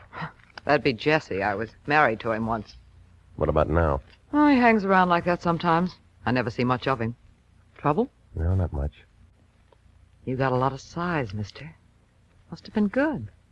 Do that kind of thing often? Only when I have to. Sit down. How do you like it? Soda or water? Your way. There now. Isn't that better? I don't know. This is my first drink. You'll get another. It's a cold day. Not in here. You're quick. Must have a good straight man. His name's Prince Nemo. Must we talk about him? He thinks you're dangerous stuff. What do you think? Right now or when I'm a couple of feet away? Now. Hey, now look. Remember me? I just got here. Your name's Regan, and we're going to get along. Yeah. It's in the cards. You got a fast deck. Go ahead. Deal. All right. How much time between rounds? Yes? Who? Oh, just a minute. You know somebody named Lion? Yeah. He has quite a roar. Here. Yeah. Who's the name who answered the phone? Nemo's friend. Sounds like he's a friend of yours. All right, you got something to say? It's all off. Check bounce? It was certified. Nemo called 10 minutes ago and canceled the contract. Well, what happens now? Finished, come back to the office. Who told you I was here? The Prince. It was a quick change. We got paid. Well, I already started something. I don't care what you started. You finish it on your own time and expense sheet. Bad news? Well, I'm through working for the day.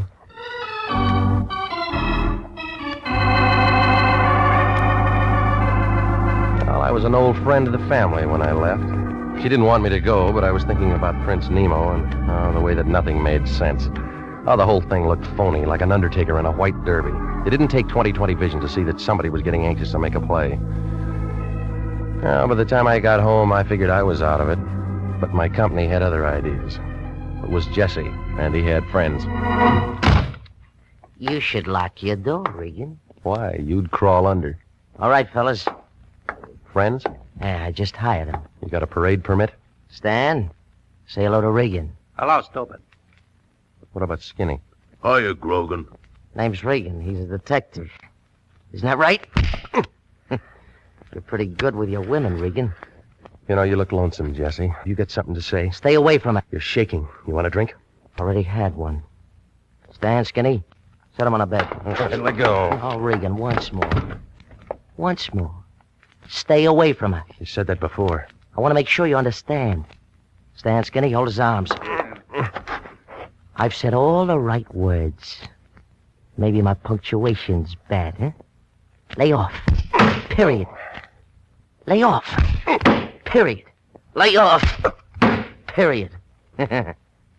Okay. Okay, leave him on the bed. Hey, he rolled off. Oh, that's fine. Fine. Now he won't have to change his sheets. Oh, Jesse was good. When I got up, my face looked like a relief map of Pasadena. He was wearing a signet ring. He left out some of the boulevards, but the Rose Bowl was right out in front. I found a drink in the cabinet, and I started for the mirror to see what was left. It was about then I heard a knock on the door. He was a little guy in a cab driver's suit. It figured that he got the job because they ran out of big uniforms. They double-crossed him on that cap. If it wasn't for his ears, he'd have been wearing a snood. Hiya. Yeah? Football? What do you want? Your name, Regan. That's what it says in the mailbox. I met a friend of yours today. Get to the point, will you? A dame named Lena Cara. Yeah, Lena Cara. Some dish. All right. You're in the register. Wait, that ain't all. She wants to see you. What about? Didn't say. Just said to see if you was home. You home? Yeah. I got her down in my cab. We'll send her up. I don't think she can make it. What do you mean? She looks kind of funny. Maybe you better come down?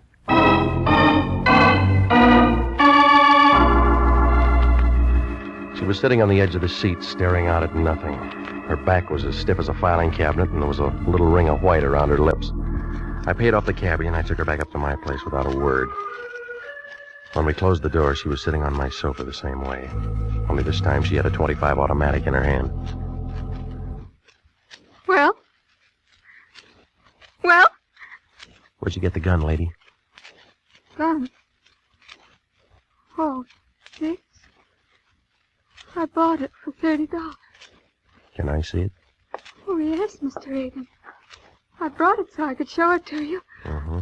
I paid $30 for it. Paid $30 for it. Yeah. It's brand new, isn't it? Oh, yes, of course. Did you know Prince Nemo was my husband? Since when? Long time now. Not many people know that. Did you come here to tell me that? No. No, I came to tell you that you don't have to worry anymore. About what? About what my husband hired you for? Well, I've already been called off. Oh. Oh, I didn't know that. Did you meet Doris Patrick? Yeah? Then it was about her. What do you want, lady? Nothing. Nothing at all. Just that we don't have to worry anymore, do we? Tell me about the gun. Doris is very pretty, don't you think? I've seen her on the screen many times. I think she's quite pretty. Could hardly blame the prince at all. Could hardly. Why'd you bring the gun? I imagine the air would be cleaner there, don't you? What are you talking about? It's really very humane, they tell me. Come on, stop it. It's just like sitting down and never waking up. I read all about it. Just walk in and sit down. You don't try to hold your breath. Stop it, sis, stop it. Now listen to me. What is it? What have you done? What are you trying to say? Don't try to hold your breath. You go right to sleep, don't you? You're trying to tell me that you killed him? They don't make such a great deal of noise, do they? I left him sitting there in his house by the sea. He looked very much alive, only...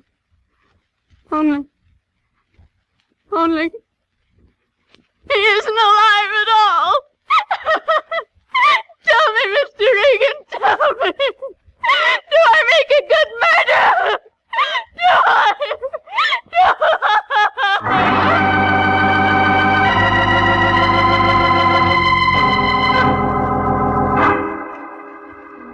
Well, after she got through screaming, she settled down to a slow, even kind of giggle that started somewhere around her shoelaces and didn't get past her knees.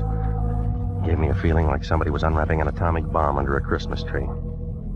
Well, she wasn't going to do any more talking, so I went downstairs and brought back a doctor friend of mine named Sammy Wing. He had his little black bag with him, and he gave her a shot of something. She wilted like last night's orchid and went to sleep. Sammy wrote down a couple of things, and then he looked up at me. Some playmate. Wish I'd have been here for the party. How is she, Sam? You know her better than me. Oh, is she going to be all right? In 4 or 5 hours, she'll wake up and want some water. And then what? She might ask you what happened, or it might start all over again. By the way, what was it? I don't know. She came over to see me. I should have visitors like this. I've been working too hard. She said she killed a guy who was a client of mine. Maybe I'm lucky at that. Why the past tense? The Lion called me off the case. Official, huh? Yeah. You got nobody to protect. Where's the corpse? At a house in Ocean Town. Here, call the police. And you and me can go out and do our Christmas shopping. Oh, she said she used this gun. A .25, it killed people. Now, Sammy, there's a bullet jammed in the chamber. Dames don't know how to reload. It hasn't been fired. Ballistics got better ways of telling. She's pretty and she's nice, and I'll bet she looks like $1 million in a bathing suit. But if I'd have met her within the last 3 hours, I'd have run for help. Is that professional? Acute hysteria. The kind that pops off guns and people and does a lot of things they can't remember later on. Call Sanducci. Look, it doesn't figure she'd do it with this. Maybe she had another one. While you're at it, call the coroner. Tell him to go out there with some DOA forms. No, I'm going first. Corpse hunt? Just an idea. La Brucherie had an idea. Yeah. This dame's bit somebody, and she's told you her story. Well, I don't like it. What do they do when a private eye messes up an open and shut murder case? Sammy, stay with her, will you? There's some bourbon out in the kitchen. Maybe both of us will get our pictures in the papers. I left him sitting there. He looked sad, like a water buffalo caught in a drought. I pushed through the fog for about 40 minutes, and I pulled up in front of Nemo's place in Ocean Town about 9:30. It was dark enough to give a ghost the creeps. I used that ring of keys that I'd taken from her purse, and I went inside. It smelled dry and still, like somebody was waiting for the world to fall apart. I clicked on my flash, and I walked down the long hall to his office. Well, he was there, just like she said. And there were 3 holes in the front of his shirt, close range, but it wasn't the laundry's fault. He'd been dead maybe 2 hours. The desk drawer showed some canceled checks made out to Doris Patrick. While I was thinking that over, I spotted a .38 Smith & Wesson on the floor by his hand. Lena had been carrying a .25. I broke it, and 3 cartridges fell out. From the looks of the holes in his chest, the .38 was the gun for the job. Well, that made her story and the .25 a fairy tale. While I was kneeling there, a light went on behind me. A fat man wearing a sheriff's star was standing by the switch. A tall leather jacket with a flashlight in his hand was in front of me. I began to feel helpless, like a trombone player with a short arm. Scavenger hunt, son? You don't talk, Charlie. Ain't much for him to say, is there, Cap? Guess not. Well, son, You're going to be calling me names. what do you like best? Killer, murderer, slayer? Papers use slayer a lot. I don't like any of them. Kind of breezy for a hot boy, ain't you? You mind giving me a name? Regan. I'm with the International Detective Bureau. It's Regan, Cap. He's with the International Detective Bureau. Got a card or something, son? Yeah, here. This guy here, a friend of yours? My client once. What'd you do for him? Okay, tell me this. Why'd you plug him? There's another story. Any good? Better than the one you got. You'll have a hard time selling it. It's a fix. Oh, why you want to say a thing like that? How long you been on the force? Easy, Regan. Me and Cap's being nice. Phone call a little while ago. Funny kind of voice. Said we'd find a stiff here. But didn't say we'd find you. Yeah, you're extra. The dame who worked for him told me. You tell homicide? No? That was a mistake. Where's this girl now? Name? Charlie, call a coroner. Oceantown is just a small place. Only me and Charlie around. We borrow from the county when we get something like this. Well, I can find you a real answer in an hour. You got ideas? Lots of them. You can tell me all about them later. We got a corpse, we got a suspect. You know that's good. Even a weapon. I'll have an alibi when you check the time of death. We'll worry about that later on. All right, son, let's go. Well, I had about as much chance as an elephant in a tea room if those two locked me and booked me. I leaned back into his gun, spun around, knocked his wrist down. He pulled the trigger. But I'd already hit the light switch, and he was making rockets in the dark. I left my car there and cut across the highway and doubled back up the hill. They spread out in the wrong direction.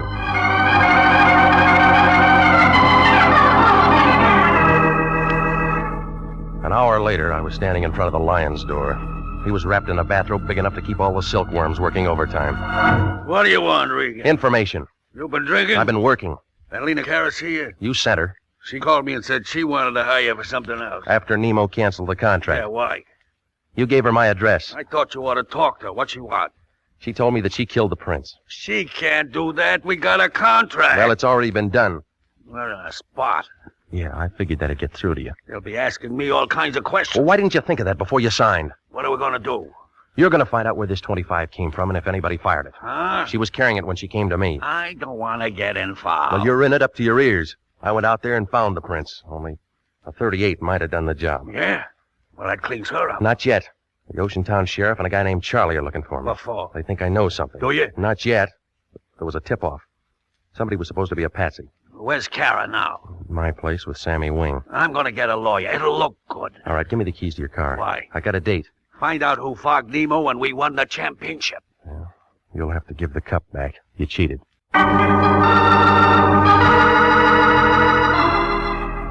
I drove back out to Doris Patrick's place in the Palisades, and I rang the bell and waited. Took her a while, but she showed.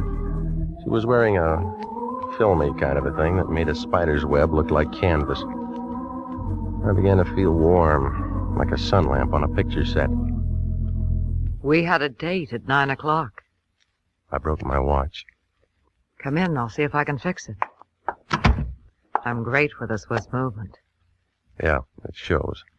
We were going to look at the stars together. How long you been here? I gave you up at 10. Tell me, how do you like my new dress? It's the right color, but the wrong cut for a funeral. I haven't read the obituaries today. No, it'll be in tomorrow's paper. Have a drink and let's wait for tomorrow. Your friend Nemo was killed tonight. He was no friend of mine, I told you that. So did he. He fall off his house? Murder. We've been having fun up to now. You know, you'll be first guess. I don't think I like that. He tried to blackmail you. The story's backwards. Well, that's the way it comes out. Not quite. You got another way? He never tried to blackmail me. Mm-hmm. I blackmailed him. How? I went to him one day and put him in a trance. Only I used scotch. I found out what he was doing and how he was doing it, so I turned the tables. It was good, clean fun, but expensive for him. Well, now, if he was your meal ticket, then you have an alibi, huh? Could be canceled check somewhere. Right where I could find him. I'm telling you the truth. Where does Jesse fit? Oh, I told you we were married once. He's jealous. Did he know about Nemo? Maybe. He was watchdog when I came out. I told you... Jesse. Hello, gorgeous. I still have a key. What do you want? You? Get out. You still trapping with this tramp? Just in time, Jesse. You know, you didn't listen good. I told you to lay off. Where's your friend? Paid off. I'm handling this alone. We've been finished for a long time. We're starting up again, Angel. Or didn't you know Nemo was dead? I saw your 38 tonight, Jesse. Ah, you're wrong. It's her 38. It's got her prints on it. What do you mean? I put him there. And you're going to be tagged for his murder, Angel. You see, you're sort of in a spot. Regan. Easy, baby. This punk never did anything right. Oh? Tell me how wrong I've been. All right, that tip the Oceantown cops was wrong. Killing Nemo was wrong. Ah, you're twisted, Pilgrim. Cops got a warrant out for you right now. Yeah, I heard it on the car radio. Murder suspect. Plugging you is something they'll thank me for. With her prints on the gun? Well, how was I to know? I just see you and plug you. Everybody will be sorry, but it'll be manslaughter and suspended. It's pretty right, isn't it? Well, what about me? A friend of mine shoving off at Pedro tonight, Angel. Going all over the world. We'd be together. Well, Angel, do I plug him and meet you somewhere in 2 weeks, huh? Move over, Regan. The lady's making up her mind. Now, where do you like? Oh, it was a real photo finish. Just as Jesse set the gun up against my head, Doris pulled a gun from the desk drawer and threw a couple of fast ones into him. Jesse tried for her. I'd call it a dead heat, but you'd have to give Doris the edge. Her first slug cut him down like a blade of grass, but she didn't give up. Angel!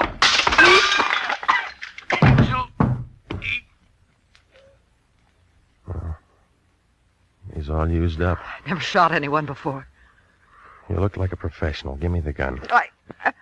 He deserved to die. Didn't he? Didn't he? I don't know, lady. You knew him better.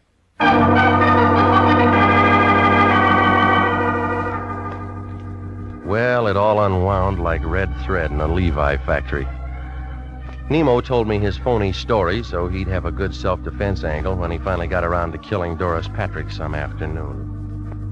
Jesse worked for him to keep me out, but I bounced him and got inside. When Jesse phoned Nemo about it, Nemo called the Lion and had me jerked before we could compare notes. I guess Jesse went kind of crazy when he saw how well we got along. He got an idea and killed Nemo and made Doris a patsy with those fingerprints. Lena Cara? Well, she went kind of crazy, too. She found Nemo dead and got the idea she did it. It took 3 doctors a couple of days to tell her what really happened. And the Lion was mad when he found out there wasn't any money in it. But then when he saw Doris Patrick's picture in the paper, he got kind of curious. He asked just one question. What did I do all that afternoon I was out in her house? Well, I didn't even bother to answer him.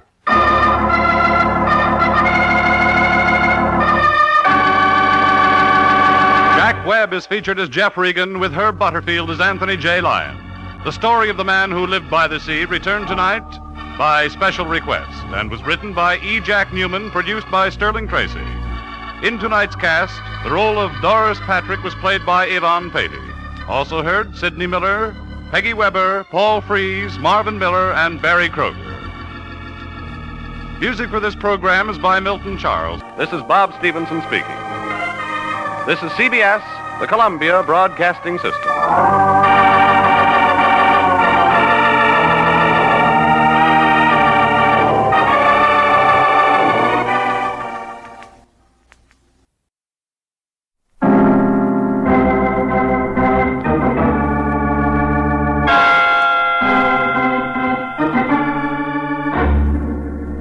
My name's Regan.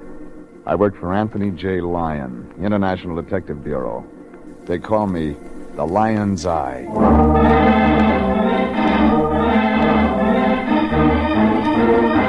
CBS brings you Jeff Regan, Investigator, starring Frank Graham as Regan with Frank Nelson as Anthony J. Lyon. So stand by for mystery, suspense, and adventure in tonight's Jeff Regan story of The Lady by the Fountain.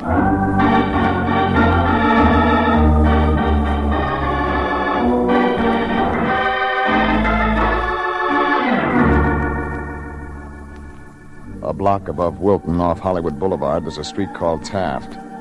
And the first dirty gray apartment house on the right-hand side's where I pick up my laundry. 428. I'm finishing out the lease for a guy who's up at San Quentin waiting for the second week in December. That's where the state's going to help him forget a blonde he never should have remembered. Well, it's a place to live. I've got a leaky faucet and a bed that comes out of the wall. And that's where I was last Monday morning about 6 o'clock when somebody began pounding on the door. I figured the place was burning down, but it turned out worse. My boss. A couple of 100 pounds of black cigar stuffed into a blue suit. Regan, it's me. The Lion. It's a nice morning. The sun's up. The birds are up. What are you doing? Just hoping somebody'd drop in. What do you want? Hey, get your pants on. We got lots of work to do. This is going to be a busy day. The last time you threw that line, I spent 6 weeks in the hospital. You're always suspicious of people. You should learn to trust your fellow man. You can't go through life not having faith in people. Follow my example. Every man is my brother, Regan. And if you figured there was a buck in it, you'd sell him to a chain gang. And I'll see here. And you'd be the first one to turn him in if he got loose. That kind of talk doesn't set well with me, Regan. Remember, I have you under contract to International, and I hold your bond. You can let loose any time you want to. It's no season pass to come in here in the middle of the night. Now, there's no need for you and I to argue. I guess I'm a bit edgy. Been up all night long. Mind? Yes, I do. As I said, I've been up all night long. Thanks. Regan, somebody got Tim Vickers, vice president of American Casualty Company, out of bed at 3 o'clock this morning. He was at the same party with you? They don't get old Tim out of bed unless there's dough involved. I looked into it. Headquarters tells me that a guy named Albert Colby made the call. Lives out in Bel Air. Fine family. Oil. Put it on the road. I wish you'd buy better stuff. Well, last night Colby got himself married to a tomato named Francie Shana. Somewhere around midnight, the new Mrs. Colby and 50 or 60 other guests are heisted as nice as you please. And the police are working on it. Goodbye. No, you and me, we're working on it. When they call American Casualty, that means whatever was taken was insured, and they've got their own man on it. And it means they want it back bad enough to start paying a reward to anybody who can find whatever it is. And it means the insurance company and the police department will be working on it, and they don't want anybody else sticking their nose in. Oh, those cops can't pick up reward money, and neither can those company guys. Now that leaves you and me, Regan. And International can use some extra dough. Try the Morris plan. I got a better one. You hop out to Colby's and get some details. I'll hang around headquarters and see what kind of story they've got. You set them up, but they never come off. If we find out what's gone, who took it, and get it back, we've made rent money. Yeah, I haven't had my breakfast yet. What's the matter, Regan? You look worried. I am. That's my only bottle. Oh, you got nothing to worry about anymore? Here, it's empty.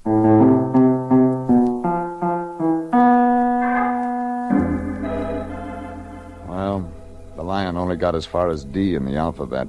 That's when they showed him how to spell dollar. And this Colby thing had a dollar sign in front of it as far as the lion was concerned. And that means it's no use arguing. So I threw on some clothes and drove out to the Colby place. It turned out to be a lot of brick and grill work on top of one of those canyon roads right after you turn off Sunset into Bel Air. When I drove in the gate, I got a feeling somebody better check with London to see if Buckingham was still there. 2 guys in uniform stopped me. I showed them my license. They let me through. I parked in the driveway behind 3 police cars and started looking around for the ladies' entrance. That's when I spotted a tall guy in a brown sport coat sitting on a cement bench right by a fountain. Up close, he looked sad, like an umpire on a rainy day. Yes, what can I do for you? I'm looking for a guy named Colby. Are you from the police? No. Insurance company? No. Well, we don't want any reporters hanging around All right, here. I'm no scribe. Now, can you tell me where I can find Colby? What do you want to see him about? You're him. Yes, I'm Albert Colby. My name's Regan, International Detective Bureau. Oh. What does that mean? Look, I've been through a very hard night, Mr. Regan. I learned a lot of things I didn't know before. What kind of things? The police tell me that when a group of jewelry is stolen, that it's more or less kidnapping. It's held in ransom until it's brought back. And that the procedure is to wait to be contacted by one of the thieves. That's one way. Yes, so I understand. It also can be broken up, disassembled, and sold on the market. Yeah. Very interesting and very sound economic structure. I'm surprised at the ingenuity of criminals. A lot of people are. You want to tell me how it happened? The man from my insurance office also told me there'd be uninvited private investigators around. And he told you to keep quiet until he went to work. In a word, yes. You want the stuff back, don't you? I do. But I believe the police and insurance company to be reasonably capable. Just a You're minute. wasting your time, Mr. Regan. Good morning. He was right. I was wasting my time. The lieutenant in charge made a statement a half hour later that told me no more than I'd got from the lion. It was easy to see they wanted to sit tight and wait for a contact. They were playing it coy. And I gave up after a couple of hours and walked out and got in my car. That's when I met her. A tall brunette with equipment to match. She looked good in that sable coat, but she'd have looked good in a fishnet. She didn't waste any time. She climbed in beside me. I own 1 Cadillac and 2 Buicks, but they're all on the fritz. You can help me a lot. Want me to buy you the Super Chief? I want you to drive me to Wilshire and Fairfax. The cab boys might think I'm cutting in. Look, I don't know who you are, but I've been up all night answering questions and talking to a lot of nosy cops, and I'm tired. Be a good boy, huh? You were here when it happened? Do I have to go through all that again? If I take you to Wilshire and Fairfax, you do. All right. Mind giving me a name? Regan. All right, Regan. I'm Francie Colby. I'm not used to the name yet. Best wishes. For what? Isn't that what they say when you get married? Yeah. You ever met him? Yeah, in your garden. Doesn't talk much. Bird's that way. What do you want to know, Regan? When it happened, how they did it. Oh, boy. I'll tell you my story, and you pick out what you can use. Let's hear it. It was 2 hours after the ceremony. Everybody was out in the garden for the reception. I don't know where they came from, but there were 3 of them. What'd they look like? They were tall, wore masks. One handled a gun and lined up everybody, and the other 2 had pillowcases. They went down the line and took everything that glittered. Strictly jewelry. Anything big? 20,000 from the rest of them. I was queen. Hmm? I was wearing a thing called the Colby Group, necklace and bracelet belonging to Bert's mother. What price? 100,000. Ooh, there'll be a real payoff on that. Oh, so that's your angle. What else? How'd these guys get away? They backed out, tipped hats, and left. 4th man in their car? No, one of them went ahead of the other 2. Anybody go after him? That's why I couldn't drive myself. All the cars were jimmied. Phone lines cut. Neat. I suppose so. That all you wanted to know? Enough. Tell me, what kind of friend have you got who drives a green coupe? What? I haven't got any friend who drives a green coupe. Neither have I, but he's been following us ever since we left your place. What? Now look, I'll stop at this next corner, jump out and run into the drugstore. You'll have to follow me. You're a nice guy, Regan. I hope you make the grade on this. Now. So long. She made it to the drugstore, and he stuck with me.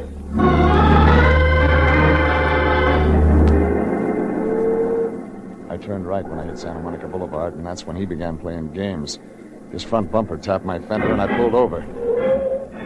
He crawled out of his car. Heavy man in a suit that didn't fit him around the middle.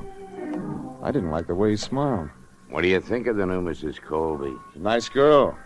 You a friend of hers? No, never met her, really. You never met me either. That's where you're mistaken. Your name's Regan. You're with International Detective Bureau. You work for the Lion. Sent you out on a job. What did I have for breakfast? A lot of talk from the Lion about the Colby case, right? You follow me just to tell me that? I wanted to make sure you heard it. Real sure. Well, you can unwrap your bumpers and get moving, Buster. I don't listen easy. That's what they tell me, Regan. Yeah. My name's Winters. I got that badge 4 years ago. It says American Casualty Company on it, and right next to it there's a license that makes me one of their investigators. Right now, I'm working on one of their cases. You're wasting a lot of time. No, you're wasting the time, Regan. This is a one-man show. I'm handling it, and I don't want any private peepers snooping around trying to fall in the cracks. You talk like you got it all figured. I got so much of it, there isn't any left for you and the Lion. You really know that much? I really know that much. Name me 3 hoods in black masks. I'll have their files by 6 o'clock tonight. Show me some important stuff called the Colby Group. I'll have that, too. Are they going to close it on talk? Regan, I went to a lot of trouble to make sure you understood that you're not wanted. There's nothing in this for you with the Lion. No reward. Nothing. You're not wanted. Clear? Yeah. So clear, I'm taking your license number right now. From here, I go to 3500 Hope Street, City License Bureau. They're going to tell me if you're what you say you are. But no matter what you are, if you get in my way, Buster, I'm going to look you up. And if you want to keep your arm, get it off of my car.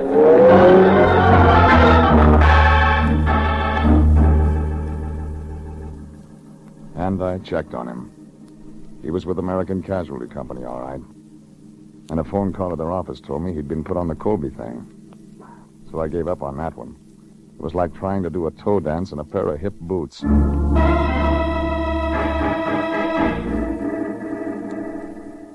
It was about 6 o'clock when I got to the office. The Lion was there. He looked unhappy. Like somebody'd fed him a wax sandwich. Where you been? I've been phoning all over town for you. I went to a double feature. I met a guy named Colby and a girl named Colby. They're husband and wife. Well, that's dandy. That's just great. You can forget them all. It's finished. We struck out. What do you mean? Know what happened in Chicago this afternoon? Want me to guess? A cop threw a couple of slugs into a bimbo named Mickey McIntyre. The other guy, Swede Swanson, gave up right away. Tie it up. Mickey and Swede were carrying some of the ice they heisted from the Colby place last night. They talked. And the guy Chicago's looking for now is named Pete Florio. Some gumshoe around Chicago's gonna tag him, and there goes our reward. Where'd you get all this? Robbery detail here was in on it. So it was over for us 3 hours ago. Any expenses after that are your own. And in the future, Regan, don't spend all day on a thing. Check with me. Shut up. What did you say? He was looking at the same thing I was looking at. The 3 bullet holes across the front of the man who was standing just inside the door. A heavy-set man with a bad smile. He wasn't smiling this time. He was trying to talk. Regan, I got it all, but you'll make it better than me if you... Who is it, Regan? What's he Ed do- Winters, investigator for American Casualty. He in on this? He was. What do you mean? He's dead.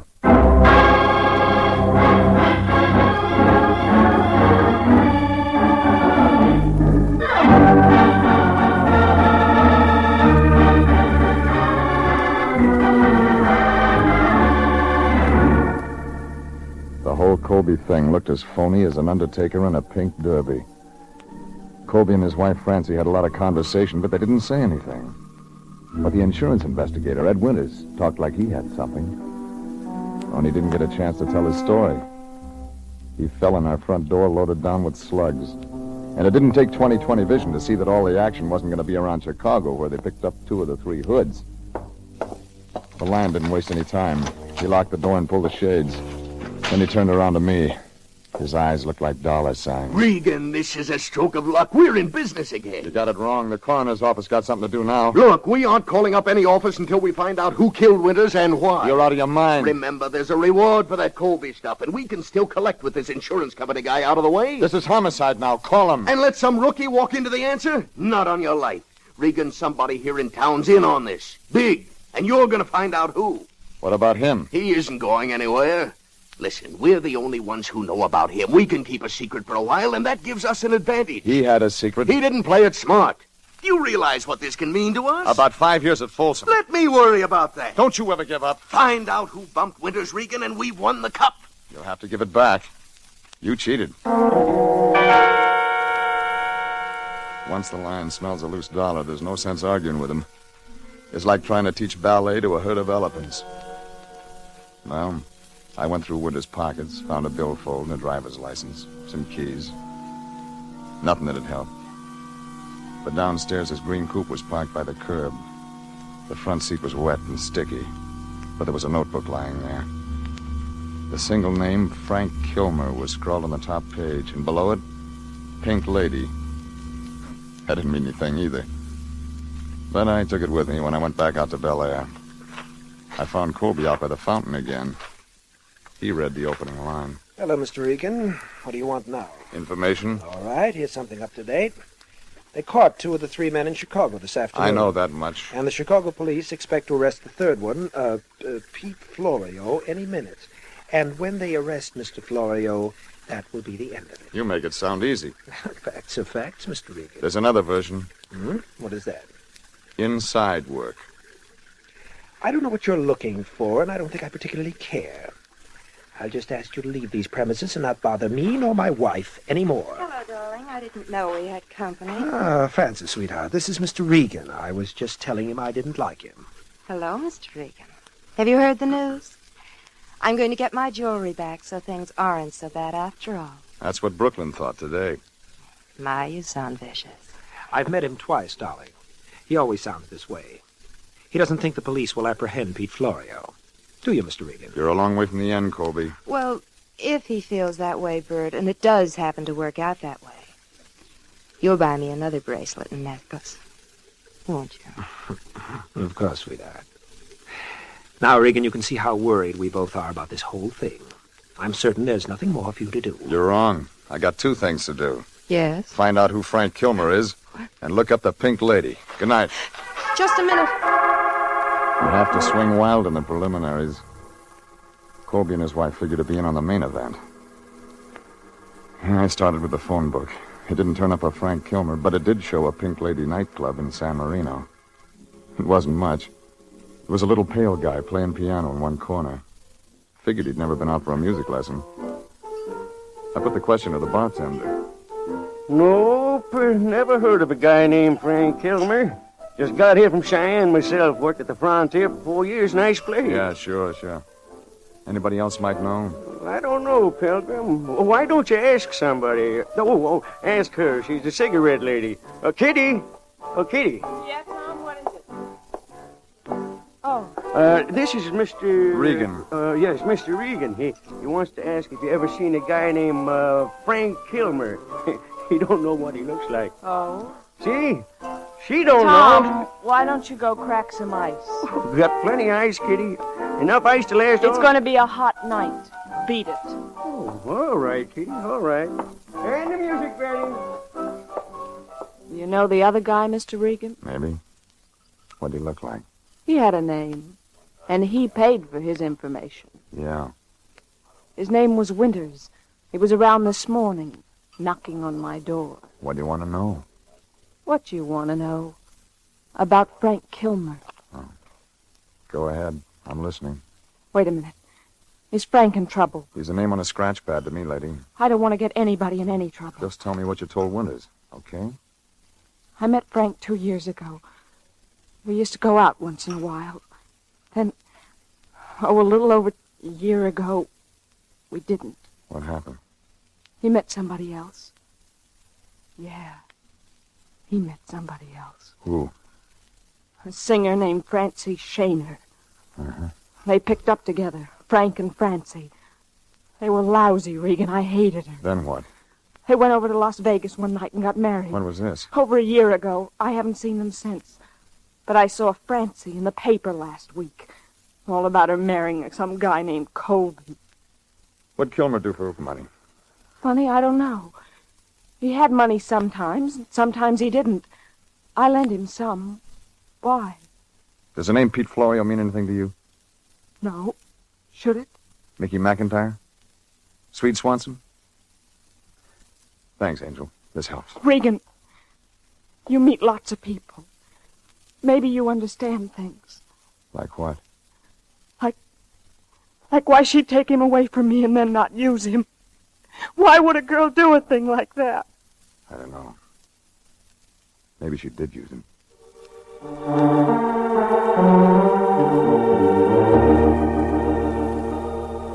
It was beginning to shape up by the time I left her, but I needed more to go on. The old telephone book gave Francie Shaner, the new Mrs. Colby, an apartment address near Fairfax in Wilshire. I took a chance she hadn't moved all the things out yet. It was on the 3rd floor, right next to the fire escape. I pulled out a ring of skeletons. The 3rd one did the trick. All the stuff was still there. Some of it packed. Some of it just spread around. In a desk drawer, I found a copy of a Nevada divorce action separating Francie and Kilmer. And in the bedroom, a picture. Tall, dark-looking guy I'd never seen before. It said, "Love, Frank." I was still looking for things when I heard the front door open. I clicked off the light and waited. He was a tall black shadow to me, and I couldn't see his face. But that .45 stood out like a wart on an egg. His didn't come near me, but I had better luck. I spun him around enough to start him back down the hall toward the fire escape. I had to take cover. I got to the fire escape in time to see him run out of the alley and jump in a car. Whoever it was, he was carrying one of my slugs in him.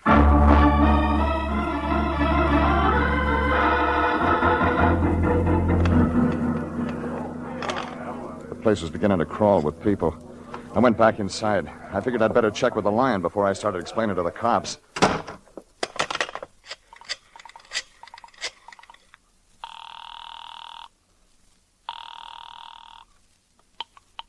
Yeah? I'm calling from her old apartment. I was looking through his stuff when somebody began throwing lead. Lead? Gunplay? Regan, how many times have I told Shut you... up and listen. I hit whoever it was, but he got away. The cops will be here any minute, and I'm going to have to do some explaining.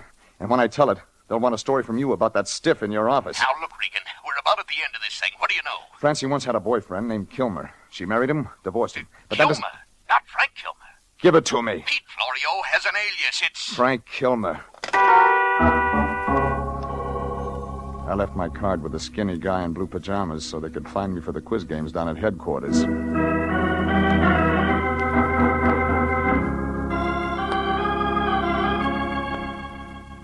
It took me 10 minutes to get out to that house in Bel Air. I parked outside the gate, walked through the garden to the back. Somebody had drained the fountain. Somebody was sitting there. And it wasn't Colby. Regan. It was Francie. And she had a big hurt. Regan. I'll have to get a doctor. Too late for that. Who did it?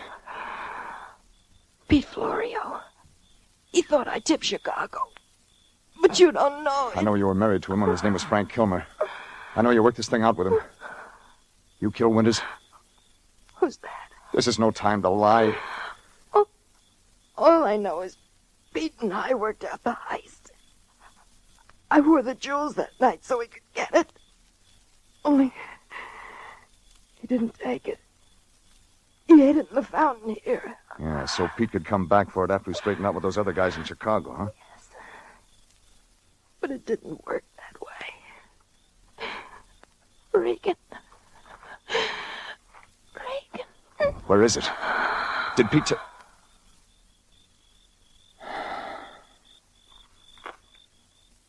So bad. And they're not making that model anymore. Don't move a finger. Plane service good from Chicago, Pete? The best. I've been there and back in 24 hours. You get around too, don't you? What's your name? Regan. Regan. I'm going to plug you. Stand up. You're making all kinds of mistakes tonight. My mistake was tying in with Francie. Bust up $100,000 to stick that knife in her. Now I don't know where the stuff is. Somebody else had a part. Hot air. Wait till you try our gas chamber. Turn around. Now, stand real still. That's it. I want to watch your collar wilt. It was Colby. One hand was hanging like he'd never use it again. The other one was doing all right. He just kept on. He grabbed for the bench, then slid down and shook all over a couple of times like he was saying no in a big way. It was finished.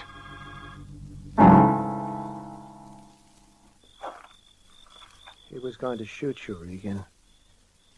He was going to kill you. I did right, didn't I?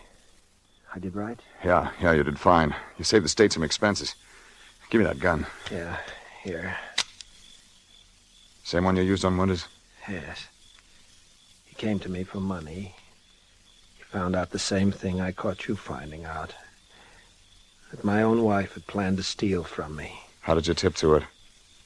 A week before we were married, I saw Florio, or Kilmer, whatever you call him, watching the house. I'd seen his picture in Francie's apartment.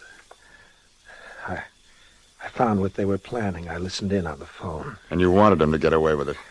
So you could get the stuff out of the fountain before Florio got back. So you could stick the insurance company for the payment. I didn't think you needed dough that bad. Regan, it wasn't for me. It was for her. All she wanted was money. Now look at her. Regan, all I wanted was her. I didn't care if she stole from me. All I wanted was her.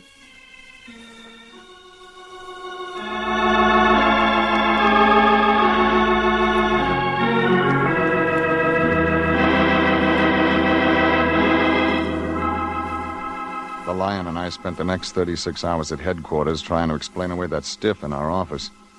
It didn't explain easy. But they began to listen better after Colby showed them where he hid that necklace and bracelet after he took it out of the fountain. Chicago police told us their tip-off had been on a long-distance call. That straightened that part out. Colby tipped him. He'd been hoping that Pete and all of them would get shot up in the pinch. Well, it didn't work that way.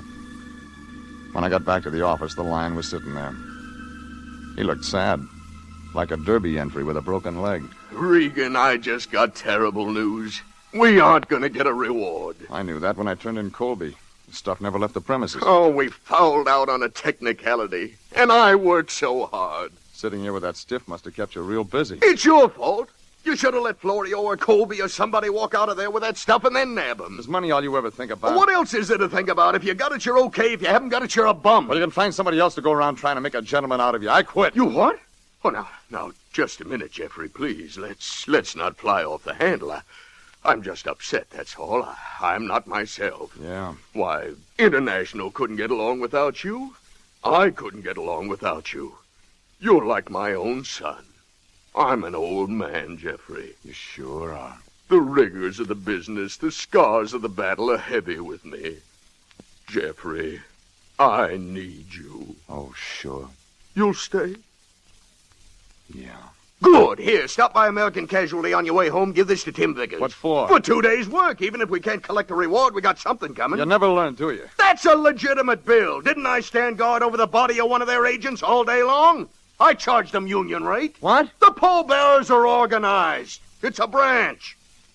What's the matter, Regan? You look worried. I am.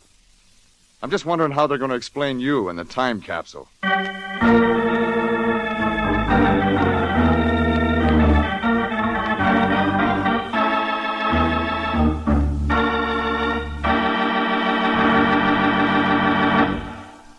Jeff Regan, Investigator, written by E. Jack Newman, directed by Sterling Tracy, is heard at the same time each week over these same stations. Frank Graham plays the title role. Frank Nelson is Anthony J. Lyon. Original music is by Richard Arant.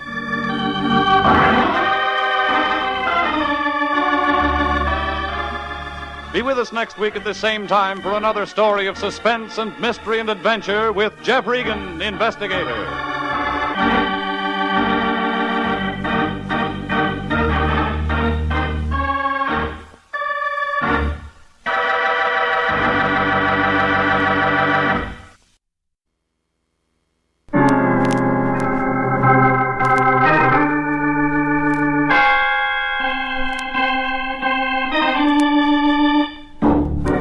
My name's Regan. I work for Anthony J. Lyon, International Detective Bureau. They call me the Lion's Eye.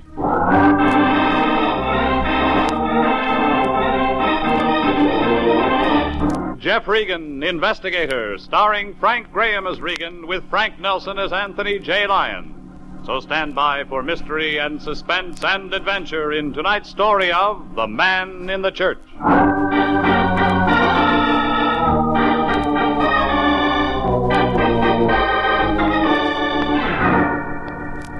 You'll find the Cosmopolitan Building on 7th Street near Olive.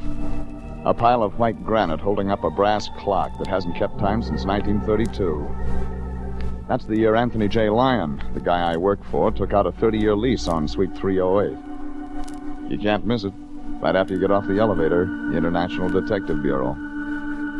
Good bargain counter if you want to buy your trouble wholesale. Right after the SC game last Saturday, I walked in. The Lion was at his desk. He had a sparkle in one eye and a jeweler's glass in the other. And even though he tried to cover up, I could tell he was looking at a $50 bill. You, Regan. I was just noticing the engraving on this bill. Intricate, fascinating, work of art, really. Grant took a good picture. Yeah, didn't he, though? Ulysses Simpson Grant was one of our greatest presidents, Regan. So you're starting a collection? I've already started one. This is my first showing. All right. Who's the new client? Client? Oh, I didn't get this from a client, really. Rather an old friend. Just a little errand. Yes, I called you in because I want you to do a favor for a friend. Last time we did a favor for a friend, he turned out to have a record as long as a rolled-up kite string. Oh, Pencole's not like that. Not at all. Pencole? Yes, Charles Pencole, my friend. He wants a bonded, licensed operator at his place at 6 o'clock tonight. Capitol Hotel on Aliso Street. And just what does Charles Pencole, Capitol Hotel, Aliso Street, want this bonded, licensed operator to do at 6 o'clock? Now, see here, Jeffrey, there's no need to take that attitude. All Pencole wants is someone to deliver a cash amount of $5,000. You took another job without asking any questions, didn't you? What do you mean, ask questions? When a man who lives in a 2-bit hotel on Aliso Street needs a licensed operator to deliver $5,000, there's questions to be asked. Well, I ask questions. Well, then give me some answers. All right. So I lied to you a little about his being an old friend. He isn't that, really, but the man asked for help. I couldn't turn him down. He touched me in some way, Jeffrey. Here. There was a look about him. Gentle. Soft. A $50 look. I tell you, Mr. Pencole was a distressed soul when he came in to see me. If you could have seen him so disturbed, so helpless. It was our opportunity to help a brother in distress. Charles Pencole is our brother, Regan. Come on, answers. Start talking. All right. I'll tell you what I can. Pencole has a problem, but it's in strictest confidence. I told him I'd give him our best operator, you, Jeffrey, but I had to swear I wouldn't divulge details even to you. But I promise it's nothing illegal, just a simple little job. My word, Jeffrey. If you're lying to me again. I'm not. Go see this man, Jeffrey. Take one look at him. You'll see I'm telling the truth. Now, I told him you'd be there. The reputation of the agency's at stake. You took his $50. Yes, I took his $50. And we're on the hook. Yes, we're on the hook. Okay, Fatso, I'll see him. Just see him. But you stay right here. Stay here? Why? Because if this ball has a curve on it, I'm coming back here to ram that $50 right down your throat.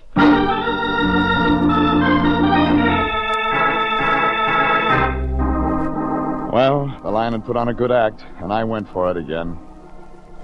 Maybe it was because I figured he lied so much he'd accidentally have to tell the truth once in a while. Or maybe it was because he looked different when he was describing Charlie Pencole. Anyhow, it was dark on Aliso Street, and it was trying to rain when I found a white blister over the sidewalk that blinked out Capitol Hotel, rooms $1 and up. I walked through a lobby that smelled like last year's laundry. Nobody was behind the desk, but I spun the register around and picked up a Charles A. Pencole in room H. It was upstairs, in between a broom closet and a fire escape. But I didn't have to knock. A tall, big-boned man with a lot of gray hair had the shorter one by the lapels. This ain't right. You shouldn't do things this way. You've been out of touch. Yeah, Johnny, I've been out of touch, but I know how to handle a punk like you. Now listen to me. Get in my way once again, and I'll break you in half. Look, I'm warning you, kid. Shut up! All right, big shut up. Don't try a gun, you Drop crazy... the heater, Buster. I said drop it. Got a lot of friends, Charlie. They always show up just in time. I remember you too, mister. I remember you Get too. out of here. Go on, get out. I remember this. I remember all of this. You're a pretty good soldier. What's your name? Regan. Oh, you some thanks. Thanks, Regan. I'd have used that thing, you know. We try to keep our clients alive until we've earned our fees. Clients? I'm from International. Oh. And if you're Charlie Pencole, you're a client until $50 is used up. Oh, yeah, sure. Come on in, Regan. Here, make yourself at home. It isn't much. Wire bed and a neon sign outside. I've had better, Regan. Yeah. Hey, you want a drink? Why not? Probably got a lot of questions to ask, Regan. I'll answer them fast. Yeah, here you are. Thanks. Suppose you start with the punk. Johnny Largo? Mm-hmm. Look, he hasn't got anything to do with you and me. He's a separate fuse. Sure? He's used that 38 before. You know him? I've seen him in the mug files. Well, I can handle him. I want you to handle something else. What's the look for? I've seen that kind of suit before. Did $10 come with it? Yeah. Just got out of San Quentin. Did 18 years. It's over. Time served. It shows. You don't do that much vacation standing on your rear, Regan. It's hard to get any exercise in a 10-by-8 room. And the nights, too, they're always a couple of million years long. You got somebody to worry about. Somebody like Largo? No, I tell you, he's nothing. In 29, he was a truck driver who had big ideas. He's still got them, but he's got nothing to back them up with. All right. You got somebody else to worry about? Yeah. Guy's name is Sidney Chambers. Owe him some money. You sure you want a detective? I can pay Chambers, but I can't see him. I'm going to be busy. You're bonded. I can trust you to carry the money. Messenger boys are bonded, It's too. a simple job, Regan. That's why I'd only pay the lion $50 to have it done. There you are. 5,000 right there. Go ahead, count it. I'll take your word. Where do I find your man? Sidney Chambers will be at the planetarium in front of the entrance. He'll be in a black suit wearing a white carnation in a briefcase. And just like that, I walk up and hand him $5,000. Just like that? How do you know I won't feel like taking a trip? I don't. But then I still haven't got anything to worry about. You got that much money? No, Regan, I got me. And Charlie Pencole never let anybody put anything over on him. What about the state of California? It was a bum rap. Oh, sure it was. Good night.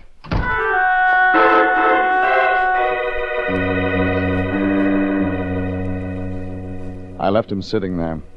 He looked as happy as a Ubangi with a fever blister. Maybe the lion was telling the truth. So I put the $5,000 in my pocket, but it felt hot, like a dynamite stick with a short fuse.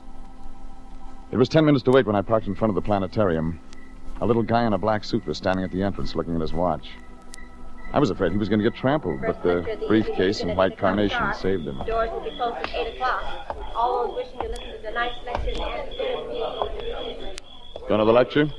It's all about a trip to the moon tonight. Oh, is it? Well, I don't think I'll go in. I'm expecting a friend. Friend named Charlie Penco?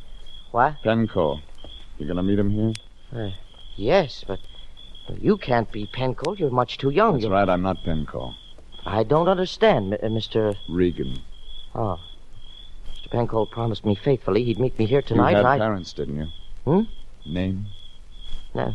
I'm Sidney Chambers, but You got the briefcase to collect some money in? Did you bring it? Did you really bring it? How much expecting? Why, $5,000 and not a penny less. All right. There you are. Well, say now.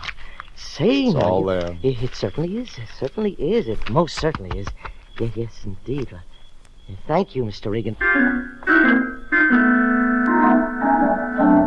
If I hadn't seen him pat his bulged pocket, I'd have gone on home and played canasta with my landlady. But when I saw him drive away, I began to get a slow feeling. Like all my troubles were already started. So I crawled in my car and followed him. I was still following when he pulled up in Palos Verdes and parked in front of a little house stuck up on a hill all by itself. I had that same feeling when I cut my engine, coasted to a stop, and sat there thinking about nothing. I watched a light go on somewhere in the back of the house. I was just putting my cigarette out when the place lit up like a cop. I pulled my gun and started for the door. But I wasn't fast enough to stop that black coupe that was in the alley.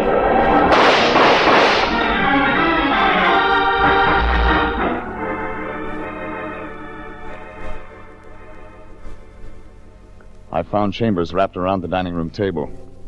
He was holding on to that briefcase, and the $5,000 was still there. But he'd never get a chance to spend it. He was all used up. Anthony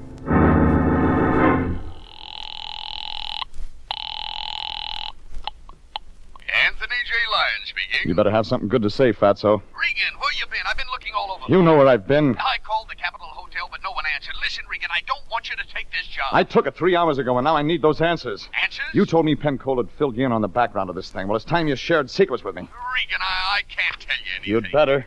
But I didn't get anything from him, Regan. I made up that stuff about a personal problem just to get you to take the job. All for $50? There's no time for that now. You said it. After you left, I got worried, so I looked up Penco. He's really good-time Charlie Penco, an old-time racketeer. And he just got out of San Quentin. And somebody's already dead. What? Now get this. I'm calling you from a house in Palos Verdes. It belongs to a little guy named Sidney Chambers. I made the delivery and decided to follow him home. Just as I got here, somebody blew his fuse. What happened to the $5,000? The killer steal it? It's still here. Still there? Good. I thought that'd get action. Now, hold on to it. International will keep it safely until the police go ahead. Regan. Regan. Hello, are you still there? I was still there, but I wasn't listening to the lion. I was looking at the traffic cop standing in the doorway. He was looking at what was left of Chambers, at the money spread all around, and then at me. I began to feel helpless, like a fiddler without a chin. I'll take your gun. Go ahead, finish your call. I won't listen. It isn't important. Dead, huh? You, got anything to say, mister? Huh? Nice gun. Yours? Yeah, it's my gun, but Yeah, sure. Just been fired. Those bullets won't match up with the ones in him. You got this all wrong? Money, too. Well. Weapon, motive. I'll be in plain clothes this time tomorrow. Look, the guy who did it's making time right now. You'll be surprised the kind of drivers we have around Los Angeles. I'm working Palos Verdes. I stop a minute, I hear noises like guns. And I just cruise around on my bike where I think I hear the noise. And I find you. All right, killer, move. My turn to make a call. I leaned into his gun, spun around, and knocked his wrist down. The bullets went wild, and I hit the light switch. Come back here! Come back! That gave me time enough to get through the door. He lost me when I ran up the hill and back of the house toward the oil derricks. But I knew he'd keep right on looking. And so would every cop in Los Angeles.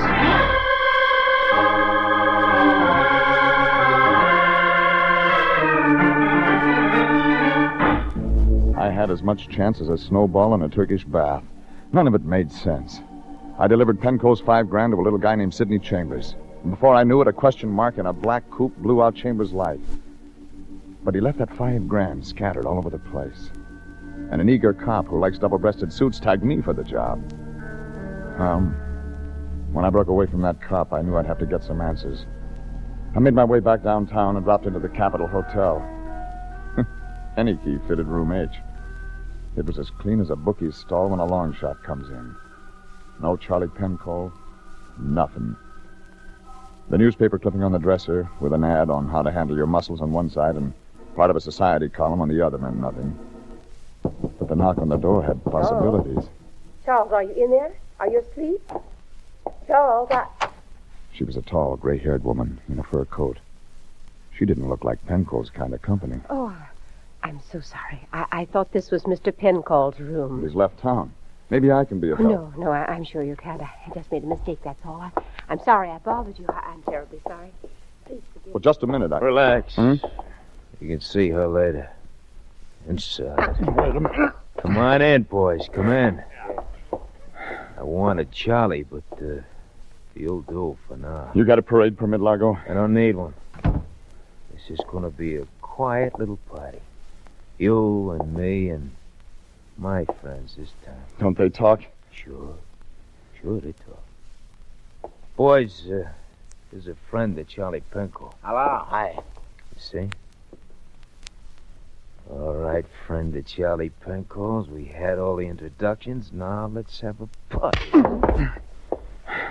You took my gun away tonight. I told you I'd remember you.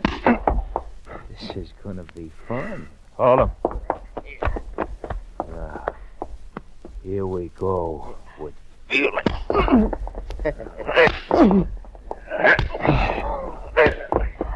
Boy, he's getting heavy. Nah, don't let him fall, Sam.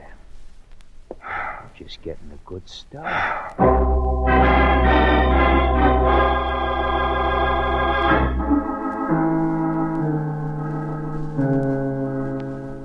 Well, it was almost morning when I started to come around. I was still in room H. Some cold water and a trip to the drugstore didn't make me feel any better, but I had some answers to find. The morning papers were full of the brutal murder of city employee Sidney Chambers.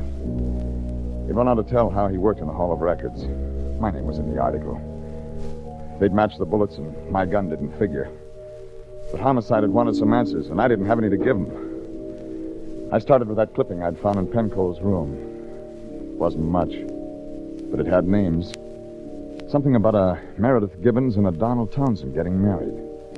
There was an address in the phone book, Sherman Oaks. Nice house on a nice street. Good morning, darling. I didn't expect you so... Oh, I'm sorry. I thought you were Donald. My name's Regan. I'd like to see Meredith Gibbons. Why, I'm Meredith Gibbons. Well, please come in, Mr. Regan. Thanks. I'll have to apologize for the appearance of the house. I'm packing and all. I'm being married this afternoon. Yeah, I read about that. Oh. Mr. Regan, I'll have to apologize again. I don't believe I know you. No, you don't. Look, I won't take a lot of your time. I'm a private investigator. I'd like to ask some questions. Private investigator? Well, certainly, Mr. Regan, but I don't know... Hey, darling, I'd like Oh, to... Donald, you're here. Oh, morning, sweetie. Donald, this is Mr. Regan. He's a private detective. He wants to ask me some questions. Oh? Well, glad to meet you, Regan. What's this all about? Probably nothing. Just a lead. Look, do you people know a man named Penco? Penco? Oh, no. I think it's important. His name's Charles Penco. No, Mr. Regan, I don't. I'm sorry. Neither do I. All right. Does the name Sidney Chambers mean anything to you? No. Sorry again, Regan. Nothing again. I can't think so well. I'm marrying her today. Oh, Donald. No, Mr. Regan, I've never heard that name before. You're looking for these men? One of them's dead. Oh? Which one? Chambers. He was shot last night. Oh, dear. I've got to find Penco. Well, sure wish we could help you more, but... tell me, Regan, why did you come here? I found this clipping about your marriage in Penco's room. That's funny. Truly, Mr. Regan, I never heard the name before. Donald, you have so many things to do today. Oh, Mother, I want you to meet Mr. Regan. He's a detective. This is my mother. How do you do, Mr. Regan? It was the same gray-haired woman I'd met the night before in Charlie's room. Had to hand it to her. She didn't raise an eyelash. She looked right through me like she was meeting me for the first time. I didn't give her away. There was something in her eyes that said, don't. Mr. Regan, I know you'll excuse us. We have so many things to do. Well, perhaps Mother can help you. Sure. Bye, Regan. I hope you find your man, Mr. Regan. They look like a real nice pair, Mrs. Gibbons. They're wonderful children, Mr. Regan. Wonderful. You know what I have to ask you. Yes, I know. Man's been killed. Sit down, Mr. Regan, please. Thanks. That lovely girl who just walked out of the door is Charles Pencole's daughter. Oh. Yes. Charles married my younger sister in 1929. She never knew what Charles did for a living. She was in the hospital, Mr. Regan, dying while Charles was in court. And when his sentence was pronounced, his daughter was born at a hospital in Glendale. That'd be Meredith. Yes. Go on. Before Charles began his life sentence, he took what money he had left and established an irrevocable trust fund for her and for me. It was his plan. I adopted her legally. He promised that he'd never write or bother in any way, and he hasn't. Oh, after so much heartache for her real mother, he was trying to do one decent thing. It worked out? Oh, yes. Yes, he kept his word. He was paroled last week. I read it in the papers. And you went to see him at his hotel. I met you there. Yes. Yes, I went to see him last night. The parole officer gave me his address. A little man had been here last week on some pretext or another, and I was worried. I thought he was a friend of Charles who might want to make trouble. Nobody else knows about this adoption? No one, Mr. Regan. No one at all. Just Charles and I. My sister, well, she had the baby under my name. I see. I read the morning papers. The little man, the one who called on me last week and acted strangely, was murdered last night. His name was Chambers. I read about it in the paper. Yeah, that's right. And the police are looking for you, Mr. Regan. Mm-hmm. Oh, please, I can't ask you to continue being a fugitive. I know you didn't kill him, but if there's any way at all, Mr. Regan. Oh, listen to me. Meredith can't become involved in something like this. If there's any way to keep her out of it, Mrs. Gibbons, I'll do it. Oh, thank you, Mr. Regan. Thank you.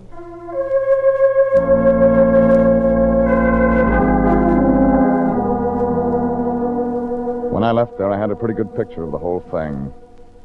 A check with the Civil Service Commission did the rest as far as Chambers' part fitted in. Besides working at the Hall of Records from 1932 on, he'd worked at the city morgue before.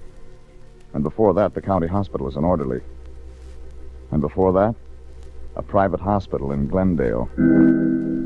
But that still left Johnny Largo on stage. The Lion had part of it when I found him at the office.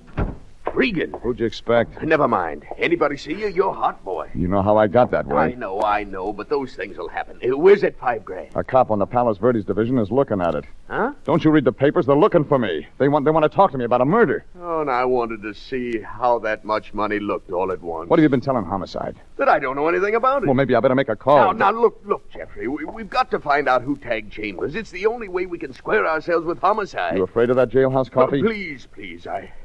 I had another one of my attacks today. Knowing you were out there somewhere in this vast city, hunted, because of my indiscreetness.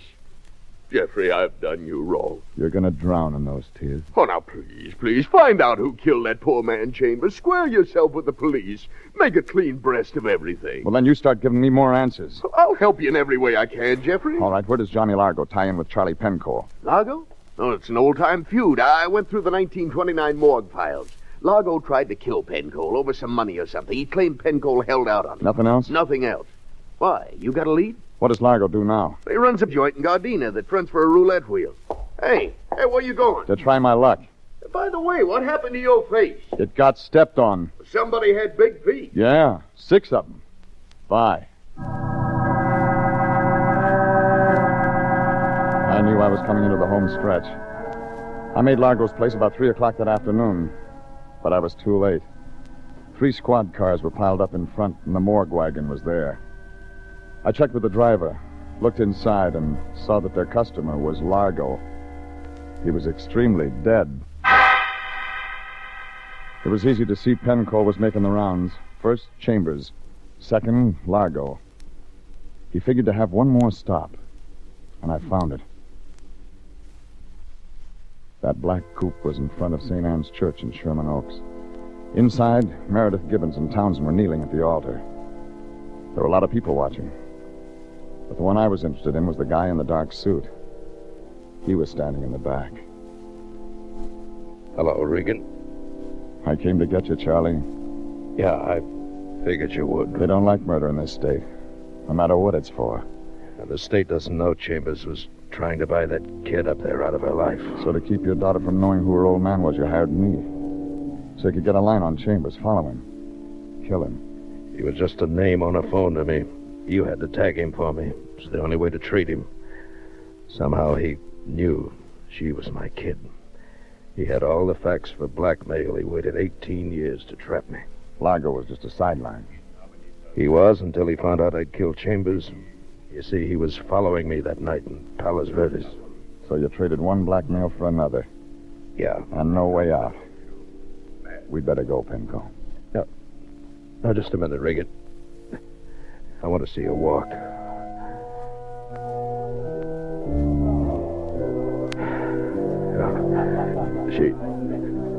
She looks just like her mother. Regan. What's the matter? What? Largo threw some that connected here. Put your arm in back of me. Hold me up, Regan. At least till she gets by. I don't want to ruin anything. Please. Donald, there's Mr. Regan. He came to our wedding. How nice. Yes. Hello, Regan. Thanks Hello. for coming. Oh, we're so happy. Did you ever find the man you were looking for? Yeah. I found him. I'm glad. We're so very happy today. We sure are. Mr. Regan, do I know your friend? He looks familiar. No, you don't know me. Not at all. Good luck. Well, thank you very much. Come on, darling. All right, dear. Okay, Penco. Thanks, Regan. Oh, get me out of here, quick.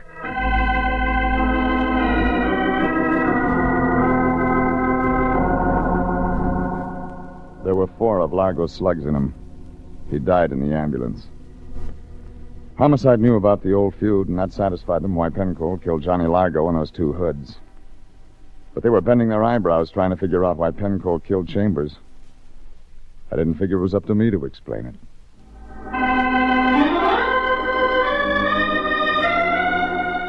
The next morning when I came into the office, somebody was just leaving. The Lion had one arm around her shoulder. No, just part of our service. Glad to be of help, but... Oh, Regan. Oh, Mr. Regan. Hello, Mrs. Gibbons. Oh, I just came by to thank you. To thank you for everything. I didn't know that people could be so understanding. I didn't know. Thank you. Thank you so much. Fine figure of a woman, Regan. Fine figure of a woman. And what else does she want? Oh, she just came to thank us, that's all. Yeah. Regan, you don't think that after all that's happened... Yes, I do. Well, that certainly doesn't show a very good opinion of me. How'd she get the address? Well, I gave her a call. Give me. Now, you don't really think... I said give me. It's just a small check. A gesture of her appreciation. Oh. Regan, that's dough! You got paid for this once? Yes, but this was a bonus for the rest of it. After all, International has expenses. This is a legitimate... Oh, well... Maybe this time you're right.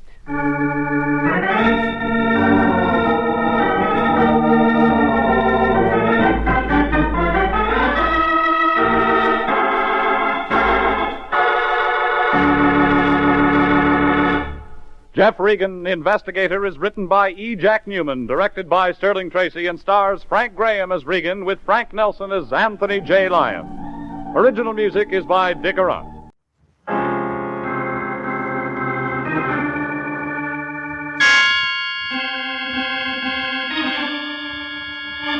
My name's Regan. I work for Anthony J. Lyon, International Detective Bureau.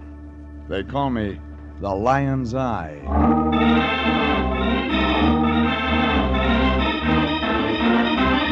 Wednesday at 9, and CBS brings you Jeff Regan, Investigator, starring Frank Graham as Regan with Frank Nelson as Anthony J. Lyon. So stand by for mystery and suspense and adventure in tonight's story of The Lady from Brazil.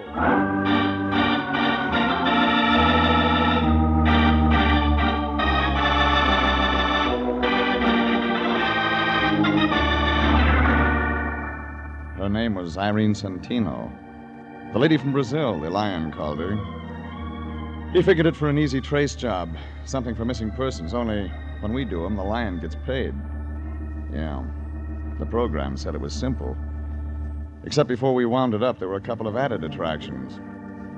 A doctor who didn't do any doctoring, a nurse with a built-in temperature, and a couple of blackouts that were meant to be permanent. And guess what? In that last part, I was supposed to be the star. Anyhow, it all began late last Monday. I was home. My boss, Anthony J. Lyon, knocked on my door. And that's when I made my first mistake. I let him in. Regan, I'm glad I found you in. I'm just on my way home from the office. You could have kept on going. I'm out of Johnny Walker. Oh, now, Regan, I didn't come by just for that. You got anything else? No. All right. As a matter of fact, I want your advice, Regan. Cut out starches and get some exercise. What else? What would you do if you traveled 10,000 miles just to see your sister and then couldn't find her? I'd give up the search. You would? Why? I haven't got a sister. Oh, that's not what I'm talking about. You'd go to missing persons, wouldn't you? Sure you would. But if you knew your family in a foreign country would become greatly alarmed at this sort of notoriety, you'd look for your sister in another way. You'd hire a good private detective. Now, isn't that right? Come on, Fatso, put it on the road. What do you mean? I'm just posing a simple problem. And you've got an angle somewhere. All right, we have a new client. Her name's Irene Santino. She's from Brazil, Rio. Fine family, Regan. Coffee. She's engaged international to locate her younger sister, Carmen. I'm no St. Bernard. You'll do till I can feed one. Oh, now, I know you've been working hard lately, but, Regan, this is one of those occasions when I'm proud to be a part of our profession. We have an opportunity to help a young lady in desperate straits and at the same time secure goodwill from South America. Ever hear of the State Department? Of course I have, but they can't do it all alone. It's up to individual citizens to take responsibility, too. And that's the only reason you want me to find a sister? Absolutely. Now, Miss Santino is taking an apartment at this address. Here, go see her, comfort her, let her know International and the United States of America will do everything possible to locate her lost sister. Yeah. That all? That's enough.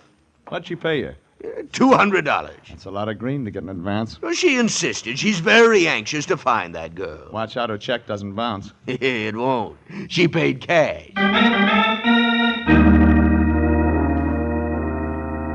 That $200 was already making a lump in the Lion's coat, and I knew the next spot for it was his mattress.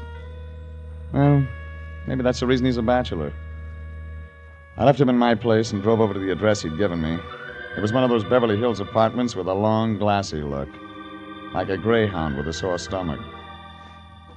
Irene Santino's apartment was on the second floor. She was a tall, brown-haired girl without a smile. She wore glasses, and when she talked, she sounded sad, like a banjo player with a paper pick. Thank you so much for coming over, Mr. Regan. I've been very upset all day. I just had to do something about Carmen. Your sister? Yes. She's the one I came to California to see. I heard. It's an awful vacant feeling. I thought she'd meet me at the airport, and then she wasn't there. And when I went to her address, we were very close. She's from Rio, too? Yes. How's yes. her English?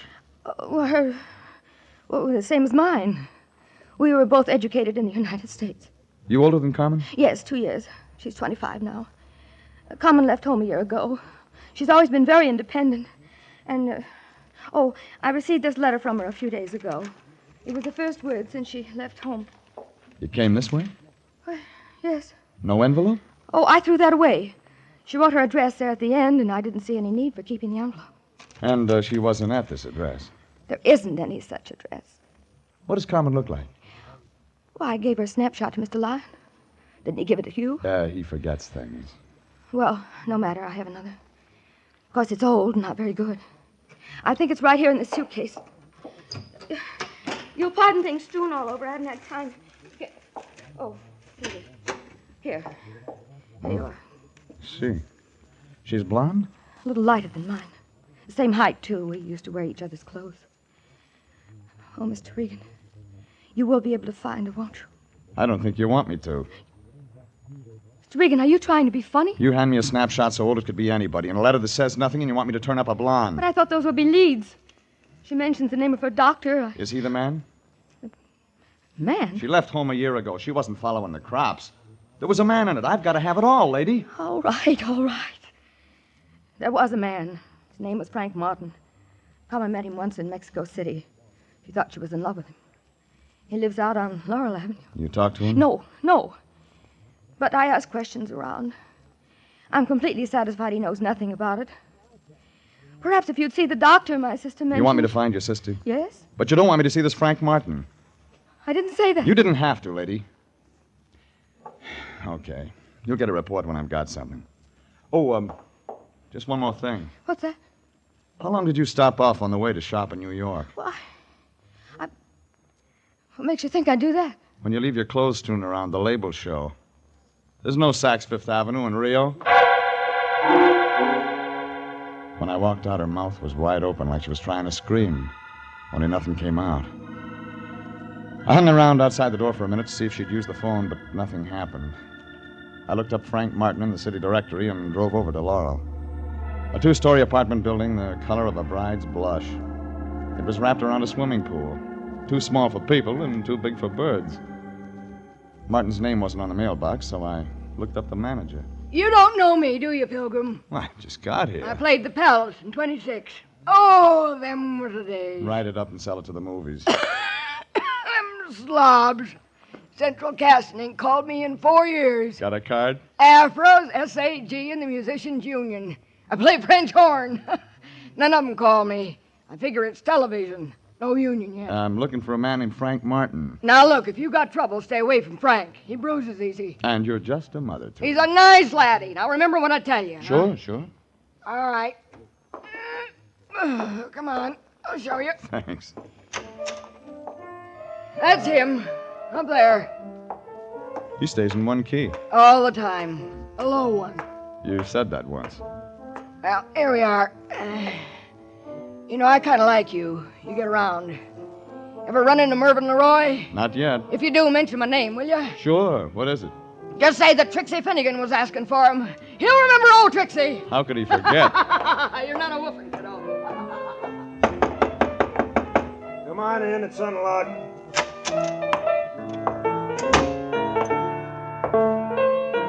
Your name Frank Martin? Yeah, who wants to know? My name's Regan. I'm a private investigator with the International Detective Bureau. Wrong steer, Gumshoe. I don't need one. I'm not looking for work. I'm looking for you. What'd you say it was? Regan? Yeah. R-E-G-A-N? Regan. Regan. Just wrote that one. Pretty cute, eh? I'm looking for a friend of yours, Carmen Centino. Oh. How is Carmen these days? I don't know. But you said you were a detective. I did. You sound like an amateur to me. You sound like a guy with a chip on his shoulder. You sound like a lot of things. You're trying to get tough, baby. It figures out when your name isn't on the mailbox. Yeah? Nobody would ever write you. I'll just skip that, Regan. Well, who hired you to do what? Your sister's in town. She's looking for Carmen. Didn't know Carmen had a sister. What else? You're the boyfriend. Boyfriend. It's real good. Let me tell you what she's like, Regan. Eyes just right. Hair just right. Everything just right. Wait till you see her in a bathing suit. That's something, brother. She isn't wearing one in this picture. Let's see. No, it's a bad picture, Regan. Hardly looks like her like she is. Ever met him like that? Well, we're going to be married, Regan. Only she decided all of a sudden she didn't want him. Just like that. It was her idea. Haven't seen her since. You try? Once. She moved, no forwarding address. That's all. Makes a good story. Yeah, but you don't believe it. Let me tell you the reason we broke up. It's a dilly. My hearing's good. Well, you've heard about the happy couple. The guy keeps getting loaded, can't lay off. Well, this is different. This is the big switch. Carmen. Yeah, Carmen. And why she was seeing a doctor? Carmen, seeing a doctor? Look, why don't you get out of here? We don't like each other. My sister thinks something might have happened to Carmen. She's scared. Yeah, some of us are scared part of the time. When somebody makes a lot of noise looking for somebody, then everybody gets scared. You scared, Regan? Yeah. What about? Carmen Santino. I might be looking too late.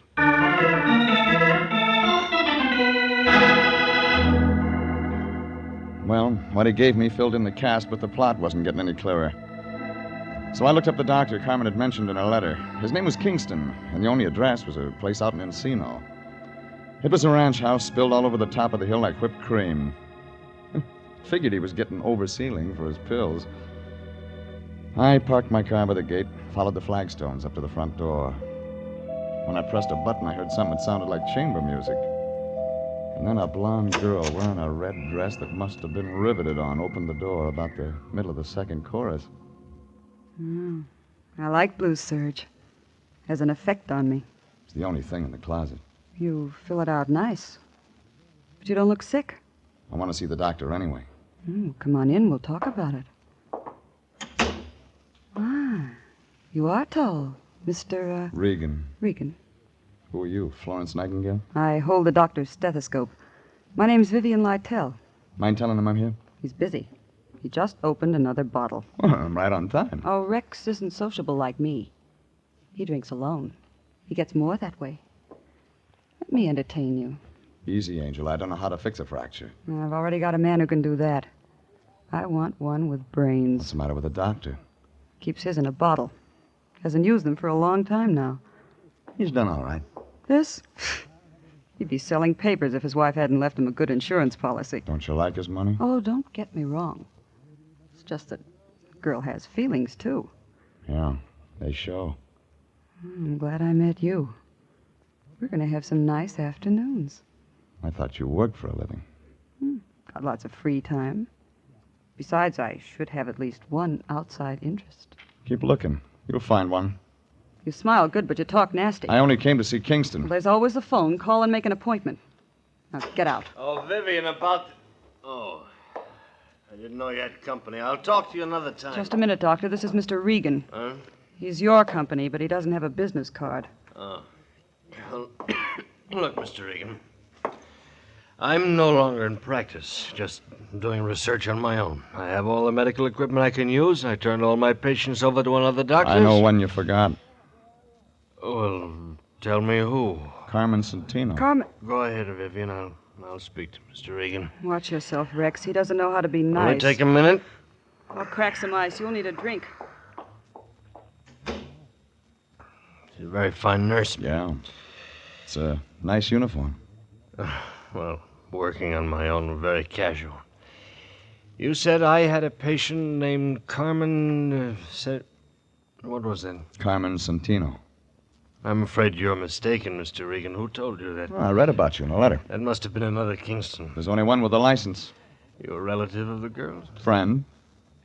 You're a detective, aren't you? Yeah. Want to show me your files someday? Why not today? This way, I keep them right here in my lab. Help yourself, Mr. Regan. Oh, you want a drink? Too early. You don't mind if I have one? Your house.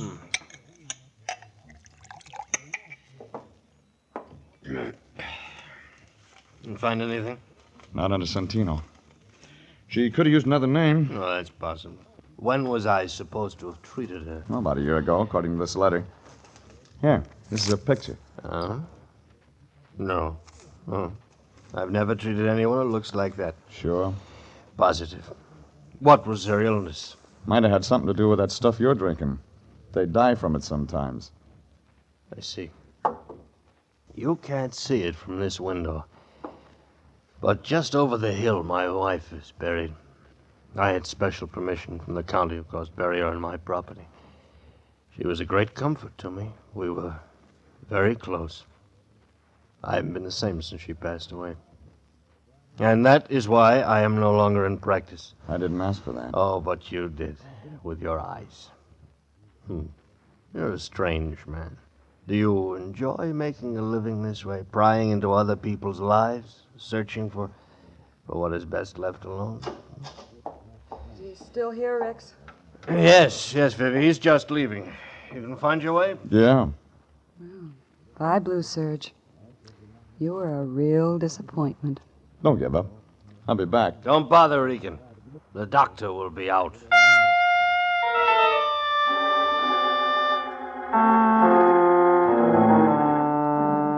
The whole thing looked phony, like a fan dancer in long underwear.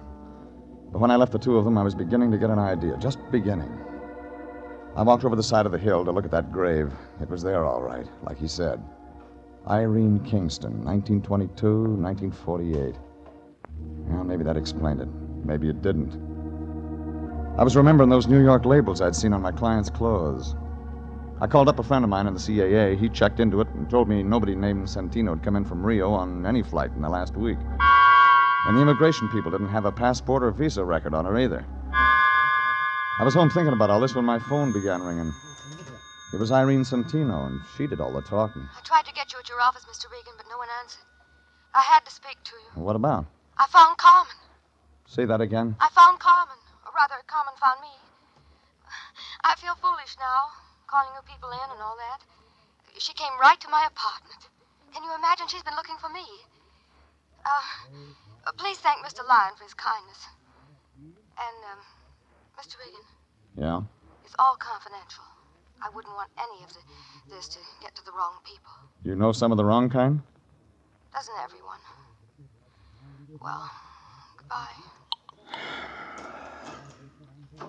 Oh, Regan. Regan, you run any expenses on this Santino thing? No. Good. It's all over. Well, how do you know? She just phoned me. Just came from missing persons. There's a cop there named Perini. Got an eye like an eagle. Had that other picture of the Santino dame with me. He took one look at it and opened up a file. What kind of file? Dead and unclaimed. What do you mean? The county buried her.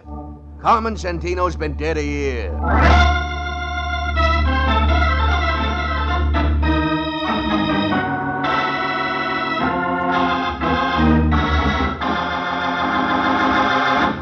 This is CBS, and you are listening to The Story of the Lady from Brazil, tonight's adventure with Jeff Regan, investigator.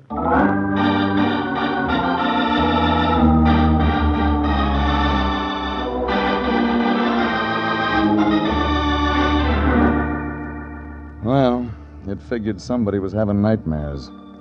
I didn't say anything to the Lion and went down to the Hall of Records. There was a little guy sitting at the desk in vital statistics.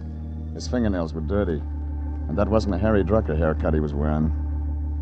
He was reading a dictionary, and he must have been at a good part, because he looked mad when I nudged him. No, we're not in a bus, buddy, so just quit shoving. I want some information. Public servant, that's what I'm here for. What kind of information Death do you want? files. You're such a morbid guy. We got lots of stuff on births and marriages. Why don't you ask me something about them? Girl named Carmen Santino died about a year ago. Tell me what from. Okay, take it easy. How do you spell it? Just like it sounds. Santino, huh? Yeah, Santino. What's this? Sabatini, Sailor, Sanaki, Sanford. That's what happened to old Sandy. No wonder I ain't seen him around lately. Get to Santino. Oh, yeah, Santino, yeah. Yes. Santino. Date of death, 15 October, 1948. Cause of death? Alcoholic poisoning. Yeah, that's right. How'd you get it? Never mind. Who signed the certificate? Rex J. Kingston, M.D. Okay. Now, here's one more for you. Look up Irene Kingston. The doc's wife? Look it up. Okay, yes. Let's see. Kingsley. Oh, yeah. Kingston, Irene, 13 October, 1948. Cause of death? You guessed it again. The same. Alcoholic poisoning. Hey, this guy couldn't keep a patient. Well, that filled it in. I could see the plot, but I wasn't sure of the ending. So I didn't waste any time getting over to Irene Santino's place. But I wasn't fast enough. The door was halfway open when I got there. All the company had left, but Irene was still around. She was sitting there looking at the phone like it was all she had to think about. Miss Reed. What's so funny? Excuse me for not getting up, but I didn't expect you. I told you I found my sister, didn't I? You told me, but you didn't tell me she was dead. I didn't even tell you that I haven't got a sister. Did I? Come on, lady, give it to me. What are you talking about? This little red spot on my arm. It doesn't look like much, does it? But you just wait, Mr. Regan. You just wait. You just wait.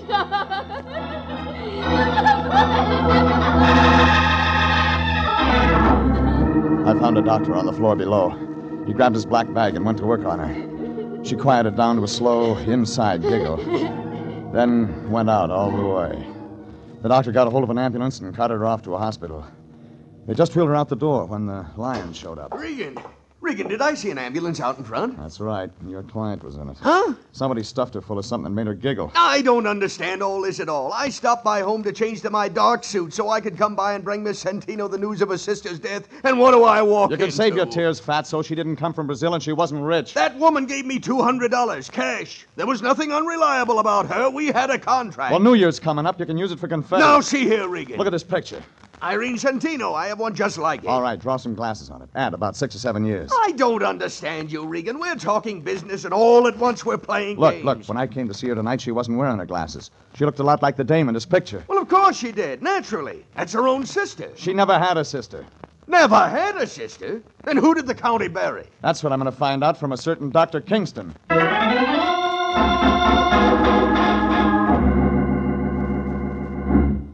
I had a feeling you'd be back. I built a fire. I forgot the marshmallows. We'll think of something else. I'm not mad anymore. I'm still looking for your doctor. Well, let me take care of you. I have a way with men. Didn't we do all this once before? Well, it's night now. I'm better with the lights low. You can ask me some questions. I know some swell answers. I'll bet. How do you like it? Your way. There. That's better. Now let's have a nice, quiet evening. Just you and me. That why you wore that? You like it? You got talent, lady.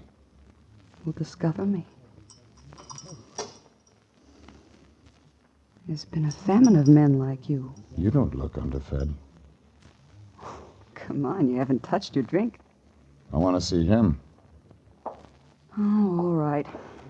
We could have had such a nice evening. Rex. What is it?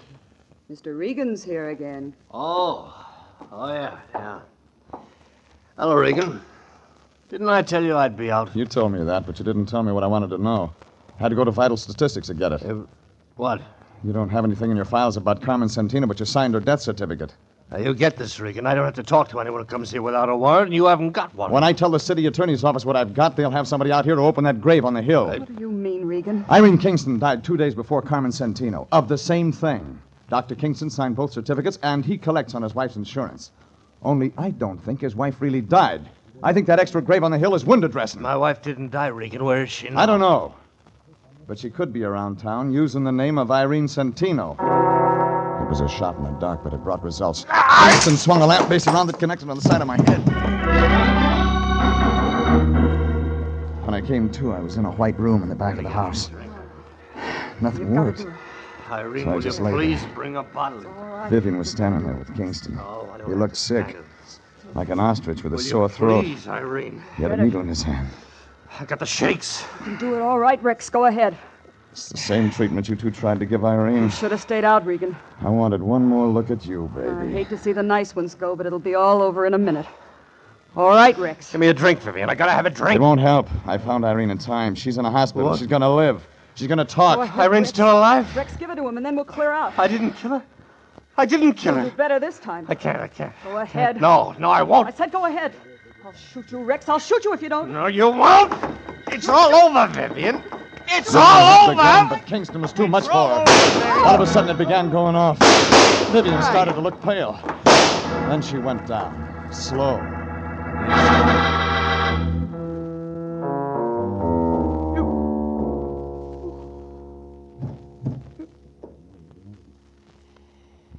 Oh, she deserved that. That what you're going to tell the state?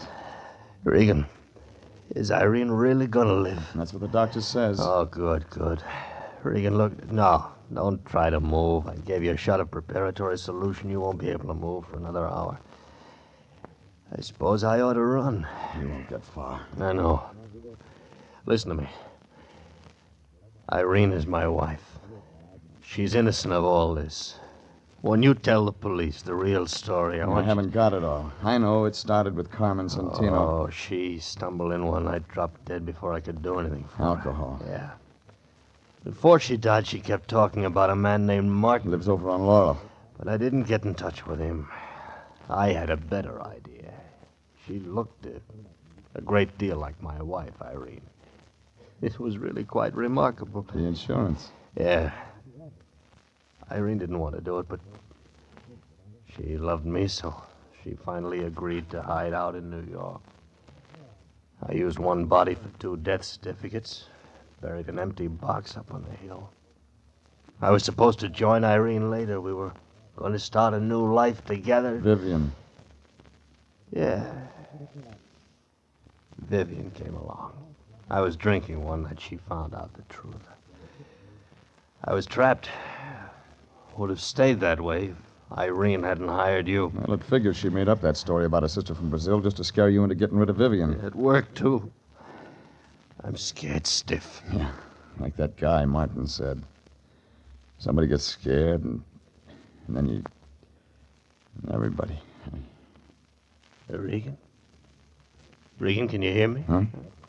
Oh, sorry. Stuff's making me sleep. Yeah, that'll wear off. I'm going now, Regan. See that Irene gets a fair shake. I'll try. He picked up a bottle and started out the door. He didn't even look down at Vivian's body on the floor. I tried to move, but like you said, nothing worked. It was more than 2 hours before I could get to the phone and call homicide.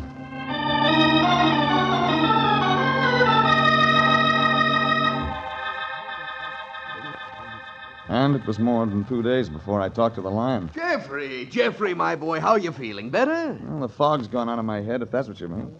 Otherwise, I feel lousy. Oh, don't take it so hard, my boy. All in a day's work. Besides, there's the brighter side. Yes, indeed. Like what? Well, for one thing, they got that Dr. Kingston. He only got as far as Las Vegas. Crime doesn't pay, Jeffrey. Crime just does not pay. Doesn't, huh?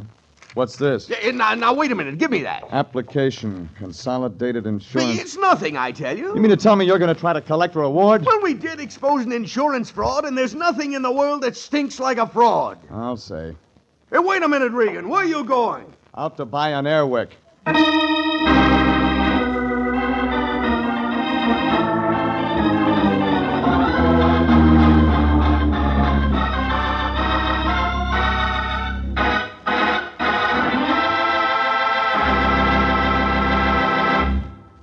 Jeff Regan, Investigator, is written by E. Jack Newman, directed by Sterling Tracy, and stars Frank Graham as Regan, with Frank Nelson as Anthony J. Lyon. Original music is by Dick Arant.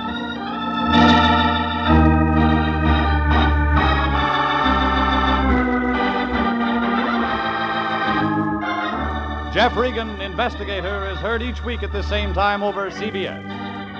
Bob Stevenson speaking, and inviting you to be with us again next Wednesday at 9 for more suspense and mystery and adventure with Jeff Regan, Investigator. This is CBS, the Columbia Broadcasting System.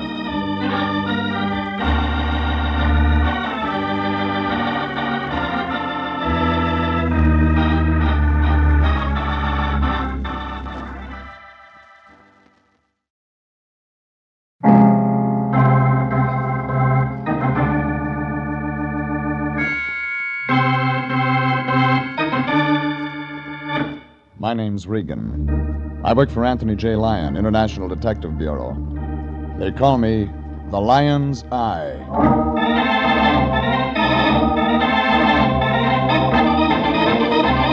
Wednesday at 9, and CBS brings you Jeff Regan, Investigator, starring Frank Graham as Regan with Frank Nelson as Anthony J. Lyon. So stand by for mystery and suspense and adventure in tonight's story of The Lady Who Wanted to Live.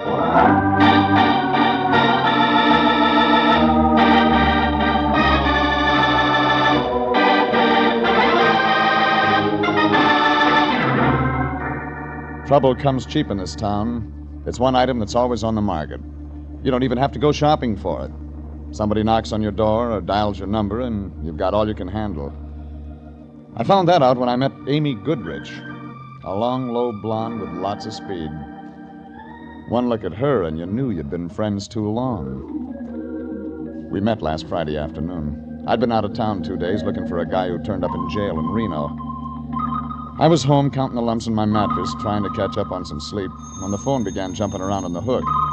I thought it might be somebody with Rose Bowl tickets. I was wrong. It was the Lion. Hello? Regan, is that you? What do you want? Oh, it's a beautiful afternoon. The sun's shining. There's a tang in the air. How'd you like to take a nice drive out to the beach? The season's over. Oh, but this is a new season. Fall, Regan. Light suntan, wild ocean. Doesn't it excite you? I haven't had any sleep in 2 days. I know, and I hate myself for disturbing you. I just hate myself. Get to the point, Fatso. Well, something very important's come up, Jeffrey. I wouldn't trust anybody but you to handle it. Besides, the sea air will do you good. Give you a lift. This isn't Berlin. Say something. Well, I want you to call on our new client. She's a nightclub singer, has a beach cottage at Santa Monica, 18106 Coast Road. Her name's Amy Goodrich. You still there, Jeffrey? Still here. Up, my boy, to the colors, on the firing line. Drop dead. Oh, now that's not being a good soldier. Why, if I didn't know you, I hung up, stuck my head under the pillow again, and waited for him to call back. He didn't. He was playing it coy. Well, I tossed around for another half hour. The mattress got worse, and then a fly started buzzing against the window shade. About that time, the blonde next door decided to leave her husband, and it got real noisy. So I rolled out of bed, threw on some clothes, and climbed in my car. I drove over to Sunset Boulevard and headed for Santa Monica.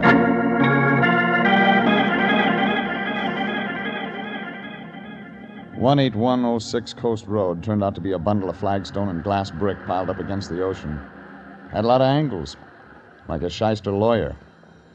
Figure whoever built it never heard of the FHA. Front door was open. Inside, a skinny little guy with a complexion like dried codfish was catching up on his music appreciation. His eyes swung around when I walked in. It looked like they'd been hurting him all his life. He turned the record player down, but those elevator shoes brought him up to my chin. I'm listening to music. Whatever you're selling, we don't want any. How do you know? We never want anything. So long. Amy around? Who are you? My name's Regan. What do you want? You her? She's around. All right, she's out back on the patio, taking a sunbath. You didn't tell me what you want with her. I don't. She wants me. Okay? Okay, sure, okay. Why should you be any different? Traffic problem, huh? Yeah, we need stoplights. Go right on through the dining room. Just in case I want to write this up, who are you? Felix. Felix Beethoven. Well? I didn't say anything.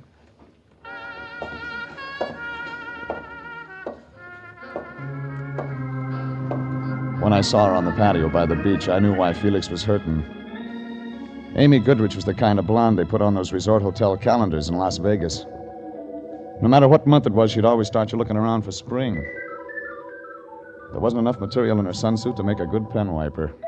And when she smiled at me, I began to feel warm inside, like a radio with a broken coil. I know it's warm for this time of year, but you aren't wearing a sheepskin. It wouldn't fit in this crowd. You're from Mr. Lyon, aren't you? How'd you know? Well, he said he was sending me his best man. So, Mr. Regan, come over here and sit by me. Sure I won't crowd you. Mm-mm. Your party, lady. I always drink scotch. How about you? Maybe. Later. Well, so you're the lion's eye, Very nice. Depends on how you look at it. I had to crawl out of bed to come over here. Oh? You haven't been sick, I hope? Well, when you work for the Lion, you just don't get much sleep. Oh, I see. I thought you looked nice and strong. I'll tell my tailor. And quick, too. Look, you can relax, Regan. This job is going to be easy. What is the job? Protecting me. If you're going to wear that all the time, I'd better send for reinforcements. I think you'll be able to handle it. You'll do just fine. If I know who I'm protecting you from. Yes, I suppose you do have to know that. Have you ever heard of Tim Conover, Mr. Regan? Yeah. He runs an upholstered cigar box downtown. Diamond Club. He plays for keeps. I've heard. And apparently I interest him. It figures. I worked for him 2 years ago singing. He became very interested in me, but I turned him down. Conover wouldn't like that. He doesn't. He has another girlfriend now, a Helen Lesser. I thought she'd take his mind off me, but she hasn't. You still saw? He's been around half a dozen times this past week, casing the place. I think he's got some nasty ideas. Like? I don't know. But he might not be very gentle. So, I hang around until he shows up, huh? Mm-hmm. You protect me, Mr. Regan. I want you to stay real close to me. I, could go to the Diamond Club, talk to him. You could, but he doesn't impress easily. And, I'd still want you around. I see. You don't want me to talk to him? There'll be time for that later. But right now, let's you and I get acquainted. Your boyfriend isn't going to like that. Felix? He's only my arranger. He writes better if he's jealous. He must turn out a couple of operas a day. He's got a bad ticker, hasn't he? He's got a bad heart. But let's talk about us. Conover, remember?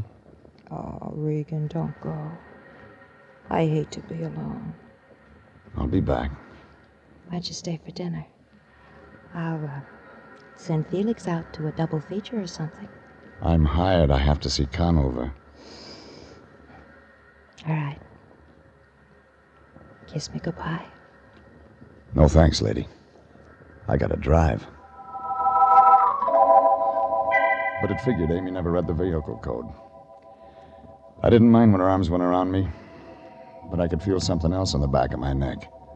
Eyes. Somewhere in that house, Felix was watching, and I knew he wouldn't like the kind of music we were making. Hurry back, baby. I could still feel him watching when I broke away and walked back through the house. He wasn't in the dining room, so I went through the archway to the living room. I didn't find him, but he found me.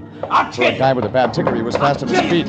He had a letter opener in his hand, but I didn't see the afternoon mail. I grabbed for him and he slid away. Then he came around again. This time I got my hand around his wrist. Drop it, Buster. Drop it. Take it easy. You got small bones. You're not built for rough work. Leave her alone. Leave her alone, Regan. You leave her alone.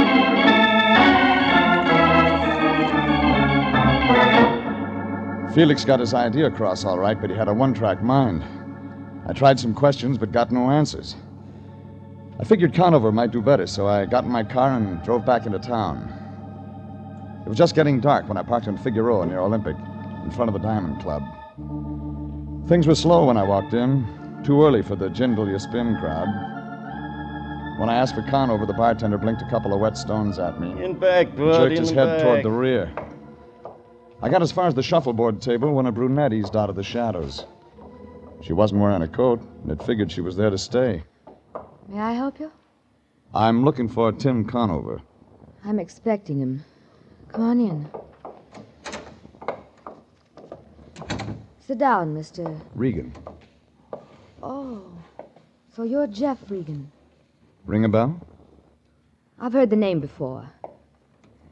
It fits you. You're a private investigator. Yes, of course. Tim's not in any trouble, is he? Not yet. What do you mean? Maybe I better talk to him about it. Huh? Well, if it's that important, I better find him. Make yourself at home, Mr. Regan.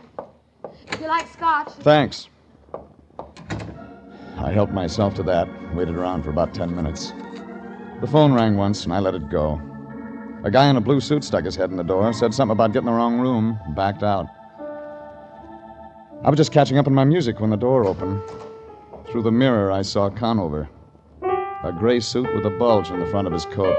There he is, Tim. Thanks, baby. I didn't know you played, Regan. Hello, Conover. I was having dinner.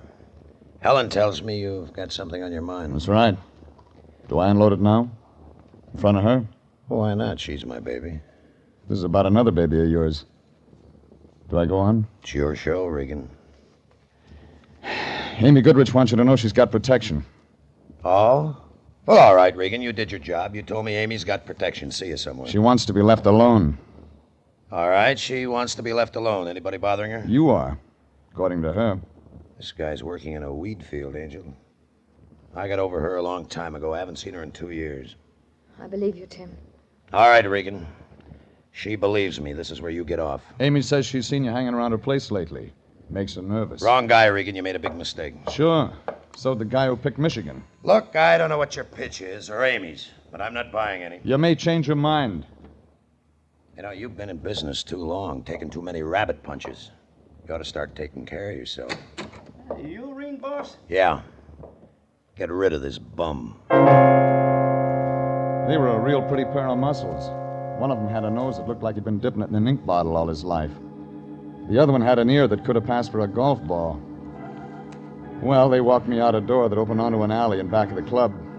That's when the one with all the nose frisked me. Hey, just in case, Pally, just in case. Get your hands off me, punk. Easy, easy. We're just... Gussie says take it easy. Hey, look. State of California. Gun and all. This guy's a gumboots. Max. What? I don't like no gumboots. Gumboots worse than a bum. You hear that, Gumboots? Gussie says a Gumboots is worse than a bum. You don't talk. Gumboots, how tough are you?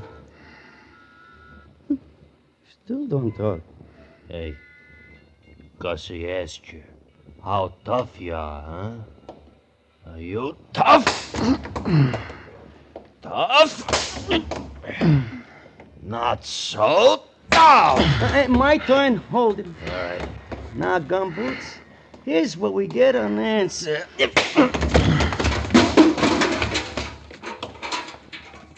Very nice, Gussie. Thank you. Come on, Maxie. We'll be late for dinner. Yeah, what about him? Ain't you heard? He don't feel like eating tonight.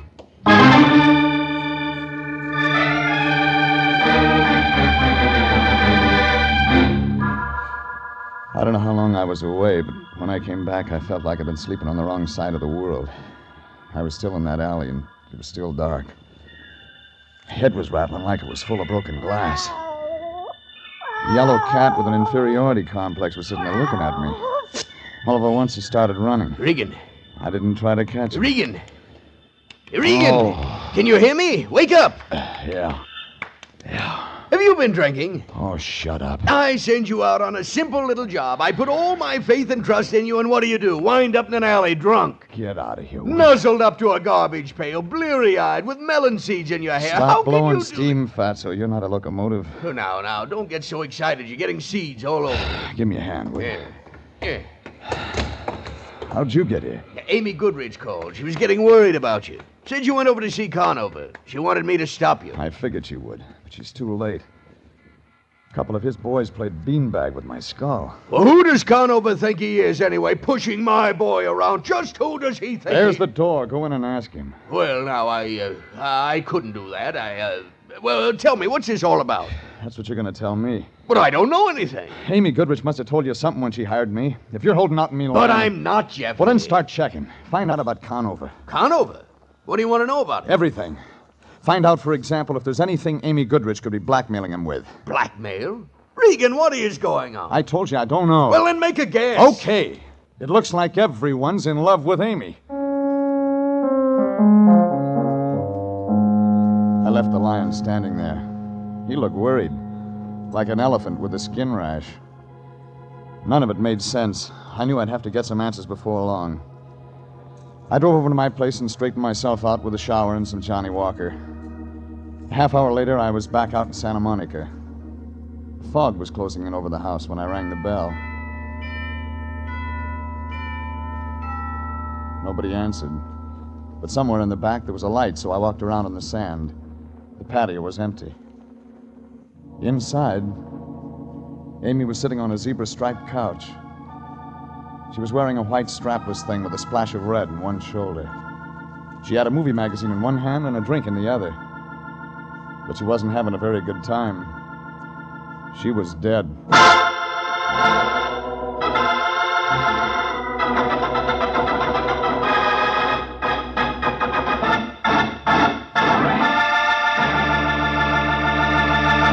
This is CBS, and you are listening to The Story of the Lady Who Wanted to Live. Tonight's adventure with Jeff Regan, investigator.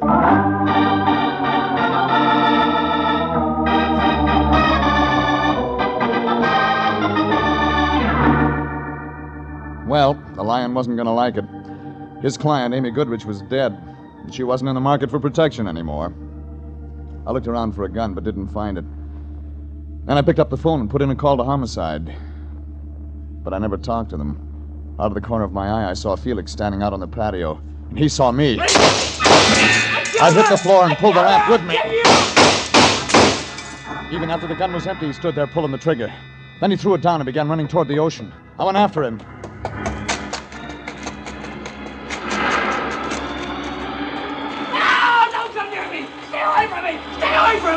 Hold still. Hold still. No, let me go. You'll drown. No, I don't care.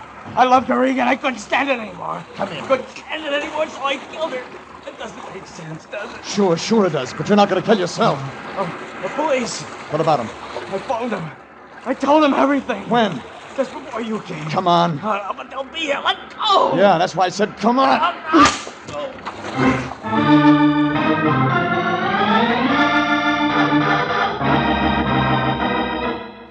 I dragged him out of the surf and got him into my car. He kept mumbling all the way into town. It was 2 minutes after 10 when we got to my apartment. 3 phone calls turned up the lion in a Turkish bath. He kicked, but when I told him what happened, he said he'd come right away. 20 minutes later, he walked in. He still had a towel wrapped around his head. He looked like Sitting Bull in an Easter bonnet. Where is he, Regan? Where is he? In there, asleep. Asleep? Just like that, he can drop off to sleep after what he's done? I gave him some pills. What about homicide? He already called him. But they'll be looking for him down at the beach. We've got to stay clean, Regan. I'm going to phone homicide. Pick up that phone and I'll ram it so far down your throat you'll get a busy signal out of your hip pocket. This is murder. What's gotten into you? You're not going to toss Felix to the wolves. Regan, you find the girl dead. Felix has the gun. He admits killing her. What are you saving him for? What are you going to do with him? Stuff him and put him on your mantle? He's a fall guy, a patsy. He didn't do it. He didn't kill her? He was carrying this gun. He took 6 shots at me tonight. That's all it holds. There's 1 bullet in her, and he didn't have any extra slugs. Now, what did you find out about Tim Conover? Oh, he's clean, Regan. Absolutely clean. Unless you want to count a court-martial. He celebrated V.E. Day by poking a major in the chops. What else? He kicked him, too. All right. Hey, where are you going? Out. Look, you stay here and keep Felix company. Oh, of course, Regan. I'll do that. Run along. You needn't worry. I'll watch over Felix like a father. You'd better. But the cops will be here. It won't take them more than an hour or 2 to find him. Yeah, and I've got just that long to find out who really killed Amy Goodrich. All right. I suppose I'll have to go along. After all, we're working hand in hand in this thing. In that case, I'll hide my ring. I didn't like the idea of leaving the lion there with Felix, but there was nothing else I could do. Besides, I still had to do business with a guy named Conover. I was just getting into my car when I felt a gun in my back. And right away, I knew Conover had business with me. All right, Regan. We got things to talk over, now just keep walking straight ahead, the black sedan. Now, Regan, you sit in front with Helen. I'll take the back seat.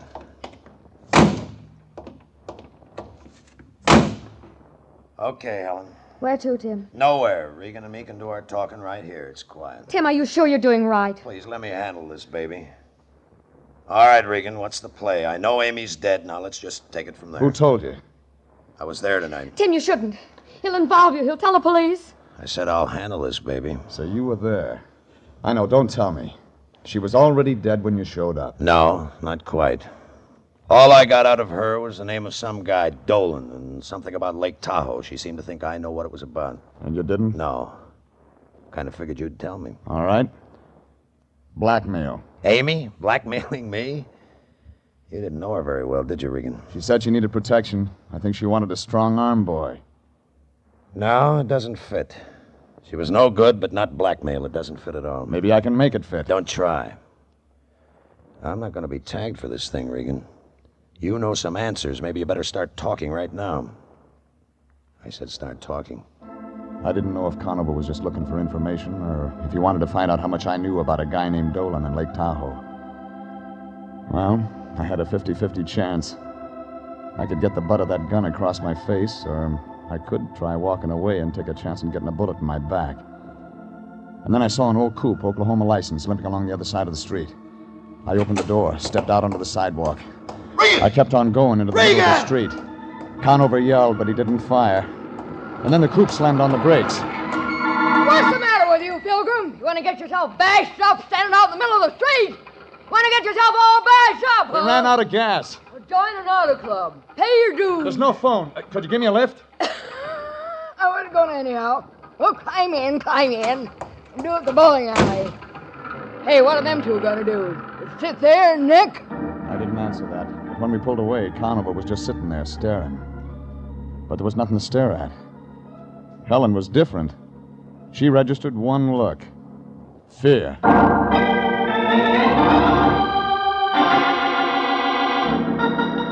15 minutes later, the Oklahoma license dropped me off at Vermont and Franklin, where I got a cab. All the way downtown, I kept wondering about Conover's play. He could have stopped me, but he didn't. That could mean he hadn't shot Amy. It could also mean he had shot her, but he knew about Felix confessing over the phone to the police. At the Examiner morgue, I found Ned Fuller looking at a girly magazine. I told him what I wanted, and 10 minutes later, he spread out a file dated May 9th, 1945. Is this it? Wealthy playboy shot to death. Willard J. Dolan, San Francisco socialite, found dead at Lake Tahoe cabin. That's it.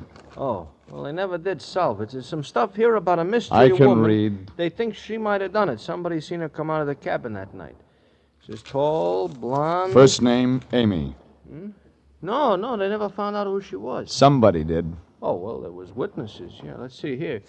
Yeah, Mr. and Mrs. Franklin James, San Diego people. They saw the dame come out, but they couldn't give a good description of her. Want to bet? A bet? Sure, I'll take Notre Dame. Who'll you take? I'll take a guy named Tim Conover.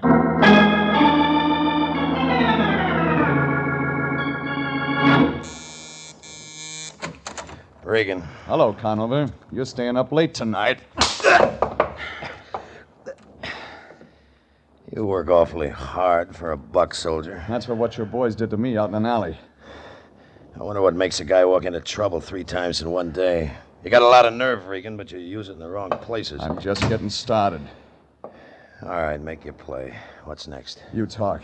What about? Dolan, Willard J. I told you. Lake Tahoe, May 9th, 1945. Talk, Conover. All right, then I'll talk. A tall blonde named Amy Goodrich. An unsolved murder at Lake Tahoe. But there was a witness. When I first came over here, I guess she was blackmailing you. I was wrong. You were blackmailing her. You stink, Regan. I told you you wouldn't tag me for this. Well, you're wrong. No, he isn't, Mr. Regan. Oh, so that's it. Thanks, Helen. Give me the gun. I'll run things from now on. I don't know what you get out of this, Regan, but you got your engine switched. Look, a mixed-up guy named Felix Beethoven actually thinks he killed Amy, and he didn't. I've got him on ice, but the cops will get him, and when they do, he's on his way to the gas chamber. Oh, Tim, please, let's get out of here. Let's not listen. Wait a minute, baby, wait. So I was blackmailing Amy. I had a good thing, but I shot her. And I was the mystery witness at Lake Tahoe. I thought you were a better gumshoe than that, Regan. What does that mean? The date was May 9th, 1945. You mean you haven't looked me up? All of a sudden, it hit me. Something the lion had said about V.E. Day and a major who got hit in the chops. And the whole thing came apart at the seams. Conover couldn't have been the witness. He was in a guardhouse in Germany. I began to feel helpless, like a glassblower with hiccups. For the first time in my life, I really wanted to talk to the lion. I looked at the gun in Conover's hand, then I reached for the phone and dialed. Slow. He didn't stop me.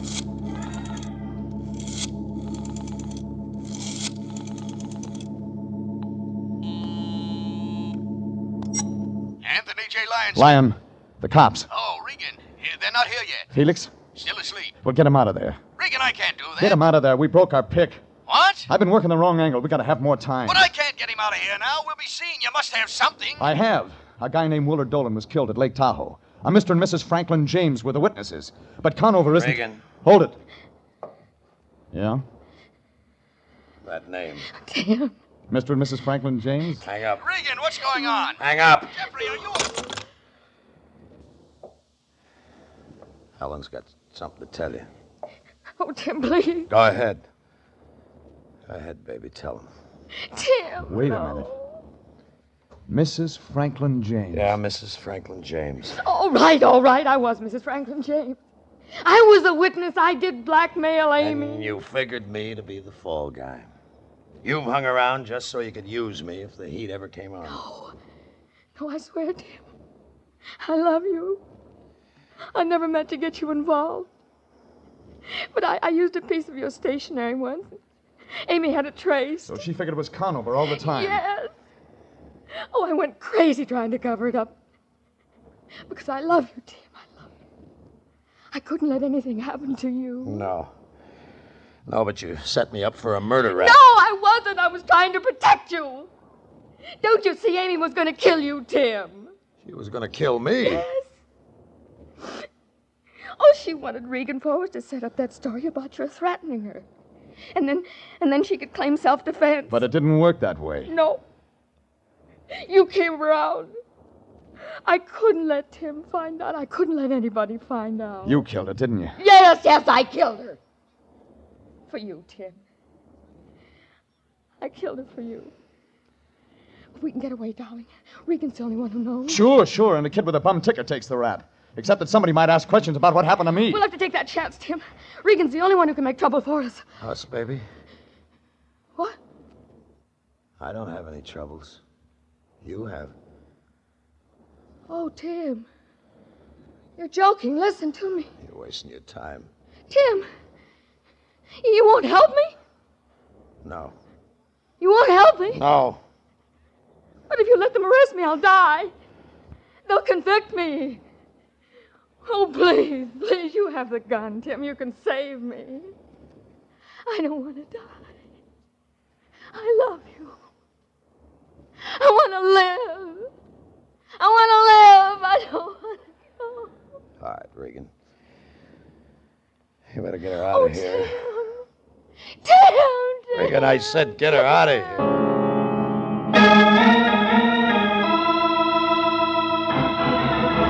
Well, that's the way it wound up. Helen went to headquarters. Tim went back to his club. I went out of town for a few days. When I got back, I drifted into the office. The Lion gave me the wind-up. A report on Felix. Yes, Regan. Those doctors worked on Felix Beethoven 3 days. Psychiatric medicine's a profound study. Profound. They finally convinced him he didn't kill Amy. Yeah. That's sad. He loved that woman as cruel as she was to him. He loved her a great deal. I suppose life will be lonely for him now that she's gone. You're wrong. What do you mean? I saw him in Hollywood today. He's got a new friend, one with red hair. You mean to tell me he's willing to do it again? To accept abuse from another woman? Why, that man's a natural for any woman's dominance. He hasn't got a thing to worry about. But you said she was a redhead, and I know redheads. Yeah, but Felix is bigger than this one. Besides, the new one's a Cocker Spaniel. Jeff Regan, Investigator, was written by E. Jack Newman and Adrian Jondo, directed by Sterling Tracy. Frank Graham is starred as Regan, with Frank Nelson as Anthony J. Lyon. Original music is by Dick Arant. This is CBS, the Columbia Broadcasting System.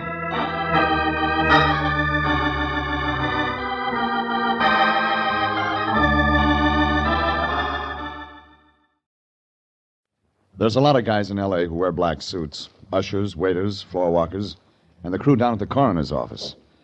Petticini wore a black suit, but he didn't do any of those things. He had a different angle. I found that out the first time I saw him. A big guy with a lot of black hair and a pair of hands he could have rented out to a shovel company. It all started last Thursday in a one-arm joint on 6th Street.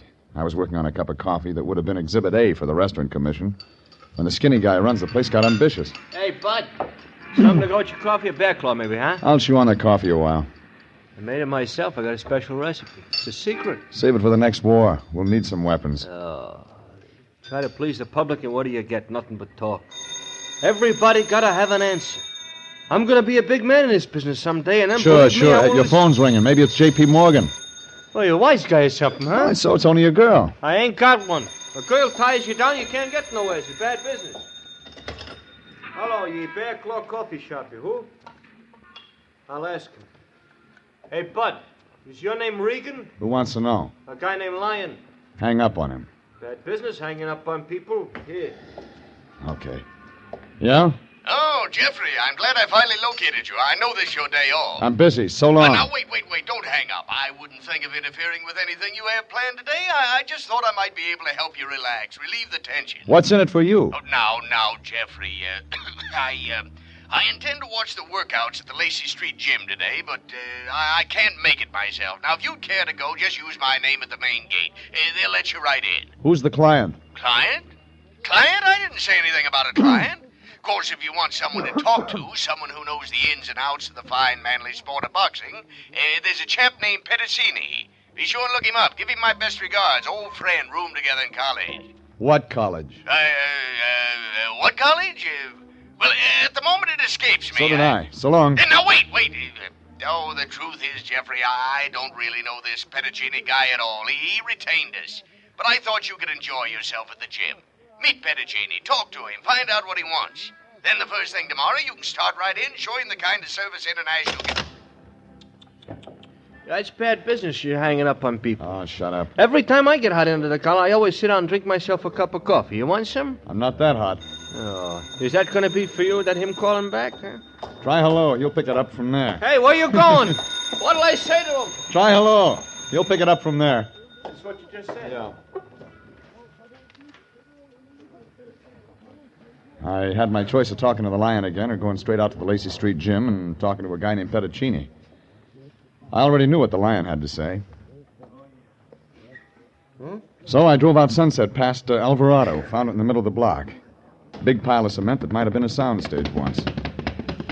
I drifted through the gate and started up the ramp. That's when a little guy wearing a hat he could have used for a snoot stuck out a hand. Price is 50 cents. 50 cents to watch. I work for Anthony J. Lyon. He said to use his name.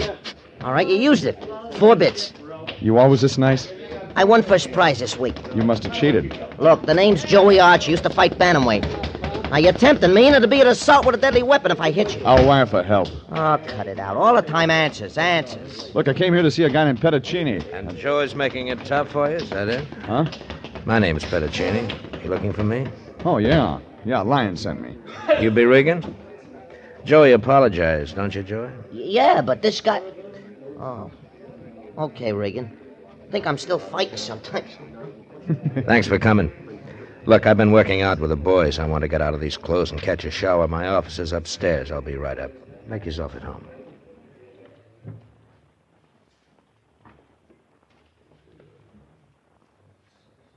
It wasn't much of an office. A couple of rooms with a connecting wastebasket.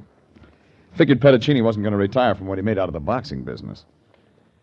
I was just finishing my cigarette when he walked in. This time, he wasn't wearing the sweatsuit. He was wearing a black one. But he skipped the white carnation. I didn't figure to do much for that white collar he was wearing backwards. Father Pedicini? Yes, that's right. I didn't know you were a priest down there. Well, you can't punch a bag wearing a cassock. You're surprised, aren't you? I'm 38 years old, Regan, and I get surprised every day. There's no other Pedicini around here. No, I'm the one you're supposed to see. Well, maybe the Lion didn't know you were a priest either. Well, come to think of it, I may not have mentioned it when I phoned him. Yeah, I thought so. Well, Father, we'd be glad to help, but I'm not sure you have anything to be in our line. This is in your line. Oh? All right, Father, what can I do for you? Find Davy Lang. Do you know him? Middleweight? Mm-hmm. One who topped Al Shummer 2 nights ago. That's him. Gee, a guy like Davy'd be hard to lose. Not so very. You know anything about him? Well, I've seen him fight. He's a comer. Turned pro a couple of years ago, that's all. I'll tell you the rest. He's got a good right hand, and he keeps in training. He's one of my boys, Regan, and I want him back. Well, a guy like Davy can take care of himself. Nobody can take care of himself. Davy's on parole, Regan. He made a mistake once. And you don't want him to make another one. He's due to report at the parole office before Saturday. Well, what's he waiting for, an engraved invitation? I don't know, Regan. I haven't talked to him lately. Oh, he's disappeared. Yes. They gave him a rule book when they let him loose. He knows what he's doing. And you and I both know what it means if he antagonizes those people. It'll be rotten if they send him back up. Rotten. You can only do one job, Father. I'll do a dozen if I have to. That's why I wear this collar. Have you got a light? Yeah.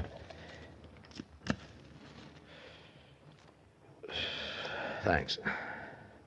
You know, I was raised on this street, Regan. I've known a lot of guys like Davy Lang, kids who make little mistakes that turned into big mistakes. You figure Davy Lang hasn't made that big one yet? I figure David Lang isn't going to make that big one.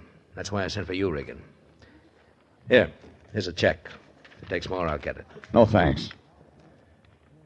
You won't help me? Well, I didn't say that. When did he turn up missing, Father? Right after his bout last Tuesday night. I'm his manager and trainer till he gets going. He dropped Al Shummer in the fourth. 10 minutes later, I went to his dressing room and he was gone. I haven't seen him since. Anybody else see him? Doorman, cab driver? No. I thought he'd call me, but he hasn't. I've been over to his place 3 times, no answer. Well, what do his people say? His parents dead. He lives alone at this address. Here. You've seen him in the ring. You know what he looks like. Yeah. Does he have a girl? I don't know. Anything else that'd help? Yes. Davy's a good boy. I told you I'll do the job, Father. You'll do it better if you believe in him. Suppose it turned out different. Suppose I tell you about a middleweight named Ignatius Loyola. Look, nobody's going to put Davy's picture on a church window. You don't have to be a saint to make the finals. Even the Bible says sin's here to stay. And that's why people like me will always have a job to do. All right, Father. I'll let you know when I have something. Thanks, Regan. Oh, Regan. Yeah? You didn't ask me why I didn't call in the police. I didn't have to. Davy's not in violation until Saturday. Crosby did it. I don't know why I couldn't. This is the ultimate. I left him standing there blowing smoke rings. A kind of smile came on his face, like maybe he just got some inside dope and something real big. But I didn't feel like smiling. I climbed in my car and drove down to Missing Persons Bureau. They hadn't picked up anybody who looked like Davy Lang. Then I went through the dead and unclaimed records over the city morgue. Nothing there. Lincoln Heights and City Jail, all the hospitals turned up the same. Nothing. It was after 7 when I got to the address Father Pedicini had given me. A red brick apartment house in South Marathon. Davy's place was on the 2nd floor. I pulled out a ring of skeletons and won my letter on the 3rd key. I didn't expect to find anything. I was wrong.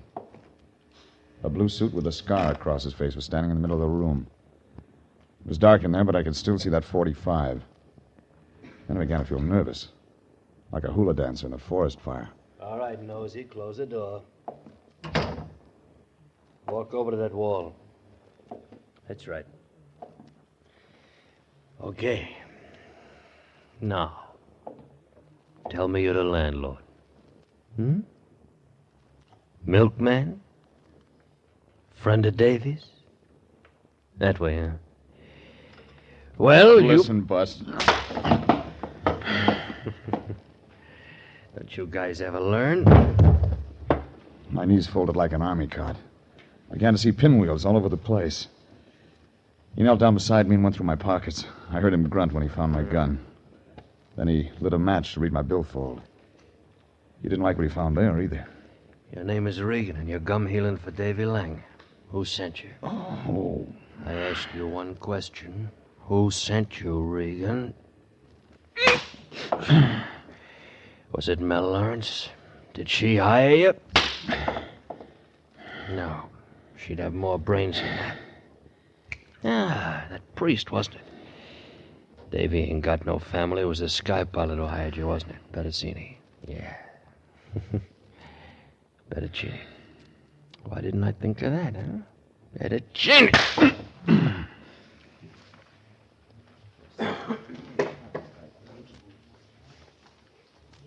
It was a good show, but I didn't catch the last act. I did remember the advance publicity. Any kind of preview would tell you Davy Lang hadn't just run out on a priest and parole board. There was a lot more I had to find out, and it figured Father Pedicini wasn't going to like the way it wound up. It was an ice age later. I rolled over and found out I had some legs. Then I found a bottle of scotch on top of the stove, and that helped a lot. I tugged on it while I went around the place. There were 3 suits and an empty suitcase in the closet, and some shirts and things in one of the drawers. Wherever Davy'd gone, he was traveling light. I was trying to fit in the guy with the scar when I remembered him talking about a girl named Mel Lawrence. I polished off the scotch and tried the telephone book. I was lucky. It said Mel Lawrence lived over on Melrose.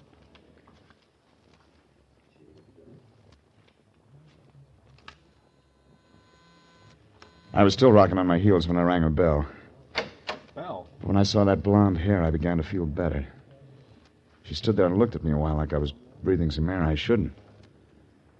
And she turned halfway around and gave me a profile. I wasn't expecting company, or I'd change clothes. You got something better than that? Do you like the way I wear my hair? Fits your face. How about my face? Do you like it? It's nice. I'm looking for a new boyfriend. Mine ran out on me. Come on in. I keep my scotch over there and my bourbon over there. I'm a model. I work 3 or 4 days a week, and the rest of the time, I don't have anything to do. Well, if things are that good, why'd your boyfriend leave? You tell me. Maybe I can help. Sure you can. Just put your arms around me and kiss me. My name's not Davy. Shut up and kiss me. Well, that wasn't the trouble. Now, tell me I'm pretty. You're pretty. Tell me you like me a lot. I like you a lot. Tell me you like to kiss me. Tell me that Davy used to tell me. Tell me all that, and then tell me why he didn't pick me up. Why'd he clear out? Where's he gone? Sit down. What's the matter with me? What have I got that other girls haven't I got? said sit down. You hit me. It's time to talk sense. Who are you anyway? My name's Regan. I'm looking for Davy Lang. What do you want with him? Father Pettagini hired me to find him. Father Pettacini. Who wants to make sure Davy keeps his nose clean. He didn't mention your name. I never met him. Davy's told me a lot about him. Only Davy isn't around anymore to tell me about him now. Davy ran out on him. He ran out on me. Maybe he didn't. Oh, yes, he did. When Davy goes someplace, he just goes, that's all.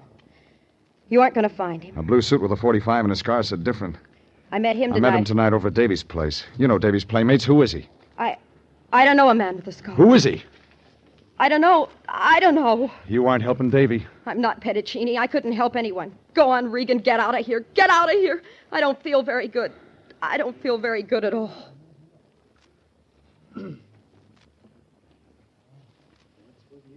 Well, I knew she had some more to say, but I knew she wasn't going to say it then. So I left her sitting there and got in my car and drove home. I wanted to think. I wanted to get one good reason that said Davy Lang wasn't playing on the wrong team. When the lion's around, you don't do any thinking. The lion was around. Jeffrey, I'm glad you got home. I wanted to talk to you about Pettacini. He's a priest, isn't he? Yeah, why? Run any expenses yet? No. Good, then we'll drop it. I'll phone him first thing in the morning, recommend another agency. I've been thinking... You've been thinking wrong. We're staying with this one. Well, now, see here. I'm the president of International Detective Bureau, and I can't collect a bonus from a member of the clergy. It wouldn't seem right. You better not try. Oh, I wouldn't. Those men take the vow of poverty. But we haven't taken any vow of poverty, and the agency has expenses. Now, get this. We're hired to find Davy Lang, and we're going to find him. Why? Why should we? Because everything doesn't add up to a dollar sign. No? What doesn't? A priest named Pettacini. A guy named Davy Lang who's got a date with a parole board. Now, wait a minute, Regan, wait. You've been touched by this thing. Get out of here. There's something in all this has got to you. The humanity of the thing. Oh, I can see it now, Regan. Your picture on the front page. Me standing beside you. Brotherhood. Yeah, sure. Yeah, don't shout. The agency held up to public acclaim. Perhaps the paper starts a fund to repay us for our humble efforts. Out. Hey, Jeffrey, I haven't finished. You can't shove me out the door that way. Jeffrey, let me in. What's the meaning of this?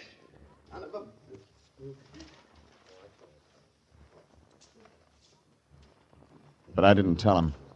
I was thinking of Davy Lang in a blue suit with a scar, and Father Pettacini in a blonde who had a lot of tears.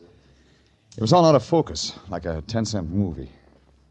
Blue suit sounded like he knew Davy, but I didn't like the way he'd said it. I was trying to figure why Davy'd run, and that's when I got on the phone and checked a bookmaker I know on Main Street. Hiya, baby. What's up? Davy Lang, Al Shummer bout last Tuesday. Lang bounced him in the fourth. Well, how'd it figure before the fight? Oh, let's see. Lang was favored. Plenty of 8-5 around town. More than usual? Yeah. Some real coarse coin on that one. Anything wrong, baby? Yeah. What? It came out right. Huh? Hey, I don't get it. Neither do I. No, I won't throw that one away. But an hour later, it started to work through. It figured that Al Shummer, the other fighter, might be able to fill in some bald spots. I got his address from the Times sports desk and went down to his hotel, a place on Soda Street. But Al Shummer was through answering questions. He was lying on the floor when I got there. A knife the size of a baseball bat was sticking out the front of him. And he had company. Father Pettacini, picking up where that knife left off. You'd better phone the police, Regan. Who did it? When did it happen? What? Regan, just call the police, that's all. All right, I'll do it. But, Father... I know enough law for this one, Regan. I'm suspect number 1. This is CBS, and you are listening to the story of the Man in Black. Tonight's adventure with Jeff Regan, investigator.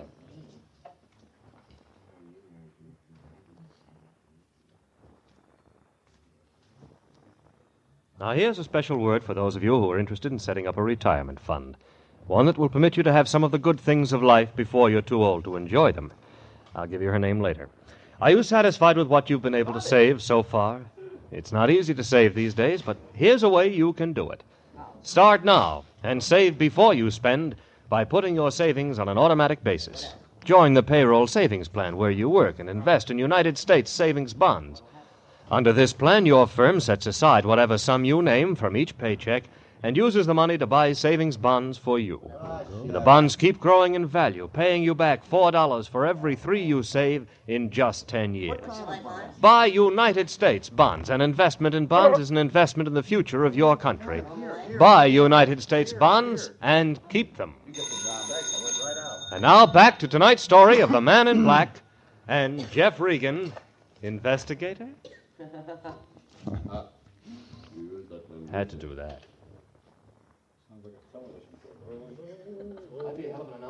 When I walked in that hotel room and found Father Petticini standing over what was left of Al Shummer, it didn't take 20/20 vision to see Davy Lang was running hard. And Petticini was blocking for him. Well, I phoned homicide, and they showed up 10 minutes later. Sanducci was handling it. He changed 8 shades when he saw who he had to ask questions. But Sanducci's a cop. Took him 13 years to get that double-breasted suit. And he started in. All right, all of you. Clear out, beat it. We'll dress it up later. Well, Father, you know what I gotta do? We all have our jobs, Lieutenant.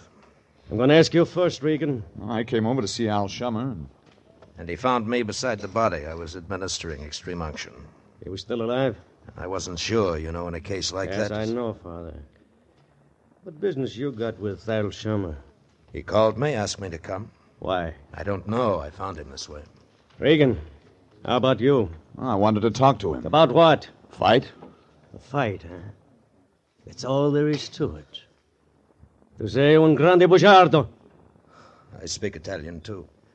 Se tu vuoi sapere qualunque, allora domande da me. Se tu domande, non sono esauriente. Provatemi. Padre, io ho una missione e lo devo fare. Regan, io ti domande un'altra volta. Look, once more, Regan. Tell me why you want to see Shummer. Regan works for me. Ask me the question. All right, I ask you. Not here. Down at headquarters, Lieutenant. Headquarters? You want me to arrest you? Regan found me in a room with a murdered man. That's enough to take me down for. But I... All right, Father. I take you into custody. And, Regan, you know what you have to do. I know, Father. Well, let's get busy. Father? Yes? I've made 1,000 arrests in my day. I've taken them in for everything. You sure you want me to do this?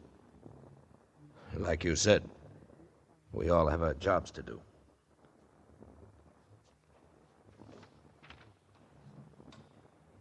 When he said that, he was looking right at me. And I began to get a helpless feeling, like a butterfly in a wind tunnel. Well, when we got downtown, Sanducci waved a hand at a prowl car and had the driver turn into the garage instead of going in the front way. Then he climbed out and talked to some uniform standing in the office. They came over and got Father Petticini. As soon as they were out of sight, Sanducci turned to me. All my life I've been a cop, Regan. All the time I play it one way. I ask and they talk. If they don't, I lock them up till they do. Tonight I play it different. You didn't ask any favors. Those guys are taking him up to my office. No newspaper guys or anybody else is going to know he's in there. Then what? I won't ask him anything, and neither will anybody else around here. Right now. What about tomorrow? I'm off duty then. Before I leave, I have to ask him something. He won't tell you. This is homicide. Who's he covering for, Regan? He's counting on you to turn up something. You find what he wants, Regan. You find it fast and you find it alone. You got 3 hours to do whatever it is. And the morning squad comes in. They like reports, and you can't stop reports. Oh, Regan. Yeah? No falla manganza. What does that mean? You better not make a mistake.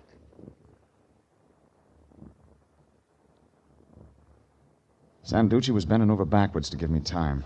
3 hours to find Davy Lang. That meant I had to forget the routine stuff and try other ways. I got to Melrose as fast as I could. It took her 5 minutes to answer the door. She didn't look happy.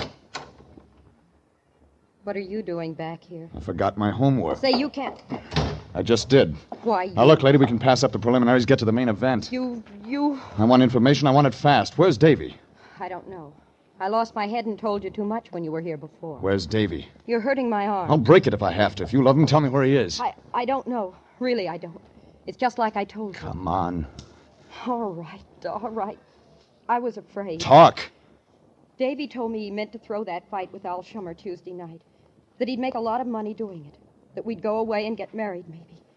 That's all I know. That isn't enough. The odds were with Davy. He won. Well, then ask Al Shummer what happened. He's all used up. Somebody stuck a knife in him tonight. What? And homicide's holding the priest. Father Petticini? You know why? I don't. Because he thinks Davy Boy is still number one on the good parade.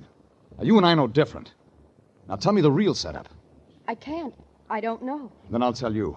Davy was going to throw that fight. Then he found someone who'd pay him more to play it the other way.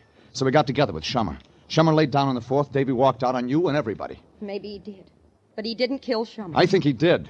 Shummer was going to talk. Davy wouldn't kill a man. He's not bad. I heard that before. But he's not bad. He didn't show up for you, did he? No, but... He double-crossed Petticini by fixing a fight. Then he doubled back, didn't throw the fight.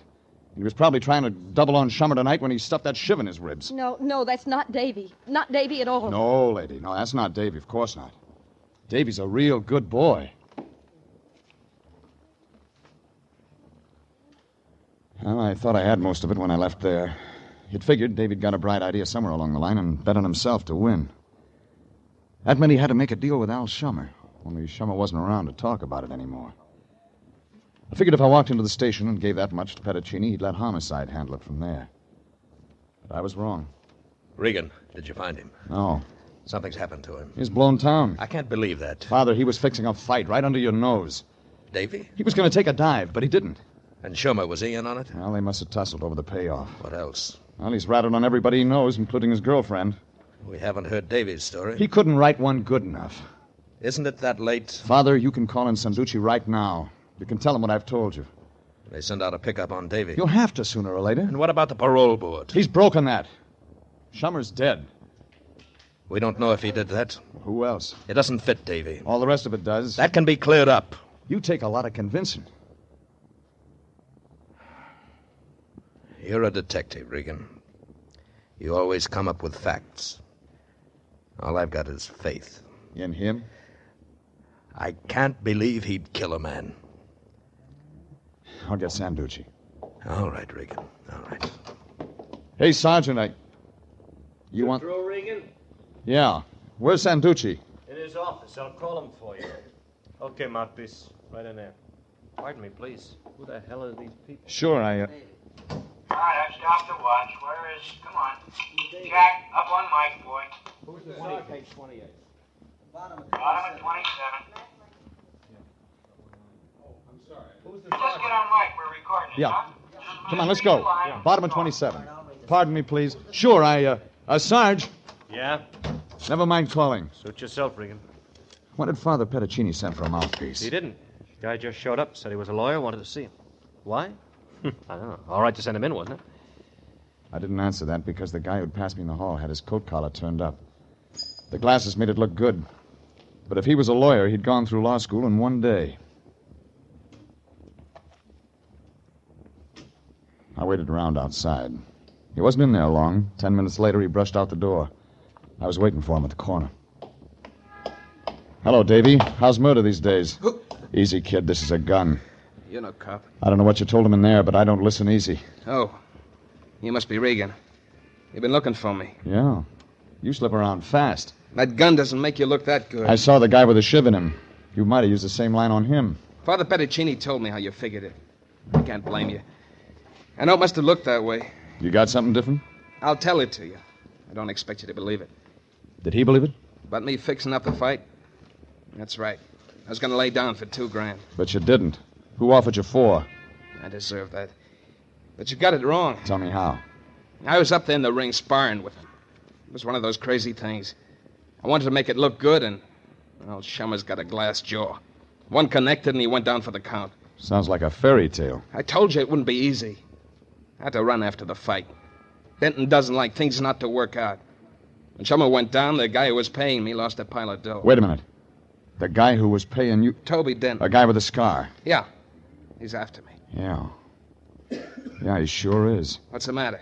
Well, my arithmetic's lousy. When I added this thing up, I put you in, but I left the scar out. What's that mean? It figured you killed Shummer to stop him from talking. I didn't. I can't prove it, but I didn't. Well, whoever did called the Padre to come over there. The guy who killed Shummer wanted the Padre taken in. Why? Why would he want Because he knew hooking the Padre was a sure way to smoke you out of hiding. It was all a setup to get you. Toby Denton. Yeah. Toby Denton. You figured it smart, Beeper, but you got there too late. What? It was Denton. He was still wearing the blue suit and the scar. But this time he had help, a muscle in a trench coat. They were both carrying heavy artillery. Been waiting 10 minutes for you two to finish up. Trench? Yeah? We'll just have to take Regan along with us. All right, straight ahead. Wait a minute, Toby. Regan had nothing to do with this. I'm the guy you want. Don't worry, we'll take good care of him. Me and Regan met once, didn't we, Peeper? How do you feel, Regan? Better than you will when they strap you down in that gas chamber, Tony. Toby. You hear that, Trench? Hey, come on, Toby, let's move. We'll stay right here, Toby. Move. You know I can hardly handle myself. Gun butt wouldn't get me to. You'll have to shoot. There's a cop station half a block away. Leave Regan, I'll go with you. I always wanted to plug somebody right outside a cop station. Kid was fast. He went after Toby with all he had. I got busy with the tall guy in the trench coat. He wasn't fast, but he was big, and he kept me busy. I landed a lucky kick that turned him green in a second, and after that it was easy. I turned around to give the kid a hand, but I was a second too late. Regan! Davey took them both in his chest. That's when Toby spun around and tried for me, but this time he was too late.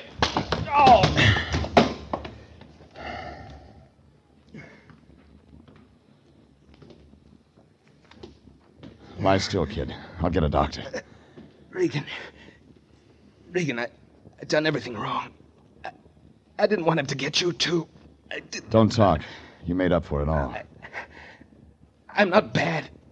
All the way? No, like the Padre always said. You're a good boy.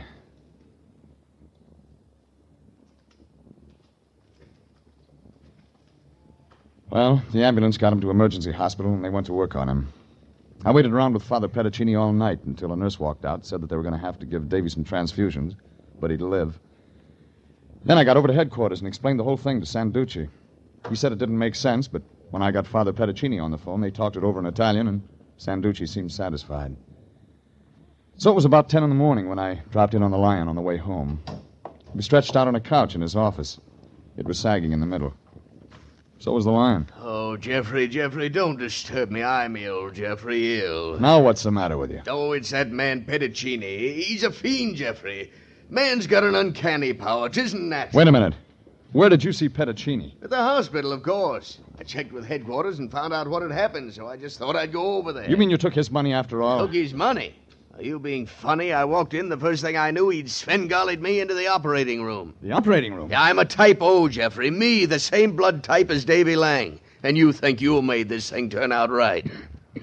Well, what are you grinning about? I don't see anything funny. You wouldn't. But cheer up, Fatso. Why? Why should I? The hospital pays $25 for a pint of blood. You may get something out of this yet. Okay, sister. CBS, the Columbia Broadcasting System.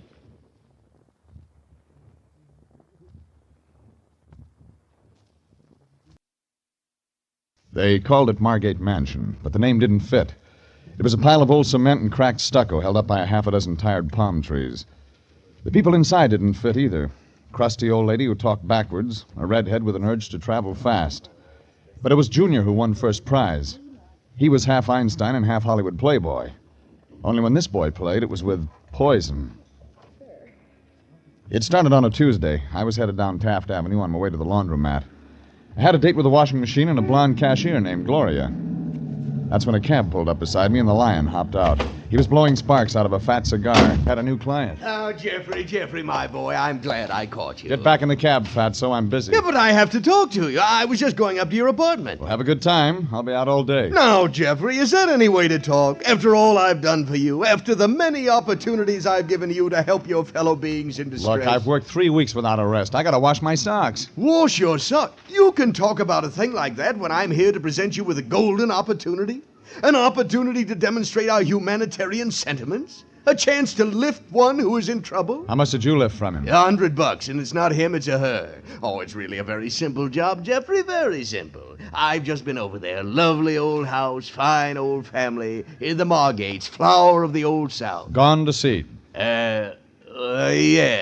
But you know how it is with descendants of old families. Fresh young growth choked back by the weeds of the old family stock. The fresh new plant smothered by decay and ruin. Try Figaro. Regan, you don't seem to understand. We've been retained by Mrs. Margate. It's about her nephew, Hilary Margate. A strange youth indeed. Needs watching. Mrs. Margate needs protection. I tell you, it's a very serious matter. Well, so's my laundry. Regan, will you listen to me? There's another choice? Yes.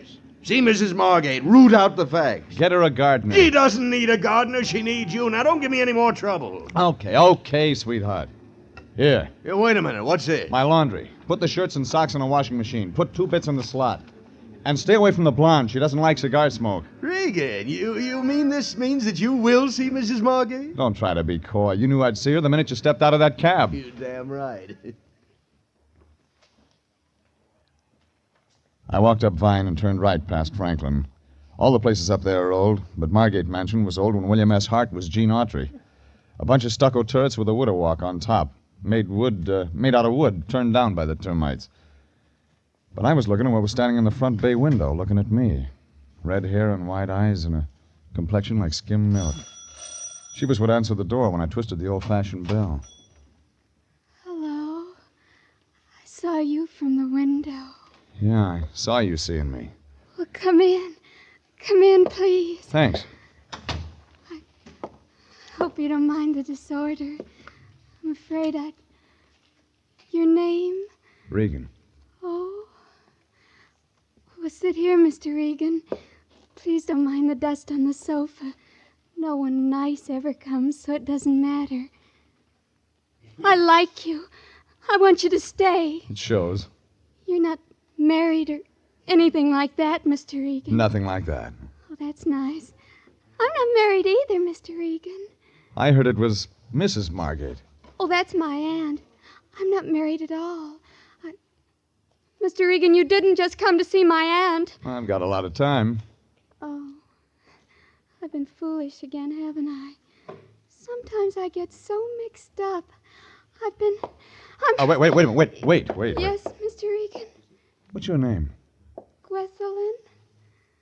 Oh, Mrs. Margate's niece. Yes. Hilary's your brother? Yes, Mr. Regan. All those questions. Business. Business? Yeah, International Detective Bureau. Your aunt's on the line for $100 worth. A detective? Well, that's polite for it. Oh, you shouldn't have told me that. You shouldn't have told me that at all. Well, suppose you tell me some things. I'm mixed up, Mr. Regan. I can't help. Gwethelyn! My aunt. Did I hear the front door bell? Don't say anything. Don't tell her. I did hear the front door. Well, Gwethelyn, who is this man? He's... Regan. Regan.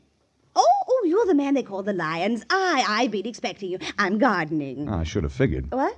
I have a green thumb, as they say. Follow me. Go to your room, Gwethelyn. Yes, Addie. Gwethelyn?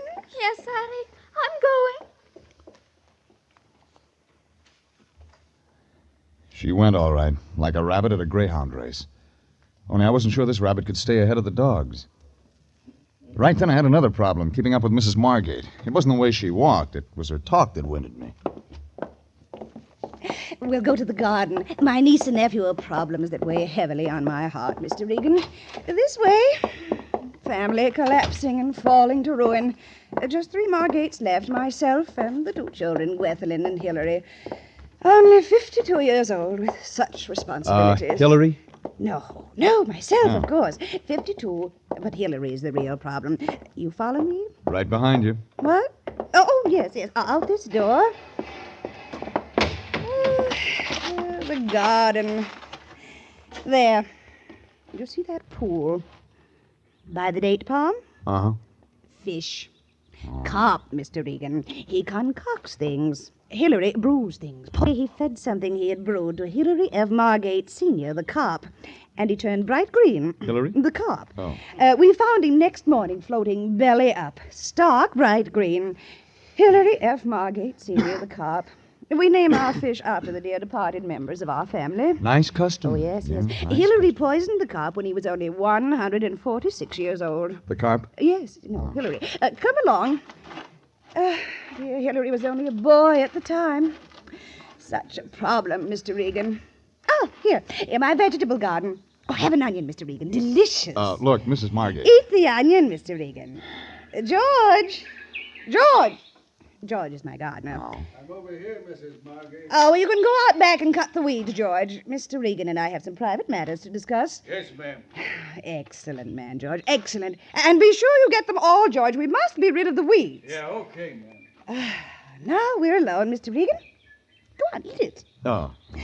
As I was saying, Hillary. That boy, such a problem. Yeah, as you were saying. Yes. Good, aren't they? Yeah. Look, Mrs. Margate, what is it you want me to do? Do? Oh, well, I want you to look after Hillary. I was told you wanted protection. Well, it's the same thing, isn't it? No, Hillary needs a nursemaid. That's not our line. Now, see here, Mr. Regan. International Detective Bureau has already agreed to handle my case. Mr. Lyon himself accepted my check. He'll accept anyone's check. But he promised to help. Well, then talk to him. I'm talking to you. I'm explaining. You're explaining nothing. You've given me a lot of double talk, and I have a feeling that's all you want to give me. Now, make sense. All right. Going to force me to say what I hope never to say to anyone. Not anyone. My life is in danger. I can believe that. My tea, yesterday. I noticed the odor of almonds. I'm listening. I didn't drink it, naturally. Naturally. Hillary brewed that tea, Mr. Regan. My nephew. Now you've said something. Where is he? Ocean Park, the shooting gallery. Shooting gallery? Yes, he's strange, very strange. He brews things, collects guns, practices shooting. You won't like him. I'll go talk to him. Yes, you'd better. As I've said, Mr. Regan, I don't wish to be murdered.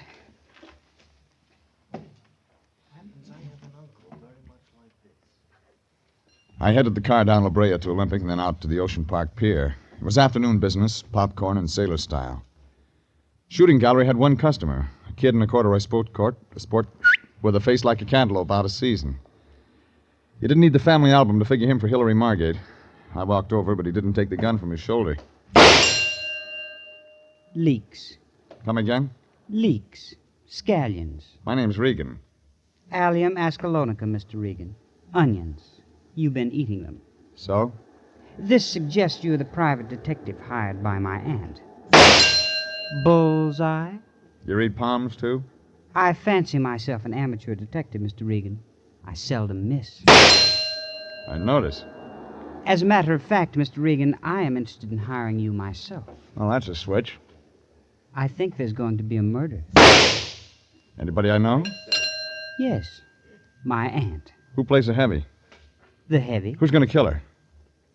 I am. Are you practicing? What's with this? I don't need practice, Mr. Regan. Even experts get the chair. All right, Junior, let's start making sense. Very well, Mr. Regan.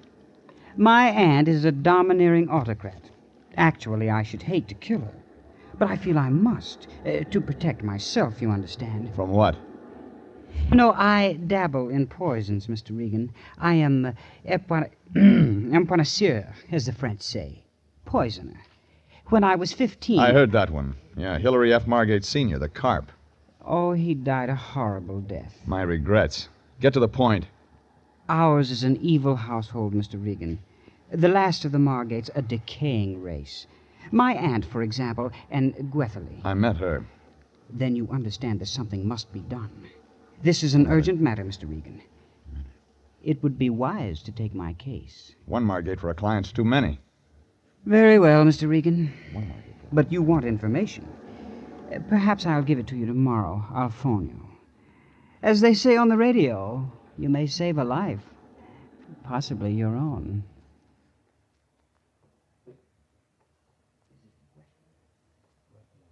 Made a real funny joke the way he said it, only I wasn't laughing. And neither was he. I got in my car and started for town to tell the Lion he'd been underpaid. All the way in, I kept getting a picture of a mechanical rabbit going around a track. I tried putting Gwetherlin's face on it, and Mrs. Margate's, then Hillary's. The others didn't fit. Gwetherlin's did.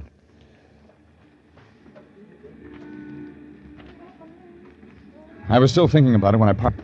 And that's when I put another face on the rabbit. My own. The guy who fell in behind me and started following was no greyhound, but he had squeaky shoes that slowed down when I slowed down. We stayed together for a block, and when I turned left toward the office, he turned left. I wondered if he was an amateur. I found out when I sidestepped into an alley and pulled him in after me. All right, Buster, this is where you get off. Say, what to go? Come on, who hired you? Let me go. Let me go. Give me some answers. Talk, will you? You want muscles, huh? Muscles? All right. I got it. He had them all right, and he knew where to use them. He had a bald head, and he used that, too, right in the middle of my stomach. I shouldn't have bent double, but I did. It was a setup. The next blow sent me around against the... I went to my knees. When I came up, it was too late. The bald head was gone. But someone else was there. Mr. Regan. It was Gwethelen Margate. Mr. Regan, you should be careful. Are you all right? He was following me. No, Mr. Regan. No, he wasn't. I was going to your office. He was following me. She was ready to talk, but the fog in my head wouldn't let me listen. I got around the corner into a bar. She waited until the waiter brought the drinks. 2 Bourbon Street, Mr. Regan. And if I may say so, this is a lovely tomato you are escorting into my humble palace. You said so. And may I say so, Mr. Regan, that I am also partial to redheads on account of my first love was a redhead? She played second flute in our orchestra. Sure, keep the change. That was when I was with Stokowski. The Hollywood Bowl. How well I remember. Me and my fiddle. We made together beautiful music. Me and the fiddle, you understand, not the redhead. She gave me nothing but the cold shoulder on account she was hot for a guy that played bass. Come on, you told me that story yesterday. What, you don't wish to hear the story of my life, Mr. Regan? Well, it was the same way with Mr. Stokowski. The artist is lost in the world of today. Oh, no. All right, now we can talk. I don't know, Mr. Regan. Who was following you? Oh, it doesn't matter. I'm used to it, Mr. Regan. Who was the mug? It doesn't matter, Mr. Regan. It's too late anymore. I thought... You thought what? I thought you'd help me, Mr. Regan. I was on my way to your office. Why? There's going to be trouble, Mr. Regan. Serious trouble. What says so? Everything. Hillary, my aunt, they're all acting so strangely. And those people who come to the house. People? Who? I don't know. The man who was following me's one of them. Something strange is going on, Mr. Regan. Something terrible. You still haven't told me anything. Don't you see? It isn't anything I can tell you. It's a feeling. A terrible feeling. Everything's wrong. I've got to have facts, lady. I don't...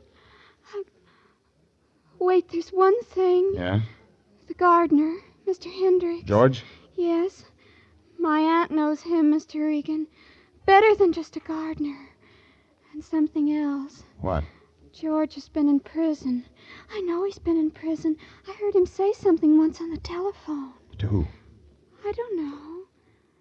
There's so much I don't know. Well, that makes 2 of us. You don't believe me. You've got to believe me.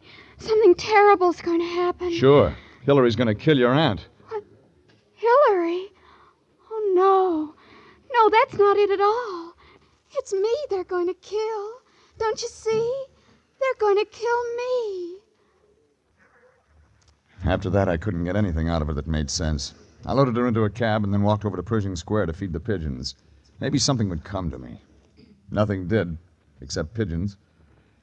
After a while, I went over to the Examiner morgue to look up George Hendricks. There was nothing, not a word. But the Lion has ways of finding those things out, so I went back to the office.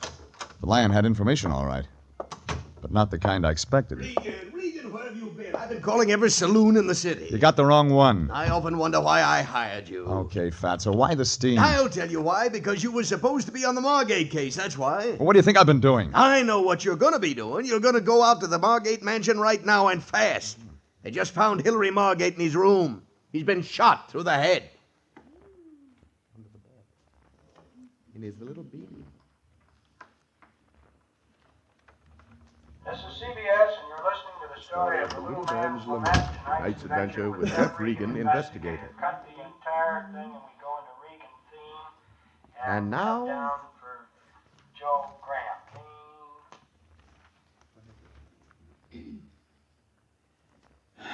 Nothing made sense. There were 3 Margates, the old lady, her nephew Hillary, and his sister Gwethelyn. And all 3 of them wanted to hire me to stop a murder. Then the lion tells me Hillary Margate has just been shot. Well, one thing was sure. With 3 people to work for, one of them was bound to turn up dead. I put the lion to work looking up the gardener, George Hendricks. Then I hopped in the car and headed out to the Margate place off Franklin Avenue. By the time I got there, it was turning dark. Out front, black and white Chevy said police in big letters. When the old lady opened the door, she acted as though she'd never heard of the word. Oh, Mr. Regan, please come in. I'm sorry you didn't get to meet him. Hillary, strange boy. I met him. Who did? This way, Mr. Regan. Well, it's no matter. It was inevitable. Hillary's uncle, my husband, before he died, warned me something like this would happen. He was a young fool, Hillary. How did it happen?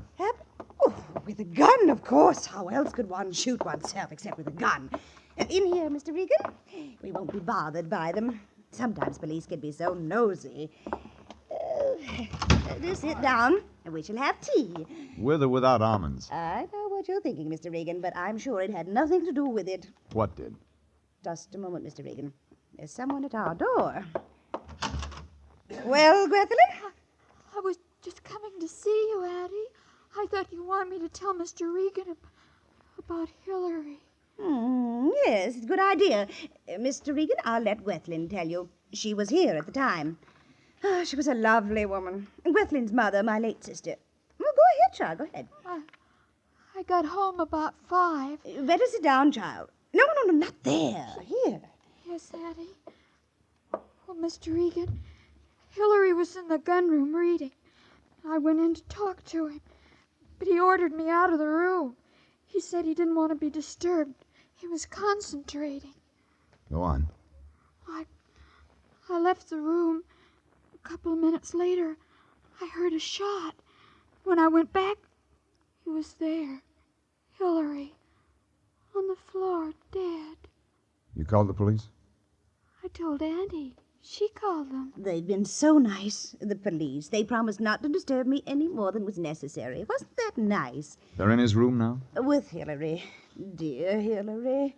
Well, you won't need me anymore. I think I'd better be going. Oh, yes, of course. Gwethelyn, see Mr. Regan to the door like a nice girl. Yes, Addie. And come again sometime soon, Mr. Regan. We shall have tea together. Thanks. This way, Mr. Regan. Mr. Regan, I've got to talk to you. This way, quickly. What's on your mind? It's nice out here, isn't it, Mr. Regan? You wanted to talk. It's so very nice. The night, the cool breeze. I like you, Mr. Regan. I like you. Talk. It's so very nice. The night, the cool breeze. Maybe we could drive down to the ocean some evening, you and I. Maybe we could see the lights along the pier and the crowds of people laughing and having fun. Maybe we could do that, Mr. Regan. You and I. Sure. Get to the point, will you? All right, Mr. Regan. I'll tell you. I thought maybe... Oh, well, never mind. It's about Hillary. Something he did tonight. Like what? When he came home, before that, he had a book. A big book. He was reading it when it happened. Why would he read a book and then shoot himself? You got me. What was the title? I don't know. But when the police came, the book was gone. Where'd you buy it? I don't know that either. But I'm sure it's important, Mr. Regan. I'm sure of it. You don't think it's important? Oh, I don't know. I reach for answers. Sometimes they come up air. This sounds like air. I know something else, Mr. Regan. It's about George Hendricks, our gardener. Yeah? He disappeared this afternoon after it... Go on. Auntie sent for him when the police arrived, but he wasn't in his room. The police were angry. They think he might have done it. And you think so, too? I'm not sure, Mr. Regan. I'm not sure of anything now.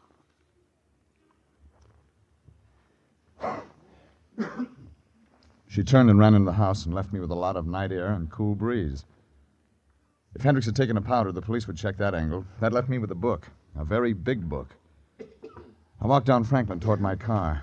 Up ahead, I saw a small man in a black suit locking a shop door. Over his head, a sign said Franklin Avenue Bookshop. That did it. I caught him before he closed up. I beg your pardon. Do you know a Hillary Margate? Lives up the street. Yes, I know him. Why? Was he in today? He's a regular customer. Was he in? Yes or no? Yes. Did he buy a book? No. You sure?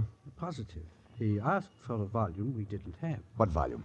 I don't remember the title because we didn't have it in stock. It was a textbook. Textbook? Yes, on horticulture. Plants. Plants. Plants? Does that mean something to you? Yeah. It could explain why the Margate family has gone to seed.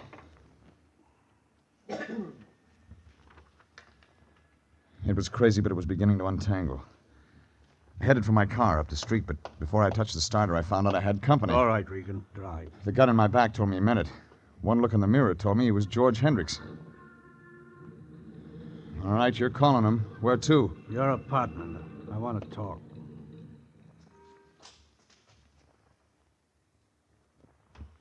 Have a chair, Regan. It's your house.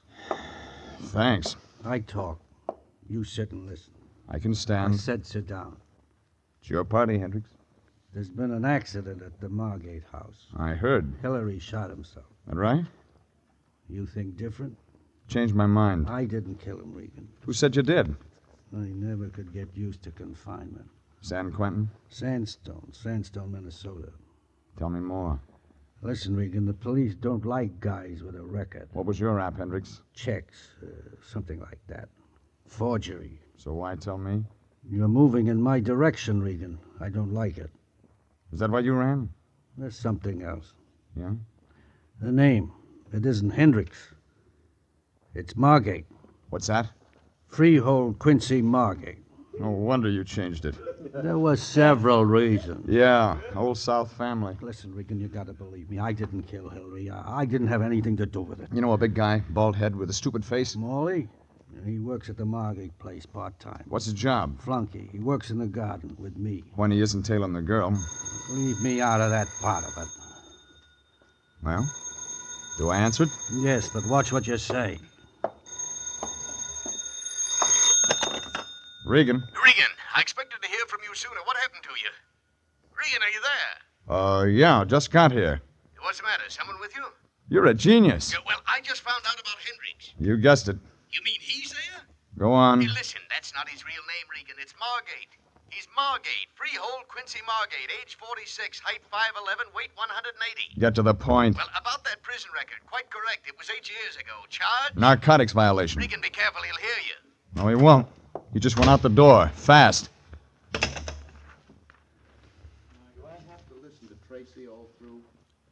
I had what I needed. I averaged 50 down Franklin and pulled up in front of the Margate place 10 minutes later. It was dark and it looked empty like a beer can after a picnic. I found an open window and crawled in.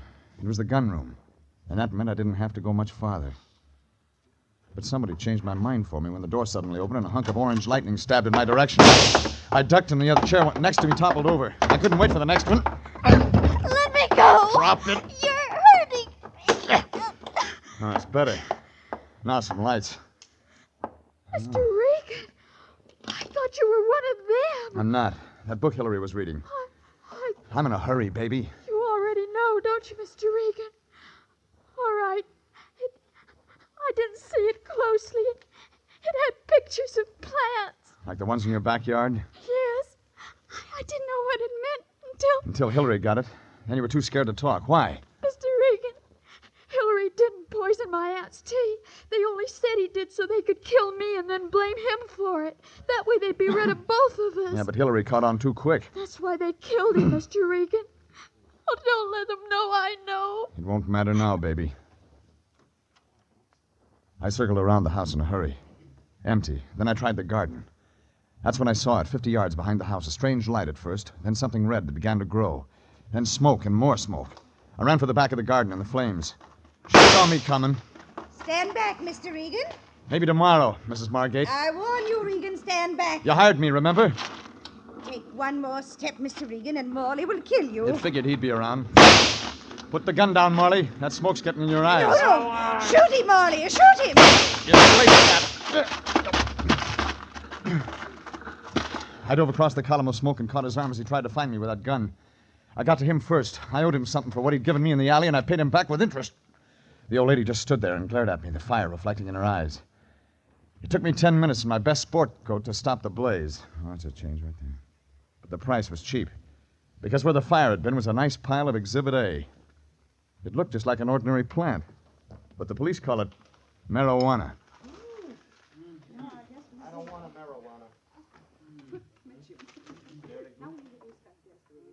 Somebody spotted the smoke and called the fire department. The police were right behind him and loaded the last of the Margates into the wagon. Well, it was like Weth said. She was scheduled to turn up poison, and I was supposed to testify that Hillary had done it. Only Hillary cut on too fast, and they gave him a bullet for his trouble. After I finished up at headquarters, I went to the office and filled the Lion in. He was disappointed. And this fella the police picked up at the depot, this Hendricks, he wasn't the culprit we were looking for? He was under the old lady's thumb like the rest of the family. She blackmailed him into growing the stuff. With his record, he couldn't afford to squawk. He couldn't afford to squawk. How do you think I feel? Well, you got a check for $100, didn't you? Yes, I did. She did pay you, didn't she? Well, you see, Jeffrey, that is, she gave me a check when I first went out there for $100. You said that. Well, I didn't think anything of it at the time, but, you see, her brother-in-law... You mean... Well, that is, Hendricks did have a prison record for narcotics violation, but, it seems upon examining the records more closely, there was an earlier sentence for, Bad checks. Yes, and, it seems to run in the family. Oh, I don't get paid again this week. Oh, go on, quit me, kick a man when he's down. Oh, stop it. Well, you know I never withhold payment when I have it. Right now I don't have it, maybe next week. Now, if you wait 2 weeks, it'll be Thanksgiving. What's that mean? You can have the end of the turkey I've been getting. Jeffrey, you're not being kind. Remember my heart. I'll try. Well, that's better. Now, here's 25 cents. For what? Go over and pick up your laundry. I forgot to wait for it. Now we introduce our guest of the evening, Robert Mitchell. System. We'll be back in just a minute. System. This is CBS, the Columbia Broadcasting System. Bring it, Jerry.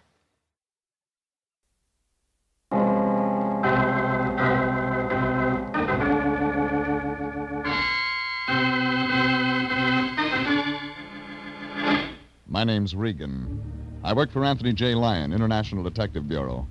They call me the Lion's Eye.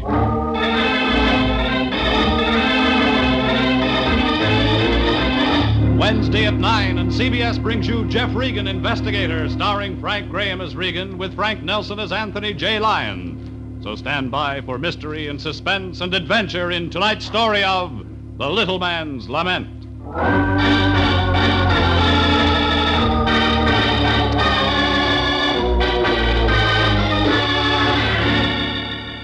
They called it Margate Mansion, but the name didn't fit. It was a pile of old cement and cracked stucco held up by a half a dozen tired palm trees. The people inside didn't fit either. A crusty old lady who talked backwards, a redhead with an urge to travel fast. But it was Junior who won first prize. He was half Einstein and half Hollywood playboy. Only when this boy played, it was with poison. It started on a Tuesday. I was headed down Taft Avenue on my way to the laundromat.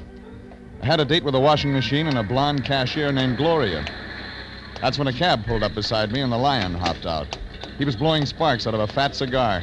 I could tell by the 50-cent smell that we had a new client. Oh, Jeffrey, my boy, I'm glad I caught you. Get back in the cab, Fatso. I'm busy. But I have to talk to you. I was just going up to your apartment. Have a good time. I'll be out all day. Now, Jeffrey, is that any way to talk? After all I've done for you? After the many opportunities I've given you to help your fellow beings in distress? I've worked 3 weeks without a rest. I gotta wash my socks. Wash your socks? You can talk about a thing like that when I'm here to present you with a golden opportunity? An opportunity to demonstrate our humanitarian sentiments? A chance to lift one who's in trouble? How much did you lift from him? $100, and it's not a him, it's a her. Oh, it's really a simple job, Jeffrey. Very simple. I've just been over there. Lovely old house, fine old family. The Margates, flower of the old South. Gone to seed. Well, yes, but you know how it is with descendants of old families. Fresh young growth choked back by the weeds of the old family stock. The fresh new plant smothered by decay and ruin. Try Vigoro. Regan, you don't seem to understand. We've been retained by Mrs. Margate. It's about her nephew, Hilary Margate. Strange youth, very strange youth indeed. If Mrs. Margate needs protection from him, I tell you, it's a very serious matter. Well, so's my laundry. Regan, will you listen to me? There's another choice? Yes, see Mrs. Margate, root out the facts. Get her a gardener. She doesn't need a gardener, she needs you, and don't give me any more trouble. Okay, sweetheart. Here. You wait a minute. What's it? My laundry. Put the shirts and socks in a washing machine, put 2 bits in the slot. And stay away from the blonde. She doesn't like cigar smoke. Regan, this means you will see Mrs. Margate? Don't try to be coy. You knew I'd see her the minute you stepped out of that cab.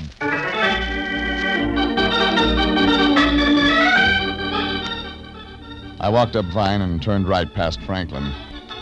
All the places up there are old, but Margate Mansion was old when William S. Hart was Gene Autry. A bunch of turrets made out of wood the termites wouldn't look at. But I was looking at what was standing in the front bay window, looking at me. Red hair and wide eyes and a complexion like skim milk. She was what answered the door when I twisted the old-fashioned bell. Hello. I saw you from the window. Yeah, I saw you seeing me. Come in. Oh, come in, please. Thanks. I hope you don't mind the disorder. I'm afraid I don't... Your name? Regan. Oh. Sit here, Mr. Regan. Please don't mind the dust on the sofa. No one nice ever comes, so it doesn't matter. I like you. I want you to stay. It shows. You're not married or anything like that, Mr. Regan. Nothing like that. Oh, that's nice. I'm not married either, Mr. Regan. I heard it was Mrs. Margate. Oh, that's my aunt. I'm not married at all.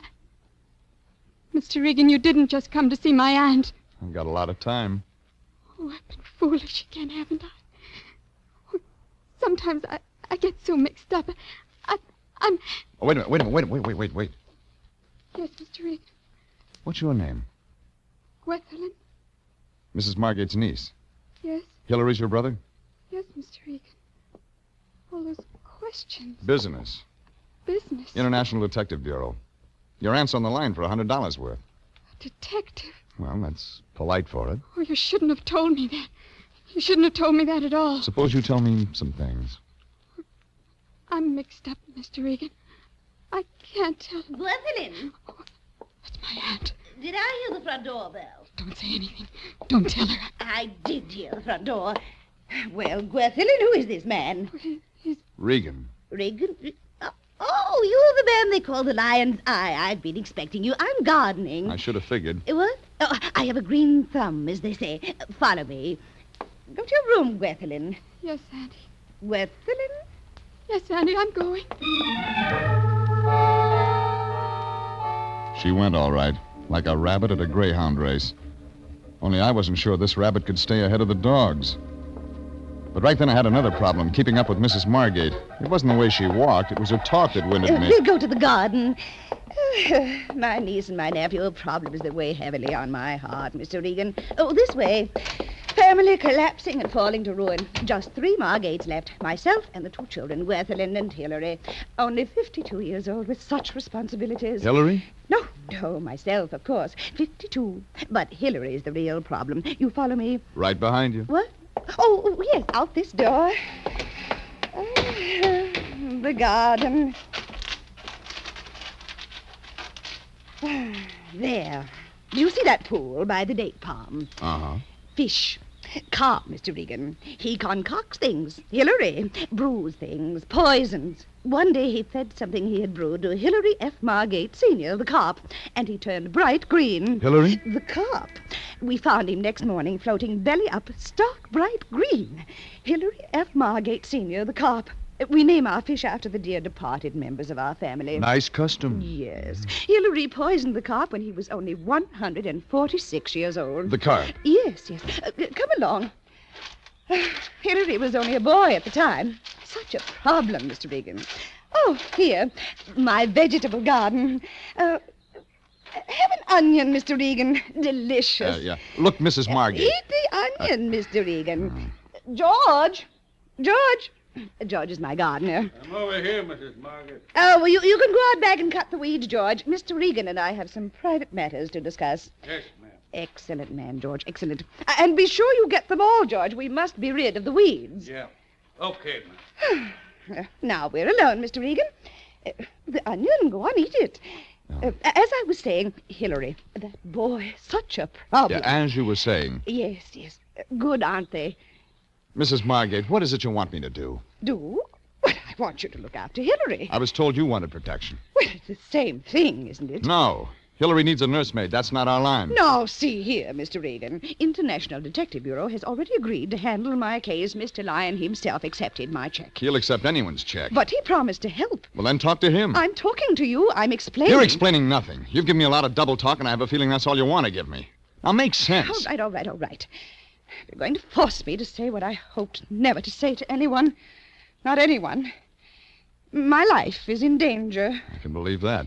My tea. Yesterday, I noticed the odor of almonds. I'm listening. No, I didn't drink it naturally.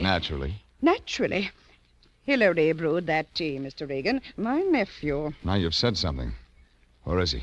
Ocean Park, the shooting gallery. Shooting gallery? Yes, he's strange, very strange. He brews things, collects guns, practices shooting. You won't like him. Suppose I go talk to him. Well, you'd better. As I've said, Mr. Regan, I don't wish to be murdered.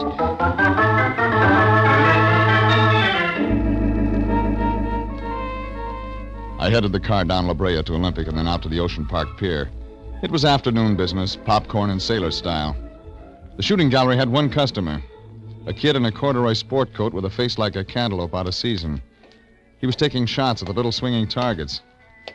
You didn't need the family album to figure him for Hillary Margate. I walked over, but he didn't take the gun from his shoulder. Leeks. Come again? Leeks. Scallions. My name's Regan. Allium ascalonicum, Mr. Regan. Onions. You've been eating them. So?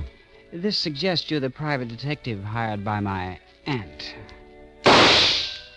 Bullseye? You read palms, too? I fancy myself an amateur detective, Mr. Regan. I seldom miss. I notice. As a matter of fact, Mr. Regan, I'm interested in hiring you myself. Well, that's a switch. I think there's going to be a murder. Anybody I know? Yes, my aunt. Who plays the heavy? The heavy? Who's going to kill her? I am. Practicing? I don't need practice, Mr. Regan. Even experts get the chair. Possibly. All right, Junior, let's start making sense. Very well, Mr. Regan.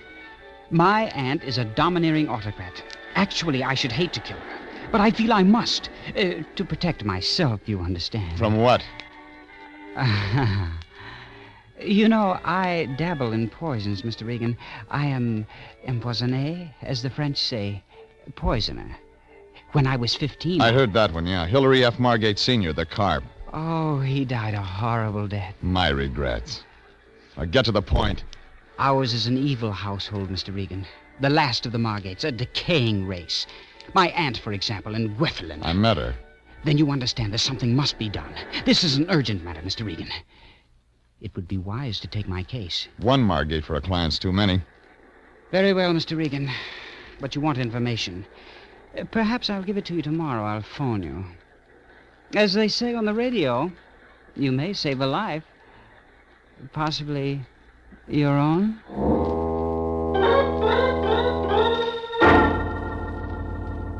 It made a real funny joke the way he said it. Only I wasn't laughing. And neither was he. I got in my car and started for town to tell the Lion he'd been underpaid. All the way in, I kept getting a picture of a mechanical rabbit going around a track. I tried putting Gwethelin's face on it, and Mrs. Margate's, then Hillary's. The others didn't fit. Gwethelin's did.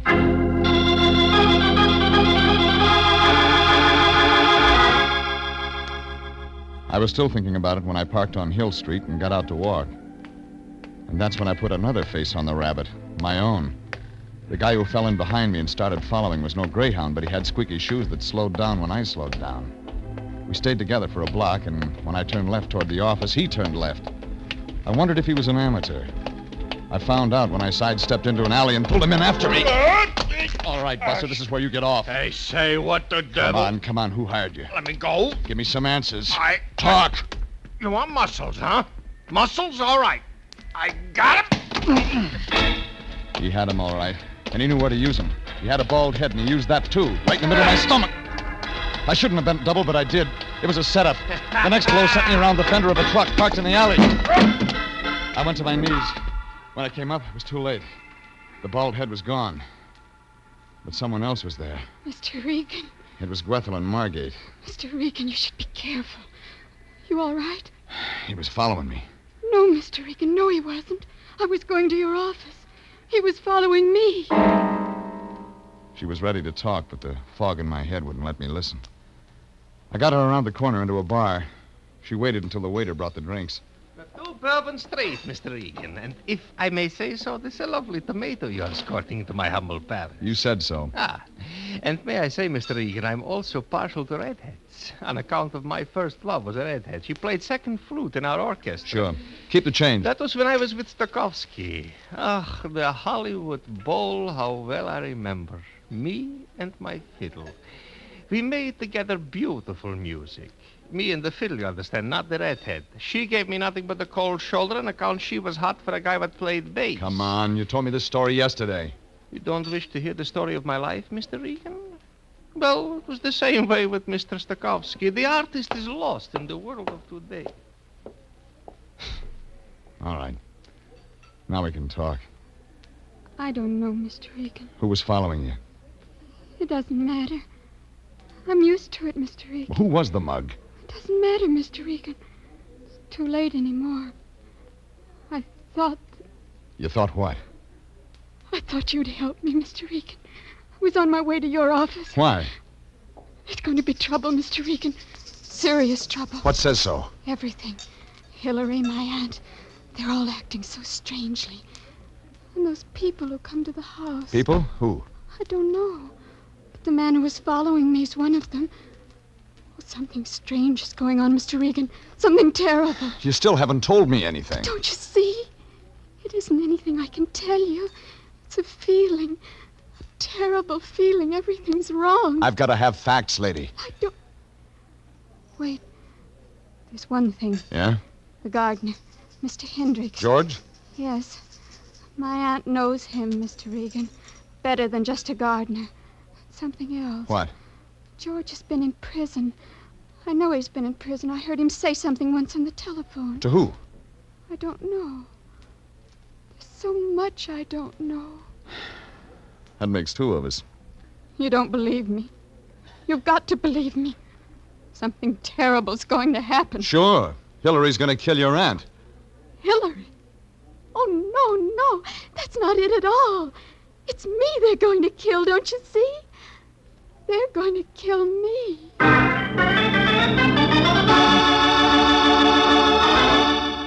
After that, I couldn't get anything out of her that made sense. I loaded her in a cab and then walked over to Pershing Square to feed the pigeons. Maybe something would come to me. Nothing did, except the pigeons.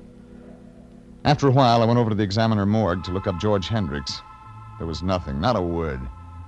But the Lion has ways of finding those things out, so I went back to the office. The Lion had information, all right, but not the kind I expected. Regan, where have you been? I've been calling every saloon in the city. You got the wrong one. I often wonder why I hired you. Okay, Fatso, why the steam? I'll tell you why. Because you were supposed to be on the Margate case, that's why. What do you think I've been doing? I know what you're going to be doing. You're going to get out to Margate Mansion right now and fast. They just found Hillary Margate in his room. He's been shot through the head.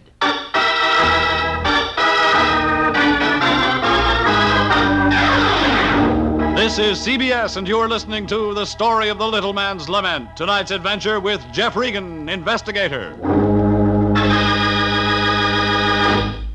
Here's a special word for those of you who are interested in setting up a retirement fund. One that will permit you to have some of the good things of life before you're too old to enjoy them.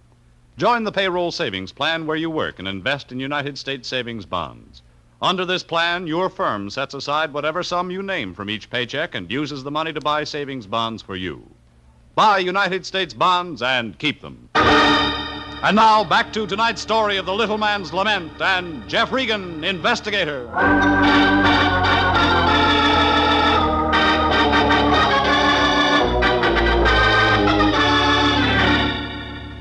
Nothing made sense.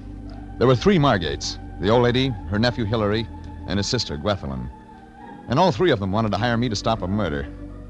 Then the lion tells me Hillary Margate has just been shot. Well, one thing was sure. With 3 people to work for, one of them was bound to turn up dead. I put the lion to work looking up the gardener, George Hendricks. Then I hopped in the car and headed out to the Margate place off Franklin Avenue. By the time I got there, it was turning dark. Out front, a black and white Nash said, "Police," in big letters. But when the old lady opened the door, she acted as though she'd never heard of police.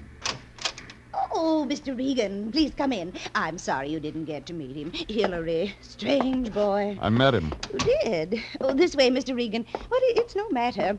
It was inevitable. Hillary's uncle, my husband, before he died, warned me something like this would happen. He was a young fool, Hillary. How did it happen? Happen? Oh, with a gun, of course. How else could one shoot oneself except with a gun? In here, Mr. Regan, we won't be bothered by them. Sometimes police can be so nosy. Do sit down. We shall have tea. With or without almonds? I know what you're thinking, Mr. Regan, but I'm sure it had nothing to do with it. What did? Just a moment, Mr. Regan. There's someone at our door. Well, Gwethelyn? I was just coming to see you, Auntie. I thought you'd want me to tell Mr. Regan about Hillary. Yes, a good idea. Mr. Regan, I'll let Gwethelyn tell you. She was here at the time. Oh, she was a lovely woman. Gwethelyn's mother, my late sister. Well, go ahead, child. Go ahead. I got home about 5. Better sit down, child. No, not there. Here. Yes, Auntie. Well, Mr. Regan, Hillary was in the gun room reading. I went in to talk to him, but he ordered me out of the room. He said he didn't want to be disturbed. He was concentrating. Go on. I left the room. A couple of minutes later, I heard a shot. When I went back, he was there. Hillary. On the floor, dead. Then you called the police. I told Auntie. She called them. They've been so nice, the police. They promised not to disturb me any more than necessary. Wasn't that nice? They're, in his room now? With Hillary. Dear Hillary. Yeah, he won't need me anymore. I think I'd better be going. Oh, yes, of course. Gwethelyn, see Mr. Regan to the door like a good girl. Yes, honey. And come again sometime soon, Mr. Regan. We shall have tea together. Thanks. This way, Mr. Regan. Mr. Regan, I've got to talk to you this way quickly. What's on your mind? It's about Hillary. Something he did tonight. Like what? When he came home, before that, he had a book. A big book. He was reading it when it happened. Why would he read a book and then shoot himself? You got me. What was the title? I don't know. But when the police came, the book was gone. Where did he buy it? I don't know that either. But I'm sure it's important, Mr. Regan. I'm sure of it. You don't think it's important? I don't know. I reach for answers. Sometimes they come up air. I know something else, Mr. Regan. It's about George Hendricks, our gardener. Yeah? He disappeared this afternoon after it. Go on. Auntie sent for him when the police arrived, but he wasn't in his room. The police were angry. They think he might have done it. And you think so, too? I'm not sure, Mr. Regan. I'm not sure of anything now.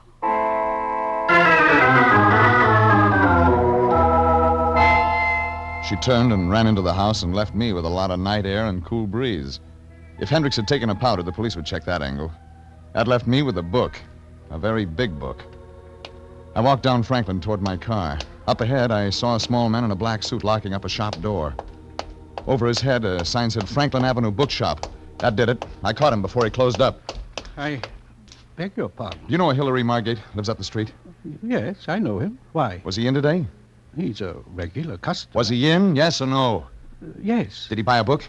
No. You sure?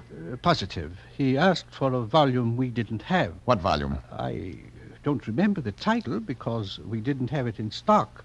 It was a textbook. Textbook? Yes, on horticulture. Plants. Plants? Does that mean something to you? Yeah. It could explain why the Margate family has gone to seed. It was crazy, but it was beginning to untangle. I headed for my car up the street. Before I touched the starter, I found out I had company. All right, Regan, drive. The gun in my back told me he meant it. One look in the mirror told me he was George Hendricks. Well, you're calling him. Where to? Your apartment. I want to talk.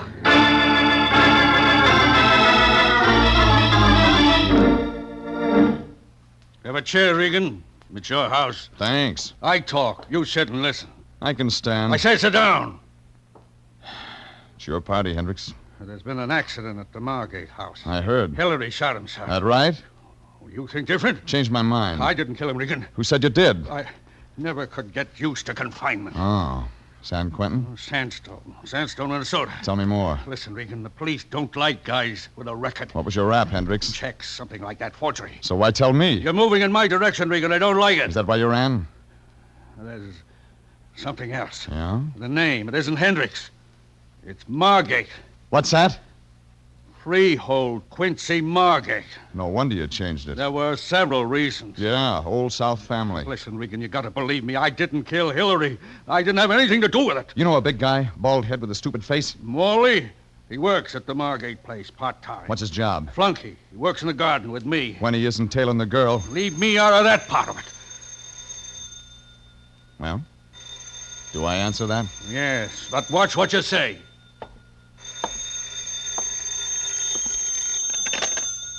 Regan. Regan, I expected to hear from you sooner. What's happened to you?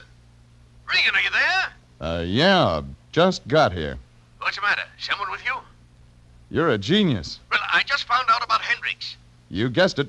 You mean he's there? Go on. Listen, that's not his real name, Regan. He's a Margate. Freehold Quincy Margate. Age 46, height 5'11", weight 180. Get to the point. Well, about that prison record, quite correct. It was 8 years ago. Charge? Narcotics violation. Oh, yes, but be careful. He'll hear you. No, he won't. He just went out the door, fast. I had what I needed. I averaged 50 down Franklin and pulled up in front of the Margate place 10 minutes later. It was dark and it looked empty, like a beer can after a picnic.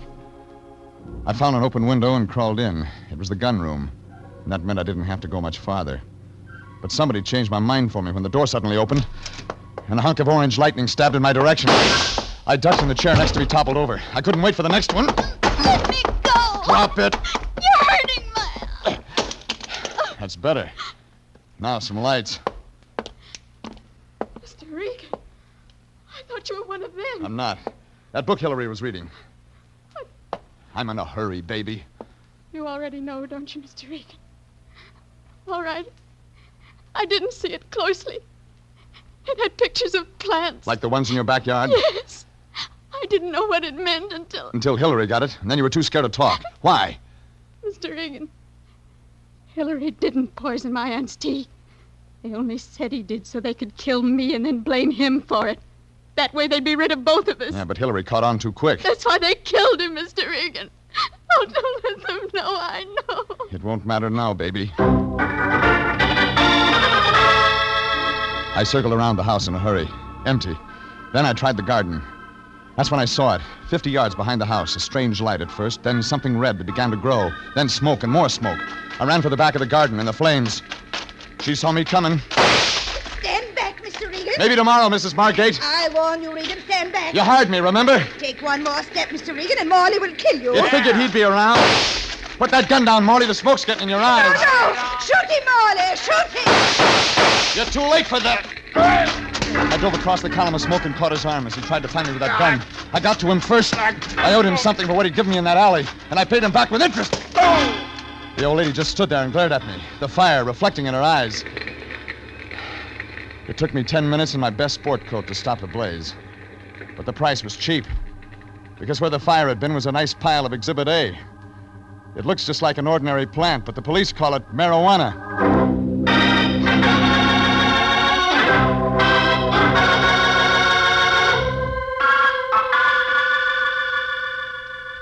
Somebody spotted the smoke and called the fire department. The police were right behind them and loaded the last of the Margates into the wagon. And it was like Gweth said. She was scheduled to turn up poison, and I was supposed to testify that Hillary had done it. Only Hillary caught on too fast, and they gave him a bullet for his trouble. And after I finished up at headquarters, I went to the office and filled the lion in. He was disappointed. And this fella the police picked up at the depot, this Hendricks, he wasn't the culprit we were looking for? He was under the old lady's thumb like the rest of the family. She blackmailed him into growing this stuff. With his record, he couldn't afford to squawk. He couldn't afford to squawk. How do you think I feel? You got a check for $100, didn't you? Well, yes, I did. She did pay you, didn't she? Well, you see, Jeffrey, that is, she gave me a check when I first went out there for $100. You said that. Well, I didn't think anything of it at the time, but, well, you see, her brother-in-law... You mean... Well, that is, Hendricks did have a prison record for narcotics violation, but, well, it seems upon examining the records more closely, there was an earlier sentence for, Bad checks. Yes, it seems to run in the family. I don't get paid this week. Go on. Quit me. Kick a man when he's down. Oh, stop it. You know I never withhold payment when I have it. Right now I don't have it. Maybe next week. If you wait 2 weeks, it'll be Thanksgiving. What's that mean? You can have the end of the turkey I've been getting. Jeffrey, you're not being kind. Remember my heart. I'll try. Oh, thank you, Jeffrey. Thank you. Now, here's 25 cents. For what? Go over and pick up your laundry. I forgot to wait for it.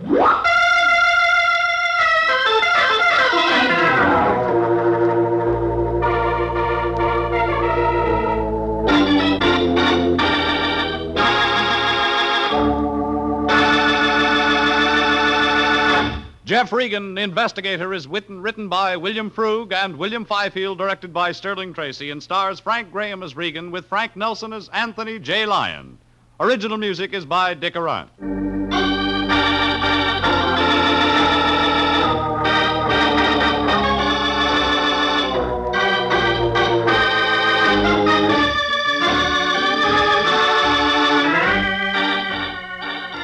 Jeff Regan, Investigator, is heard each week at the same time over CBS.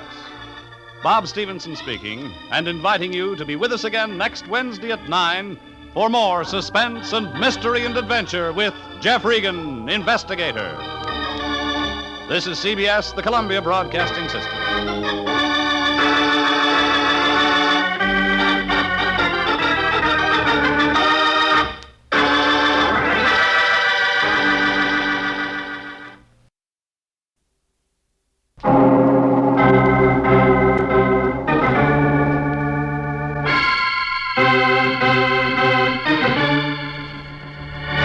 My name's Regan. I work for Anthony J. Lyon, International Detective Bureau. They call me the Lion's Eye.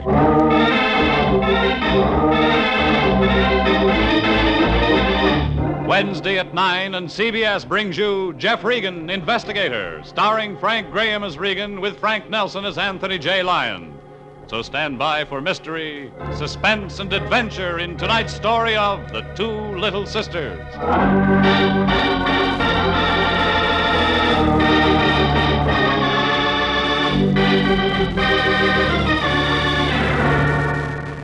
When a 6-foot, 200-pound guy turns up with a knife in his back, maybe a short 100 pounds of cool green-eyed blonde did it. And maybe she didn't. Well, this time there were two blondes, sisters. They looked alike, but they were about as much alike as a sheepdog and a cobra. Goes to show you can't tell by the package. Their names were Zamansky, Mary and Dolly Zamansky. They worked for the Everybody's Happy Pastime Carnival shows. It was old E. Happy Pastime himself who was sitting in the Lion's office when I got there about noon. Jeffrey, my boy, glad you've come in. I'd like you to meet our new client, proprietor of the Everybody's Happy Pastime Carnival shows. No doubt you've heard of them, Jeffrey? Sure. How are you? Laryngitis? Yeah, our friend here is troubled with laryngitis, Jeffrey. Purely psychological. A result of worry, profound worry. Isn't that right, sir? Yes. Yes. Well, Jeffrey... What do we do? Now, Jeffrey, I'm glad you asked that question. To tell the truth, I envy you. Fine opportunity for you to get out of the city while I sit here sweltering in this heat. You, Jeffrey... Get to the point. Well, yes. Well, Jeffrey, the fact is our friend here leaves on the 2 o'clock plane for Phoenix, Arizona. Advance arrangements for the carnival. Sure. Yeah, sure. Well, meantime, the star performer of Everybody's Happy Pastime Carnival shows, a girl named...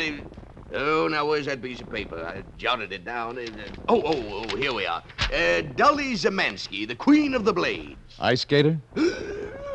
Knife thrower. Oh, I get it. She's a knife thrower with the show, Jeffrey. Best in her line, they say. Well, what's the trouble? That's just it. That's just it. Someone's been threatening her. A man named Rand. Rand. It's upsetting her, Jeffrey. Beginning to show in her work. That's what worries our client here. What's Rand got on her? Well, I don't know, Jeffrey. Our client doesn't know. Isn't that right, sir? Yes. No, but we're retained to find out. And get rid of him. Exactly. Get rid of him. Get rid of him, Jeffrey.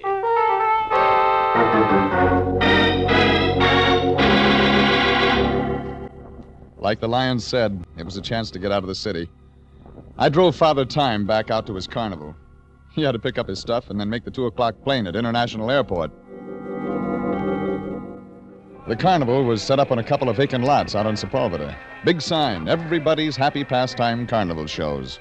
Tents, trailers, Ferris wheel, sawdust, the usual stuff. The old guy pointed out Dolly Zamansky's trailer, and I was on my own. I didn't get far. Guy in a 1922 tux, 3 days whiskers, and a turban like a second-hand bird's nest stopped me. Oh, there. How do you do, sir? The only legitimate thing about the Swami was his breath. That was 90 proof. You are Regan. What's that to you? I am Swami Al-Kaji. Step this way, please, into my tent. I will consult the crystal. The crystal ball tells me many things. Yeah? Like what? Sit right here, Mr. Regan. Thanks. The crystal ball tells me, Mr. Regan, that you've been hired to help Dolly Zamansky. Tells me you have been hired by... yes, by the owner of our little carnival. How much of that did he tell you? Yes, Mr. Regan, it was he who told me. I saw you arrive together. What do you know about Rand? Fred Rand, let me see. Yes, let me see. The crystal ball is cloudy. The sand of time runs through the glass, Mr. Regan. Cut it out. What do you mean? You're a Swami like Truman's a Republican. Yes, true. Yes. Well, have a drink, Mr. Regan. I see much more in this than in the crystal ball. Yes. Say when. When? Here you are. Thanks. I'm a four-finger man myself, Mr. Regan. Been my ruin. You said you had information. Yes, there are 2 sisters. Zamansky? Yes, Dolly and Mary. Who's Mary? The younger sister. She new to the show? A few months with us. Her sister get her the job? Yes, Dolly Zamansky's our star performer. Naturally, she has influence. Okay. What about Rand? I will consult the crystal ball. Look, I don't get paid by the hour. What's Rand got on Dolly Zamansky? I don't know. No? I see letters forming in the crystal. Okay. Play it your way. F, Z. I can't see any more now. Perhaps if you'd care see you to... later.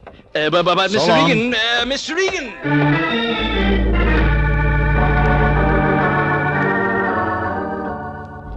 Maybe the Swami had something to sell. But if I couldn't get it for free, I could go back and buy it later. It was only a little ways to Dolly Zamansky's trailer. Big, expensive job. Everything was wide open because of the heat, so I walked in. Nobody home. Ladies' clothes lying around, theatrical makeup, grease paint stick. Picture of some round-faced guy with a crew cut signed, "Yours adoringly," no name. Knives and daggers around. And a frosty blonde with green eyes in the doorway watching me. What are you doing in here? Homework? It's clever. Who are you? That's what I ought to ask you. Oh, guess. You're Dolly Zamansky. No, I'm her sister. Mary Zamansky. Yes. I'm Jeff Regan, International Detective Bureau. You're a detective? That's it. You joined the carnival about 4 months ago. 5 months. 5 months. Been in show business before? No, I was a boy back home That him? What? Photo on the dressing table. Oh, no. Mr. Pine. Pine? He's in love with my sister. Pine. Pine, don't I? Harold Pine. J.J. Pine's son. Yeah? You know, Pine warehouses. They're all over Los Angeles. So your sister's gonna marry them. Why, think so. But maybe she isn't. Mr. Regan, Supposing you give me what you know, About 4 days ago, a guy turned up, Rand. Yes. Your sister scare easy? Oh, no, Mr. Regan, that's just it. She's strong-minded. She left home when she was 15. Go on. Well, life can't have been easy for her, you know, show business. Just tell it. Well, she's independent, Mr. Regan. I've tried to tell her... What about Rand? Mr. Regan, I can't tell you. Lady, I've got a job to do. What about Rand? I don't know. Your sister scared of him? I... She is or she isn't? something else. She told me she didn't know him. She said he was trying to get fresh, but twice I shouldn't tell you this. My fee says I help your sister. All right. There's a little street 2 blocks up Sepulveda. Twice I walked by there, this morning and 2 days ago. There was a green sedan parked there both times, and Fred Rand and my sister were in it. They seemed to be arguing. Mr. Regan, that's all I know. Okay. How do I find your sister? She performs in the main tent, but she must be just about through. She might be over there. Okay. See you.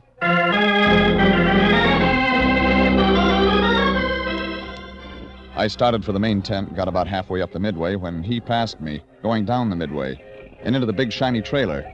Broad-shouldered, 6-foot guy with red hair. And when he went into the Zemansky sisters' trailer, I knew he was Rand. I started for the trailer. I thought I heard voices quarreling. And then I knew something was wrong. That was Mary Zemansky screaming. I hadn't had my eye off the door of that trailer 60 seconds since I left. Nobody went in but Rand. Nobody came out. But I busted fast. I made the last 100 yards like Mel Patton on Dexedrine. But what I saw when I got inside that trailer stopped me cold. It was Mary Zemansky and Rand. But it wasn't like I figured. Mary was hanging onto the wall and staring down at the floor and sobbing. And on the floor was Rand, with a knife in his back. All right, give it to me. Give it to me fast. No. What happened? Come on. No, I can't tell you. I can't. Look, you've got 10 seconds before the whole carnival will be in here. What happened? Tell me what happened. I won't talk. All right, both of you stand back at the end of the trailer. Who are you? Sergeant Post, police. Hands above your heads. All right. Clear away now. Clear back, folks. You, Dolly Zemansky? No, I'm her sister, Mary Zemansky. Your turn, mister. Maybe we can take our hands down? You armed? Yeah. Wait till I get it. Hip. Shoulder. Okay. Let him down. Thanks. Got a permit to carry this? Sure. Show it. Regan, private detective, International Detective Bureau. Here's the file copy. Look good, Regan. You kill this guy? Okay, Regan. Well, maybe you'll tell me who the guy was. His name was Fred Rand. That check, Regan? What I heard. Maybe you knew Rand, Regan. Nope. How'd you get in here so quick? Heard screams. Sure. What's the use of all this? You both know what happened. No, what did? Mr. Rand came in here and he'd been bothering Dolly. Maybe he thought I was Dolly. We look a little bit alike. And he came in And?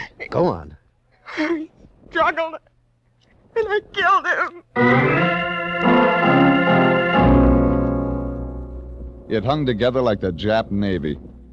She was sore at Rand because he'd been bothering her sister, so when the big 6-foot guy came into the trailer, she grabbed him and stabbed him in the back. Sure. It could have happened like that. But from the look that came on Sergeant Post's face, I could see he'd try to make it stick. He looked like a hungry kid at a bakery window. He was seeing lieutenant stripes.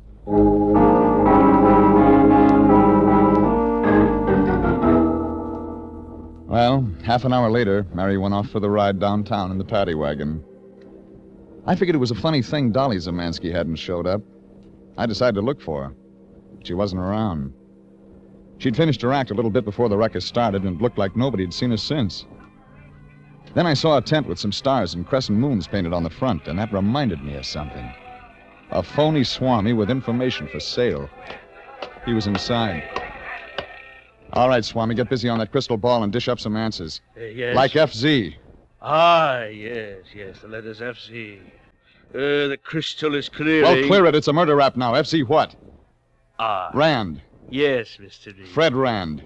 Mrs. Fred Zemansky Rand. Dolly Zemansky was his wife. Now you've said something.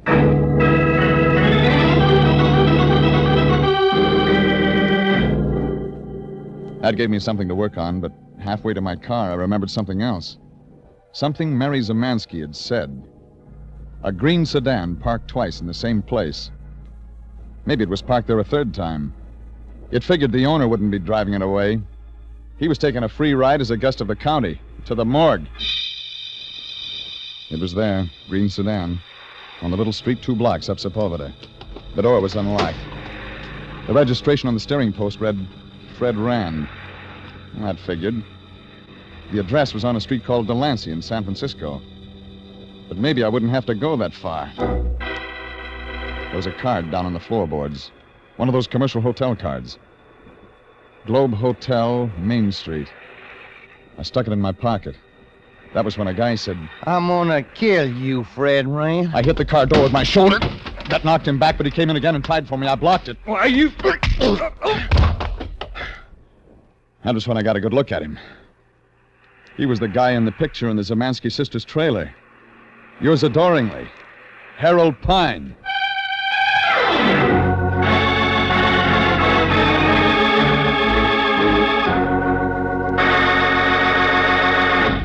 This is CBS, and you are listening to The Story of the Two Little Sisters, tonight's adventure with Jeff Regan, investigator.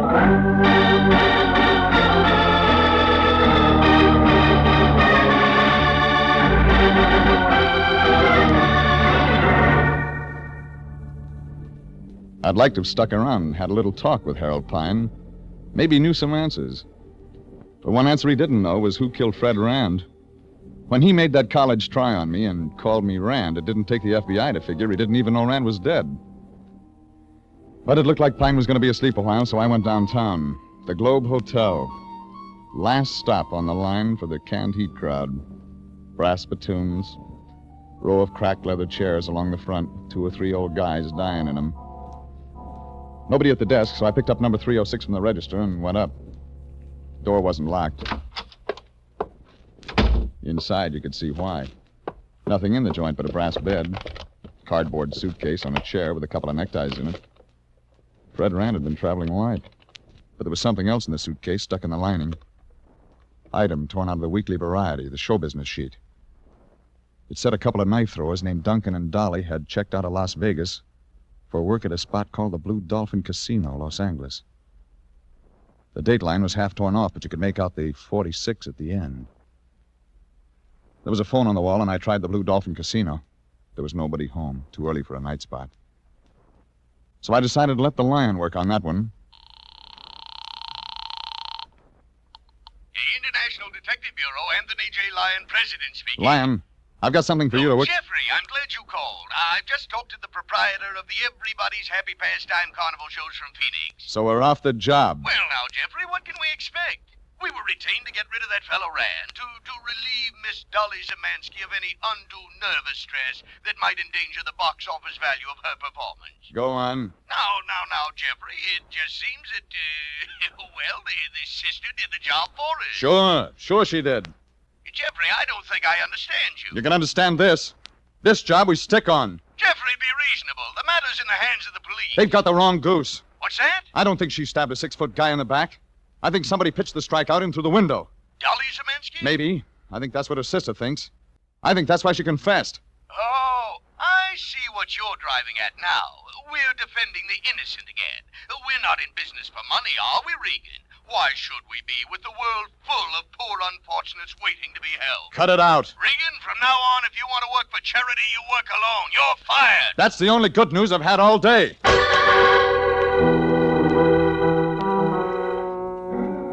I checked out of Rand's hotel the same way I went in. When I was crossing the street, I saw somebody coming up the other sidewalk.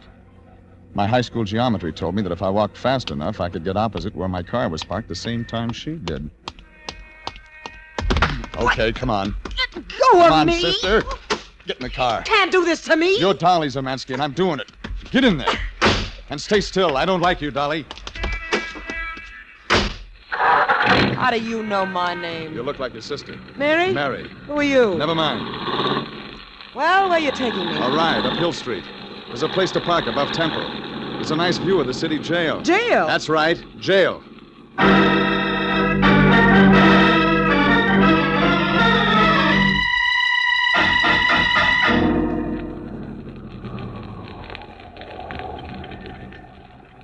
All right, there.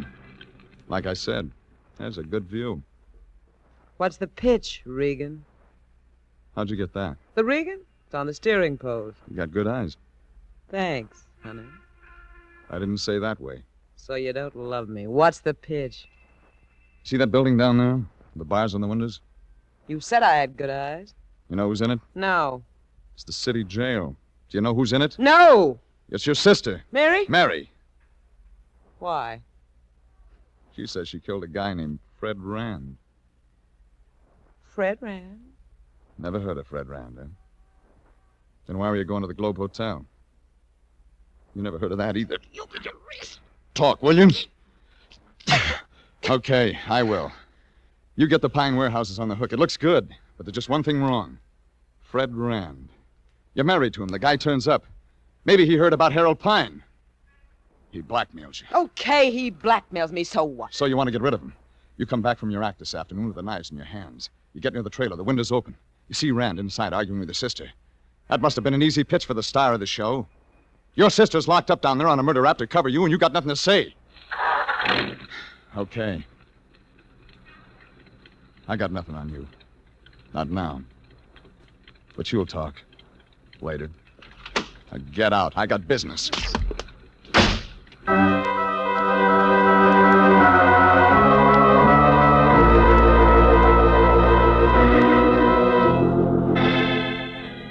That gave me nothing, so I went down to the jail to try to see Mary Zamansky again. It took me an hour to find out I wasn't going to get to him. But I did find out one thing. That cop had done his job well. Mary had signed a written confession to the murder of Rand. I got in my car and bucked traffic out to Ventura Boulevard. I hit a gas station and checked the address of the Blue Dolphin. It was in Encino. That meant it was near the carnival and I could pick it up later.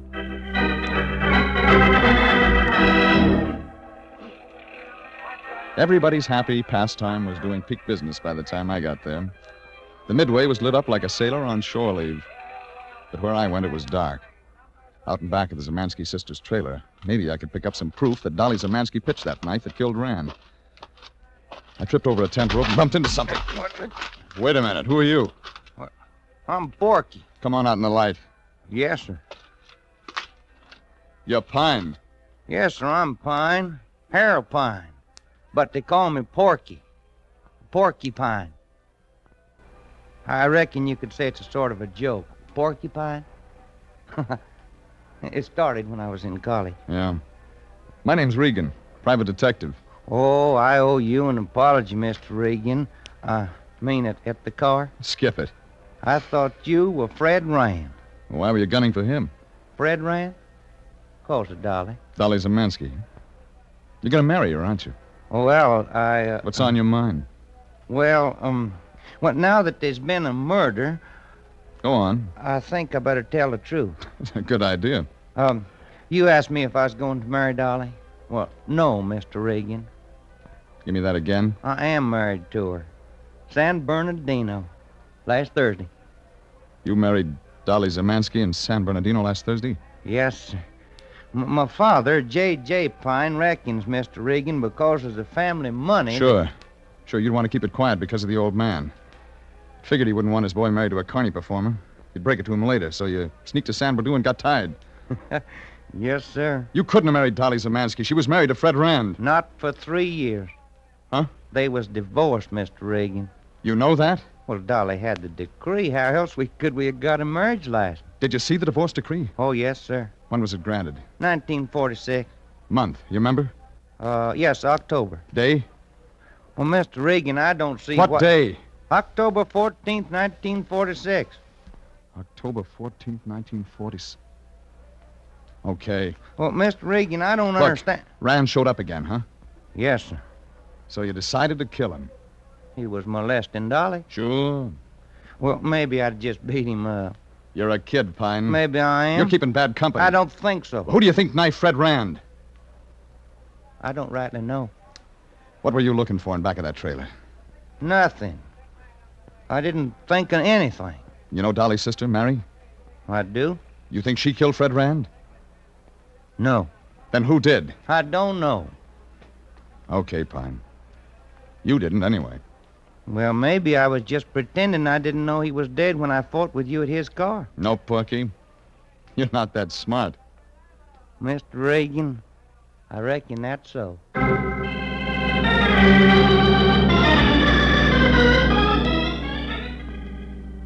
Next stop was the Blue Dolphin Casino. The manager wasn't there, so I waited around. Must have been almost midnight before he showed. My bartender tells me you're looking for me. If you're the manager, I am. You bought it. In here.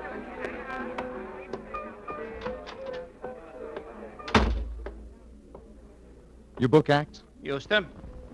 You ever hear of Duncan and Dolly, knife throwers? Did they ever play us? 1946. Maybe, October? I could look it up. Okay. Over here. Files, over here. Plenty of cheesecake on the wall. Oh, those pictures? Acts that have played us. Yeah? Yeah. Autographed photos. The Mandy boy, Mandy is me, were just scared to love. Dimples Davis. Dimples. You see what I mean? Yeah. See what you mean. October 1946? Could be. No. Hey, wait a second. Last week of September. 26th through the 29th. Last week of September, 1946, Duncan and Dolly. Let me see that, will you? Yeah, okay. Dolly Zamansky and Harry Duncan, King and Queen of the Blades. Split week booking, September 26th to 29th, 1946. I'm thinking King and Queen of the Blades. Wait a second. Behind this locker. Yeah, photos all over the place. I'm just remembering. We keep the leg out where you can see it, but this stuff, you see. Yeah, like I'm remembering. The Mandy, sincerely, King and Queen of the Blades, Duncan and Dolly. Let me see that picture. Yeah. You recognize them? Yeah, both of them. Dolly and Duncan. Yeah? What'd it get you? It gets me my answer.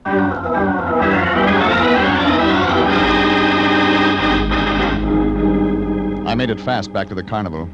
The midway was closed, but I could see a light on in one of the tents. I could hear voices. What do you mean? You think you can put it over on me with that no good two-bit? You're a shice. Oh, that's no good. But when I walked in, the light went off. Duncan. The lights back on. That told me where they were. I started. Slow.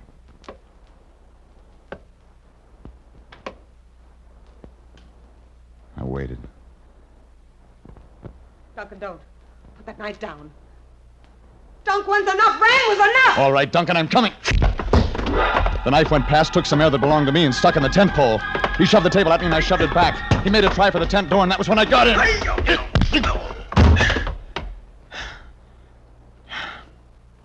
Turn the lights on, Dolly. Harry Duncan, the phony swami. He's a rat. You should talk. He okay? He'll come out of it.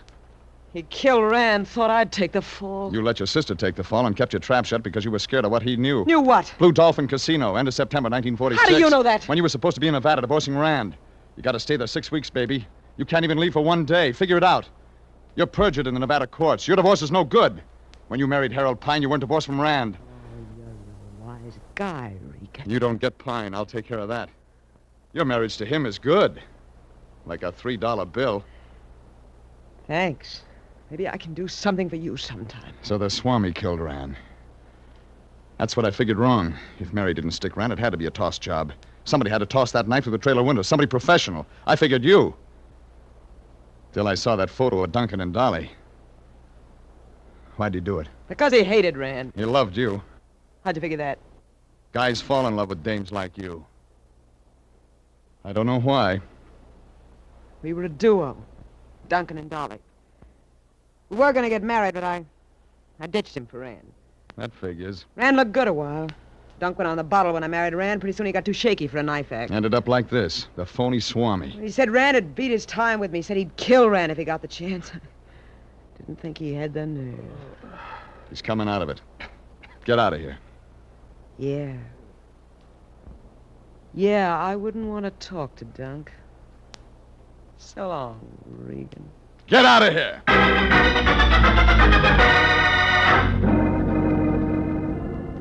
That wrapped it up for me. The police took it from there, and after a few hours at headquarters, I headed back to my apartment. But if I figured it was that easy to get rid of the lion, I was in for a new set of figures. The lion was there, waiting, hat in hand. Jeffrey, my boy, you've come back at last. I heard all about it. I've been waiting for you, Jeffrey. Sure.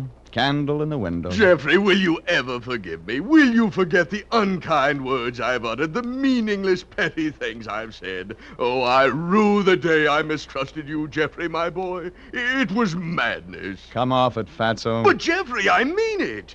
You were right all along. Mary didn't kill that man. Mary was an innocent girl caught in the tangled web of suspicion. But you, Jeffrey, you defended her in her most trying moments. A noble thing, Jeffrey. But I'm fired. Fired? Oh, nonsense, my boy, nonsense. Haven't I apologized? It's just that I feel so sad about that poor child Mary and that Pine fellow without the bride he had taken to his heart. What will they ever do, Jeffrey? Save your sympathy, Lion. They'll get along. What? What do you mean by that? Well, when I last saw them, they were sobbing it out on each other's shoulders. You mean it, Jeffrey? They've discovered each other? How charming, how positively charming. And with all those millions he has, too. Millions of dollars. Stop drooling, Fatso. There's nothing in it for you. No, Jeffrey, I suppose not. But I can dream, can't I?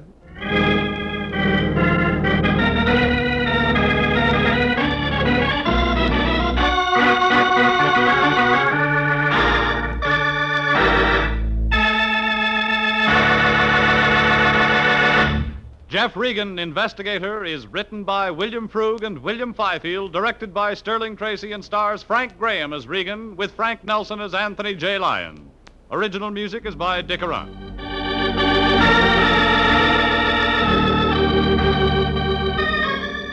Jeff Regan, Investigator, is heard each week at the same time over CBS. Bob Stevenson speaking, and inviting you to be with us again next Wednesday at 9 for more suspense and mystery and adventure with Jeff Regan, Investigator. This is CBS, the Columbia Broadcasting System.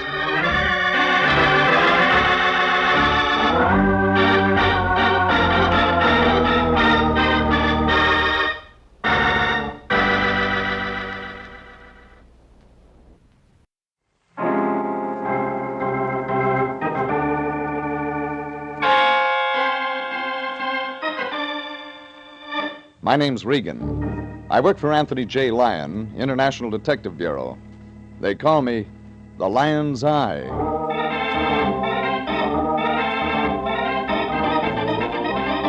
Wednesday at 9, and CBS brings you Jeff Regan, Investigator, starring Frank Graham as Regan, with Frank Nelson as Anthony J. Lyon.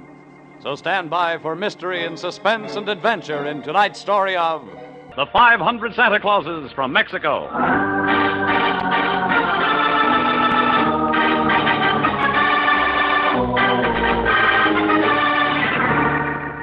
Like my boss, the Lion, said, it got you into the Christmas spirit early, all those Santa Clauses.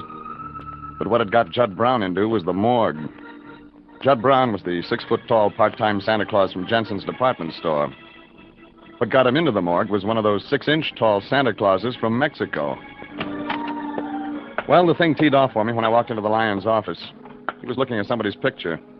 From the way he was leering, I could tell it wasn't Gorgeous George. Oh, hello, Jeffrey. You're just in time to meet our new client, Lorna Lee Lovely. Yeah? Yes, here in this picture. Lorna Lee Lovely. See what you mean. Yes.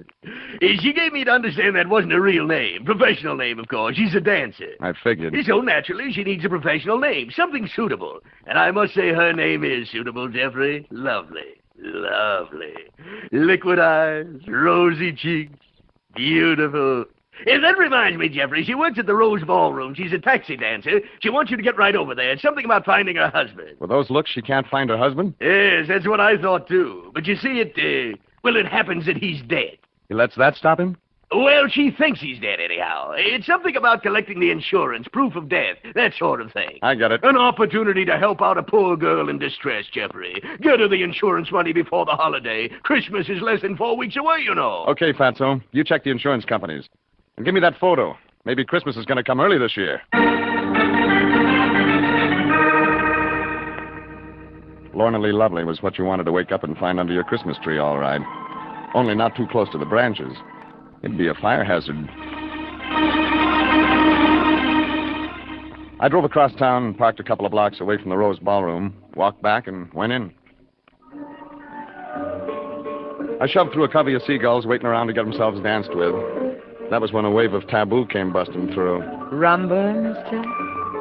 You Lorna Lee Lovely? That's right. Tickets go on my expense account. Then you're Regan. You picked it. Rumba, Regan. You hired me.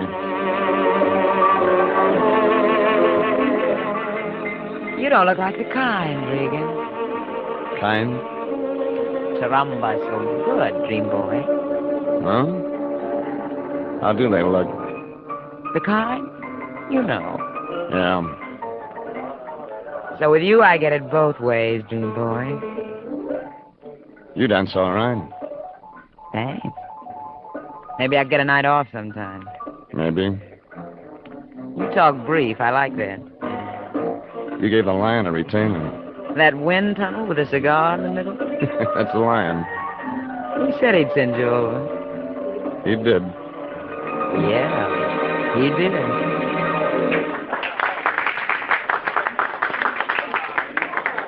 What do I do, lady, for the $50? I'm looking for a husband. For $50? There's 100 more in it if you find him dead. Dead? Dead. Dance, Regan? I used my ticket. It's on the house. No, thanks. I'll see you around. Oh, wait a minute, Regan. I'm not hiring a gun. He's dead already. Well, then we can talk. Over here. Manager's office. Won't he object? He's not here. He hates joy. This way.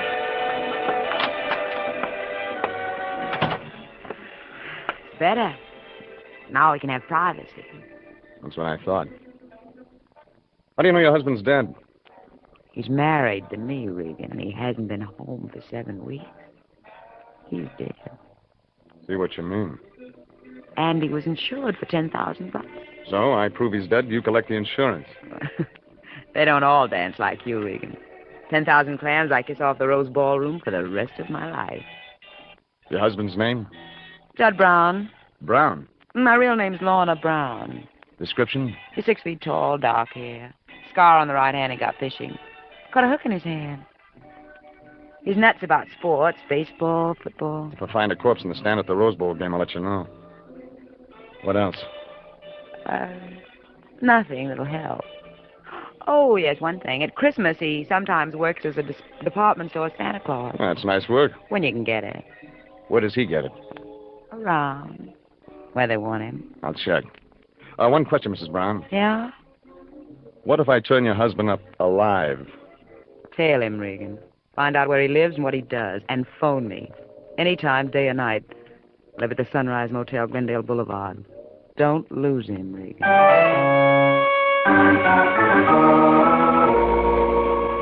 From the way the green ice lit up in her eyes when she said that, it figured her husband wasn't so dead.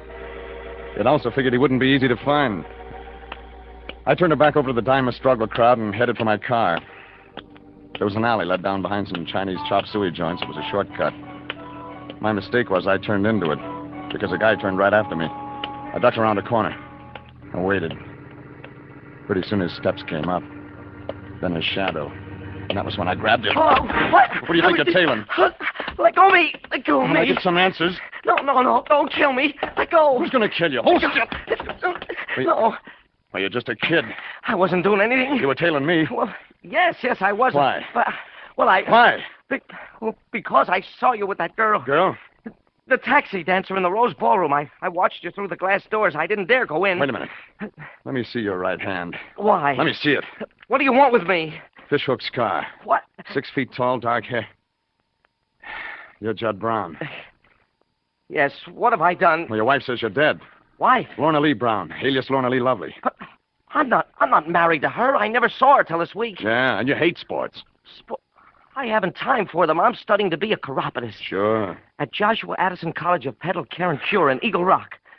I haven't time for anything but people's feet. And right now, being Santa Claus. Give me that again. Being Santa Claus.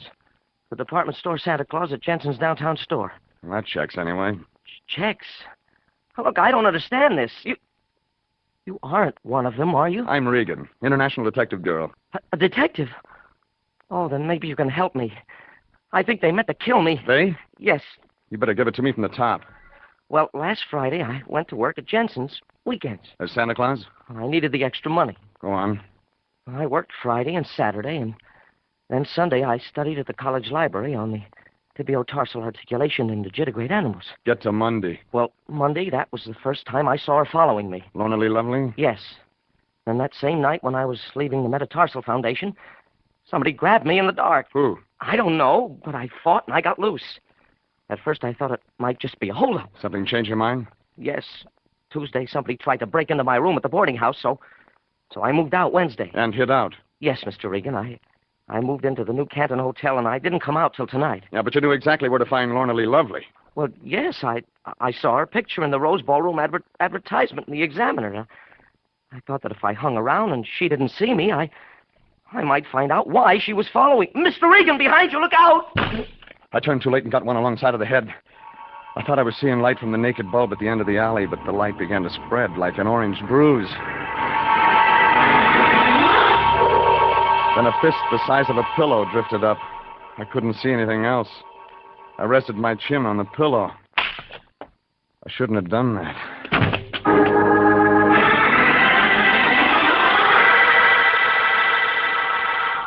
When I opened my eyes, I was looking up at some writing on a plaster wall. It was upside down.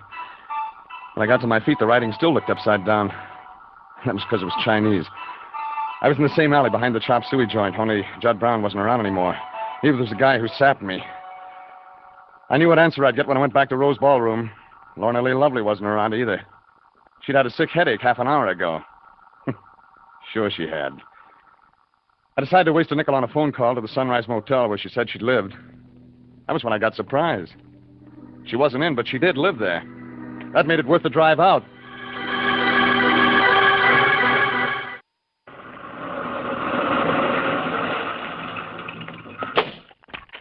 Help you, mister? You work here? Yeah, manner of speaking, I do. My place, I own it. I'm looking for Lorna Lee Lovely. Left. Over that way? Gone, I mean. Yeah? How long? Well, you ain't lucky. Maybe 3 minutes. Checked out. Left no address? Left no address. She alone? You ask questions, mister. I like answers. Maybe you're a cop. Private style. Yeah, here's my identity. Huh?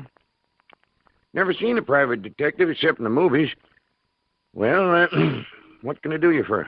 Let's have a look where Lorna Lee Lovely lived. Oh, that cottage over there. This way.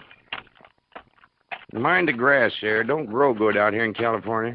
No rain. Never no rain. Just smog. Gets in your eyes. All that. Smog commissioners. Yeah. Look. Anybody ever come over to see her, Thorne? Oh, one guy. Walrus. Me and the old lady called him. Big guy. Black eyes. Walrus mustache. Dark skin. Maybe Mexican. You know his right name? Felipe, she called him. Felipe, huh? Yeah. Here's where she lived. Kind of left in a hurry, didn't she? Oh, the old lady ain't gonna like it. This is a mess. All these paper cartons around? Oh, them.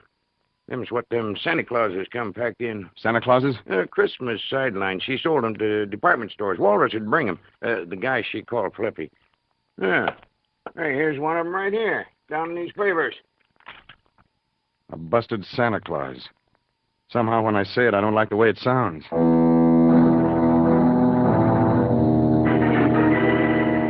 All of a sudden, I was awful anxious to visit Toyland at Jensen's department store. I did. It was Friday night, so they were open.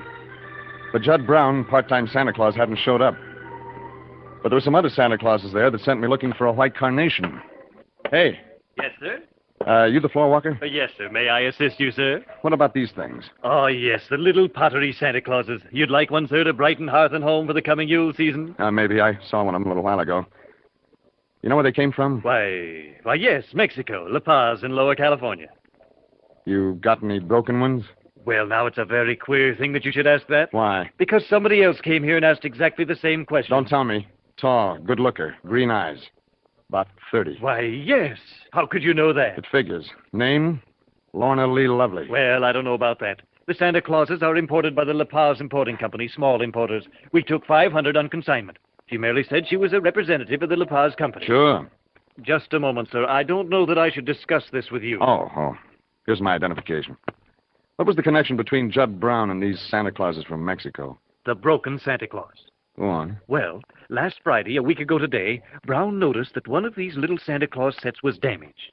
Naturally, Jensen's does not sell damaged goods. So you gave it to Judd Brown? As a matter of fact, I did. Going through the proper channels, of course. He said he wanted to give it to his nephew for Christmas. You gave the broken Santa Claus to Brown? Yes. Then Lorna Lee Lovely shows up. On Monday. And asks about the broken Santa Claus. You tell her you give it to Judd Brown. Yes, that's what I did. Yeah, it's an inside bet that the next question she asked was, how do I find Judd Brown? Exactly. I didn't tell her.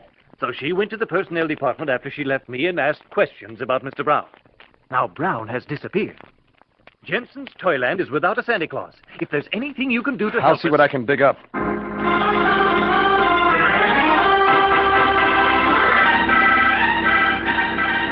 But dig up was too true. I got down to the street in front of Jensen's store, and the late editions of the papers had hit the stands. They had a big story, front page, colorful. A broken Santa Claus had been found on the railroad tracks near Union Station. Only this Santa Claus was real. Or used to be. You guessed it, Judd Brown.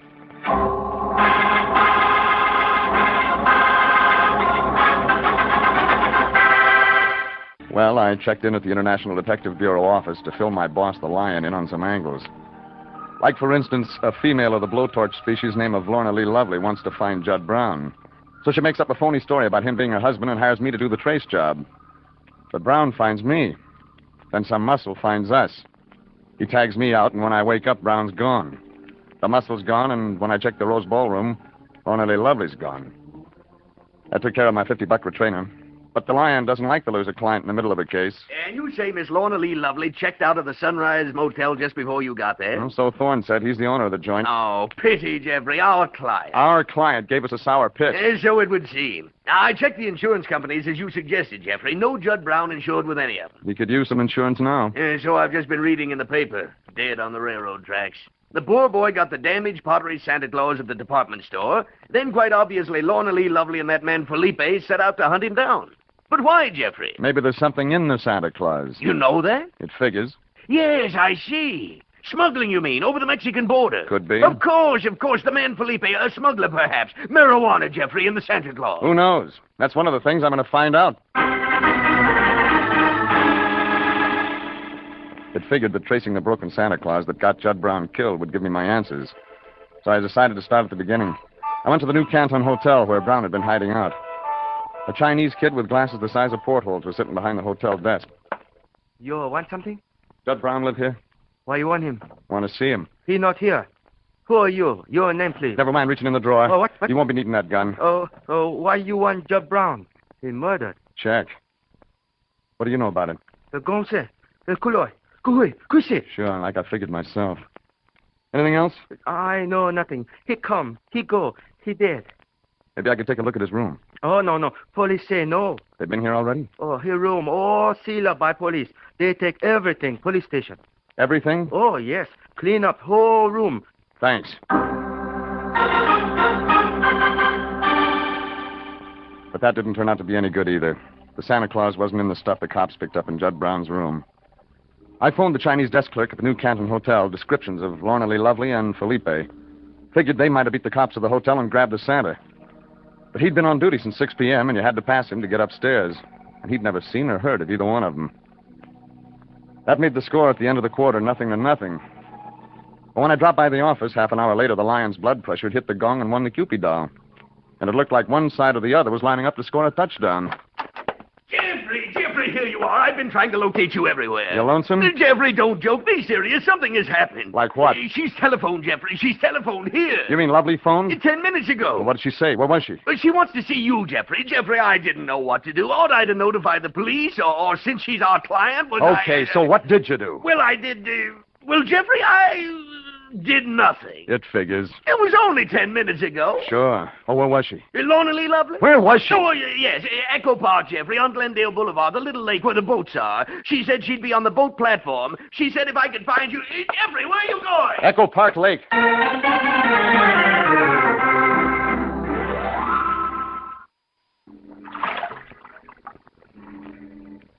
Need both hands to paddle, dream boy?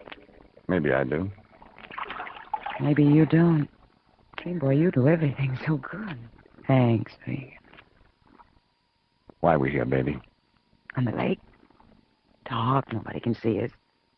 Like the law? Sure, that's right. You want to talk business?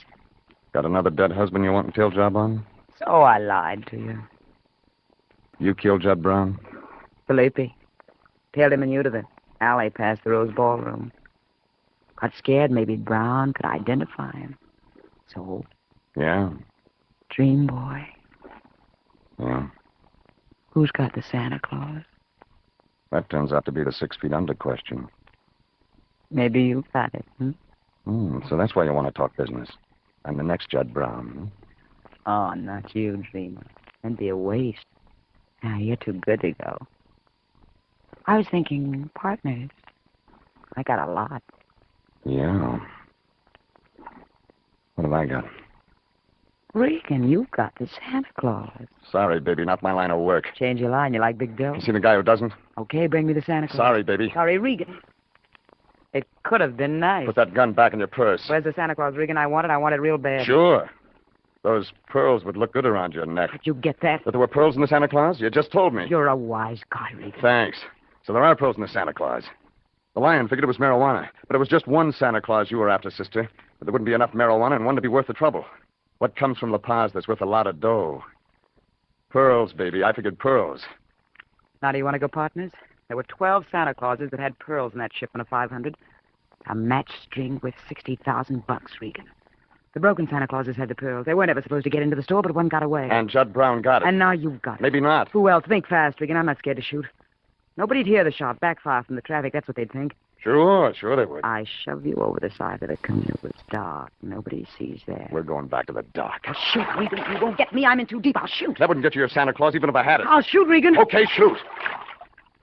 Regan, you stinking rat. Okay, give me that gun. No, you... Give me it. Oh, look out, the canoe's sinking. Look out!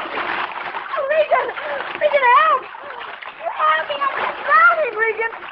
I'm drowning! What's the matter, baby? Help me! I'm drowning! In 4 feet of water? Put your feet on the bottom. You're not in as deep as you think you are. You loud! But you're in deep enough. Felipe's accomplice in the murder of Judd Brown. Come on, baby, you're going to jail to dry off.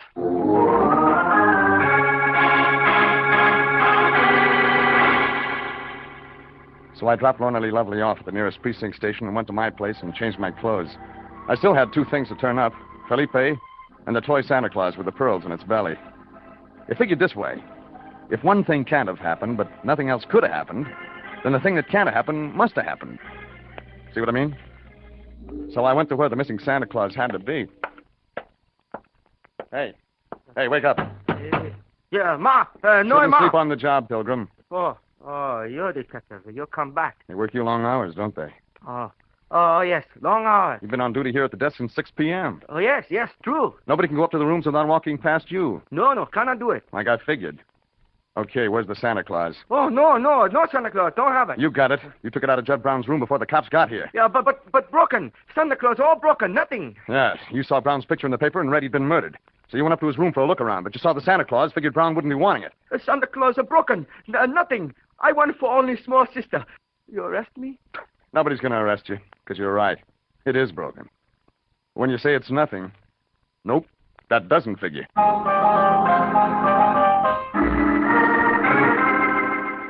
The Chinese desk clerk got me the Santa Claus he'd borrowed out of Judd Brown's room. The pearls were in it. They were nice. Sleek, fat, pure pearl white. Well, Lorna Lee Lovely was in the lockup, so that left just Felipe. I didn't know where Felipe was, but that didn't worry me. I told the Chinese desk clerk that if anybody came around asking questions, it was okay to say I had the Santa Claus. Then I bought a book and some sandwiches and beer and spent a nice, quiet weekend at home. I hadn't been out of my apartment when the lion showed up Monday night. Regan! I know you're in there, Regan. Open this door. Okay. Jeffrey, this is insufferable. Why haven't you come to the office? What have you been doing? Why haven't you answered your telephone? Run along, Fatso. I want to be alone. Jeffrey, our agency is working on a murder case. Felipe, callous, cold-hearted killer of that boy Judd Brown. And you, Jeffrey, what are you doing? Staying home and catching up on my reading. Then it's true. You've quit. Abandoned ship, betrayed the flag. And eaten 11 liverwurst sandwiches in 3 days. Oh. Now beat it, will you? I'm expecting company. Company? Jeffrey, what happened to the lights? They've gone out. There's a fuse box down the hall. Looks like the company I've been expecting's come. Jeffrey, it's not that Felipe. Could be, Lion. Then you found him. Didn't have to. Figured if I had the Santa Claus, he'd find me. So that's why you stayed home. Clever, very clever. Hold it, Lion.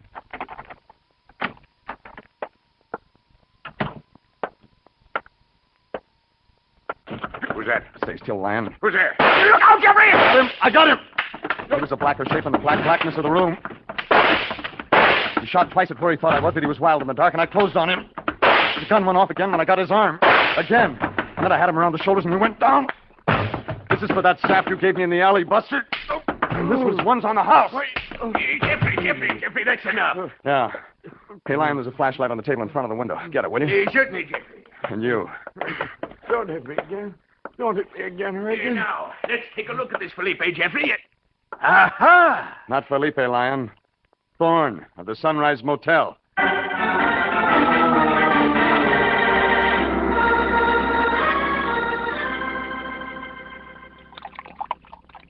Yeah, have a glass, Jeffrey? No, thanks. You know, ever since I've had this mountain spring water dispenser put into the office, I've been feeling better and better. Oh, splendid for the health. Or perhaps I feel good because of the way we solved the Santa Claus case. The way we solved it? Thanks, Fatso. So that Sunrise Motel man Thorne was Lorna Lee Lovely's partner and the murderer of Judd Brown after all. That's right. Felipe was just a name he made up, and then she followed his lead. The non-existent suspect. The police, the gentlemen of the press, searching 3 days for an inhabitant of the kingdom of Macomacum. Give me that again. In the kingdom of Macomacum. What does it mean? I don't know, Jeffrey. I don't know. I believe I heard the expression somewhere. Wind tunnel with a cigar in the middle. Yeah, what's that mean? I don't know, Fatso. Just an expression I heard somewhere.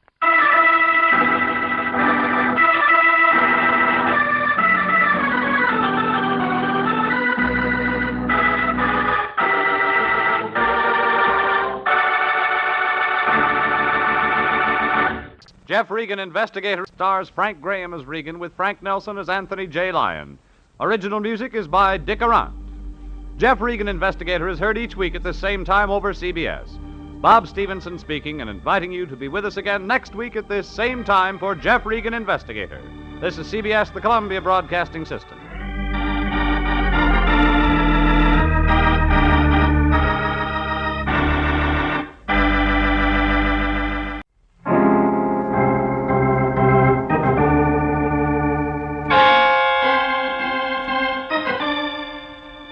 My name's Regan. I work for Anthony J. Lyon, International Detective Bureau. They call me the Lion's Eye.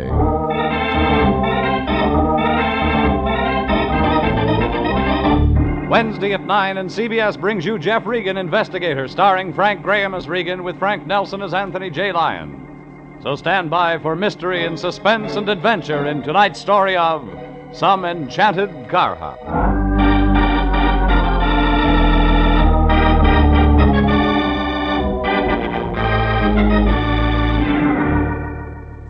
It was just an ordinary drive-in hamburger joint on Vermont off Sunset, but they called it Hamburger Heaven. And just to carry out the idea, they'd hired 6 angels to wait on cars. 3 blondes, a redhead, and 2 brunettes. I was lucky. I drew the redhead. Only she didn't serve up what I ordered. All she brought me was trouble. The whole thing started when there were only 8 more shopping days until Christmas. I fought my way through the necktie and socks set, and by the time I reached the office, I was ready to start celebrating New Year's. But my boss, the Lion, had other ideas. When I walked in, all 280 pounds of him was up on an office stool. He was tacking a dried-up sprig of mistletoe over the door. Jeffrey, my boy, come in. The festive season is at hand. How's that again? I said the festive season is at hand. I'm filled overflowing with the Yuletide spirit. Yeah? Well, you better take those nails out of your teeth before you spring a leak. Oh, yes. Yeah, guess you're right, my boy. I got carried away. Yeah, sure. You and Tiny Tim. We're expecting women clients? Women clients? Oh, you mean the mistletoe. Well, Jeffrey, you never can tell when a sweet young thing might accidentally happen in. Stop drooling, Fatso. You dropped out of a mistletoe set 50 pounds ago. Well, maybe so, but I still believe in Santa Claus. Yeah. Now, where was I? You were up on the stool with berries in your hair. No, I mean about the new client. What have I told you so far? That the festive season is at hand? Huh? Then I haven't told you about our new client. His name is Ward Hamilton, Jeffrey. He was in just a few minutes ago. Fine figure of a man. Well-dressed, distinguished, prosperous. That explains the Christmas spirit. How much? Jeffrey, the Christmas spirit cannot be measured in terms of money. This is the time of goodwill toward men of unselfish devotion. Sure. How much unselfish devotion did he buy? $50 worth. It's something about his niece or daughter or some friend or something. What about them? Well, it seems this girl's been receiving packages, flowers, candy, that sort of thing. Well, what's so mysterious about that? Doesn't she know it's Christmas? Well, for some reason or other, Ward Hamilton says she's worried about them. He'll tell you all about it when you see him. The address is on the desk. It's out on Iredell Road in North Hollywood. So I find the Santa Claus that's been sending the packages. Say, that's right. This case does fit right in with the season, doesn't it? Sure. And Merry Christmas to you, too, Fatso.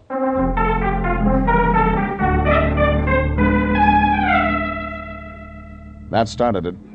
I hopped in my sleigh and headed my reindeer out over Cahuenga Pass. Iredell Road was twin rows of California bungalows with Christmas decorations strung out in front. All except one house. It was the address Lion had given me. Redwood front on the usual cream-colored stucco. White ranch-type fence, swimming pool in the backyard. No Christmas anywhere. Behind the fence, a big Dalmatian wagged his tail and grinned at me in a nice, friendly sort of way. Only he was growling when he did it. I circled wide and made the porch, but I didn't get as far as the doorbell. What do you want? Mr. Hamilton? I'm Regan, International. Regan? Oh, yes, the detective. Come in, Mr. Regan, come in. He was big and gray-haired, the man of distinction. But what he had in his hand wasn't a glass. It was a whip. Black, 10 feet long, with lead weights at the tip. In here. I appreciate your coming right out, Mr. Regan. I like to get prompt action. Is that what you used that for? Well, oh, the whip. No. No, just a hobby of mine. I practice hitting toy ducks floating in the swimming pool. Oh, nice way to get use out of your pool during the winter season. Well, yes. Never mind that. Sit down, Mr. Regan. I want to tell you about Mary. That's the niece. Niece? No. No relation. I'm a close friend of her family's. Her parents died several years ago. There was no one else, so I've tried to take over the reins and help the girl along. It hasn't been easy. She isn't broken to harness. It's a nice metaphor, but it doesn't fit. Not at all. Mary Winter is a strange girl. Very strange. She's the shy, retiring type. Ah, I see. The detective training. You're thinking ahead, assuming that she's not attractive to men. Nothing could be further from the truth. She's a lovely girl. Very lovely.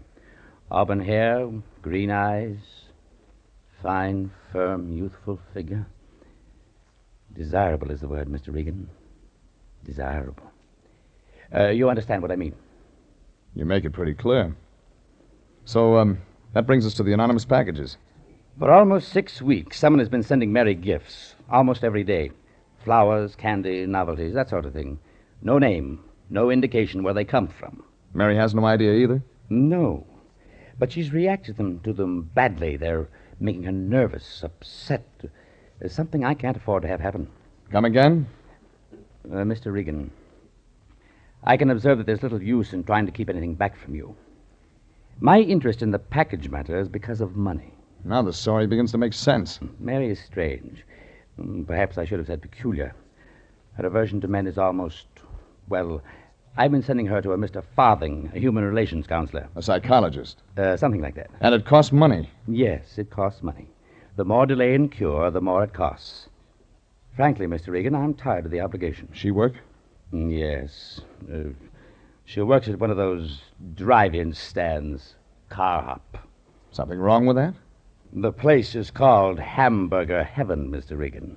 And you want me to find the guy who sends the packages so he'll marry her, or so you can get rid of him? It works the same either way. You'll take the job, Mr. Regan? Sure.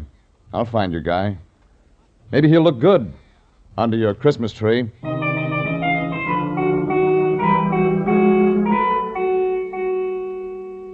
Ward Hamilton gave me the girl's address in Hollywood. It was a tired stucco 4-flat just off Kingsley, the home of Mary Winter, the girl who hated men. And then it was too easy. Standing out front near the curb was a little man in a trench coat. He carried an umbrella over his arm, and he paced up and down, watching the apartment. That was too good a bet to pass up. You going somewhere?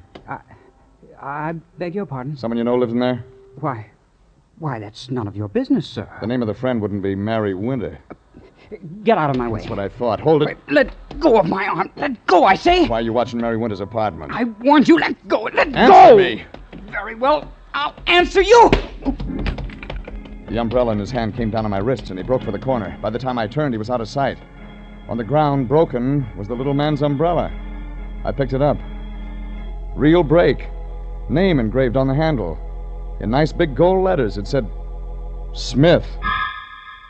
I headed for Mary Winter's apartment.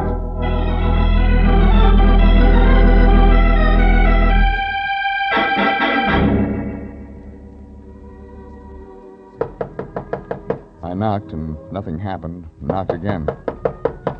The radio in the room told me somebody was in and liked their music loud. I tried the door, and it worked. I stuck my head in to look around. A redhead came in from another room, in slacks and halter. She saw me. She dived for the closet and came out wearing a coat. Then she snapped off the radio. Get out of here! Look, I tried knocking, but... Get out before I call the police! The name's Regan. Ward Hamilton sent me. You're lying. You're trying to trick me. Phone him. He'll tell you. What do you want? About the presents you've been getting. Tell me. I'm not sure. I can't trust you. Well, look, for the last time, I'm supposed to find out who's sending them. Either you help or you don't. Now, take your choice. All right. I'll listen. But don't you come a step closer.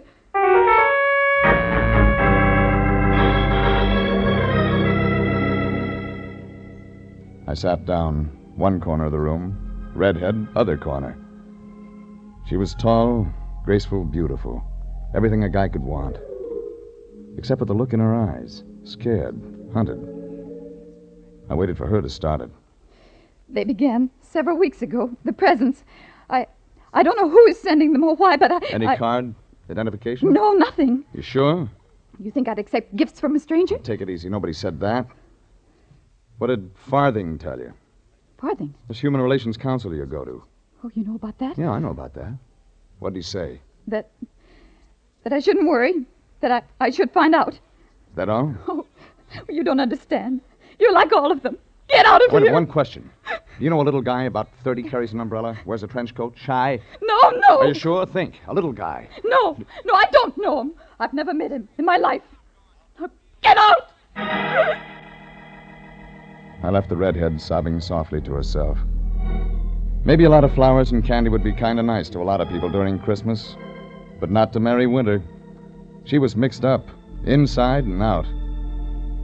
I headed back to my car, and then I was mixed up.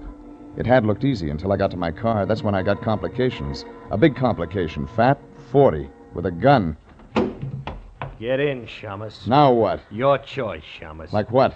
The Winter Dame, Your property? Not my type. Belong to the boss?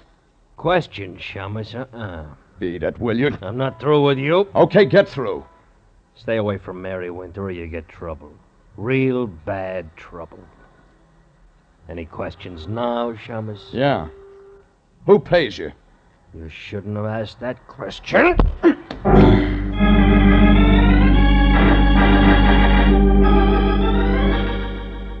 It looked like it was going to be a real holiday season. Brotherly love all over the place.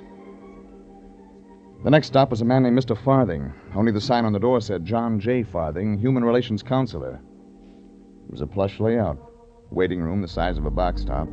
Rich, solid, lined with deep green leather chairs, brass studs. On the wall, Van Gogh, Gauguin, that kind of stuff. The receptionist was out, and I took a crack at the thick mahogany door. Yes, come in, please. What may I do for you, sir? The name's Regan, international detective. Oh, sit down, Mr. Regan. Now, is something troubling you? Girl named Winter. Mary Winter. Go on, Mr. Regan. She's a patient of yours? Why do you ask? A couple of questions about her. I see. Since you know her background, I thought you could fill me in on a few things. I said since... I heard you, Mr. Regan. Well? Perhaps, sir, you're aware of the nature of my work.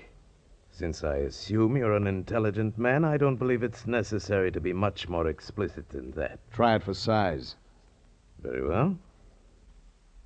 Cigarette, Mr. Regan? Thanks. There is in existence a code of ethics. Some practitioners call it the Hippocratic Oath. I'm not a doctor, as you know, yet I, too, Mr. Regan, have a moral code. I'm listening. Nothing in my code, either morally, ethically, or in any other way, allows me to discuss the affairs of my patients. Is that clear? Yeah. That's clear. I'm sorry I can't assist you in whatever it is you're trying to do, Mr. Regan. I'd like to help, but as you see, my hands are tied. That makes two of us. Thanks. Thanks a lot.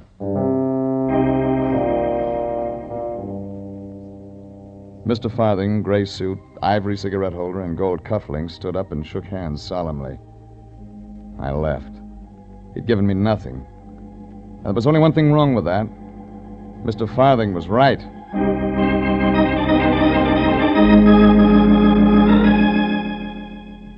I decided to check in with my boss, Anthony J. Lyon. The International Detective Agency, Anthony... Save it for the customers, Fatso. Jeffrey, where have you been? Look, I just started this business 2 hours ago. What's eating you? Just this. I have here in my office with me a young man. He has an interesting story, Jeffrey. It seems he's been sending gifts to one Mary Winter. What? That's correct, Regan, the man you're supposed to be looking for.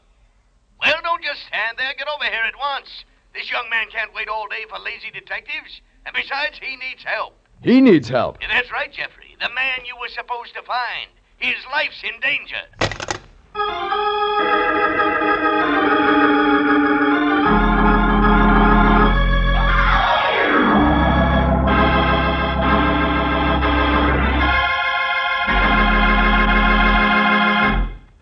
This is CBS, and you're listening to Jeff Regan, investigator, in tonight's adventure, Some Enchanted Car Hop.